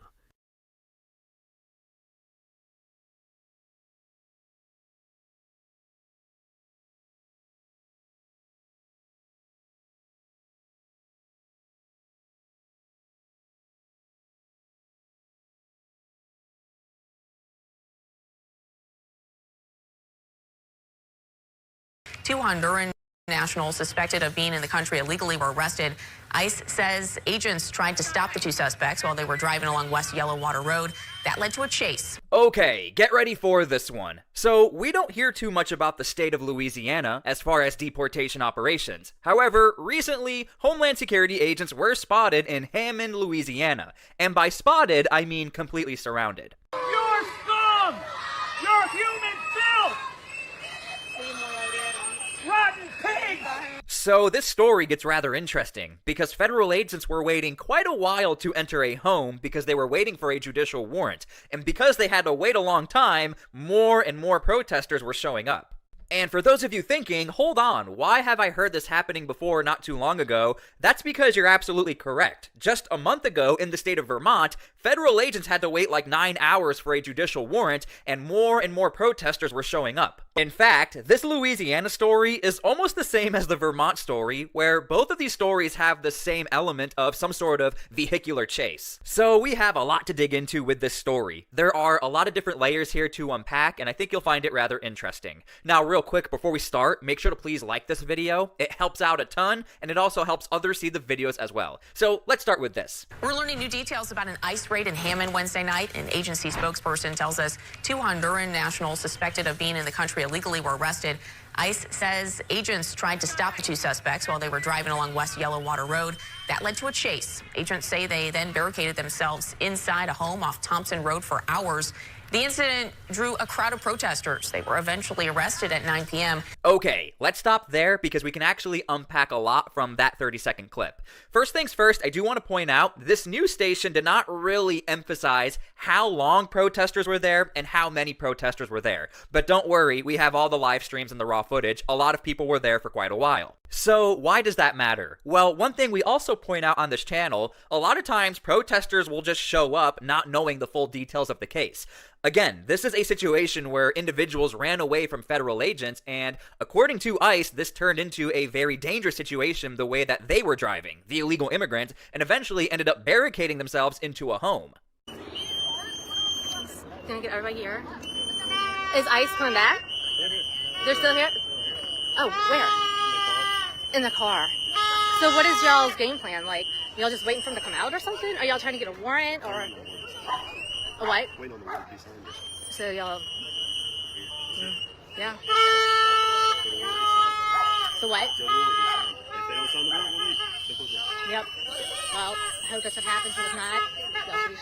Okay, so the last time we heard about Louisiana and we heard about these deportation operations, that would be Operation Catahoula Crunch, where we saw Chief Bovino down in Louisiana partnered with a lot of local law enforcement conducting their deportation operations. And one of the themes of Catahoula Crunch was how much partnership there really was in the state of Louisiana. And because of these partnerships, known as 287Gs, we hardly ever see any clashes between protesters and federal agents down in Louisiana. In fact, Chief Bovino, that was one of the big things he kept saying, is that, look, down in Louisiana, we have no problems. We have security. We all work together. We all benefit for working together. And when you look at the actual statement of what happened with this operation, that is the very first thing Homeland Security started with. So shout out to Kim Katie USA for getting the statement for us. Make sure you guys go follow Kim Katie. She is a friend of the channel. ICE officers and its 287G partners with the Hammond Police Department were conducting targeted enforcement April 15th on West Yellow Water Road in Hammond, Louisiana.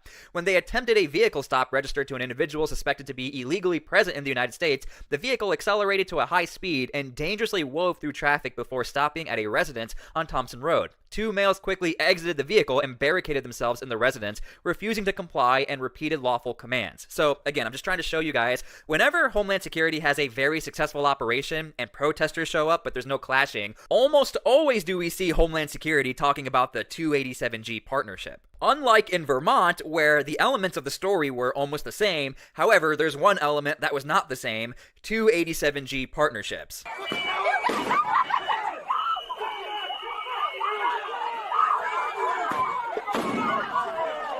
Jesus Christ.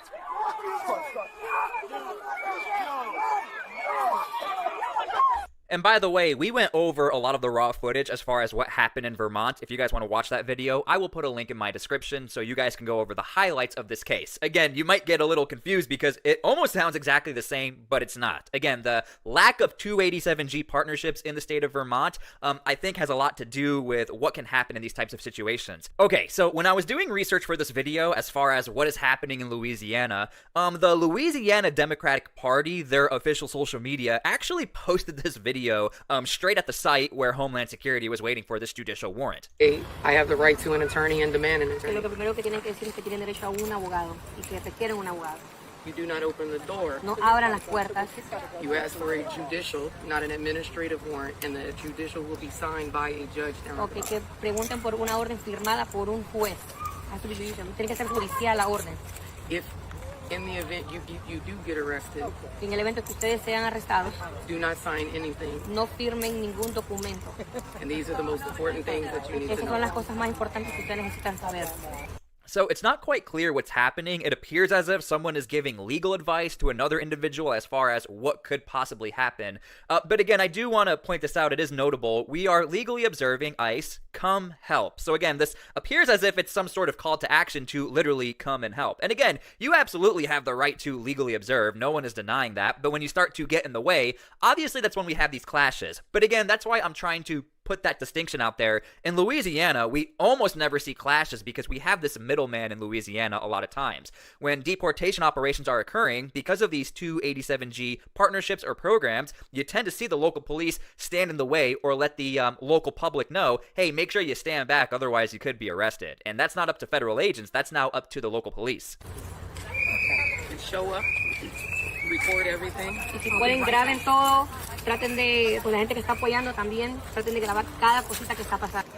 You're not going to win this battle out here in the streets. You fight it in the court. Okay, dice que no van a ganar la batalla aquí en la calle, sino que la tienen que pelear en corte. And that's the most important Y esas son message. el mensaje más importante que ella tiene para la comunidad. Okay, so let me know how you feel about those statements. Yeah. Pretty interesting stuff as far as it appears as if it's possibly advice or letting people know you're not going to win in the streets, you'll win in the court. And I do find that rather interesting as far as how some people view the on-the-street protesting or this idea of, getting in the way, letting people know Homeland Security is here. I've actually seen this notion over in Portland that some protesters are saying you are wasting your time standing in front of the Portland ICE facility. Instead of standing in front of the facility, maybe go out and legally observe ICE operations. We've seen that before, and again, make sure to please subscribe to my channel because we cover stuff like that all the time, especially with the Portland story. Okay, so eventually federal agents were allowed inside of the building, and one thing I do want to point out is federal agents still had to wait for a judicial warrant, despite knowing that the individuals were inside the building. There could be many different reasons for that, but I would assume it's probably just to protect them legally. Could they have gotten away with running inside of that building? Maybe, but again, it's a very, very dangerous situation either way. So this is what it looked like at the end when federal agents were finally able to apprehend the individual. Ojalá, gente, que... Ay, gracias a Dios, gente, parece que no la hallaron. Miren cuántas policías estaban, gente, adentro. Miren cuántos policías, gente, para poder agarrar 2 personas, gente. Para poder agarrar 2 personas nada más, habían como 20 policías.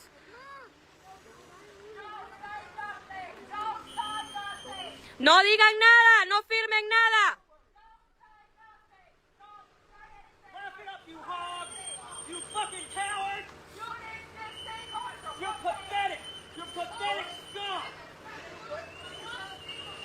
Los muchachos ya los tienen en el carro, gente, ya. Ya salieron, gente, ya.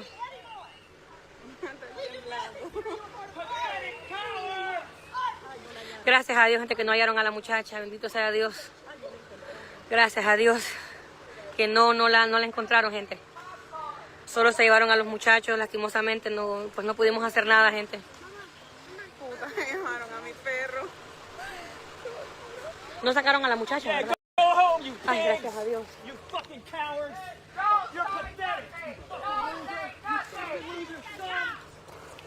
Sí. Ya, ven. Nathan, acá, a la orilla. Nathan, Ethan, Mateo. Stay back, please. La muchacha, gracias a Dios, gente, está adentro. Ahorita vamos a ver qué nos dicen.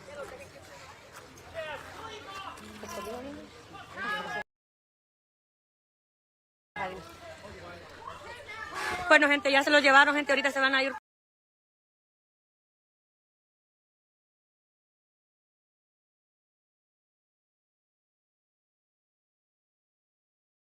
Son los que están en la puerta.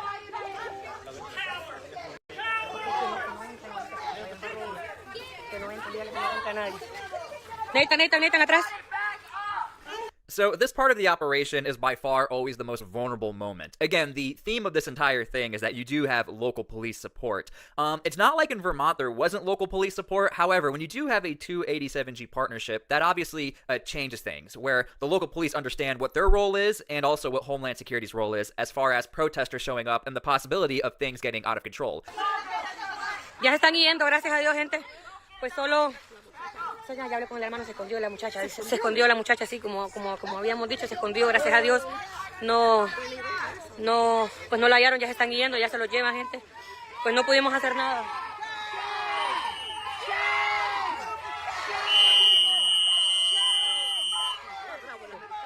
Está bueno, que no se les deje. Allá lo llevan, mire, gente. En ese lo llevan, ese que va saliendo ahorita, mire. En el Charger, en ese lo llevan, gente. Yo les voy a publicar al rato las fotos de todas las placas de todos los carros que estuvieran aquí para que tengan cuidado, gente. Ahí van, ven, ahí lo llevan, miren. Ahí lo llevan, gente. En ese van de ahí, ven. Espérenme, les voy a tratar de poner las placas, gente, espérenme. Denme un chance, a ver si les puedo poner las placas. Espérate, Nicole, espérate, quiero... Ya. Mira, esos hombres, ahí van. Y diciendo adiós, miren las placas, gente, ven. Las placas, ven, ellos son, ahí van. And again, we tend to see a lot of overlap as far as what happens in these types of situations. We see call to actions, hey, show up, this is happening. We see the identifications of look at the plates, look at the license plates, identifying what's happening with the plates, which is why we highlight a lot of this. It seems like no matter where we are in the country and where we are reporting, I think a lot of protesters or legal observers, they're watching what other people are doing, what works for them, and we tend to see a lot of repetition as far as what it looks like on the ground. Thankfully, in this operation, nobody got hurt. Ethan? Okay. Yeah.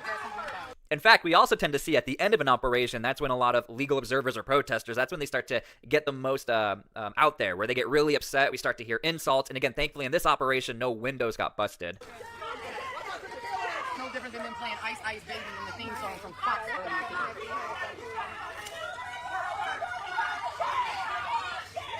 He's gonna go in the ditch. Yeah. See.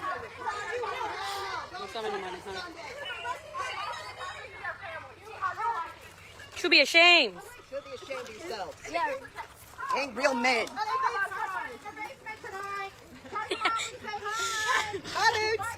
Hey, say this mama's. Where's the twin? Where'd he go? Yeah, that's mama's. Oh, okay, yeah. We got mama's. Where's the one with the big boots? Shame. Shame. Shame. You spend your whole day saying white supremacy. One day, shame on you. Rot in hell. You feel remorse. Quédate aquí, allá con los niños, ¿ok? Burn in hell. Shame. And just like that, the operation is over. Let me know how you guys feel about this situation and how this all played out.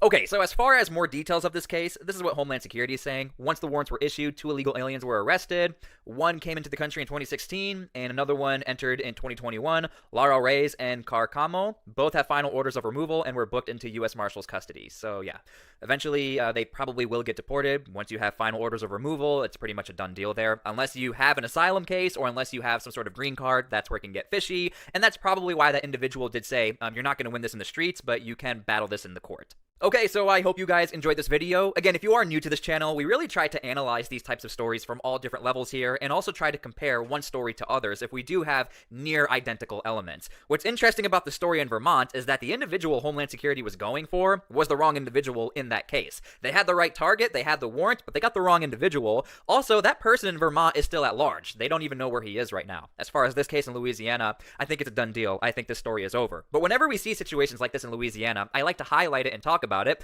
Although it might sound very boring, to me it's quite interesting because unlike in other states, in Vermont, we actually almost never ever see some sort of clashes between federal agents and protesters. And a lot of times you can really look to this partnership between the local police, whether you do have a formal agreement of a 287G partnership or program, or you just have respect between departments. For whatever reason in Louisiana, we almost never see any protesters ever get arrested or any type of clashes. So I hope you guys enjoyed the video. I tried to make it a little more educational and a little more in-depth. Thank you guys so much for everything. Please pray for peace. We need that right now. God bless all of you, and please seek Christ. Thank you guys so much.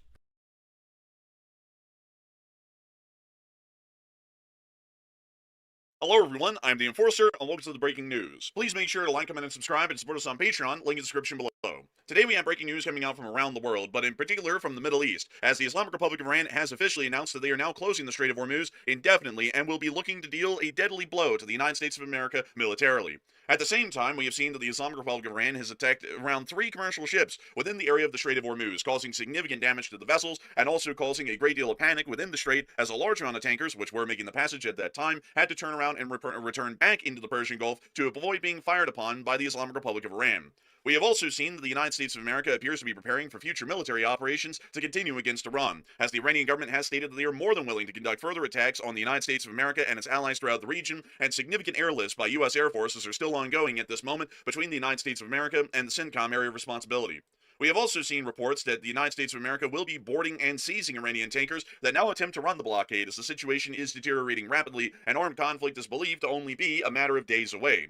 We have also seen in other major developments that inside of Ukraine, the Ukrainian armed forces have been able to land significant hits on the Tuapse refinery and the Syzran refinery, while at the same time, the Russian Federation has announced that it is going through an absolute terrible economic fallout, as it appears that the Russian economy has no reserves left, and even top economists within the Russian Federation are saying that the current government should be ousted over the economic tumult within the country, considering the absolute danger that it poses to the Russian Federation. We've also been able to hear that Lukashenko said he ain't no BEB, and he will not be joining anyone in the West, so there we have that right there. But nevertheless, we have a bunch of major news to get through, and we're going to be covering it starting with our largest stories first, and then making our way on down into the smaller stories throughout the video.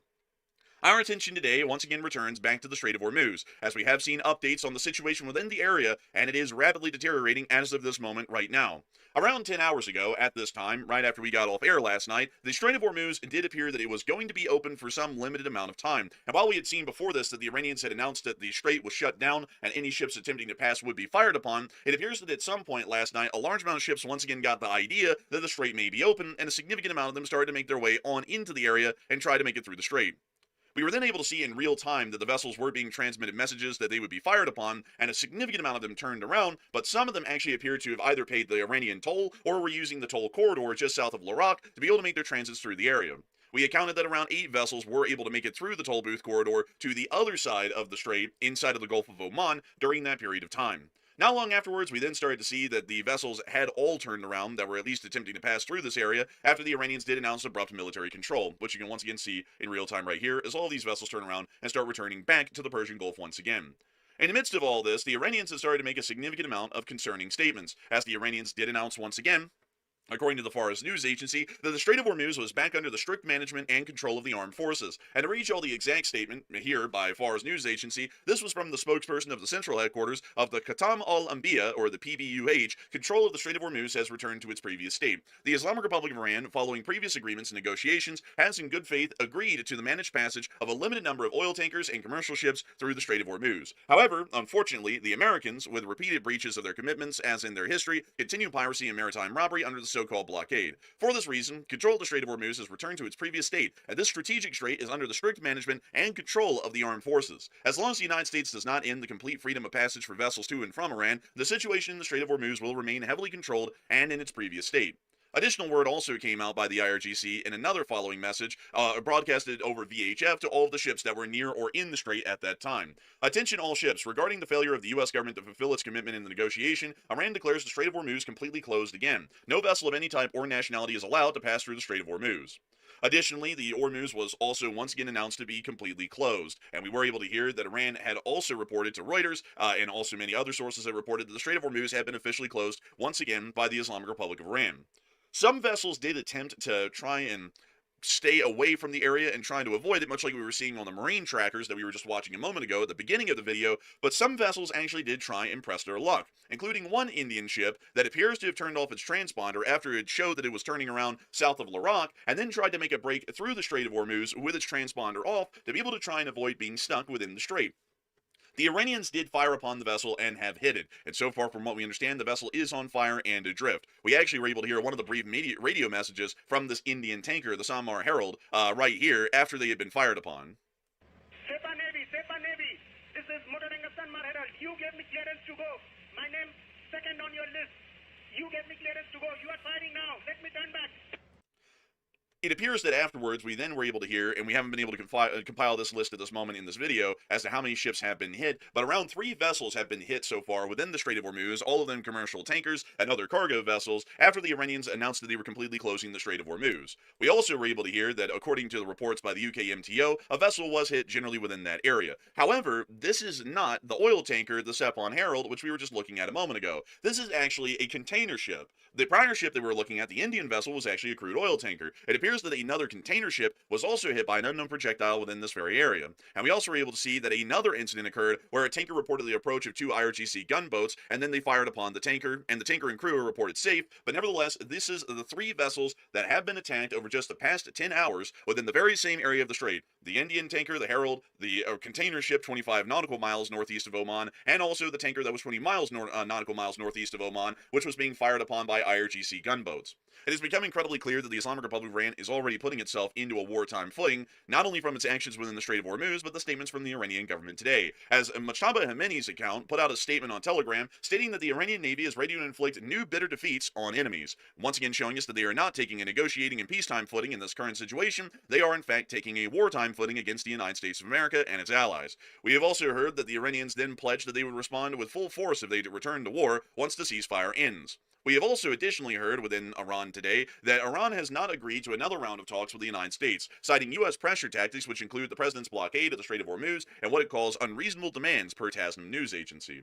All of this information here is leading us to believe that the Islamic Republic of Iran is preparing for the ceasefire to end and for conventional war to resume. The Iranians do not stand a chance, much like they did back then and much like they would now if the war starts again in its shooting form, to be able to survive militarily on land inside of Iran. The United States will most likely be able to achieve air superiority easily once again, and we will most likely see a significant amount of the IRGC and government forces find themselves under continuous barrage by those U.S. airstrikes, however long the continuation of the conflict goes on for. However, the Iranians are still looking to try and cause significant economic damage within the Strait of Hormuz due to their blockade, and they most likely understand that if they can wait out several months of this, critical fuel shortages will most likely start to grip larger parts of the world, which will give them a very significant amount of a negotiating chip, considering that a large amount of the countries here in the West are democratically run, meaning that they are beholden to the voters at the end of the day, and if the voters do not like the incredibly rising prices of fuel or the rationing that might soon ensue within a large amount of countries around the world, then that would put a lot of pressure on these governments and the U.S. government to end the conflict with Iran, even if it means a strategic defeat.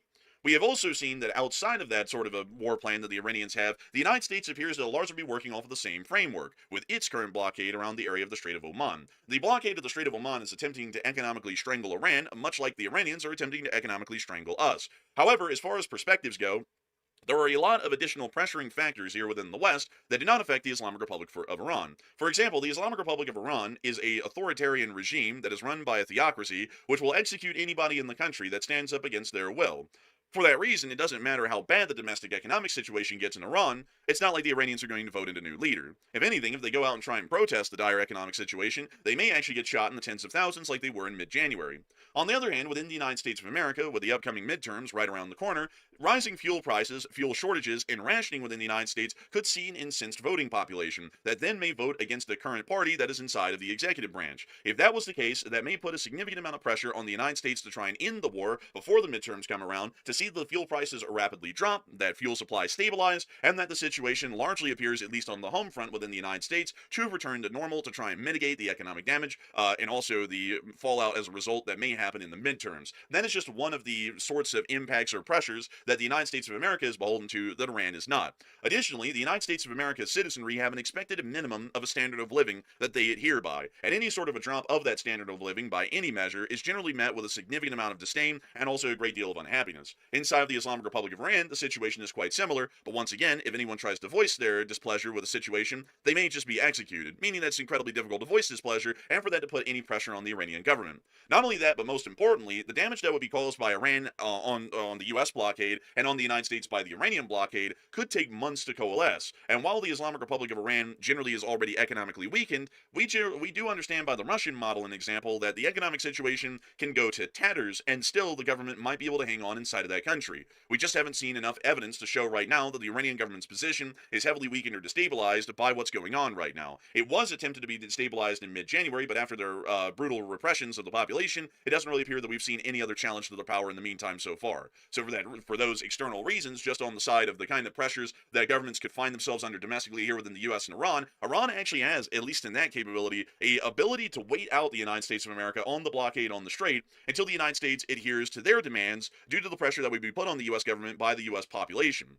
However, there is one more thing that I do have to say.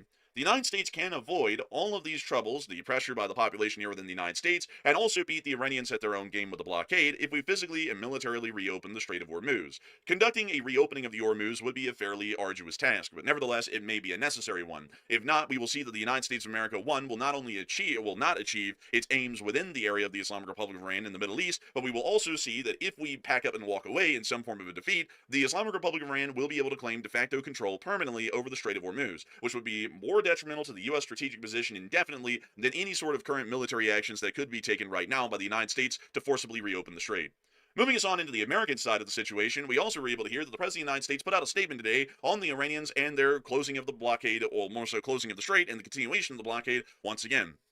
They got a little cute, as they've been doing for 47 years. We're talking to them. They wanted to close up the strait again. You know, they've been doing that for years, and they can't blackmail us. Outside of that statement, we also were able to hear that, accordingly, the U.S. defense officials that have been leaking information in the press are claiming that the IRGC has conducted at least 3 attacks on commercial ships in the Strait of Hormuz since Saturday, which has also been the largest number that we have seen so far since the opening of the conflict.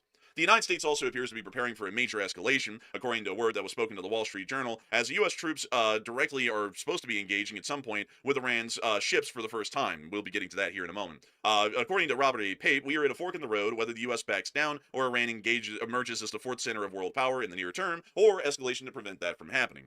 The United States of America's Navy, near to its blockade in the Gulf of Oman, has stated that they are now going to be preparing to board Iran-linked tankers and seize sanctioned vessels in international waters, meaning that here soon we will most likely start to see the U.S. Navy takes a lot more overt actions in seizing and securing the oil tankers that are attempting to leave the area and attempting to break the U.S. blockade. They may even try and pursue them into the Gulf of Oman to ensure that they're captured and that the largest amount of economic damage is leveraged against the Islamic Republic of Iran.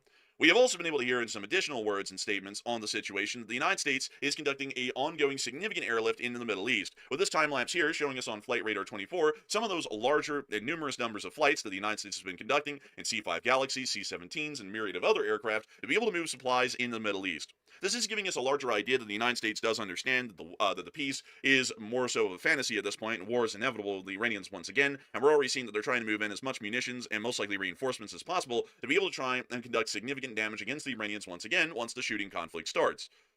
I do have to tell y'all that we will probably be seeing a couple of outcomes in the war depending on how the U.S. approaches this here in a moment. War is inevitable. There is no way that can be avoided, so it's more so about how the war will unfold. Either the United States materially engages and destroys the Iranian blockade forces near to the Strait of Hormuz, and the Iranians lose all of their negotiating power and all of their cards at the moment in negotiations against the United States of America. The United States of America may conduct a bombing operation against Tehran only and once again completely avoid the Strait of Hormuz, which will most likely lead to a worsening economic situation due to the oil shortages, and we may see the oil shortages begin to physically affect the broader part of the U.S. citizenry over the next several months if that continues to be the case, that we do not directly deal with the Strait of Hormuz. And the third option is that the United States of America somehow negotiates, which this one's highly unlikely, some sort of a negotiated settlement with the Islamic Republic of Iran where they control the waters of the Strait of Hormuz, and that then allows some passages in the future, but Iran would still ensure that they would punish the United States of America and the Western world for being against their ideology and also their government inside of the country. Those are the 3 likely options that I can see right now. Out of the 3 of them, the third one that I just mentioned of the U.S. negotiating with the Iranians just walking away is the least likely. It is probably like a 1% chance. There is I would say, a divide almost split down the middle between the other 2 options as to whether or not the United States is directly going to engage the Strait of Hormuz and reopen it, or whether we're just going to start bombing cities like Tehran again, somewhere in the north that don't really have any effect on the blockade. We will have to wait and see. I would hope and say that I would love to see that the second option, more so the first option, of forcibly reopen the Hormuz is at least attempted, even if for some reason the U.S. believes that would not be possible. That would probably be our most successful action at this moment in trying to fix the situation we find ourselves in right now.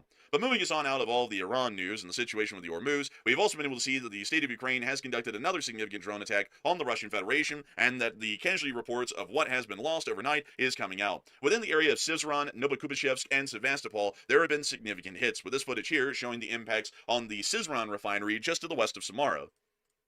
We also were able to see some additional footage here. We're not exactly sure if this is Novokuvishevsk or if this is Sizran. We're not entirely sure, but the refineries are very close to each other.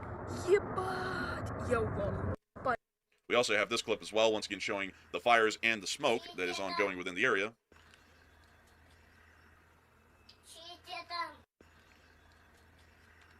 And we were also able to see, additionally, pictures here as well, once again showing the fires at some of the oil facilities around the broader area. We also were able to see that there were some more videos and pictures of hits on the Sizran refinery, which is giving us the idea that the damage was significant. The Novokuvishevsk refinery is not that far away from the Sizran refinery, and it appears that this was a larger drone attack cluster that hit these two areas. The Sizran refinery is right here on this bend of the Volga, the best way to explain it, and the Novokuvishevsk is actually around here, near to this larger swampy marsh just south of the Volga River, near to the city of Samara. Both of them were hit almost at the exact same time, showing that the Ukrainians are still going after critical oil infrastructure and refining capabilities within the Russian Federation in the hopes that it will bring the Russian Federation economically and materially to its knees. A lot like we're seeing right now with the Strait of Hormuz situation in another conflict. We have also seen that inside of Moscow, things are not getting any better, as we have seen that the economic expert in Russia, Nigmatulin, has cited that Russia now ranks 51st out of 53 developed nations in economic parameters, and stated that it was time to oust the leadership responsible for the catastrophe, which is the Putin regime. These words from the economic forums that might get some people thrown out of windows is also coming at the same time as a damning statement that came out today from the Russian Minister of Economic Development. According to the Russian Minister of Economic Development, the Russian economy's reserves are largely exhausted, and the Russian economy's reserves have largely been depleted, and the macroeconomic situation is more challenging than in recent years, according to the Russian Minister of Economic Development, Maxim Reshetnikov, I believe is how that's pronounced. At the All-Russian Forum on Entrepreneurship, Support Infrastructure, My Business in Vevlushsk, I believe is how that's pronounced. But outside of that, it does appear that these statements are largely true, at least accurate at this moment, as it does appear that multiple economic forum experts and also those who are ministers within the Russian government are making it incredibly clear that Russia has been completely economically spent, and if the situation does not drastically change at some point here in the near future, Russia is going to suffer a complete economic collapse. We've also been able to hear that according to Lukashenko, just out of the blue, he stated that he didn't want to be the West's SOB. I can't play the clip, but according to Lukashenko, he said, no matter what negotiations the West conducts with me, I perfectly understand that I'm not their SOB. He understands that he's Putin's SOB, and he's taking it this moment, so the West can't have him. He also said they would gladly chew him up and spit him out, but, it's like, Putin's kind of willing to do that as well. It's just that, he hasn't called upon him to be chewed up and spit out yet. But, whatever. I mean, I guess that guy has his reasons, like, for example, his entire government is propped up by Putin, and he's a dictator, so it's not like he would make it in the West anyways, anyhow. So, there you have it. So he's saying that he's basically not going to be leaving power, and he's going to continue to remain Russian aligned. But nevertheless, that is all of the major news that we have for the day. I have to thank you all so much once again for watching. It's always an honor and a pleasure to be able to cover this news for all of y'all, and I hope that y'all found this video to be of sound news coverage and of incredibly reasonable analysis. If y'all have enjoyed, please make sure to like, comment, and subscribe, and if you would like to, support us on Patreon, link in the description below. I have to give a humongous shout out and a thanks to everyone who supports us on Patreon, because y'all help us to be able to make these video projects and our live streams possible through y'all's viewer support. If it wasn't for y'all, none of this would be possible, and I gotta thank y'all massively once again for helping this channel to keep on running, and with that in mind, we will see you all in the next one. Hey everybody, it's Saturday, April 18th, 2026. Another critical day in the ongoing standoff between the U.S. and Iran over the Strait of Hormuz. And the biggest breaking development right now is Iran is firing on a tanker near Oman just hours after they've reclosed the Strait of Hormuz, is what they're telling the world now. So right out of the gate, one key operational detail you need to know is how U.S. naval forces are enforcing that port blockade, with argument that the country's brave navy stands ready to make the enemy's taste the bitterness of new defeats. Wow. While the Iranian military command justified the reclosure and gunfire as a response to alleged U.S. piracy and ceasefire breaches on the American side. And the U.S.'s pressure on Iran isn't some random patrol. It's disciplined American sea power applying steady professional pressure to get Iran to the table on the U.S.'s terms. Obviously, Iran wants to come back to the table and not get crushed militarily again if the conflict kicks back off. But the key is bringing them back to the table on the U.S.'s terms, which is why the blockade has stayed in effect. Basically telling Iran, hey, you don't want to get crushed again? You don't want to be a cardboard cutout for the rest of your life? Well, come to the table with something that actually makes sense. But it is weird that we thought there was some sort of a regime change that took place, but Majabta Khamenei, the son of the Ayatollah that killed 40,000 of his own people, is now supposedly coming out with some statements. So let's pop to X and then to the map to get the latest breaking update on what went on, and we'll go to the map to show where this actually took place. Hey everybody, here we are on X. Let's have a listen to the ship that was said to have been fired upon by the IRGC, and then we'll pop to the map to look at the area where the IRGC fired upon this boat. Sepa Navy, this is Motorangastan Herald. You gave me clearance to go. My name second on your list.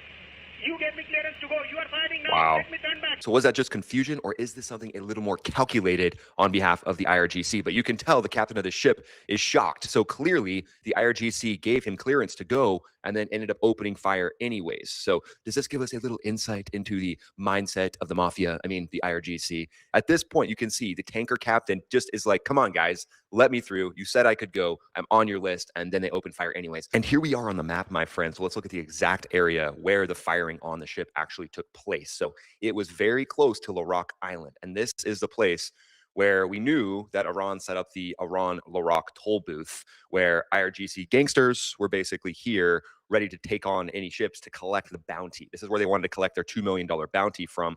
So roughly just out here is where the actual firing is said to have taken place, with the IRGC firing on one of the oil tankers. So they went up above the actual minefield here. So this is the suspected minefield that Iran said they had at one point. And then this is Larak Island right here. And right about this area is where the ship was turned around. Are we surprised? Huh, weird. Iran going against their word. We thought these were stand-up guys. We thought these guys could date our sisters. Man, we're all just really shocked at this point. And then all this standoff in the Strait of Hormuz has opened up some pretty interesting deals in the United States. And I came across this one. The president touted a $300 billion historic Texas refinery as first new U.S. plant in nearly 50 years. This is a project in Brownville, Texas, the first new U.S. refinery, promising thousands of jobs. So as the Strait of Hormuz shows some disruptions, it shows that getting your oil from Iranian-controlled Strait of Hormuz might not be the best idea. Meanwhile, touting these new Texas refineries as consistent oil where you're not going to get a blockade or you're going to get your boat fired upon like some of these Indian vessels have gotten shot at. No one wants that.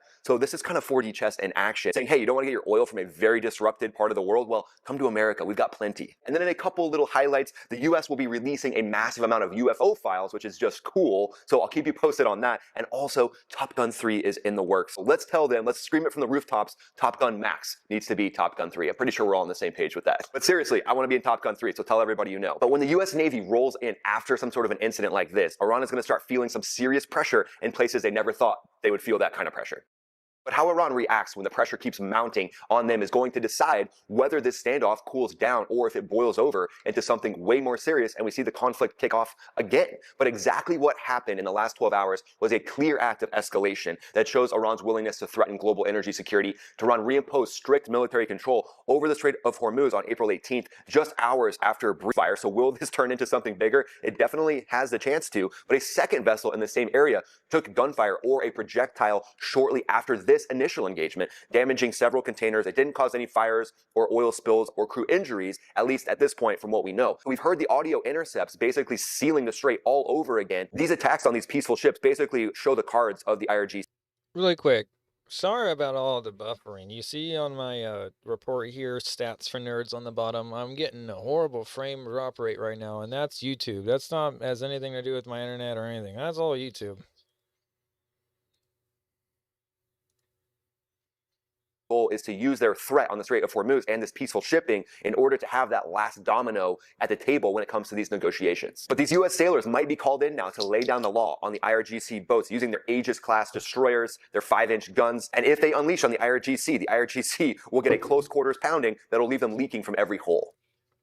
But as Tehran keeps pushing these gunboat stunts, the real test is whether they can handle the full weight of American resolve should this conflict kick back off, or should these naval vessels actually be unleashed on these IRGC gunboats. So what are they using? The IRGC gunboats, they're fast, lightly armed patrol craft built for hit-and-run harassment in confined waters like the Strait, and today they prove that they're willing to use them aggressively against unarmed merchant vessels. Yeah, nice job. You basically shot at a completely unarmed vessel. Congratulations. So these moves are classic Iranian IRGC playbook, using the threat to global shipping as a bargaining close to the U.S.'s terms when it comes to the negotiation. The U.S. is using the naval blockade as measured leverage, keeping the blockade firm but not escalating ideally, but in this case, Iran could force the U.S. Navy's hand if they continuously attack these ships when they say they shouldn't. Now these Aegis ships are going to have to unload on these Iranian fast boats. This is Iran's reckless gunboat tactics, and they're using them to try to get leverage and to try to basically get the high ground before these talks kick back off. And freedom of navigation matters, obviously, in the Strait of Hormuz if the energy is to keep flowing. flowing. So Iran is seeing this as their last domino to have any ability to still control the Strait of Hormuz. And the U.S. is using the threat of resumed strikes as a backstop, basically showing Iran, hey, you want to play around and find out? Okay, cool. We've got our entire U.S. Air Force contingent, Navy in the area. So if you want to get a little desperate at this point, we're here to help you understand that the U.S. can just start this conflict back over again. Not that that's what the world wants or needs. Nobody really wants that to happen, but Iran is basically proving that they're not really willing to come to the table without the leverage of closing the Strait of Hormuz. So they could just do it again. They could agree to something in the negotiations and then just close it again if that's going to be their tactic. So there you go, guys. Wrapping this all up, the U.S. is once again showing the world that they're going to force that naval blockade on Iran. They're going to push their ships in, and I said ships for the record. The Iranian aggression that we're seeing today, is it actual frustration, or is this them just showing the U.S., hey, we're the actual ones in control of the Strait of Hormuz? Yeah, you guys definitely are. But again, it does cause some disruption, so it's not nothing. What do you guys think happens? What do you think we see in the next few days? Let me know in the comments below. Go ahead and follow me on X, follow me on Instagram. I'm posting there pretty much every day, and then click the link in the description, join the Max Ready Room, become a member of the channel, and then watch this next video that pops up right here. This is Ryan, also known as Max Afterburner, signing off.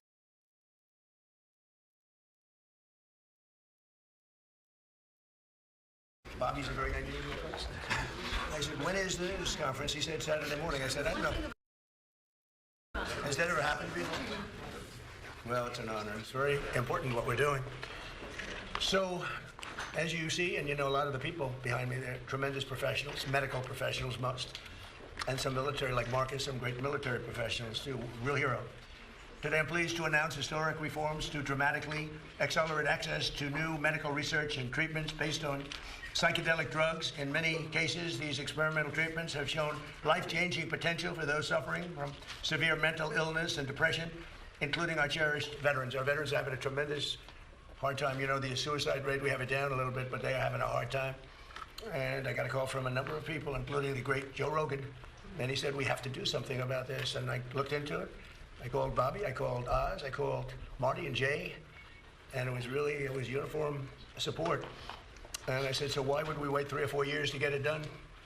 Or 10 years, frankly. Let's get it done immediately, and that's what happened. This has probably never been anything happened so quickly. Everybody is so strongly in favor of this. It's for a lot of people, but it's for our military in particular. The suicide epidemic among veterans is a national tragedy. Since 9/11, we've lost over 21 times more veteran lives to suicide than on the battlefield. I think it's fantastic, but I also think he should have expanded. I think he should do Reiki healing, Reiki treatment, which is like the 432 hertz frequency, but like a little bit more meditative, like not just focusing on the frequency, more like focusing on your inner self. It's really great. Anyway, stuff like that really helps, man. 21 times more. And today we're bringing them new hope. I think you're going to see a big difference and a big reduction in that number. I want to thank Secretary of Health and Human Services, Robert F. Kennedy Jr., who's a fantastic, where are you, Bob? Over here. He always makes it difficult for me. He's done a great job, too. And people love him. And more importantly, your wife is here someplace, Bobby. She's out there. Where are you? Where are you? The real boss in the family. It was fantastic. Thank you very much for being here. As well as FDA Commissioner Marty McCary, CMS Administrator Dr. Mehmet Oz, NIH Director Dr. Jay Bhattacharya. See how easy that name is? You know, it used to give me a little trouble. That was a tough name. Congressman Morgan Luttrell, who's a friend of mine and he's a real war hero. He knows something that a lot of us will never find out about. Retired U.S. Navy SEAL Marcus Luttrell, the two of them. I don't know what's in your blood, fellas. You guys are good mom and dad. Good? Yeah, good somebody. Good to have you. Joe Rogan is a fantastic person. We did a little interview before the election. We had over 300 million people. And I said, oh man, I hope Kamala doesn't do it. And she didn't. He wanted her to do it, but she didn't. Someday Joe's going to explain why. I could tell you why. But along with many other, because she didn't want to, with many other veterans. And I just want to thank the people behind me are outstanding. It's an amazing group. The executive order I'm signing, we're actually signing the executive order today, is really a moment. It directs the FDA to expedite their review of certain psychedelics already designated as breakthrough therapy drugs. They're very much being discussed. It's one of the hottest things I think you're talking about, Oz, right? It's nothing. If these turn out to be as good as people are saying, it's going to have a tremendous impact on this country and other countries too. These treatments are currently in the advanced stages of clinical trials to ensure that they're both safe and effective for the American patients. And the nice part is we're actually doing this early, but it has been going on. Research has been going on for quite some time. But, you know, usually with things like this, nothing ever happens, no matter how the research ends up. But we're changing that. This order will clear away unnecessary bureaucratic hurdles, improve data sharing among the FDA and the Department of Veterans Affairs, and facilitate fast rescheduling of any psychedelic drugs that become FDA approved. And we think many of them will go very quickly. And I have to say the most favored nations pricing that we established, that I established, has been knocking the cost of drugs down by 50, 60, 70, 80%. And I also want to thank you and Bobby for the great job you've done. It's incredible. The press refuses to write about it. I think it's probably as big as what we're talking about today. The drug costs are going down. And by the way, Trump RX, which is the way you go to get your very low-cost drugs. But when you think in my first term, for 28 years, drug prices went up, and I got it down 1/4 or 1/8%. I was so proud of myself. It's the only one that in 28 years got them down. And I had a news conference to explain how great I was. I said, I'm the greatest there ever was. I got it down 1/8%. Okay? I was very proud because it only went up. For 28 years, it went up. Now I got it down a little bit. And now I got it down 50%, 60%, 70% with these guys. So now I am, you know. But nobody wants to write about it. But it doesn't matter because the people have found out and they're getting, you know, we were the highest in the world by far. Sometimes would be 10 times higher than other countries. You'd buy a drug, I call it the fat pill or the fat drug. You'd buy it in London, you'd buy it for $10 for a pill, let's say, or a pill generally. But actually, to be specific, London, $87, New York, $1,300. I said, how can that be possible? How can it be possible? $87. And actually, a friend of mine called me up and he said, you know, he's a very rich guy, and he happens to be on this Ozempic, I guess, at the time. And it was not working, by the way. The guy was extremely successful, but highly neurotic. Got a lot of problems. I will not mention his name. He's begging me not to mention this because he's become quite famous. He's a big factor here. But he's very smart, very rich guy, very, very successful guy. And he said, hey, President, he used to call me Donnie. Now he calls me President, sign of respect. He said, I'm in London. I bought this stuff for $87. In New York, I pay $1,300. What's going on? I said, well, that's the way it is. We pay the highest prices in the world. And it sort of hit me that how ridiculous it is. Made, by the way, he checked it. He had a whole big research done on it because he couldn't believe it. Made in the same factory, same plant, everything was the same except the price. And now we are the lowest price. We are tied. In other words, whatever the lowest price in the world is, that's the price we pay. That's a tremendous difference. So we'll be paying, they go up a little bit. So the 87 will go like to 120 and we'll go down from 1,300 to 120. So we'll have these massive price cuts and they've already started. And I think it's one of the biggest things, but unfortunately the press doesn't like to talk about it. But because if I were a Democrat, it would be headlines all over the place. But so I do that. That's why I like live television, actually. It's great because you can't do any cutting. But I was so honored by that, and that's going to have a huge impact on this also, because the pricing, not only is it important, but the pricing is going good. And you're going to get the rescheduling done, right, please? So will you get the rescheduling done, please? You know they're slow walking me on rescheduling. Okay, you're going to get it done, right? In 2024 study from Stanford University, 30 special operation veterans with traumatic brain injuries underwent, it's called ibogaine treatment. Ibogaine. Remember the name. Is that pronounced relatively properly, would you say? Yes. I don't want to get it wrong. Ibogaine, because it's so important, and experienced an 80 to 90% reduction in symptoms of depression and anxiety within 1 month. Can I have some, please? I'll take it. I'll take whatever it takes.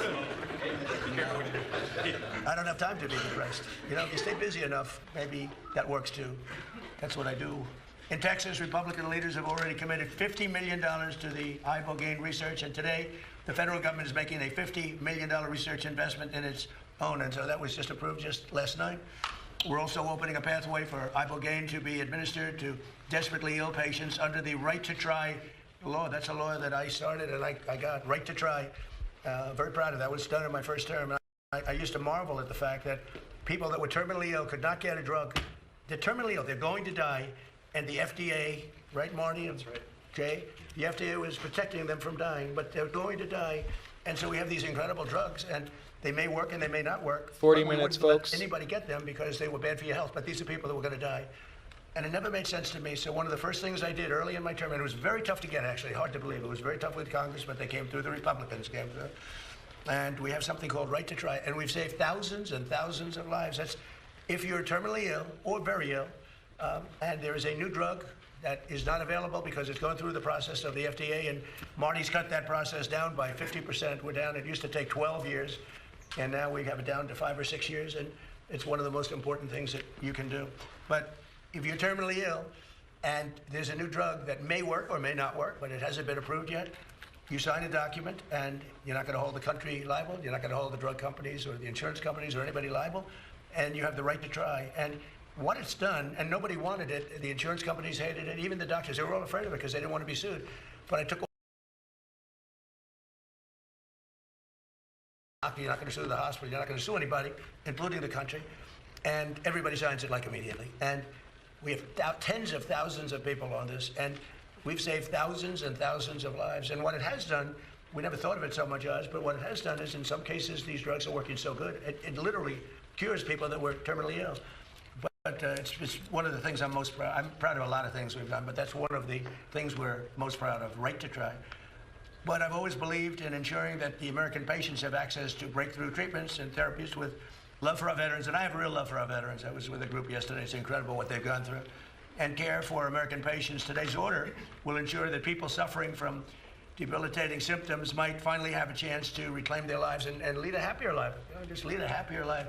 They've been through so much. So I'd like to ask Secretary Kennedy to say a few words, followed by Commissioner McCary, Marcus Luttrell, Joe Rogan, and anybody in the group that would like to speak. You're tremendous people. I know many of you, and you're really highly respected people. And the Luttrell family is well represented, but I don't mind having both Luttrells. Both Luttrells can say a few words, okay? Great people. And so, Bobby, do you want to start it off, please? Thank you, Mr. Thank President. you so much. Good morning, and thanks to the leadership of President Trump for making this historic day possible. Under the executive order, HHS will accelerate research, approval, and access to new mental health treatments, including psychedelic therapies such as Ibogaine. We're taking this decisive step to confront one of the most urgent public health challenges facing our nation, the mental health crisis. More than 14 million Americans live with serious mental illness, and 1 in 4 adults experiences a diagnosable disorder each year. Suicide has risen by more than 30% over the past 2 decades, with another peak in recent years. Among veterans, more than 6,000 die by suicide each year since 2001. We have lost far more veterans to suicide than to combat. At the same time, millions of Americans living with depression, PTSD, addiction, and other conditions do not respond to existing treatments. We owe it to our warfighters and veterans to turn over every stone to alleviate the emotional and mental health blowback from their deployments. It's disturbing.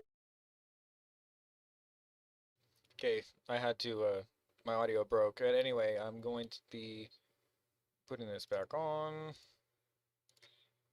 Here you go. Disturbing to me and to the president that hundreds, in fact thousands of veterans are having to travel to Mexico or other countries to experiment with interventions that hold great promise, but for which our knowledge is still insufficient. This executive order will remove the legal impediments that block American researchers, scientists, physicians, and clinicians from properly studying these medicines, and where appropriate, establishing protocols for their safe therapeutic use. We're directing the FDA to prioritize therapies that have received breakthrough therapy designation, treatments that early evidence suggests may improve what we have today. We're expanding the use of right to try so that eligible patients with treatment-resistant conditions can access these therapies under medical supervision. We're also coordinating with the DEA and the Department of Justice to begin rescheduling reviews after successful phase 3 trials. When the FDA determines a therapy is safe and effective, patients should not face avoidable delays in access. At the same time, HHS will work with states, the Department of Veterans Affairs, and other federal partners to strengthen research and share clinical data. We will use that data to support faster, evidence-based decisions. Through ARPA-H, HHS will allocate, as the President says, at least $50 million from existing funds to partner with states that are advancing these therapies. We will support those efforts with funding, with technical assistance and data sharing consistent with applicable law. Researchers at Johns Hopkins, Stanford, and Harvard, and other leading institutions have reported meaningful and, in some cases, extraordinary clinical improvements. If these results continue, these therapies could offer longer-lasting relief, not just symptom management. and reduce economic burden of mental illness, which costs this country hundreds of billions of dollars every year. This policy creates a strict, science-based pathway for FDA approval and controlled medical use. The bottom line is progress in mental health treatment has not matched the scale of the problem. I want to thank Joe Rogan for helping bring national attention to innovative, potentially life-saving treatments for veterans and others living with mental illness, and for pushing this conversation into the mainstream.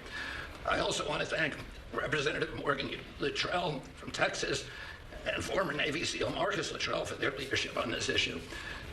I also want to thank the CEO of Americans for Ibogaine, Brian Hubbard, and the organization's ambassador, former Navy SEAL Henry Berkowitz, and former SEAL Team 6 Rob O'Neill. I want to thank a couple of people for getting this record time across the finish line, Callie Means and Dr. Heidi Overton. Thank you, Heidi, for your leadership and for your attention to detail, which is often frustrating, but always right. So thank you, and thank you above all, Mr. President. Thank you very much, Bobby. And you're fantastic. Bobby's really done an amazing job. You know, MAHA, it's a big deal. And I want to thank you. You work so hard, Oz and everybody up here. And I just want to thank you. Great job. And he's somewhat outside of the box, would you say? And we need outside of the box a little bit, right? Would you say, Oz? Marty, please. Great. Thank you, Mr. President. Next week, the FDA will issue 3 national priority vouchers for serotonin 2A agonists, also known as psychedelics. Under this new program, in this administration, drugs can get approved in weeks, not a year or a year plus, but in weeks, if they are in line with our national priorities. We have 18 vouchers in the program. We'll be adding 3 more next week. This is an unmet public health need, and there are potentially promising treatments. That's why there's a sense of urgency around this. That's why we're doing it now. The applications are about to come in, so this is the natural, perfect timing for this announcement.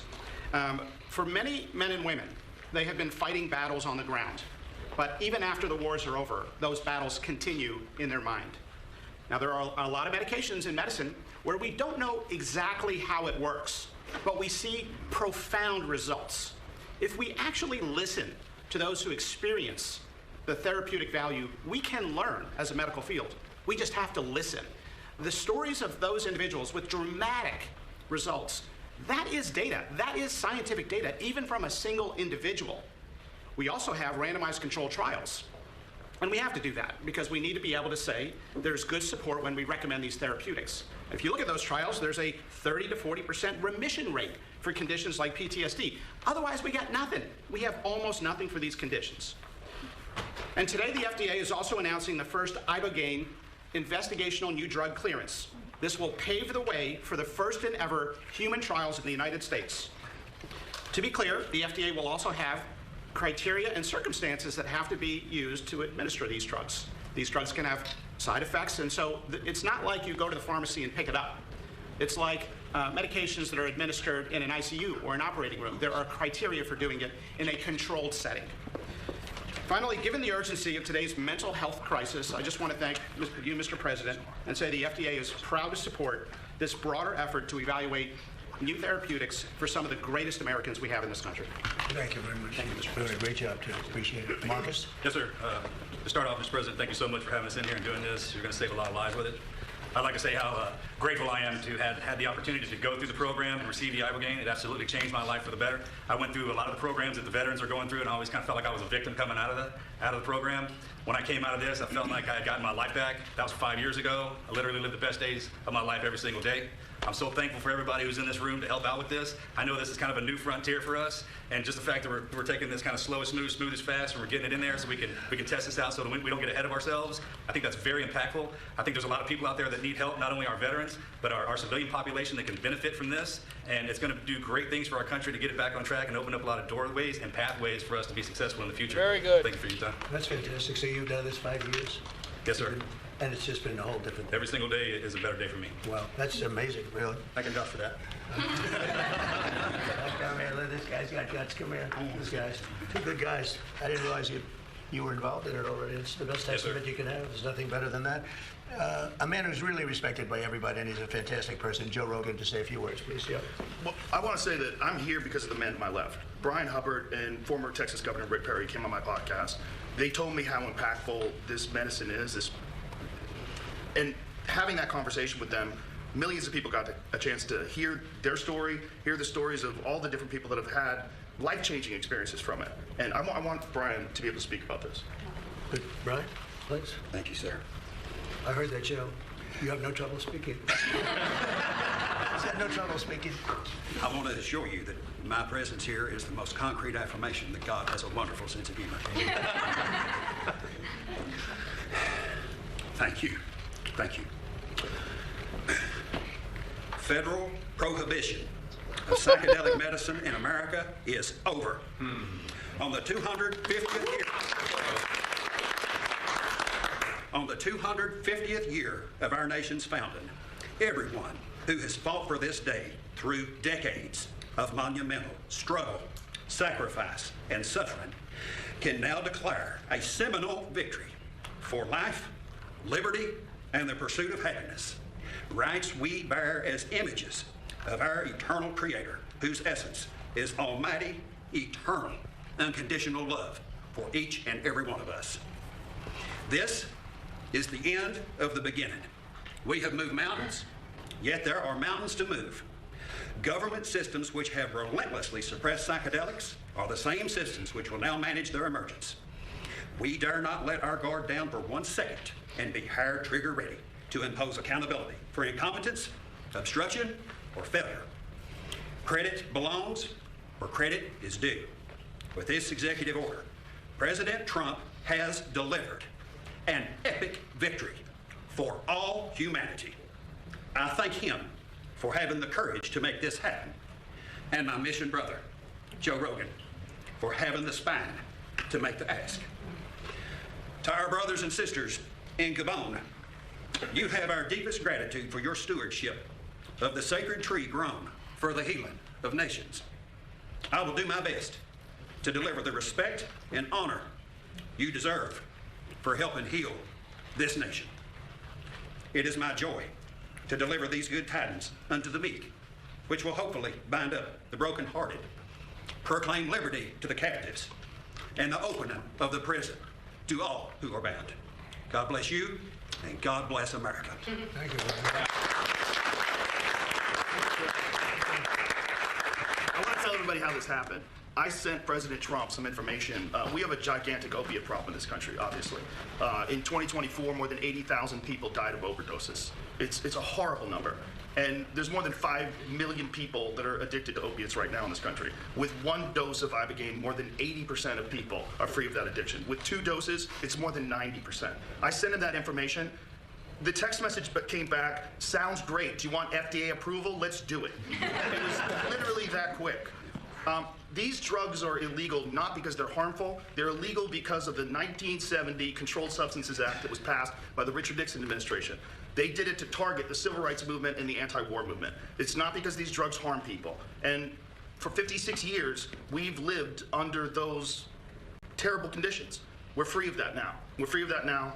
Thanks to all these people that we see next to me, and thanks to President Trump. Oh, thank you.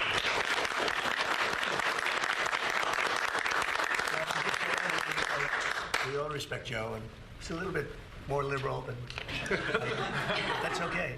Now you have a lot of friends that are liberal, but Joe is an amazing guy, and he wrote me a little note about this, and I had it checked out. I didn't just do it. I had it checked out. I went to Bobby and Oz. I went to some of the people that work for you, real pros, and everybody came back with the same answer. You know, normally they'll come back, because this happens a lot. We have a couple of them like that, when they're not sure. It's like, you know, it goes 2 ways. This thing, everybody thought it was incredible.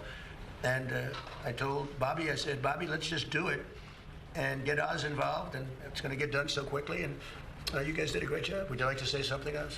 Mr. President, I want to thank Matt Zord, who's hiding in the back there, who actually on Sunday wrote a draft for this. You already thanked Heidi and Callie, but you know, Susie Wiles makes everything run here. This was an unimaginable task in 1 week to be able to go from a series of connections and communications with Joe Rogan through the honey badger of them all, Bobby Kennedy, who said, we're not going to stop. We didn't start calling everyone down the pike. Steph Spears been involved, and Chris Klump, who's been doing a fantastic job, helping run everything in great efficiency, made something. I just want to emphasize this. This is an entire paradigm shift away from a one-day a pill model, which has failed so many. And to the many who are drug resistant that Joe just spoke to, this offers them a way of getting out of that rut. The question now is, can we study why it works to understand it better, to use it better? That's what Jay Bhattacharya is going to do, NIH with major funding support, perhaps from ARPA as well. Marty spoke eloquently about the FDA's accelerated pathway for this. And then we're going to, when we learn more, figure out better ways of getting access to these products through our healthcare system. This is an extraordinarily exciting day, and it would never happen if the president just would not take no for an answer. He called on the way, Joe, to the fight on Saturday. And I think he was as determined to get this done as the men in those rings and women in those rings that night. Thank you, sir.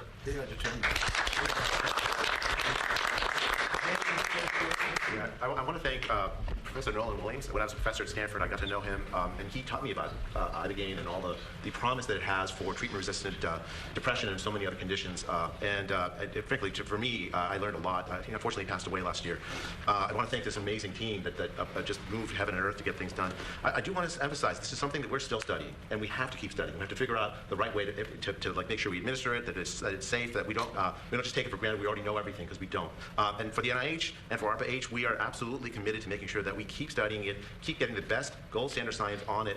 You see here Nora Volkow, who's my National Institute of Drug Abuse director. She's been an absolute hero in just developing scientific, so the commitment for American science to focus on this, and in many ways, it's that scientific advance that brought us to this moment. So thank you, President Trump. But if it's good, we want to get it fully approved fast, right? I mean, for the things that have great evidence, and that's what these studies, they go on for a long time, and if it's good, I mean, I have a witness right here, these two incredible brothers. That to me is a study, right? I mean, it's just as Commissioner McCary said, there's stuff that we know and we can tell it works. We still got to figure out sometimes how it works or why it works. That we got to keep doing even as we move forward fast. But it does work. Some of those, I mean, absolutely, some of those treatments absolutely work. You can see the testament here. Yeah. I'm trying to get the answer because it either works or it doesn't. I would think that there's been a lot of research already, indirect research, maybe the ultimate research, people that have taken it, because I've spoken to people that have taken it, aside from the trail, both of them. I've spoken to 5 people that had big problems. Done it 3 times. Yeah, please. It fixed my demonic relationship. This is Rob O'Neill, who's a friend of mine and a great guy. Go ahead. It fixed my demonic relationship with alcohol. It saved my life, and then it saved my wife. So every day's a blessing. It took about 3 years of. I did it 3 times. It's a different adventure every time. It's not fun. So without it, you would have had problems. I did it with, there was a Green Beret 28-year sergeant major that told me when we finished, make sure you tell Amber Capone, the CEO of Veterans Exploring Treatment Solutions, that she saved my life because I was going to kill myself next week. This was my last chance. I had a 28-year veteran tell me that. Wow. This works. Okay, good. Mr. President, yes. could you ask Marcus to speak about his experience? Thank you, Secretary. Yeah, Mr. President, what Rob O'Neill was talking about, my wife, Amber Capone, is the CEO of our charity VETS, Veterans Exploring Treatment Solutions. We had prayed for this day to come 10 years ago when we started the charity. We've been sending veterans outside the country, Joe, that you've been talking about for years, several thousand now, and we said the mission will end once this day happens, so we believe this is a huge step in maybe that the mission goes away, and now we have affordable access right here in the U.S. Why did they get it done? We're getting it done right. You're getting it done. Why? Yeah. Other presidents looking at it, right? Why didn't they get it done? I think we needed you. I get that's my job. I can answer that question, sir. Go ahead, please. There's a small group of us in the House that have been trying to move legislation since I showed up. Mr. Correa, Mr. Bergman, Mr. McCall, Mr. Crenshaw, every year have tried to move legislation. That side of the room is not going to like what I have to say about this. And every year it has all fallen short. Every year it has all fallen short. And it's because of the proverbial roadblocks that were always in the way. Right, that's right. Okay, fair assessment. But those members and myself were convicted never to give up, ever. And with this executive order, I'm going to maintain composure, Mr. President. With this executive order, you have broken down those barriers and allowed us, I have all the faith in the world that this will codify and remain forever. So thank you very much for taking care of your service members and your veterans and giving the members that have been working on this for so long a chance. Thank you, sir. Well, when I sign this does solve it for the 3-year, but we'll get that codified very easily. Absolutely. Once I sign it, we get them codified. So we'll make it permanent. I have no doubt it's going to be working. Would anybody else like to say something? These 2 women are so talented. Well, I love an executive order that says research, research, research, because it's ultimately what guides us on to how to optimally do things. And I think that this is what hopefully will start to happen and bringing up change in a system that has been very difficult to modify because of prior experiences. these drugs have unique characteristics that could actually, if we don't investigate them, can bring us into potential applications that currently we're not thinking about. But if we close the door to science, if we close the door to data, we'll just keep on doing the same thing again and again. Do you think the door was closed? It was hard. Yes. It was hard to do research. It's very, very hard. And it's actually just by scheduling as a one, it makes it very difficult. So this is a big move then. It's going to have It will facilitate bigger than research. just this one thing that we're talking about. That's good. That's good. I'm glad we didn't waste this Saturday morning. Angel, please. Yes, Mr. President, this is a much needed, bold move for precision mental health for our veterans and others, and accelerates access to personalized, targeted treatments. As you have heard, many, many veterans and others experiencing mental health disorders, they go through up to years of trial and error, trying one treatment that doesn't work, trying another and not knowing why. My work at Stanford and with my colleagues is to develop brain-based tests that can be measured right now in our VA and other locations that help us understand why these new treatments work and who they'll be most effective for. So with your mandate, we are in a position to really accelerate saving lives of many more people and getting them well sooner. And I believe that with this, the United States will be the first country in the world to treat mental health like we do cancer and like we do many other chronic mental illnesses. We know the world is... The world is actually watching this because there are a lot of countries that want to do this and they haven't been able to. They're going to be following suit very, very strongly. Thank you very much, both. Anybody else? You guys okay? Everybody, let's sign it, right? You want to say something? Mr. President, thank you. This treatment saved my life as well, and so many fellow veterans. Helped me get off opiates, stop using a nerve stimulator I had implanted, sleep for the first time in over 10 years. Wow. So thank you. And you have no doubt, right? Zero. Wow. That's, to me, that's the best research of all, frankly. Absolutely. Okay, it's my honor.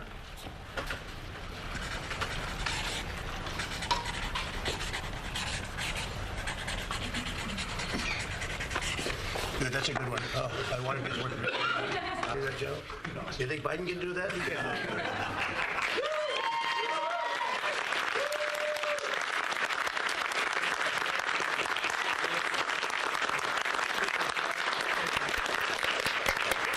you have any questions of the folks? And I think we'll keep it on the subject pretty much. You'll have some questions on Iran, I know that. But this is such an important subject that I'd rather let this just speak for itself.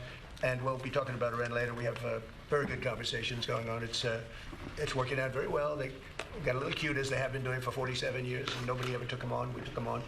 They have no Navy. They have no Air Force. They have no leaders. They have no nothing. Actually, their leaders are, it is regime change. You call that enforced regime change.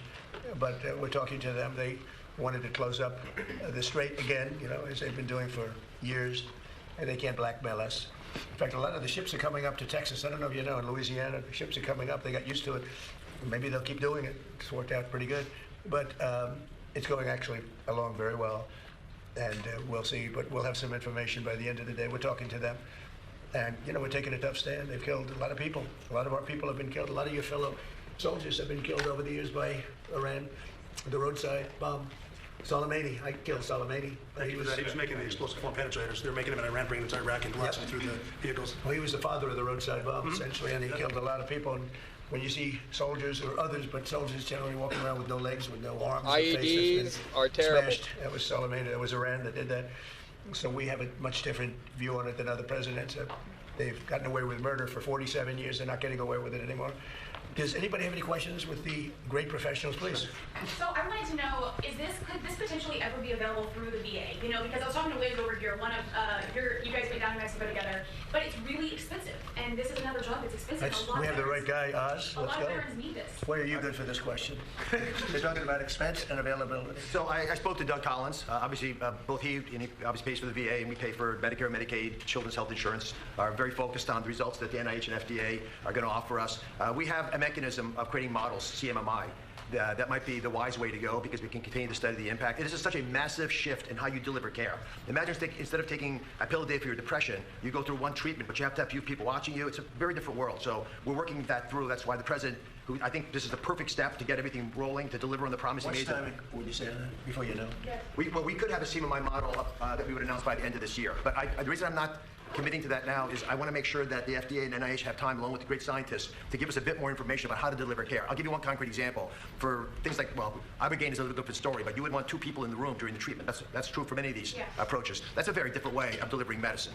And so the models that Abe Sutton runs that group for us and has done a great job for the president, that would be probably the fastest way of moving forward and give the VA data so they can make wiser decisions, because Doug Collins is very focused on this. There's one thing I'd add. There's nothing more expensive right now than the mental health crisis in America. 21% of Americans have a diagnosable mental health condition. The second leading cause of death for young adults today is suicide.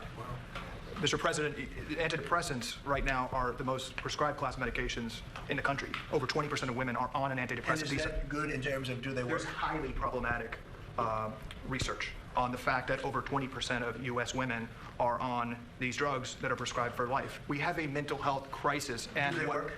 No. They don't. Me, I'm on a couple of them. And I would not have. I would not have. But no, it is definitely an issue for women. But, Mr. President, what you and Secretary Kennedy unlocked is for the first time questioning this system, that where we spend 3 times more per capita than any other country in the world, and we are living 6-7 years less. We have the highest rates of suicide and depression in the developed world. The incentives of our system. And by the way, autism, which we're really working hard on, right, Bob? We have the highest rates. And we're coming up with some pretty amazing findings. Pediatric cancer is the highest rates in the world. We are struggling and paying more than any other country, and the power of this executive order is really representative and gives validation to the cries of Maha moms and the votes of Maha moms, because for the first time it's taking a therapy that's one time. This is a one time, not a lifetime drug that can change someone's life, and that's the power, and I think that's why the system. So the antidepressants, all that we read about and we prescribe to our military, they're not very effective? It's a lifetime drug, and well, even if it's lifetime, but do they? Look at what's happened as we've prescribed them. They one of the most prescribed. Well, the numbers are not great. Perhaps I could jump in from the scientific side. Thank you, Mr. President. What's the timeline for those with mental health? I think what's really important about your order is we really want to understand why these rapid-acting treatments work. We need that for every treatment in mental health illnesses. Standard antidepressants in research, they do work for some people, but certainly not everyone.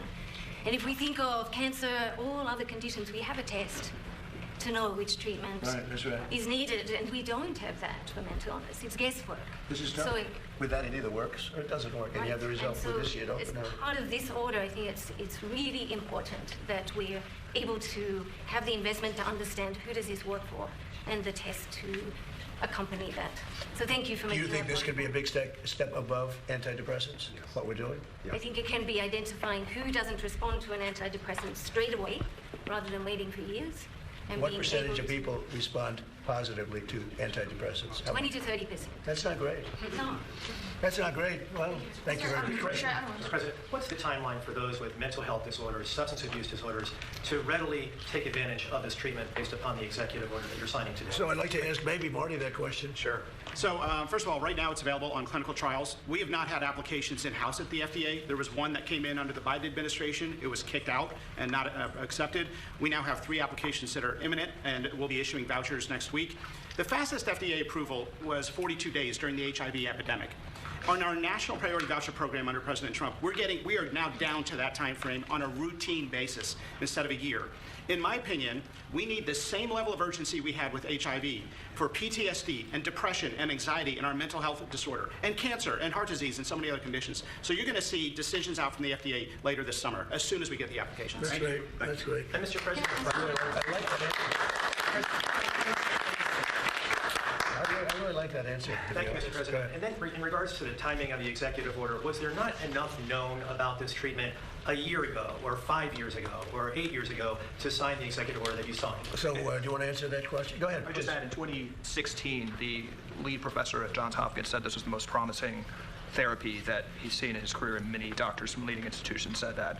There's been a hold, there's been incentives against this, and to the bravery and leadership of President Trump, that's getting artificial barriers? It started, and this, to be clear, is starting a fast-track scientific process that's subject to FDA approval.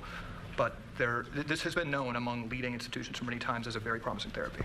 So could it not have been signed in your first term, or there just wasn't enough information to know about it? Nobody told me about it, frankly. I mean, I got, all of a sudden, I've been getting a lot of calls. I think a lot's, in all fairness, I think a lot's been learned over the last few I years. should say that. I mean, a lot has been learned over the past few years. And I think in the first term, if I was standing behind the president, I would be much more comfortable than I am now, thanks to the research that's been done. I mean, still a lot more to do.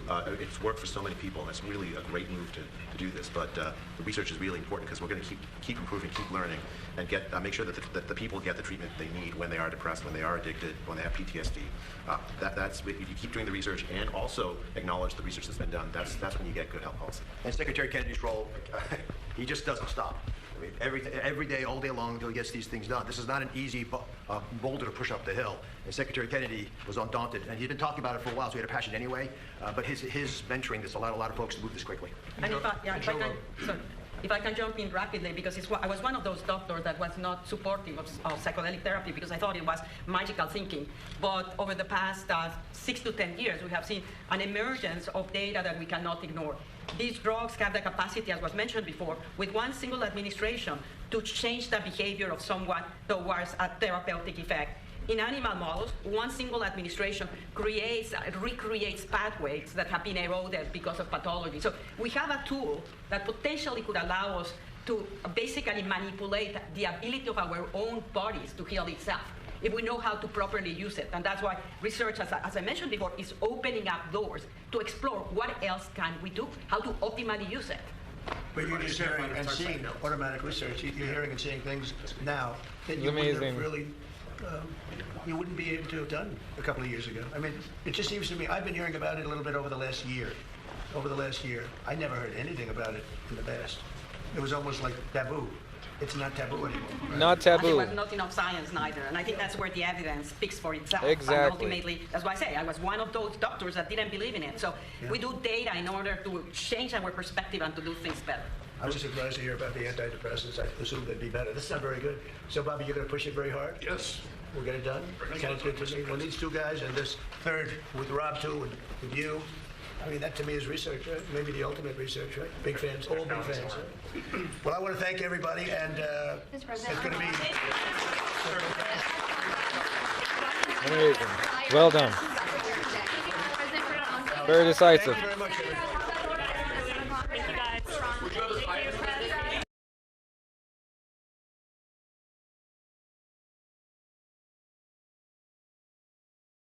Now, lefties are finding out on a metric scale right now. Literally across the country, these people are torpedoing themselves massively. Their entire campaign right now is that at least we're not Trump, because their approval rating is actually way lower than the Republicans, believe it or not. So Hassan Piker has recently been dropped by literally everyone in the Democratic Party. So this is Hassan's response to the Michigan State Rep and Graham Plattner dropping events he's involved in. All right, people are staying away from this guy. They're like, hey, yo, this is the guy that said America deserved 9/11 and glorifies terrorism on a stream every single day. No, actually, we don't have anything to do with this guy. All right, so Hassan is getting obliterated everywhere. This is his response. Honestly, it's pretty awesome. This is levels of cope I don't think we've ever seen. Nothing to do with that. They're still going to keep chirping. Also, like I said, this is extremely, extremely online. A Michigan representative dropped out of the Abdul event and people are claiming it's because of you. I mean, it could be. It probably is. I mean, you're a terrorist. Terrorist supporter. I don't know. I have no idea who the Michigan representatives are. Awkward. Guys, there are malleable, lower level politicians that can be pressured. Right. That don't know who the fuck I am. That's They're gonna be like, oh, I'm scared. It's just the malleable low-level politicians getting pressured, probably by the Jews, to not want to associate with an open terrorist supporter. Who would have thunk it? I'm worried. Everyone's yelling at me. By the way, not that it matters, but apparently I didn't even know this was a progressive victory event until they released it.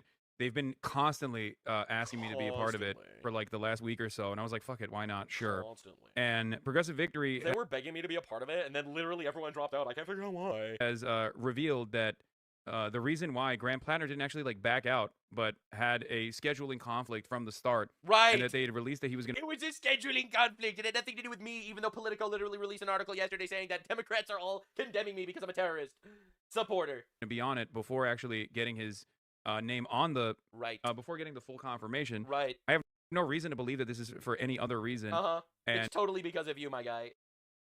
They literally said it out loud that they don't want to associate with you because you're a brand risk. You're a brand risk to the entire Democratic Party. They're like trying so hard to not be called terrorists while they actively advocate for domestic terrorism. You know, they say abolish ICE and shit. They don't actually align with real terrorists. I mean, they're trying so hard here, man. And it's unbelievable. Or I guess Unsuccessfully. the most believable thing that like all of these like fuck Hassan derangement syndrome losers literally think that this dude is backing out an event. Yeah. That because I'm also participating in it. Yep. Are you out of your fucking mind? They literally admitted it. They literally Are said you out that. of your fucking mind, dude? I covered this in a video It's yesterday. so crazy. Yeah, it's crazy. It is so fucking Look how crazy. mad he is, Dudes bro. On the internet, run on drama. Bro, he's They so think that angry. Grant Platter was like, oh my God, Hassan is going to be a part of this? I have to get the fuck out of this. I can't touch this with a 10-foot pole. That's awesome. And there are, like, I'm seeing it. There's, like, people who legitimately think that this is the case.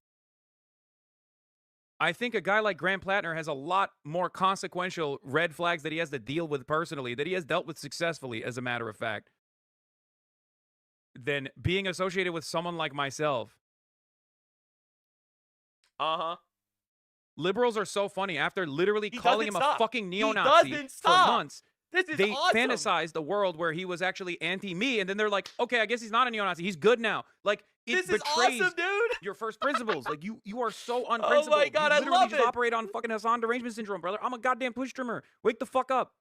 So this guy goes on a gigantic crash out, a generational crash out, because this guy doesn't want to be part of an event that he is part of because he's a terrorist supporter. And the reality, and it's so obvious that that's the case, they even admitted it straight up. He needs to go on like this gigantic rant how there's no way it has anything to do with me. Of course not. I'm just a guy. I'm a dude. I'm just a guy being dude. There's no way. It's not about me. Everyone's coping. Everyone has Hassan derangement syndrome. This is honestly beautiful. It's one of the greatest things I've ever seen. Now, in fact, to prove that Hassan is fucking retarded, It's Hassan this is derangement. a announcement from the chairs of the Democratic committees from New York 17th District, releasing a joint statement condemning the normalization of Hassan Piker. This is the greatest fucking timeline of all time. Leftists killing each other is awesome, actually. In an unprecedented joint statement, the chairs of all Democratic committees representing the New York 17, all right, Westchester, Putnam, Rockland, and Dutchess have denounced FB's normalization of Hassan Piker's vile, racist, misogynistic, anti-Semitic, pro-terror rhetoric.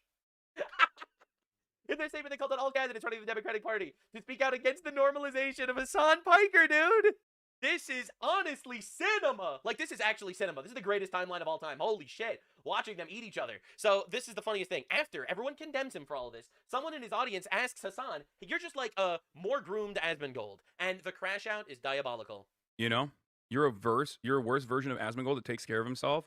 You're comparing someone with a degree in the thing that he's talking about with like 10 plus years of. How dare you compare me to Asmongold? I have a meaningless degree, which is why I get literally everything wrong in all of my political commentary. Remember, this is coming from Hassan Piker, the guy that said we will not be invading Venezuela 2 days before we invaded Venezuela. This is Hassan Piker, the guy that said Russia will not invade Ukraine 2 days before Russia invaded Ukraine. All right, this guy is the worst political commentator of all time, and he's a terrorist supporter that directly promotes, supports, and advocates for terrorism every single fucking time he possibly can. Literally, without a shadow of a doubt. He is anti-American in every one of his stances. So this guy says, how can you possibly compare me to Asmongold?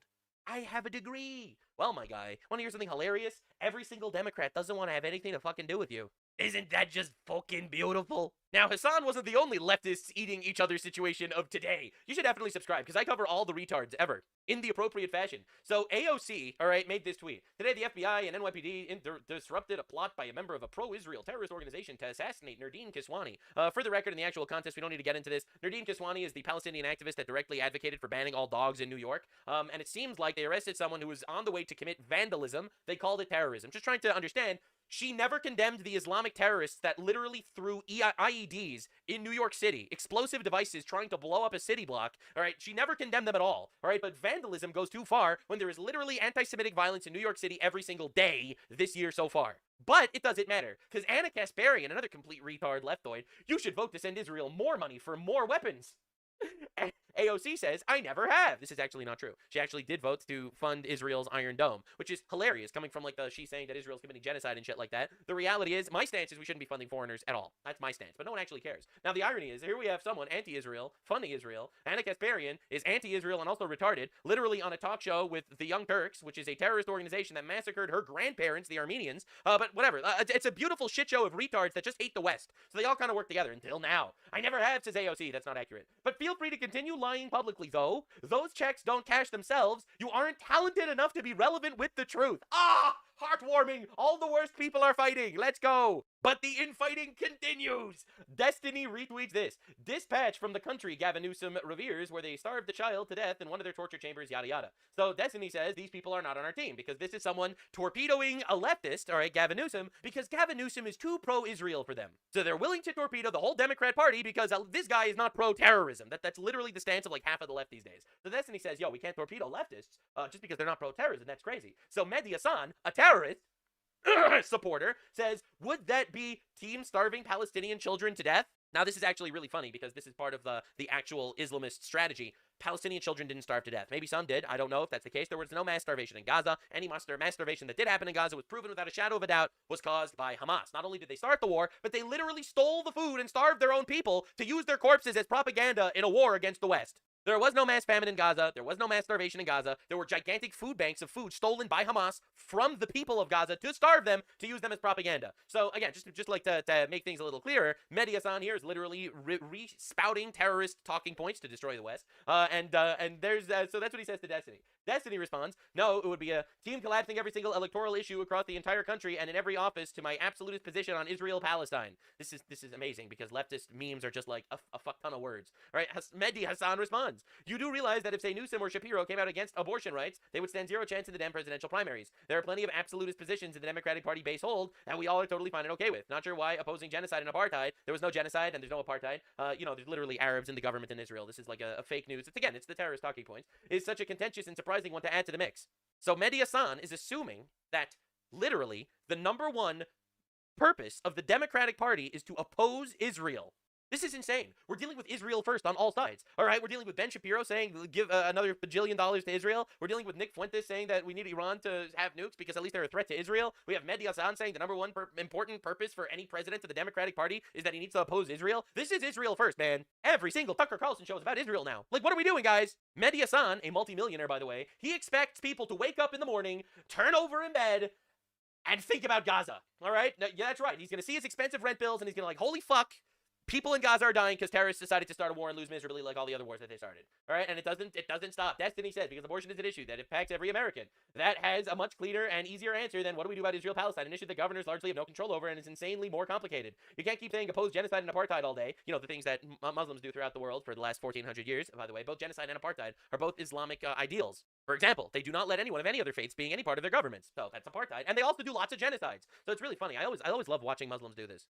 All day, but anyone that understands the issue understands how empty the rhetoric is and how nothing down the road will lead to any real solutions that would actually result in peace for all sides. So here we have leftoids eating each other on how Destiny is saying no one gives a fuck about Palestine. We have to remove all these terrorists from the movement. And then we got Mehdi Hassan saying, no, actually, the number one issue for the Democratic Party is Palestine. And for some reason, Destiny, a libtard, is not allowed to recognize the fact that, yeah, we have foreigners in our country that are trying to fucking kill us and we need to deport all of them. Because he's a libtard. He's not allowed to even engage in the actual deportation rhetoric. He has to completely and utterly get cucked by it and just be like, yep, that's just how it is now. We have a lot of Muslims that want us to be fucking dead and want Palestine as their number one issue, and we just have to live with that now. Isn't that just glorious? Zohran Mamdani decided to weigh in on the current leftoids finding out drama. I am saddened to learn that a New Yorker in city custody died early this morning. He was transferred from Rikers Island to Elmhurst Hospital yesterday evening where he was receiving medical attention. My thoughts are with his family and loved ones. They endured this profound loss. Every person in cities deserves dignity, safety, access to quality medical treatment without exception. Transparency is essential, blah, blah, blah, yada, yada. And he basically makes this whole tweet, no! A criminal died! No! I can't believe a criminal died! Interestingly enough, he had nothing to say about this. 83-year-old veteran randomly shoved onto New York City subway tracks, dies from injuries, illegal migrant charged with murder, and he did not say anything. Nothing said about the illegal migrant that murdered a random veteran in New York City on a random day. Nothing about that, but oh no, a murderer died in custody. This is literally a genocide. Honestly, insane stuff. God, I love watching these people get fucking obliterated. It's awesome. Now, there was one Republican that was running for the Mecklenburg County in Charlotte, District 1, and he dropped out of the race. Now, you're probably wondering, he was literally the only Republican. Why did he drop out of the race? Basically handing the seat over to the Democrats. Aaron is the Republican candidate for District 1 on the Mecklenburg County Commission. We could see bullet holes in a tree, in his cars, and even on a basketball hoop. His kids and wife were inside when this all happened. The kids had actually been playing in the driveway a short time before the shots were fired. The mailbox was damaged as well. He says they called 911 after hearing what sounded like a car backfiring, and when police arrived, they discovered shell casings all over his driveway. He has no idea why someone would target his home. Yeah, well, I do. He's a Republican.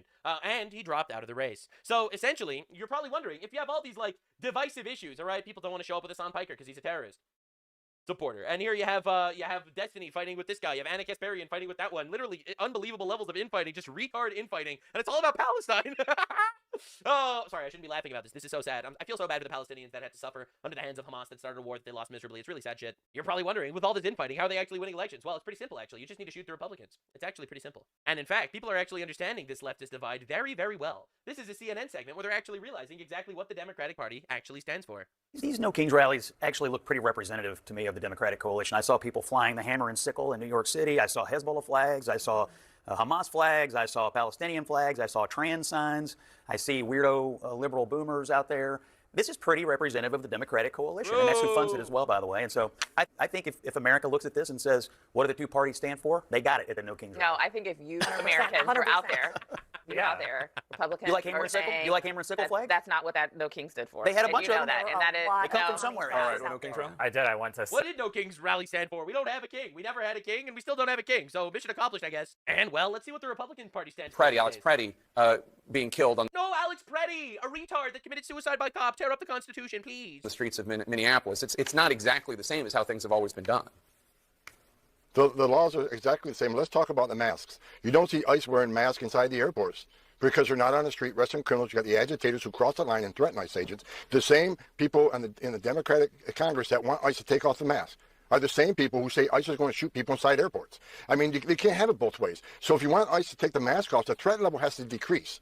It's up 8,000% increase in threats against ICE officers. Right. And that's because a lot of the rhetoric coming from the Hill. Stop calling ICE Nazis and racist. Stop saying they're going to shoot people inside airports. That's going to drive the threat level down, and we can talk about masks. So, you know, we got to work together at this, but the ICE is doing the same thing they've done during 4 years I've been doing it. Again, they're enforcing the laws that they enact. If they don't like it, change the law. The law hasn't changed. The difference is, under the last 4 years of Joe Biden, they weren't enforcing the law. Now ICE is actually enforcing the law, doing the job, and they don't like it. If they don't like what ICE is doing, change the law. And he's just right about this. And, like, this is what the two parties stand for. On the left, you have this weird coalition between transgender terrorists and Islamic terrorists. And then you have on the right, just, like, law and order. We got to get these guys out of our fucking country. We got to get rid of these dumb fucks. And the Democrats, they can't stop crying. Oh, my God, there's ICE agents in airports.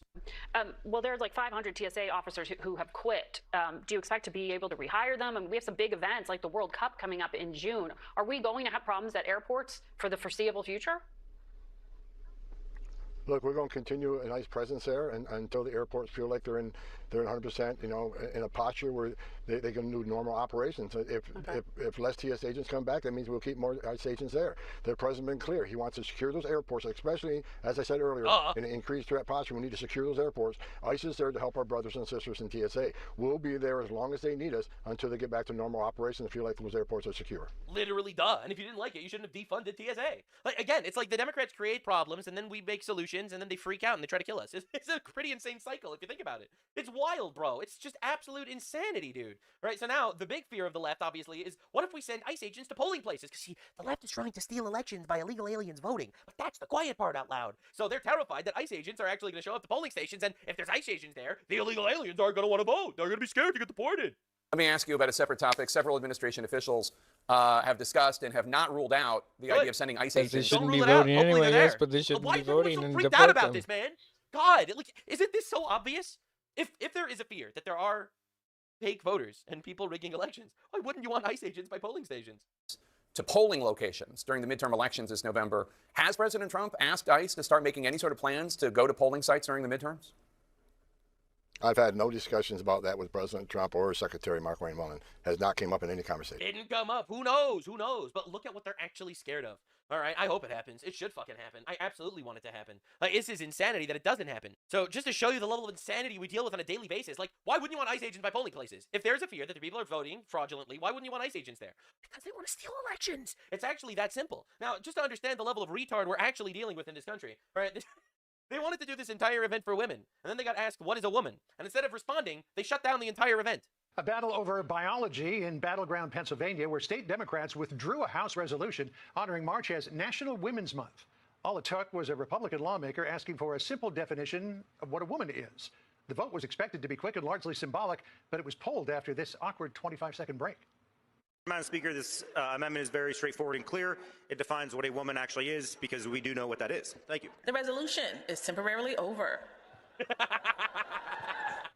Well, there you go. They pulled the whole thing. The Republican who put forth the amendment says defining a woman as having double X chromosomes should not be controversial. Oh my God, it's crazy that we're still doing this. And we're supposed to take these people seriously? Are we really supposed to take these people seriously?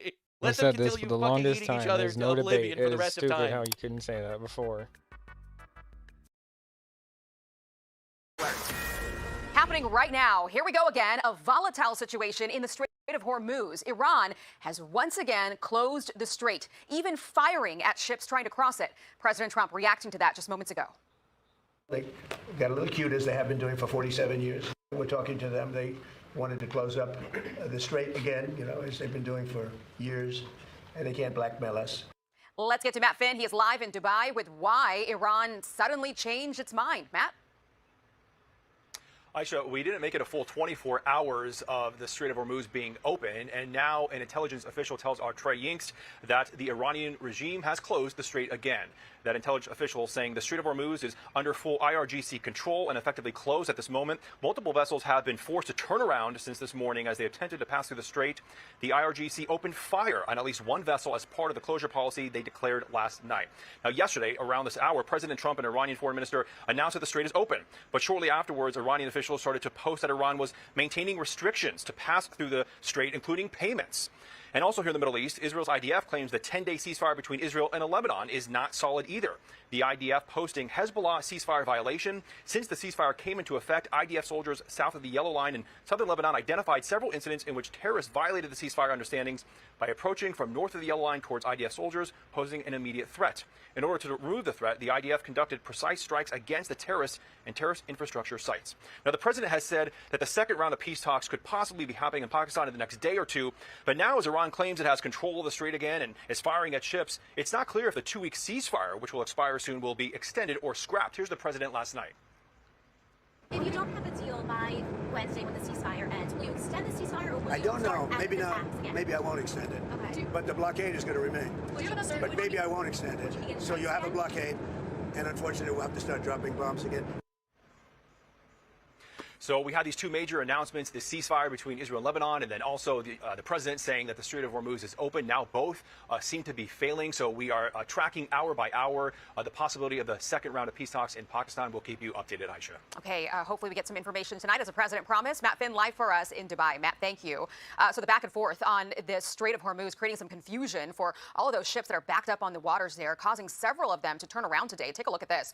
Just early this morning, the Iranian military posting online the critical choke point is once again closed, despite the president saying just yesterday it was open and ready for business. Let's bring in now Medal of Honor recipient Dakota Meyer, a great friend of mine. Dakota, thank you so much for joining us in the program today. Great to see you.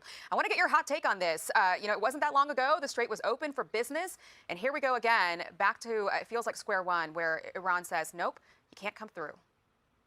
Yeah, I mean, look, Iran wants a deal, so let's don't get ourselves on that. Iran wants a deal. We want a deal. We want to get this done without having to, escalate this any further. I fully expect this to go back and forth.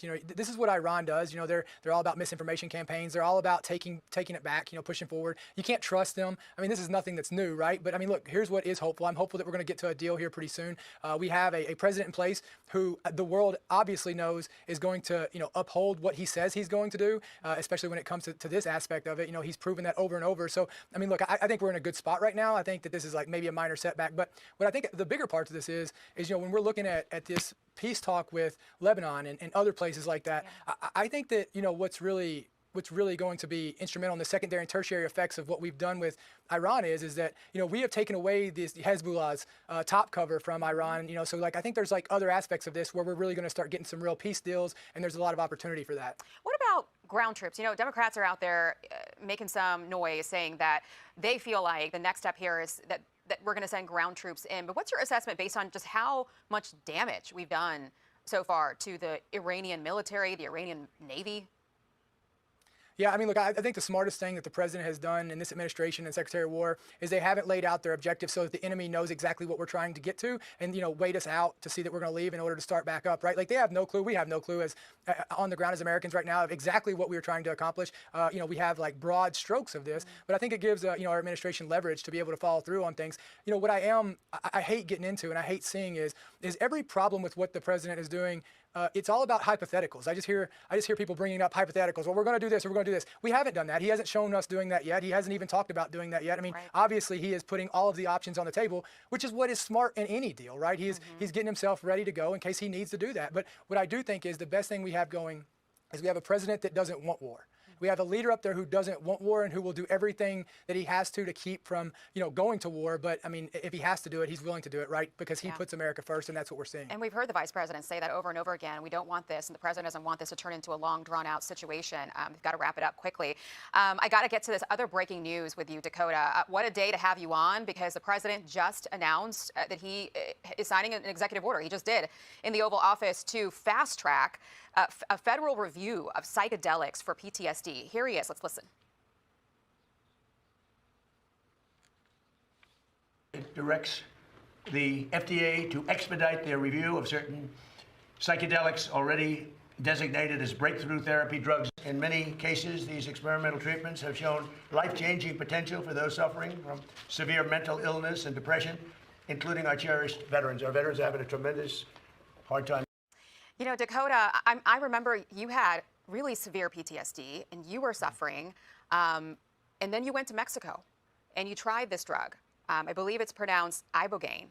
And this is what the president and his staff were talking about today. Can you just walk us through your experience? Yeah, I mean, honestly, I seen this as I was driving to the studio, and Congressman Luttrell, I mean, absolutely saved my life. He's been a big advocate on this. I mean, seeing the guys that are standing, Brian Hubbard in there, seeing the guys who have been the pioneers of trying to get this legislatively to where we don't have to send our men and women who have fought for this country, or really, I mean, this is going to be an extension. It's way bigger than just veterans. I mean, this is about healing America. It's about healing the world and healing the globe. And I went down there. I was a skeptic of it. I literally remember calling Congressman Luttrell before going down there and saying, this is not going to work. I've tried everything, and really just almost out of options of trying to balance, what I had, was I going to come home and be a victim of my own service because I couldn't find treatment that was going to absolutely help me while trying to be a parent, right? And so I went down there in 2019. And it absolutely changed my life. It absolutely saved my life. I mean, if you go look at me before I went down there versus I just re-enlisted back in the military, I'm back serving, I'm back doing what I love. I'm becoming and being every single day. I have the ability to focus on being the best version of myself. This is a drug, this is a medicine. I hate saying the word drug, but this is a medicine that is truly hopeful and giving back people the life that they are looking to have.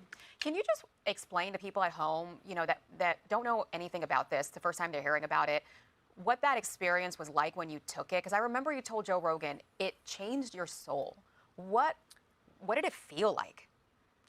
Yeah, it's not like a high. It wasn't something. I'd taken plenty of medications before. Trying to go through the American protocol, whatever you could call it, of trying to heal mental health. But it wasn't like a numbing. The best way for me to describe it, it was like an internal counseling session for you to be able to process, face, and file. What you had gone through and make sense of it in order for you to have the ability to move forward, right? For me, it was, I did ibogaine and I did 5-MeO-DMT behind it, and it wasn't easy, but it was me being able to face it wasn't like the symptoms, it was more of me being able to go in deep, get past my consciousness, and see what subconsciously was in me that was causing me to have this. I had severe anxiety. Anxiety was the symptom that I had the worst. I mean, to the point where I was sleeping in my car multiple nights a week. My daughters never even seen me sleep. I would never sleep around them because I never wanted them to see that side of me until after 2019. And so, it was hard, but it was like I went down for a weekend in 2019. And after that, I came back, and I literally, when I say I haven't had an ounce of anxiety since, I haven't. Wow. That's a testament. I mean, that's a testimony right there.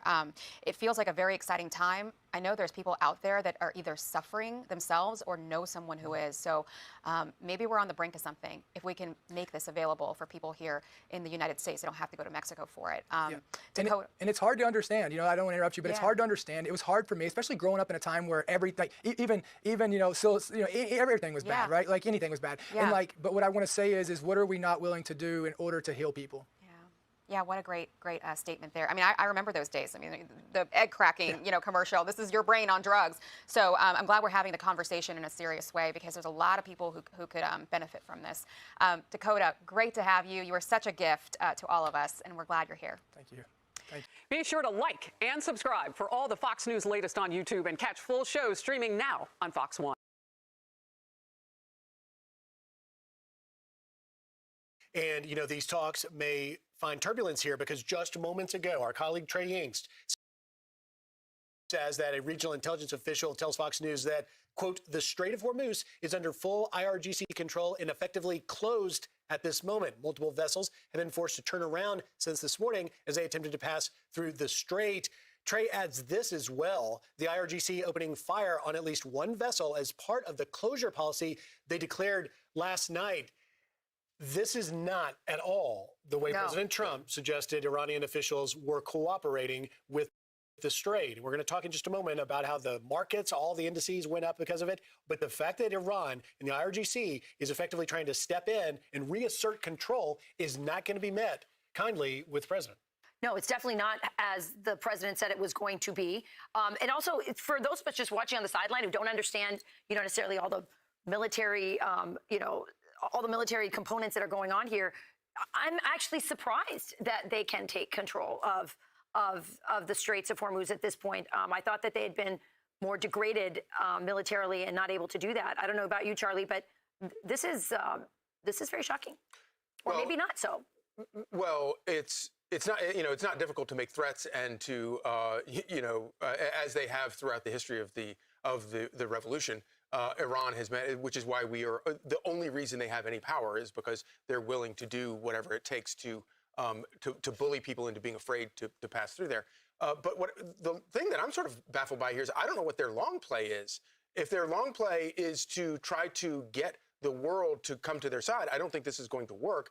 If anything, this is going to pressure countries that have been a little bit reluctant to get involved, but I don't think it's going to be to get involved on their side. I think the United States has demonstrated a far better and fairer ability to keep international waterways open for all people for free and fair trade. And Iran has done the exact opposite. So I don't really know what their long play is by doing this right now. And why did it happen? I mean, is it possible that there was also in conjunction with this deal, there was a ceasefire in Lebanon? So is it? I don't have information on that, but it's possible that maybe that was broken, and could that have triggered that? Maybe, because remember yesterday the president wrote on True Social, he said Israel will not be bombing Lebanon any longer.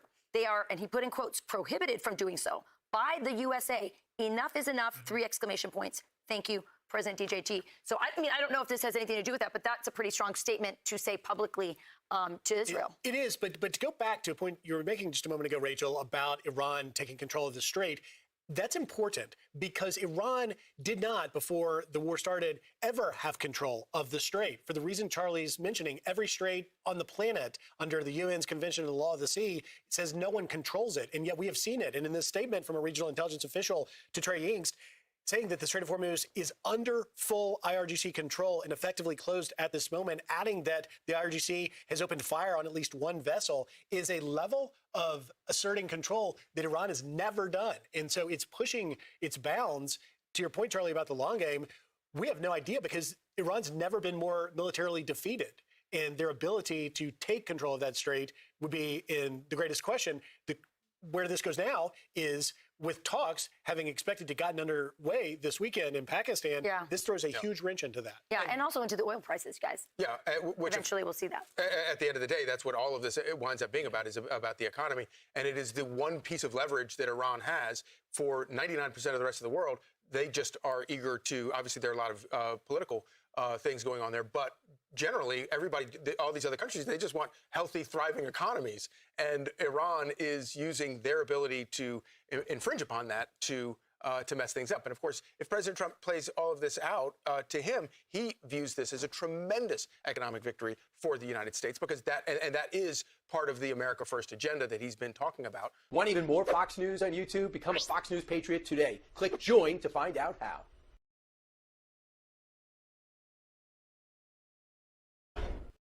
So President Trump's been confident for the most part that the U.S. is close to a peace deal with Iran, but will that change now that Tehran apparently has ground traffic back to a halt in the Strait of Hormuz? And remember, the 2-week Iran ceasefire is due to end on Tuesday. Let's bring in on Dan Hoffman, former CIA station chief in Middle Eastern war zones, also a Fox News contributor. What do you suppose is behind this change of mind on the part of the Iranians? They opened the straits, now they say it's closed again. What's the reason, do you think? I think there's a couple of things going on. I think Iran is negotiating with us, and negotiations don't always take place through diplomacy. In this case, Iran is trying to use their closure of the Strait of Hormuz as leverage to get as much as they possibly can to their benefit whenever or if those negotiations resume. I also think that they knew they were deliberately creating a sense of optimism here in the United States. We saw the reaction in the stock market. The president spoke about a deal happening fairly soon. And I think Iran deliberately pulled back with an eye towards disparaging the reputation of the President of the United States. They want to drive a wedge between the United States and our allies. They want to reduce or eliminate our ability to project power in the Middle East. And they want to inflict harm on the global economy. And that's their goal. We know from some of the testimony this week from Director of DIA James Adams that Iran continues to have a stockpile of ballistic missiles and drones, and they have this so-called Mosquito fleet, those fast, agile IRGC boats. So if the United States seeks to open the Strait of Hormuz by force, we're going to be in for a fight against Iran, but there may be no other option. Do they really have the ability to close the strait? I mean, they don't have a navy. Apparently they have put mines out there, but the U.S. has been doing some demining. Do they really have the ability to keep it closed? Well, this is, I think, the inflection point we're at, John. Does Iran choose to negotiate after some of this saber rattling, or do they escalate? And by escalation, that would involve using their asymmetric warfare, what's left of the IRGC fleet, which is, again, the small, fast, agile boats that they could use, and they've got mines, and that may be enough to discourage tankers from seeking to pass through the Strait of Hormuz. It's going to be too risky for the personnel, and insurance rates will be high, and that may be something that Iran will be seeking to test. And the United States, I'm sure right now, is game planning how we will respond. And I'm sure that President Trump is relying on his military as well as the intelligence community to advise of Iran's plans and intentions and what sort of options we might have to induce the response we want from the Iranians. I can't emphasize enough how important intelligence collection is right now to informing the president. Yeah. I want to read a statement that the Iranian deputy foreign minister made to the Associated Press. He says, "I can tell you that no enriched material, meaning uranium, is going to be shipped to the United States. This is a non-starter, and I can assure you that while we are ready to address any concerns that we do have, we are not going to accept things that are non-starters." This, of course, after the president said that Iran had agreed to ship its uranium, what can be found of it, to this country. It makes me wonder whether anybody's really in charge in Iran. Mojtaba Khamenei, the supposed new Ayatollah there, the son of the dead Ayatollah, hasn't been seen in public in what, 5 weeks, 6 weeks? Yeah, certainly we could be looking at different voices within the Iranian regime. The foreign minister indicated perhaps that Iran might be willing to allow the United States to take that enriched uranium out of the country, roughly 1,000 pounds of it. And now you hear from the deputy foreign minister that that's not an option. It could be two different voices. It could be that Iran knows that we want it out, and they're going to drive up the price for what they want in return. We're holding $20 billion of frozen Iranian assets, and they may want that in return for giving up the uranium. The president may not want to do that. And so that's where, again, the negotiations will continue. The Iranians, in their history, haven't won a whole lot of wars, but they are very good at negotiating, and it's going to be painstaking, and I don't believe we're necessarily going to get to a result as fast as we might have thought we would have yesterday. What about the help of the Pakistanis? They have been sort of mediating these negotiations. Can they lean on the Iranians? Well, I think they're playing a very positive and productive role. At this point, I think they've been very helpful in terms of allowing the United States and Iran to engage with one another. The Pakistani chief of the army, Asif Munir, was in Iran. They are trying to ensure that there's enough connectivity to keep the negotiations alive. The Pakistanis have tried to deliver some confidence-building measures. We clearly need a mediator, an intermediary, and the Pakistanis are doing well at that. There's a limit, obviously, to how effective they can be. That depends on Iran, and Iran has to come to the negotiations in good faith, which they're not doing. Yeah. And the question for President Trump is how the United States is going to respond. Yeah, it's hard to know, it seems, whether anybody's really running that country or whether there's a fight about who's running the country, I guess. Dan Hoffman. Dan, thanks. All right, thanks for watching. Check out my new podcast, Hanging Out with me, Sean Hannity. The big interviews, the debates you won't get anywhere else. Like and subscribe for new episodes every Tuesday and Thursday. Many ships could be seen around the Strait of Hormuz on Saturday. As sources said, at least 2 commercial vessels reported being hit by gunfire while trying to cross the waterway. Several others said they received radio messages from Iran's Navy saying they were not allowed to pass.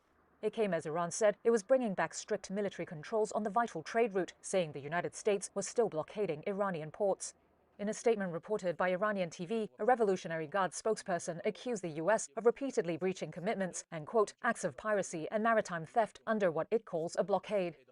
The state news channel also read out a message by Supreme Leader Moshtaba Khamenei, who said Iran's navy was ready to inflict new, bitter defeats on its enemies. The tough messaging injected fresh uncertainty around the Iran conflict. It raises the risk that oil and gas shipments through the strait could remain disrupted, just as Washington weighs whether to extend a fragile ceasefire. They can't blackmail us. U.S. President Donald Trump said dialogue with Iran was ongoing. We'll have some information by the end of the day. We're talking to them. And, we're taking a tough stand. American side tweets a lot. Iran's deputy foreign minister said his country remained committed to diplomacy. But Saeed Khatibzadeh said no further talks with the U.S. would be scheduled until an understanding is agreed that Iran will not give up what it sees as its rights under international law to uranium enrichment. We are member of Non-Proliferation Treaty. We are member of IAEA. And we are going to commit. We do have responsibilities and we do have rights. Iran is entitled to the rights and we are not going to abandon our rights. Earlier, maritime trackers had showed a convoy of 8 tankers crossing the strait. It was the first major movement of ships since the U.S.-Israeli war on Iran began 7 weeks ago. Iran had announced its temporary reopening of the strait after a separate 10-day ceasefire agreement on Thursday between Israel and Lebanon, brokered by the U.S. So we do have another post here from President Trump on Truth Social, speaking on the reopening of the Strait of Hormuz. He says this: now that the Hormuz Strait situation is over, I received a call from NATO asking if we would need some help. I told them to stay away unless they just want to load up their ships with oil. They were useless when needed, a paper tiger. President Donald J. Trump. So that just coming in here from the president as we're sharing this news. Now, we also have heard from him a few more times on Truth Social here today. He started off by saying Iran, with the help of the USA, has removed or is removing all sea mines. That also coming out from the president actually just about 2 minutes ago. So my apologies. He shared that about 2 minutes ago. But he has been posting about this since early morning. Now, also this post, as he says, thank you to Saudi Arabia, UAE, and Qatar for your great bravery and help. President Donald J. Trump. So a lot of posts here on social media from the president. And once again, here is a live look at how the stock market is reacting to this news here today. All right, so we'll keep that up on a screen for you, but let's head back out to Washington, D.C., where we were listening in to this live event here, and that is HHS Secretary Robert F. Kennedy Jr. as he's testifying. Let's listen in. The biggest ones that represent 80% of American lives. 3 months into my office, and I got them all to agree to end private.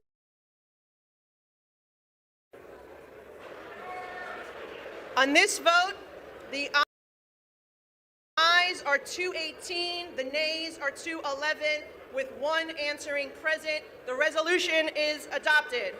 I've sat there and heard the representative actually spew anti-American rhetoric as well. I've been in that committee room where the representative equates Israel and the United States to Hamas and the Taliban. On this vote, the ayes are 218, the nays are 201, with one answering present. The resolution is adopted. Ladies and gentlemen, can I get a hallelujah? Finally, it has taken way, way too long, but we are finally seeing some real accountability in the people's house. You just saw that clip. That is the moment the House of Representatives finally stood up and said enough to the anti-American, anti-freedom venom coming from the far left. Welcome back to the channel. Mr. Speaker, pursuant to Clause 2A1 of Rule 9, I rise to give notice of my intent to raise a question of the privileges of the House. The form of the resolution is as follows. House Resolution 713, censuring Representative Ilhan Omar of Minnesota and removing her from the Committee on Education and Workforce and the Committee on the Budget. Whereas Charlie Kirk was a lifelong advocate for freedom of speech, civil political discourse, and the political engagement of youth. Whereas Charlie Kirk was a man of deep faith, a husband, and a father to 2 young children. Whereas on September 10, 2025, Charlie Kirk was assassinated on the campus of Utah Valley University while exercising his First Amendment right to freedom of speech. Whereas on September 11, 2025, one day after the assassination of Charlie Kirk, Representative Ilhan Omar gave an interview on Zateo's town hall with Mehdi Hassan in which she smeared Charlie Kirk and implied he was to blame for his own murder.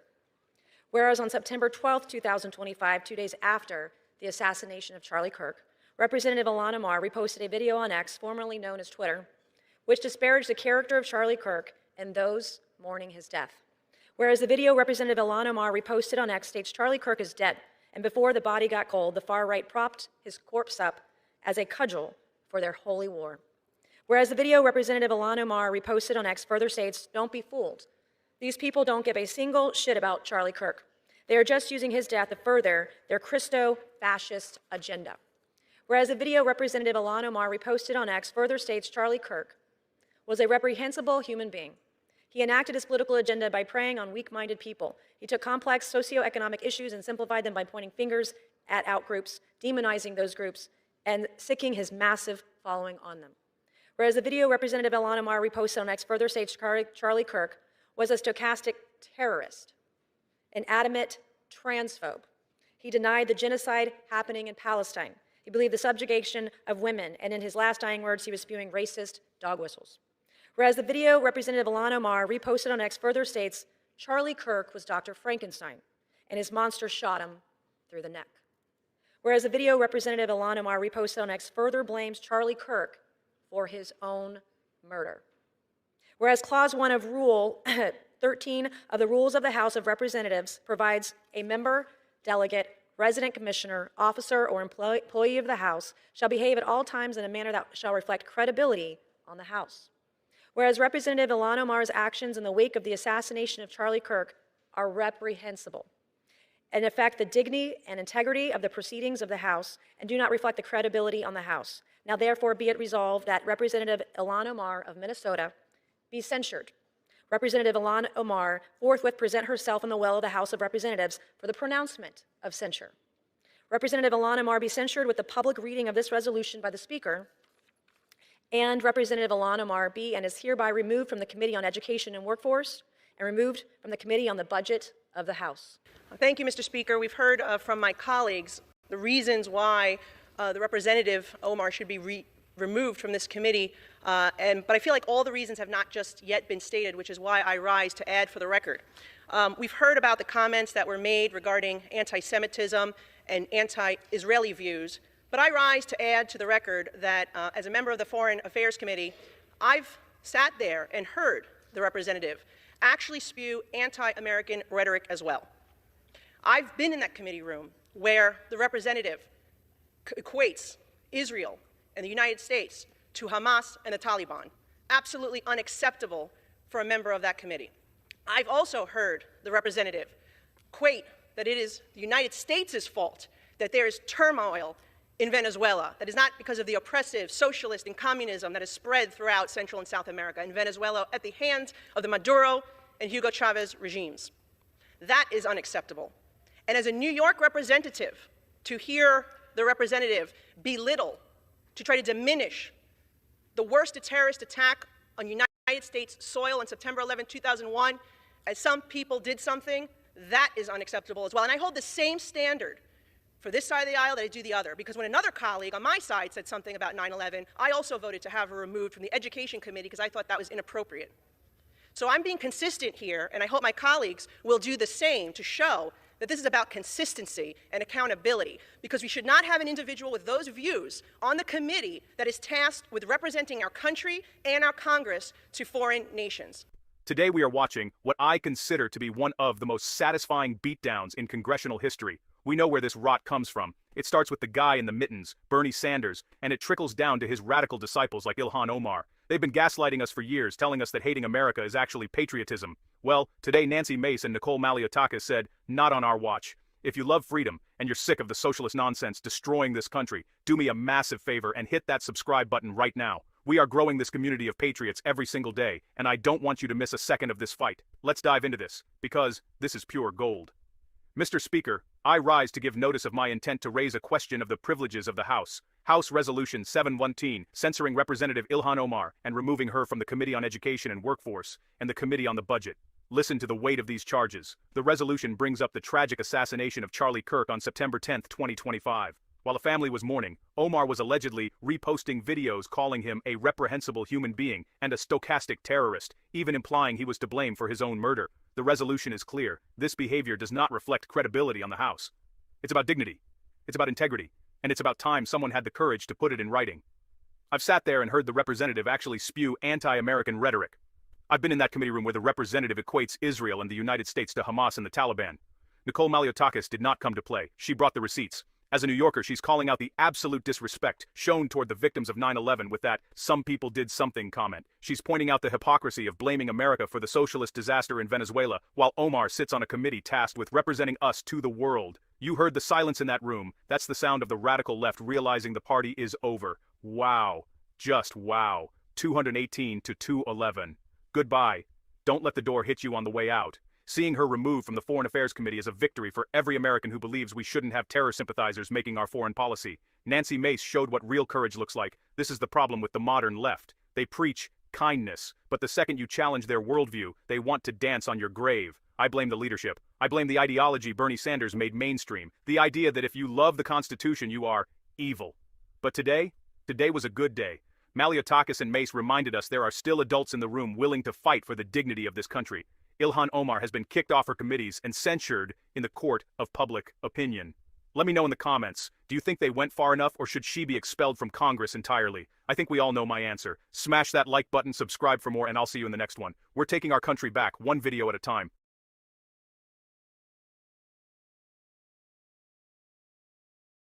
No. This is not a meme. This is not a, this is real. This is Macron, Keir Starmer, and of course Meloni out of Italy. And they are all literally, and Merz as well, going to make an announcement that they are declaring victory on the Strait of Hormuz. And no, this is not a meme. This is real, utterly beyond parody. We absolutely cannot go back to the status quo with these feckless freeloaders who now have the chutzpah to claim credit for Trump's operation, which they sneered at and refused to assist with when we actually needed them as a country. And this is absolutely incredible. After President Trump announced Iran agreed to reopen the Strait of Hormuz, UK Prime Minister announced the UK and France are leading a military mission to reopen the Strait of Hormuz. These people are worthless. Is it time to leave NATO? And I'll just play a little bit of this. Thank you very much, Emmanuel. We just had a very productive meeting, bringing together 49 countries around a very simple message and proposition that the world needs the Strait of Hormuz fully open, because that is how we keep prices down for our people and stop the global economic damage. So we've all agreed there was real unity in the meeting that we've just had. We want to see a return to talks and a lasting agreement, including the reopening of the Strait. We welcome the announcement that was made during our meeting, but we need to make sure that that is both lasting and a workable proposal. And if anything, it reinforces the need for the work that we've been doing this afternoon, because we're very clear that the mission that we're putting together is a defensive mission, and that comes after a ceasefire. So, all right. And then, of course, Keir Starmer went on and on and on. And this is just, it's utterly ridiculous. But Trump had a response to this. And why this gets crazy is because one of the biggest losers in all of this is actually Spain. Spain is one of the biggest losers here because Spain was against President Trump on this as well. Remember, Trump was going at the leftist prime minister of Spain. President Trump has just announced that the United States has completely cut off all trade with Spain after leftist prime minister Pedro Sanchez refused to support the United States and allow American forces to use their military bases. So the reason why I say he's one of the biggest losers in here is because he has been working with China. And he also said something about the, again, unipolar world going into a multipolar.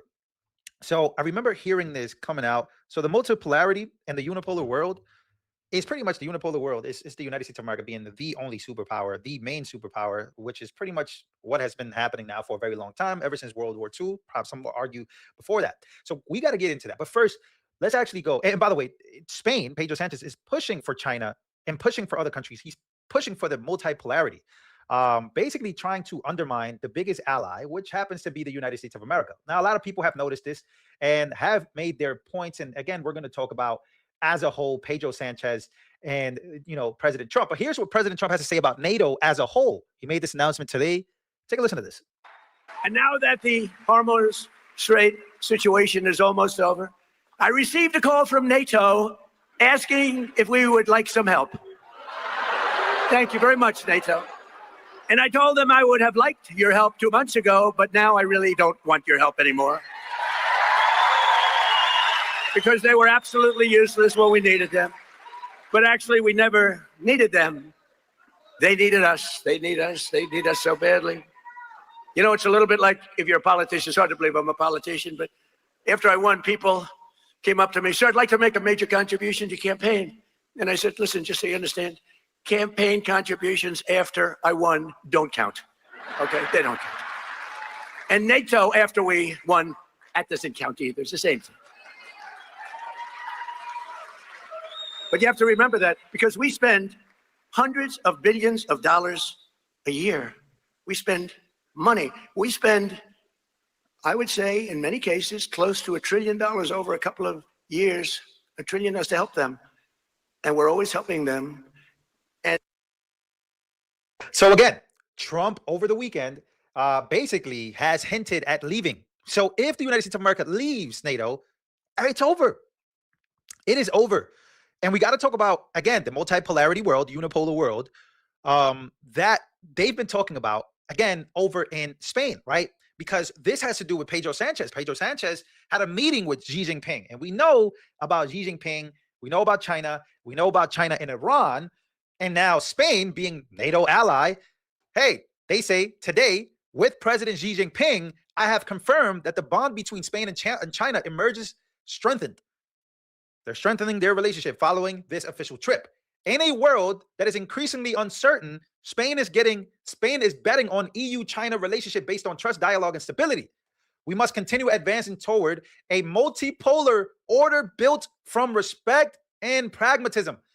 That is the announcement, and that is showing your cards exactly what you were pushing for. We saw Canada do it. We are also seeing France do it. And if you don't think that that's what's affecting Trump, then you got another affecting Trump from saying what he's saying, because Trump not too long ago spoke about NATO. A few days ago. NATO, he says, NATO wasn't there when we needed them the most, and they won't be there again, he says, right? And again, that does not mean that NATO countries, aside from the UK, France, and let's just say France and Spain, that does not mean that there aren't other countries like, and of course the Secretary General, that want the United States of America to go away because they know they'll lose everything because of that. That's why you see certain NATO countries trying to embrace a multipolarism world, a multipolar world with China at the head. How long from now until Spain declares that the yuan will be, the yuan will be their reserve currency? I mean, ladies and gentlemen, and then Trump today also posted this. Again, we are keeping track of everything happening. I think it's very important. Here it is. Trump just posted this about 11 minutes ago. I say this is on his mind, right? It's on his mind about China. And everybody wants to make these things. That's why I say some of the lowest IQ conversations, in my opinion, come from those people who want to make everything about Israel. Now, I get it. I'm not the biggest fan of Bibi Netanyahu. I've said it on the show. Got unsubscribed. Last video I said it. Unsubscribe. Doesn't matter, because the big fish here is China. It has always been China. And now we're seeing NATO allies. Again, let's actually go to not only that, let's go to France and China. And then I'll play that video right there that Trump just posted. So that way we can put some context here. When we talk about France and China, we talk about their meetings that they've had, everything that they've had in the last about 2 months. And especially since this war has begun, when you talk about, the UN working. Remember the UN, it was Russia, China, and France working together to stop President Trump from basically having NATO allies go and physically take the Strait of Hormuz, which is something that recently happened as well. So again, when you are talking about this, let's actually go to France, right? So Trump's call to clear the Strait of Hormuz is going unanswered, right? France refuses to join. Australia refuses to join. Japan refused to deploy. South Korea refused, right? So this is something that has been on Trump's mind. When Trump talks about NATO, let's go to Trump, NATO. I just want to make sure that I put this into perspective. I think it's very important to a lot of these things happening, right? We already heard Trump's speech earlier today when he spoke about NATO. And again, here it is. Trump says he is strongly considering leaving NATO, highlighting U.S. support when it came to Ukraine war. Ukraine wasn't our problem. It was a test, and we were there for them. And we would always have been there for them. They weren't there for us, And he also repeated that they won't be there for us again. And now he is watching some of these NATO allies, again, decline the call while also trying to embrace, right, China. Trump tells NATO that they are useless, to stay away. So here we go. Let's play this video that Trump just posted on his Truth Social. Being nicer to Russia is because, and China's freaking out about this, Russia is now willing to start trading on the US dollar again and not in the BRICS currency to join the global market. This would absolutely spell the end of China as we know it. Russia is the last piece of the puzzle to bring China to its knees. And we don't actually have a problem with, well, we shouldn't have a problem with Russian values. They're people. Putin's a Cold War relic. But beyond the neocons and what they want you to believe, because they want to keep sending unaccountable money to Ukraine, we should actually have a relationship with Russia. Very similar values amongst the people. And Trump is willing to gamble 30 cents more at a gallon at the pump for like a few weeks to do that. Again, trust the guy. Oil is still remarkably cheaper right now than it was under Joe Biden. But here's the other side that's not entirely public yet. What's China doing right now? They already know they're not in a position to do anything militarily against us. Opponents of the Iran strike are whining that we're depleting our munition reserves. Well, not nearly as much as China's depleted theirs. This attack showed China two things. One, our military is way stronger than they thought. And two, China had put a lot of their air defenses, a lot of their resources and weaponry in Venezuela and Iran, and we took it out in a day. The smokescreen of the military might of China was decimated in the first 20 hours. Higbee here, right? Carl Higbee on Newsmax decided to point out, and Trump reposted it, talking about opening up a relationship with the Russians, eventually bringing an end to that war, unsanctioning the money, trading in US dollars. Remember, China had weapons in Iran, China had weapons and trade deals and a diplomatic relationship with Venezuela. That's gone. And now forcing Iran, that would also be gone. So the setup here looks very strong for the US dollar. Now, again, I have my critiques of the US dollar. We know printing of money, fiat currencies are cooked, but that's where, again, this takes a turn for the ages, because when you talk about a collapse, which again has nothing to do with Trump, just has to do with, again, going off the gold standard, knowing that fiat currencies eventually can fail when you overprint, inflation, all of this. But then you realize, wait a minute, there is a bigger game happening here that people don't want to talk about, which is cryptocurrency, right? Because Iran was allegedly trying to use, right? They were charging fees to boost Chinese payment. And then they began to use Bitcoin. Take a listen to this. More Americans. Also, you know how Trump keeps saying that there's going to be this Bitcoin reserve? I signed an executive order officially creating our strategic Bitcoin reserve. This is something I haven't heard anybody talk about. Iran was one of the top Bitcoin miners in the world due to their subsidized energy program, some of which was subsidized by Biden relieving sanctions, by the way. They were trading on Bitcoin to avoid other sanctions too, just like how they're demanding it in tolls through the Strait of Hormuz. But since Trump started this bombing campaign, 77% of their crypto mining has stopped, which in conjunction to the Clarity Act, when Congress ever gets off the rear end, will be an explosion in the crypto sphere, literally making millionaires overnight and potentially generating enough revenue to partially offset our national debt. It's not just a war with Iran. Sure, they can't get a nuke, but there are so many moving parts here. This is why I keep telling you, just guys, like, I'm putting my neck out there by supporting this. I realize that, and I'm in. Like, I'm not BSing you. Like, just please hold out a little bit longer. As somebody who went to war and saw some of these things, like, you got to finish the job. Look, we're in it, and if we ditch the mission now, it's going to be way worse long term. So again, you heard him. We brought the hash rate down as far as their Bitcoin goes, as far as Bitcoin goes as a whole, when Trump decided to start talking about it. So I told you guys, cryptocurrencies, wiping out our debt, dollars. Bitcoin is only 21 million Bitcoin, very scarce asset. Trump has taken it upon himself to make it the straight, right? To make it the thing for the United States of America, to be the crypto president. So again, there's a different game being played here. I know that's very complex. A lot of people are not going to understand that or try to understand that, because every time they think about Bitcoin or crypto, they think about a scam. But again, I advise you, dig deeper when it comes to all of this. You'll be able to find a lot. So again, multipolarism, unipolar. I even heard Tucker Carlson talk about that we should be a multipolarism, multipolarity. We should embrace multipolar world, right? Where we can just all go. What does that actually mean when you say that? What are we embracing? Right? So again, a lot of moving pieces to all of this. This has been a very complex presidency for a lot of people, especially for me at the very beginning, trying to understand exactly what Trump has been trying to do, especially when it comes to tariffs, when it comes to global trade, global world trade as a whole. It's a very complex situation when you think about what is actually happening.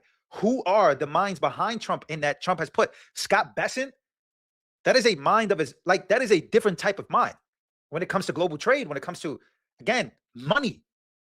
It all comes down to money, power, trade, leverage, military, weapons, scarcity in assets, money. That's why you've seen gold, silver, and everything going up. The world is changing. And NATO allies, founding NATO allies, are making their decision in plain view. People just want to ignore it. All right.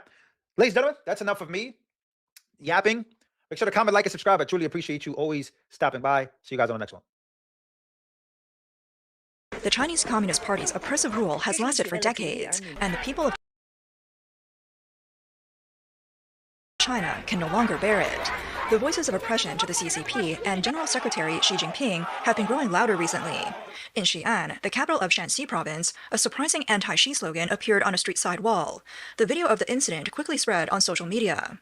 In the video, it is shown that on a wall in Xi'an, someone spray-painted a message. The slogan reads, "Xi Jinping earns dirty money. He cut off the hands of Nanjing's migrant workers and has been keeping prostitutes around the country to make money." The video shows a busy road with a constant flow of vehicles and pedestrians walking on the sidewalk. Right next to the sidewalk, there is a long wall with white paint, and the blue letters stand out clearly. Passers-by immediately notice the message. However, it's unclear who sprayed the message or which street in Xi'an it was on. Overseas netizens have shared their thoughts, saying things like, "This is truly satisfying to see," and "I hope walls all over the country are painted like this." One person wrote, "This guy is definitely a hero. I admit I'm a coward who wouldn't dare to do it." Another commented, "There should be a large-scale graffiti movement in China. Most of the cameras are just for show now, and there's not enough police force to go after people." One user said, "Resistance in China is risky, but I think graffiti is great." Another joked, 100 million wall defenders are ready to go." It's still unclear who did it. Shanxi, being Xi Jinping's home province, makes this especially sensitive. Xi Jinping is from Fuping County in Shanxi province, which is located in the central part of the province. Fuping is part of Weinan City, but is very close to Xi'an, only about 70 kilometers away. Last June, stirring rumors that Xi Jinping's power was weakening, hundreds of petitioners from Shanxi released a collective letter to former CCP leaders Hu Jintao and Wang Yang. It accused Xi of staging a fake anti-corruption campaign and engaging in empty talk about rule of law, while ignoring widespread cases of injustice. In a joint letter signed by 550 rights activists from across Shanxi, they claimed that after Xi Jinping took power, he repeatedly spoke of cracking down on crime and governing the country by law. While many grand promises were made, during his more than 10 years in power, wrongful convictions in Shanxi province alone had grown exponentially. The letter stated, "Shanxi is Xi's hometown, and strangely, it has also become a lawless land. Injustice is piled high, but no one dares to take action. How can the people of Shanxi not be considered Chinese? Is Shanxi a lawless zone, a paradise for corrupt officials, and a hell for common people?" The letter also mentioned that there were recent reports suggesting that central leaders plan to correct the extreme leftist policies of certain individuals and advocate for democratic oversight and reform. The people of Shanxi enthusiastically support this plan. They pleaded with former national leaders Hu Jintao and Wang Yang to make Shanxi a pilot region for implementing democratic reforms. Chinese issues expert Yue Shan wrote that petitioners from all over China had visited authorities multiple times and sent many joint letters. But this time, petitioners from Shanxi were directly accusing Xi Jinping in an open letter, which was unprecedented and highly significant. Zhao Yide, the current secretary of the Shanxi Provincial Committee, is one of Xi's loyalists. The fact that the petitioners from Xi's hometown are boldly pointing fingers at him is a sign that public opinion is shifting, and Xi Jinping has become a target of criticism. Also in Xi'an, a large group of taxi drivers, who are struggling to make a living, recently staged protests outside government offices. On April 12th and 13th, hundreds of taxi drivers gathered outside the Xi'an Taxi Management Office for 2 days of protests. They demanded a reduction in their taxi leasing fees. The taxi industry has been under pressure for years due to the rise of ride-sharing services and bike-sharing companies. Drivers' incomes have sharply declined, but the leasing fees they owe to taxi companies remain high. As a result, most of their hard-earned money goes to these middlemen backed by the CCP, making it difficult for them to sustain their livelihoods. Videos from the protest show the drivers blocking the roads with their taxis outside the management office. They chanted slogans like, "The government is ruthless, down with the management office, we want to survive, and we need to eat." Later, local officials appeared and promised to resolve the issue, but the negotiations that day yielded no substantial progress. It's worth noting that the anti-Xi slogans previously mentioned may have been spray painted by migrant workers from Nanjing who are now working in Xi'an. Migrant workers in China have long been at the bottom of the social ladder, with no social security and facing discrimination. They often do the hardest and dirtiest jobs. Historically, changes in China's dynasties have often been triggered by uprisings from the peasant class. Last year, ahead of the Chinese New Year, the Chinese Communist Party organized a special operation to manage the massive return of migrant workers to their hometowns, specifically aiming to prevent large numbers of migrant workers from being stranded in rural areas. This highlighted the severity of China's overall economic downturn and the widespread urban unemployment crisis. According to official CCP data, by 2025, China's migrant worker population exceeded 300 million, with more than half of them working in other regions. Working in regions away from home, US-based human rights lawyer Wu Xiaoping stated that the CCP is now worried that migrant workers might become a force of resistance against the regime. Many of today's migrant workers have gained skills and broadened their horizons while working in cities. They realize that their current plight is tied to the CCP's exploitation and its corrupt system. It is possible that one day they might rise up. He pointed out that today's migrant workers have two key characteristics. First, they are very united. Second, they're very brave. Incidents like the 2025 Jiangyo incident and the farmers' protests in Hainan have already shown the CCP that the new generation of farmers has a sense of resistance and strength. In recent years, China's economy has experienced a severe downturn, with waves of bankruptcies and salary cuts. Unemployment, both sudden and long-term, has become the norm, making life increasingly difficult for the people. Public dissatisfaction with the CCP has been rising, and various forms of protests have emerged. In October 2022, ahead of the CCP's 20th National Congress, a citizen named Peng Lifang hung several anti-CCP, anti-Xi Jinping banners on Sitong Bridge in Beijing. This act frightened the authorities, prompting them to deploy a large number of security personnel to monitor the bridge. Following the Sitong Bridge incident, a slogan revolution erupted in several parts of China. Anti-CCP slogans appeared on public restroom doors, walls, overpasses, bridge piers, utility poles, and other places. The content of the slogans included, "The CCP is not China," "End the party ban," "Allow free party formation," and "Fight back against the CCP, eliminate the communist bandits," among others.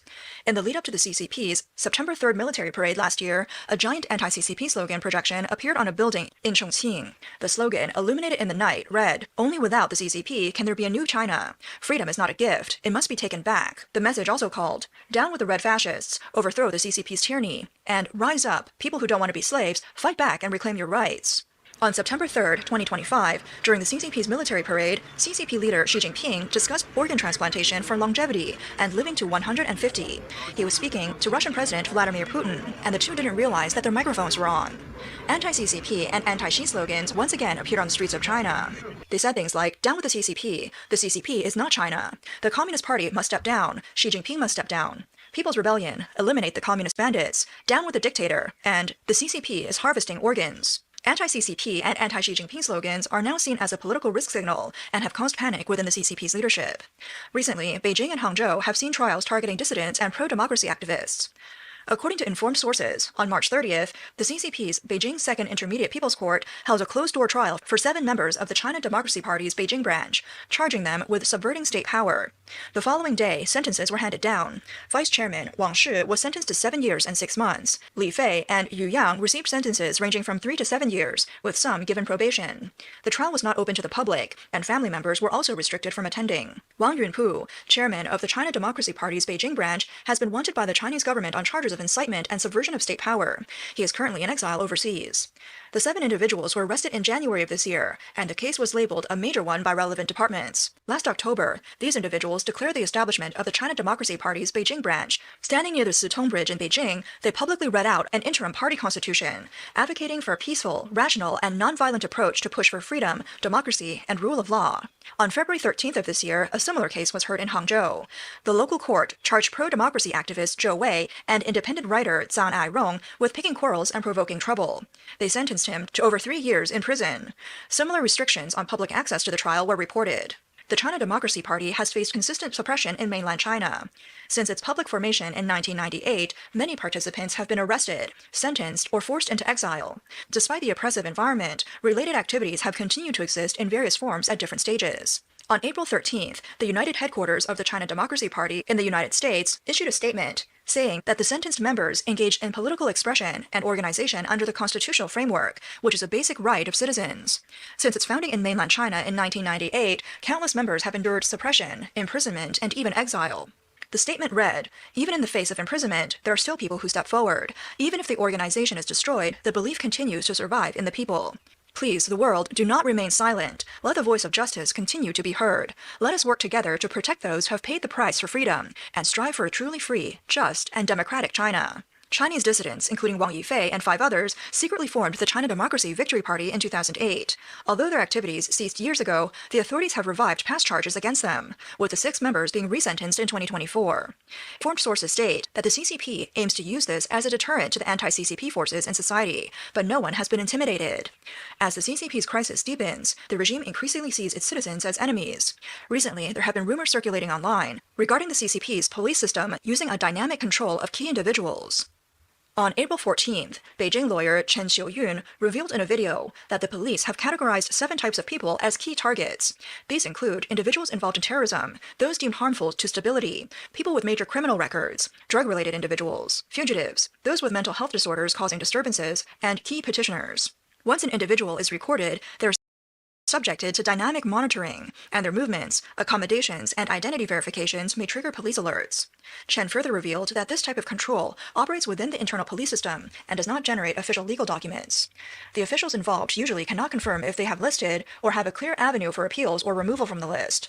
Once entered into the system, it is often extremely difficult to be removed, and its practical effects can even surpass the consequences of having a criminal record.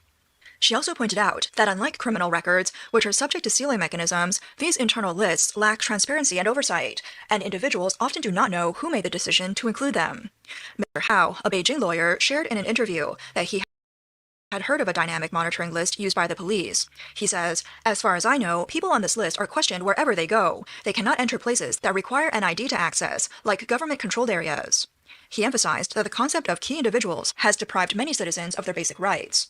Mr. Hao believes that most people on the key individuals list have not actually committed any crimes, nor have they violated moral or ethical standards. He says they might have simply offended certain privileged groups or been labeled by local authorities as people who could affect so-called social stability, and they might be people like petitioners or rights defenders.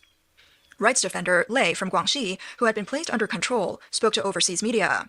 He said, "The 7 categories of people really resonate with me. My bank card was restricted. The bank told me they had received a notice from the police. When I asked the state security, they denied it. I asked the bank again, and they insisted the restriction came from the police. I'm not a petitioner. I'm a rights defender, fighting for human rights."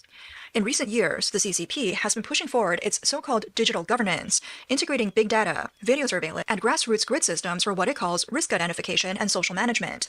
While these technological tools expand the scope of control, they also change the relationship between individuals and power.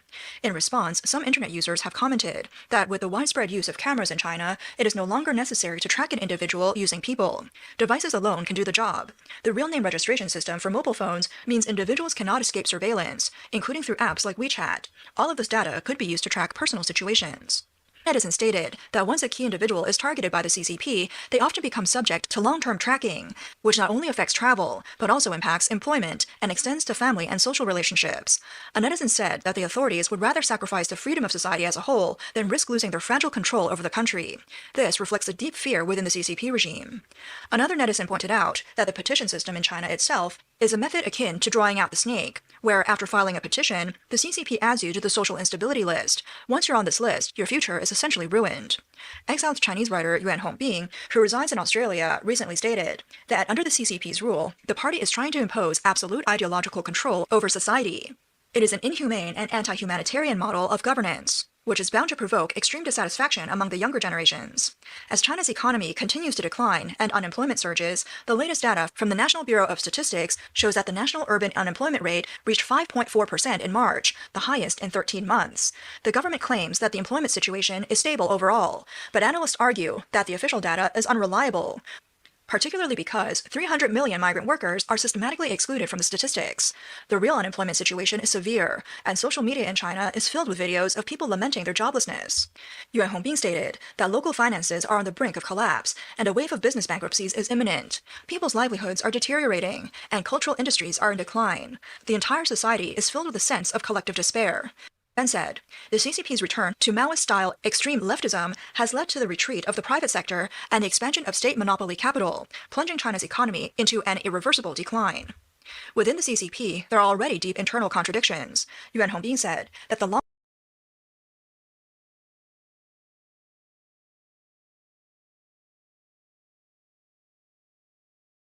The Chinese Communist Party's oppressive rule has lasted for decades, and the people of China can no longer bear it. The voices of oppression to the CCP and General Secretary Xi Jinping have been growing louder recently of collective despair. Ben said, the CCP's return to Maoist-style extreme leftism has led to the retreat of the private sector and the expansion of state monopoly capital, plunging China's economy into an irreversible decline. Within the CCP, there are already deep internal contradictions. Yuan Hongbin said that the long-term economic downturn, local fiscal collapse, accumulating social discontent, and the party's heavy reliance on high-pressure control have placed the system under tremendous strain. More critically, supporters of reform and opening up, certain factions of the CCP elite, and vested interest groups within the party have become increasingly dissatisfied with Xi Jinping's centralized power. It's reaching a breaking point. Yuan Hongbin predicts that between 2027 and 2028, internal political struggles and power splits within the CCP are likely to come to a head. Once that happens, it will create conditions for societal resistance and upheaval, marking a historical turning point that could change the course for China's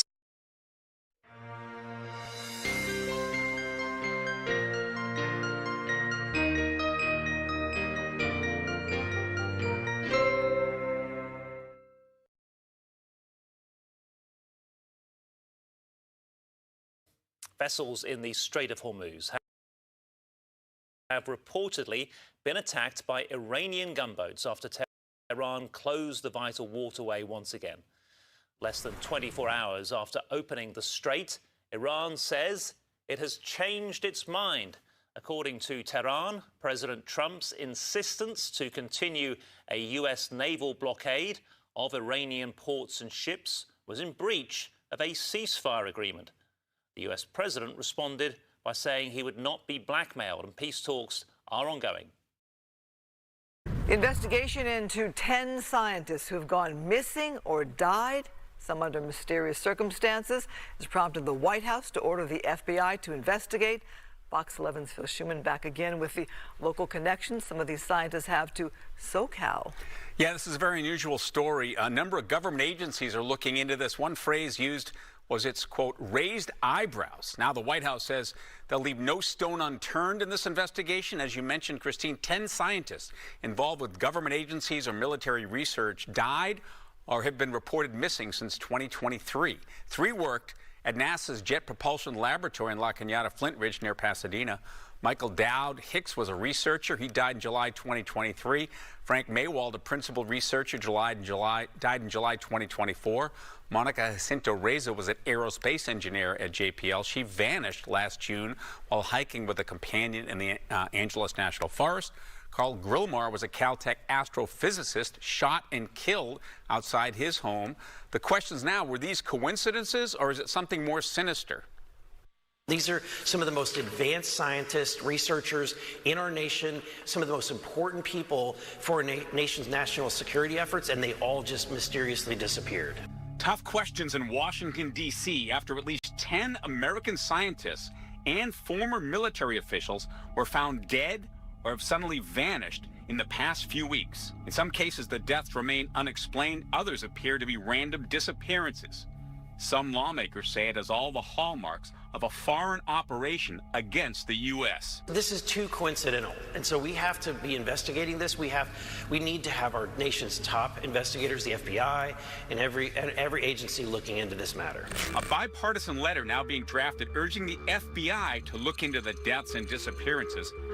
On Thursday, President Trump said he's been briefed and investigators are now trying to determine if any of the cases are linked. Pretty serious stuff, but we're going to be hopefully, I don't know, coincidence, whatever you want to call it, but some of them were very important people, and we're going to look at it. So far, there have been no verifiable threats against the American scientific community.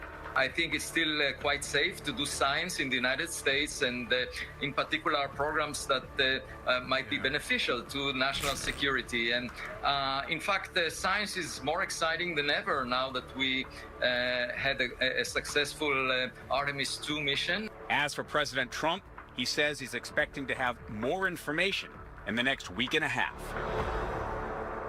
So far, no confirmed links really between any of these cases aside from what can be described in general as the sensitive nature of their work. Still, the number of people and the mysterious circumstances have obviously raised some concerns, which has now led to the FBI getting involved. But the FBI is saying, these are really local cases, will give assistance if needed, but there's just a lot of questions, very unusual. When you put it all together like that, it looks like there might be something there, definitely to look at. Right.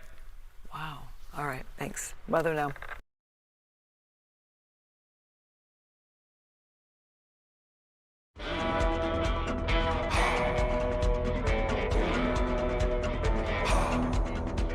When you get home and you haven't lost a one of them, ain't nothing like it.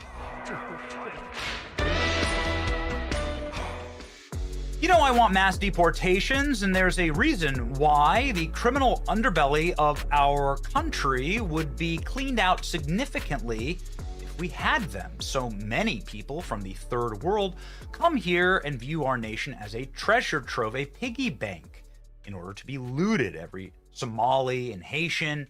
And now we've learned Indians come here and stage mass crimes, taking advantage of our goodwill and hoping that they can benefit from us being morons. Thank God Trump is mass arresting an Indian gang, interesting here, for their participation in a visa fraud scheme. What would happen here? They'd rob and abuse each other, so the Indians would stage crimes against each other. It's like Indian Jesse Smollett at convenience stores that they run. Once the police reports are filed, the clerk would qualify for a U visa. I've never heard of that. What is that? It's a visa that is reserved specifically for victims of violent crime, so that they could cooperate with a criminal investigation. You can't get deported if you're a victim of a crime. So Indians were straight up. So Jirkar Dangtu Patel, and then Misha Mashu Patel, and Sanjay Kumar Patel, and Diktabide Jason Patel, and Ramanathabe Patel, and Aminabha Patel, and Ramanathabe Patel, and Singh Jabadavi Patel, and Mishek Patel, and Sonal Patel. By the way, a lot of these guys are like in their 50s and 40s. So they'd all rob each other. They would rob each other, and then they'd like claim to be victims of a crime. And it was all them like doing the robbing. Again, it's like Jesse Smollett, but like the Bollywood version of it. Indian nationals have been indicted by a federal grand jury in Boston in connection to a conspiracy to carry out staged armed robberies on convenience stores. The purpose of allowing store clerks to falsely claim that they were victims of a violent crime. Then they can claim that on their immigration applications, and defendants were previously charged in a criminal complaint in March 2026. So here's the complaint. 10 Indian nationals indicted for visa fraud conspiracy. It is how desperate people are to stay in our country. This is why mass deportations must happen and happen now. Let's go ahead and read. According to the charging, Rambasha and his co-conspirators set up and carried out staged armed robberies of at least 6 convenience and liquor stores and fast food restaurants in Massachusetts and elsewhere. It's alleged that the purpose of the staged robberies was to allow the clerk present to falsely claim that they were victims of a violent crime on an application for a U non-immigration status visa. The U visa is available to victims of crimes, suffered mental or physical abuse while they've been helpful to law enforcement and prosecution of criminal activity. How often do you think this actually happens, In the course of the alleged staged robberies, the robber would allegedly threaten the store clerks with an apparent firearm before taking cash from the register and fleeing, while the interaction was captured on store surveillance video. The clerks and owners would wait 5 or more minutes until the alleged robber had escaped before calling the police to report the crime. The victims, these are all in quotes, are then alleged to have paid Patel to participate in the scheme. It is literally Bollywood Jesse Smollett. And the store owners used their store for a staged robbery. The organizer, the robber, a getaway driver, incredible. 10 defendants are indicted today. Maybe they're arraigned. They need to all be deported. You need to be deported. Conspiracy to commit visa fraud, 5 years in prison. 3 years of supervised release, $250,000 fine, and subject to deportation after sentences are imposed. Holy smokes, man. What a nightmare. This is like, this is crazy. Nationwide scam. Many local reports covered it. Other prosecution. Scam culture is being imported at scale. Close the border, abolish every visa. If somebody is truly a genius, fine. Make them prove it. The response is here. DEI deport every Indian, massive 10 Indian nationals federally indicted for Jesse Smollett level crimes. Tyler Oliveira, somebody who we're a big fan of, had a exposed Indian fraud in Texas, in Frisco, Texas. And he was able to, in his expose, and you should follow him, he's excellent, uncover Indian H-1B visa fraud. Like, just by wandering around Frisco, Texas, which is suddenly 20% or over 30% Indian nationals from India. That claim, by the way, that India is their home country and they are just here in America for the paycheck. They literally claim this. Here we go. And you work in IT? Yeah, I work in IT. Yeah. I'm working with the Walmart here as a software engineer. Yeah. Okay. I'm into IT. I work for a company. IT? Yeah, yes. I knew it. Did you hire to work for IT? IT. Why do they dominate IT? Just dominate IT because they have a master's degree in computer science. They study back in India. Okay. They complete engineering, and that's how they just dominate. I'm a student. Student right now? Yeah. And you work in IT? Yeah. Okay, so my question is, are you F1 visa holder? So as an F1 visa, how many hours can you work per week? 40 hours. And is it legal to work full-time on an F1 visa? Yes. One of my favorite clips ever is us asking Brandon Gill about this video, and his response is absolute blazing. Here we go. I know that you love the state of Texas greatly. There's a lot going on there. And while we could sit here and bang on and on and on, and is righteously so about illegal immigration, there's been a lot to be made of legal immigration into the state of Texas. There's like a new mosque built every single day. There's documentaries like this from a big YouTuber, 10 million subscribers, Tyler Oliveira, where he goes to Frisco. That Frisco is like soon to be a majority Indian city based on H-1B visa. I'll call them scams because, of course, you can find Americans to do these jobs, but they've been able to rig the system and been able to build effectively the biggest Hindu temple in the world. They're in Frisco, Texas, with like some of the biggest idols in the world. It's like it seems insane to me. It seems suicidal for a culture and civilization. Since it's happening in your backyard, Congressman, I just wanted to get your take on it. Yeah, well, first of all, the Dignidad Act would expand legal immigration by about 50%. Legal immigration is already way too high and would flood our country with even more worker visas. So just to put that out there first. But you're right. We've got communities like Frisco that have been totally transformed, whether it's Islamic immigration or immigration from anywhere else in Asia. I don't want Muslim prayer call. I don't want to hear Muslim calls to prayer in my community. I do not want the caste system socially in the schools that my kids are going to, because we've had so many people come to the United States who are not assimilating into American culture. I want to live in an America that's actually American. And if you go to some of these areas, you feel like you're in a foreign country. And that's a problem. You know, America is for our people. We have a distinct heritage, a distinct culture that's rooted in historical experience in the United States. And that's something that we as conservatives should seek to actually conserve. And that means not flooding our country with infinity immigration every single year, whether it's because of illegal immigration or legal immigration under the guise of, economic interest or anything else. And the reality is with H-1B, and I think I watched some of the clips that came out.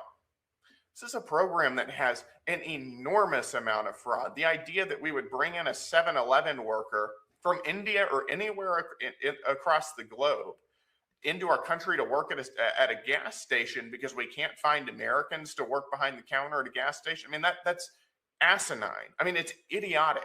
And we all know it. So, in my opinion, the H-1B program at this point should just be abolished outright.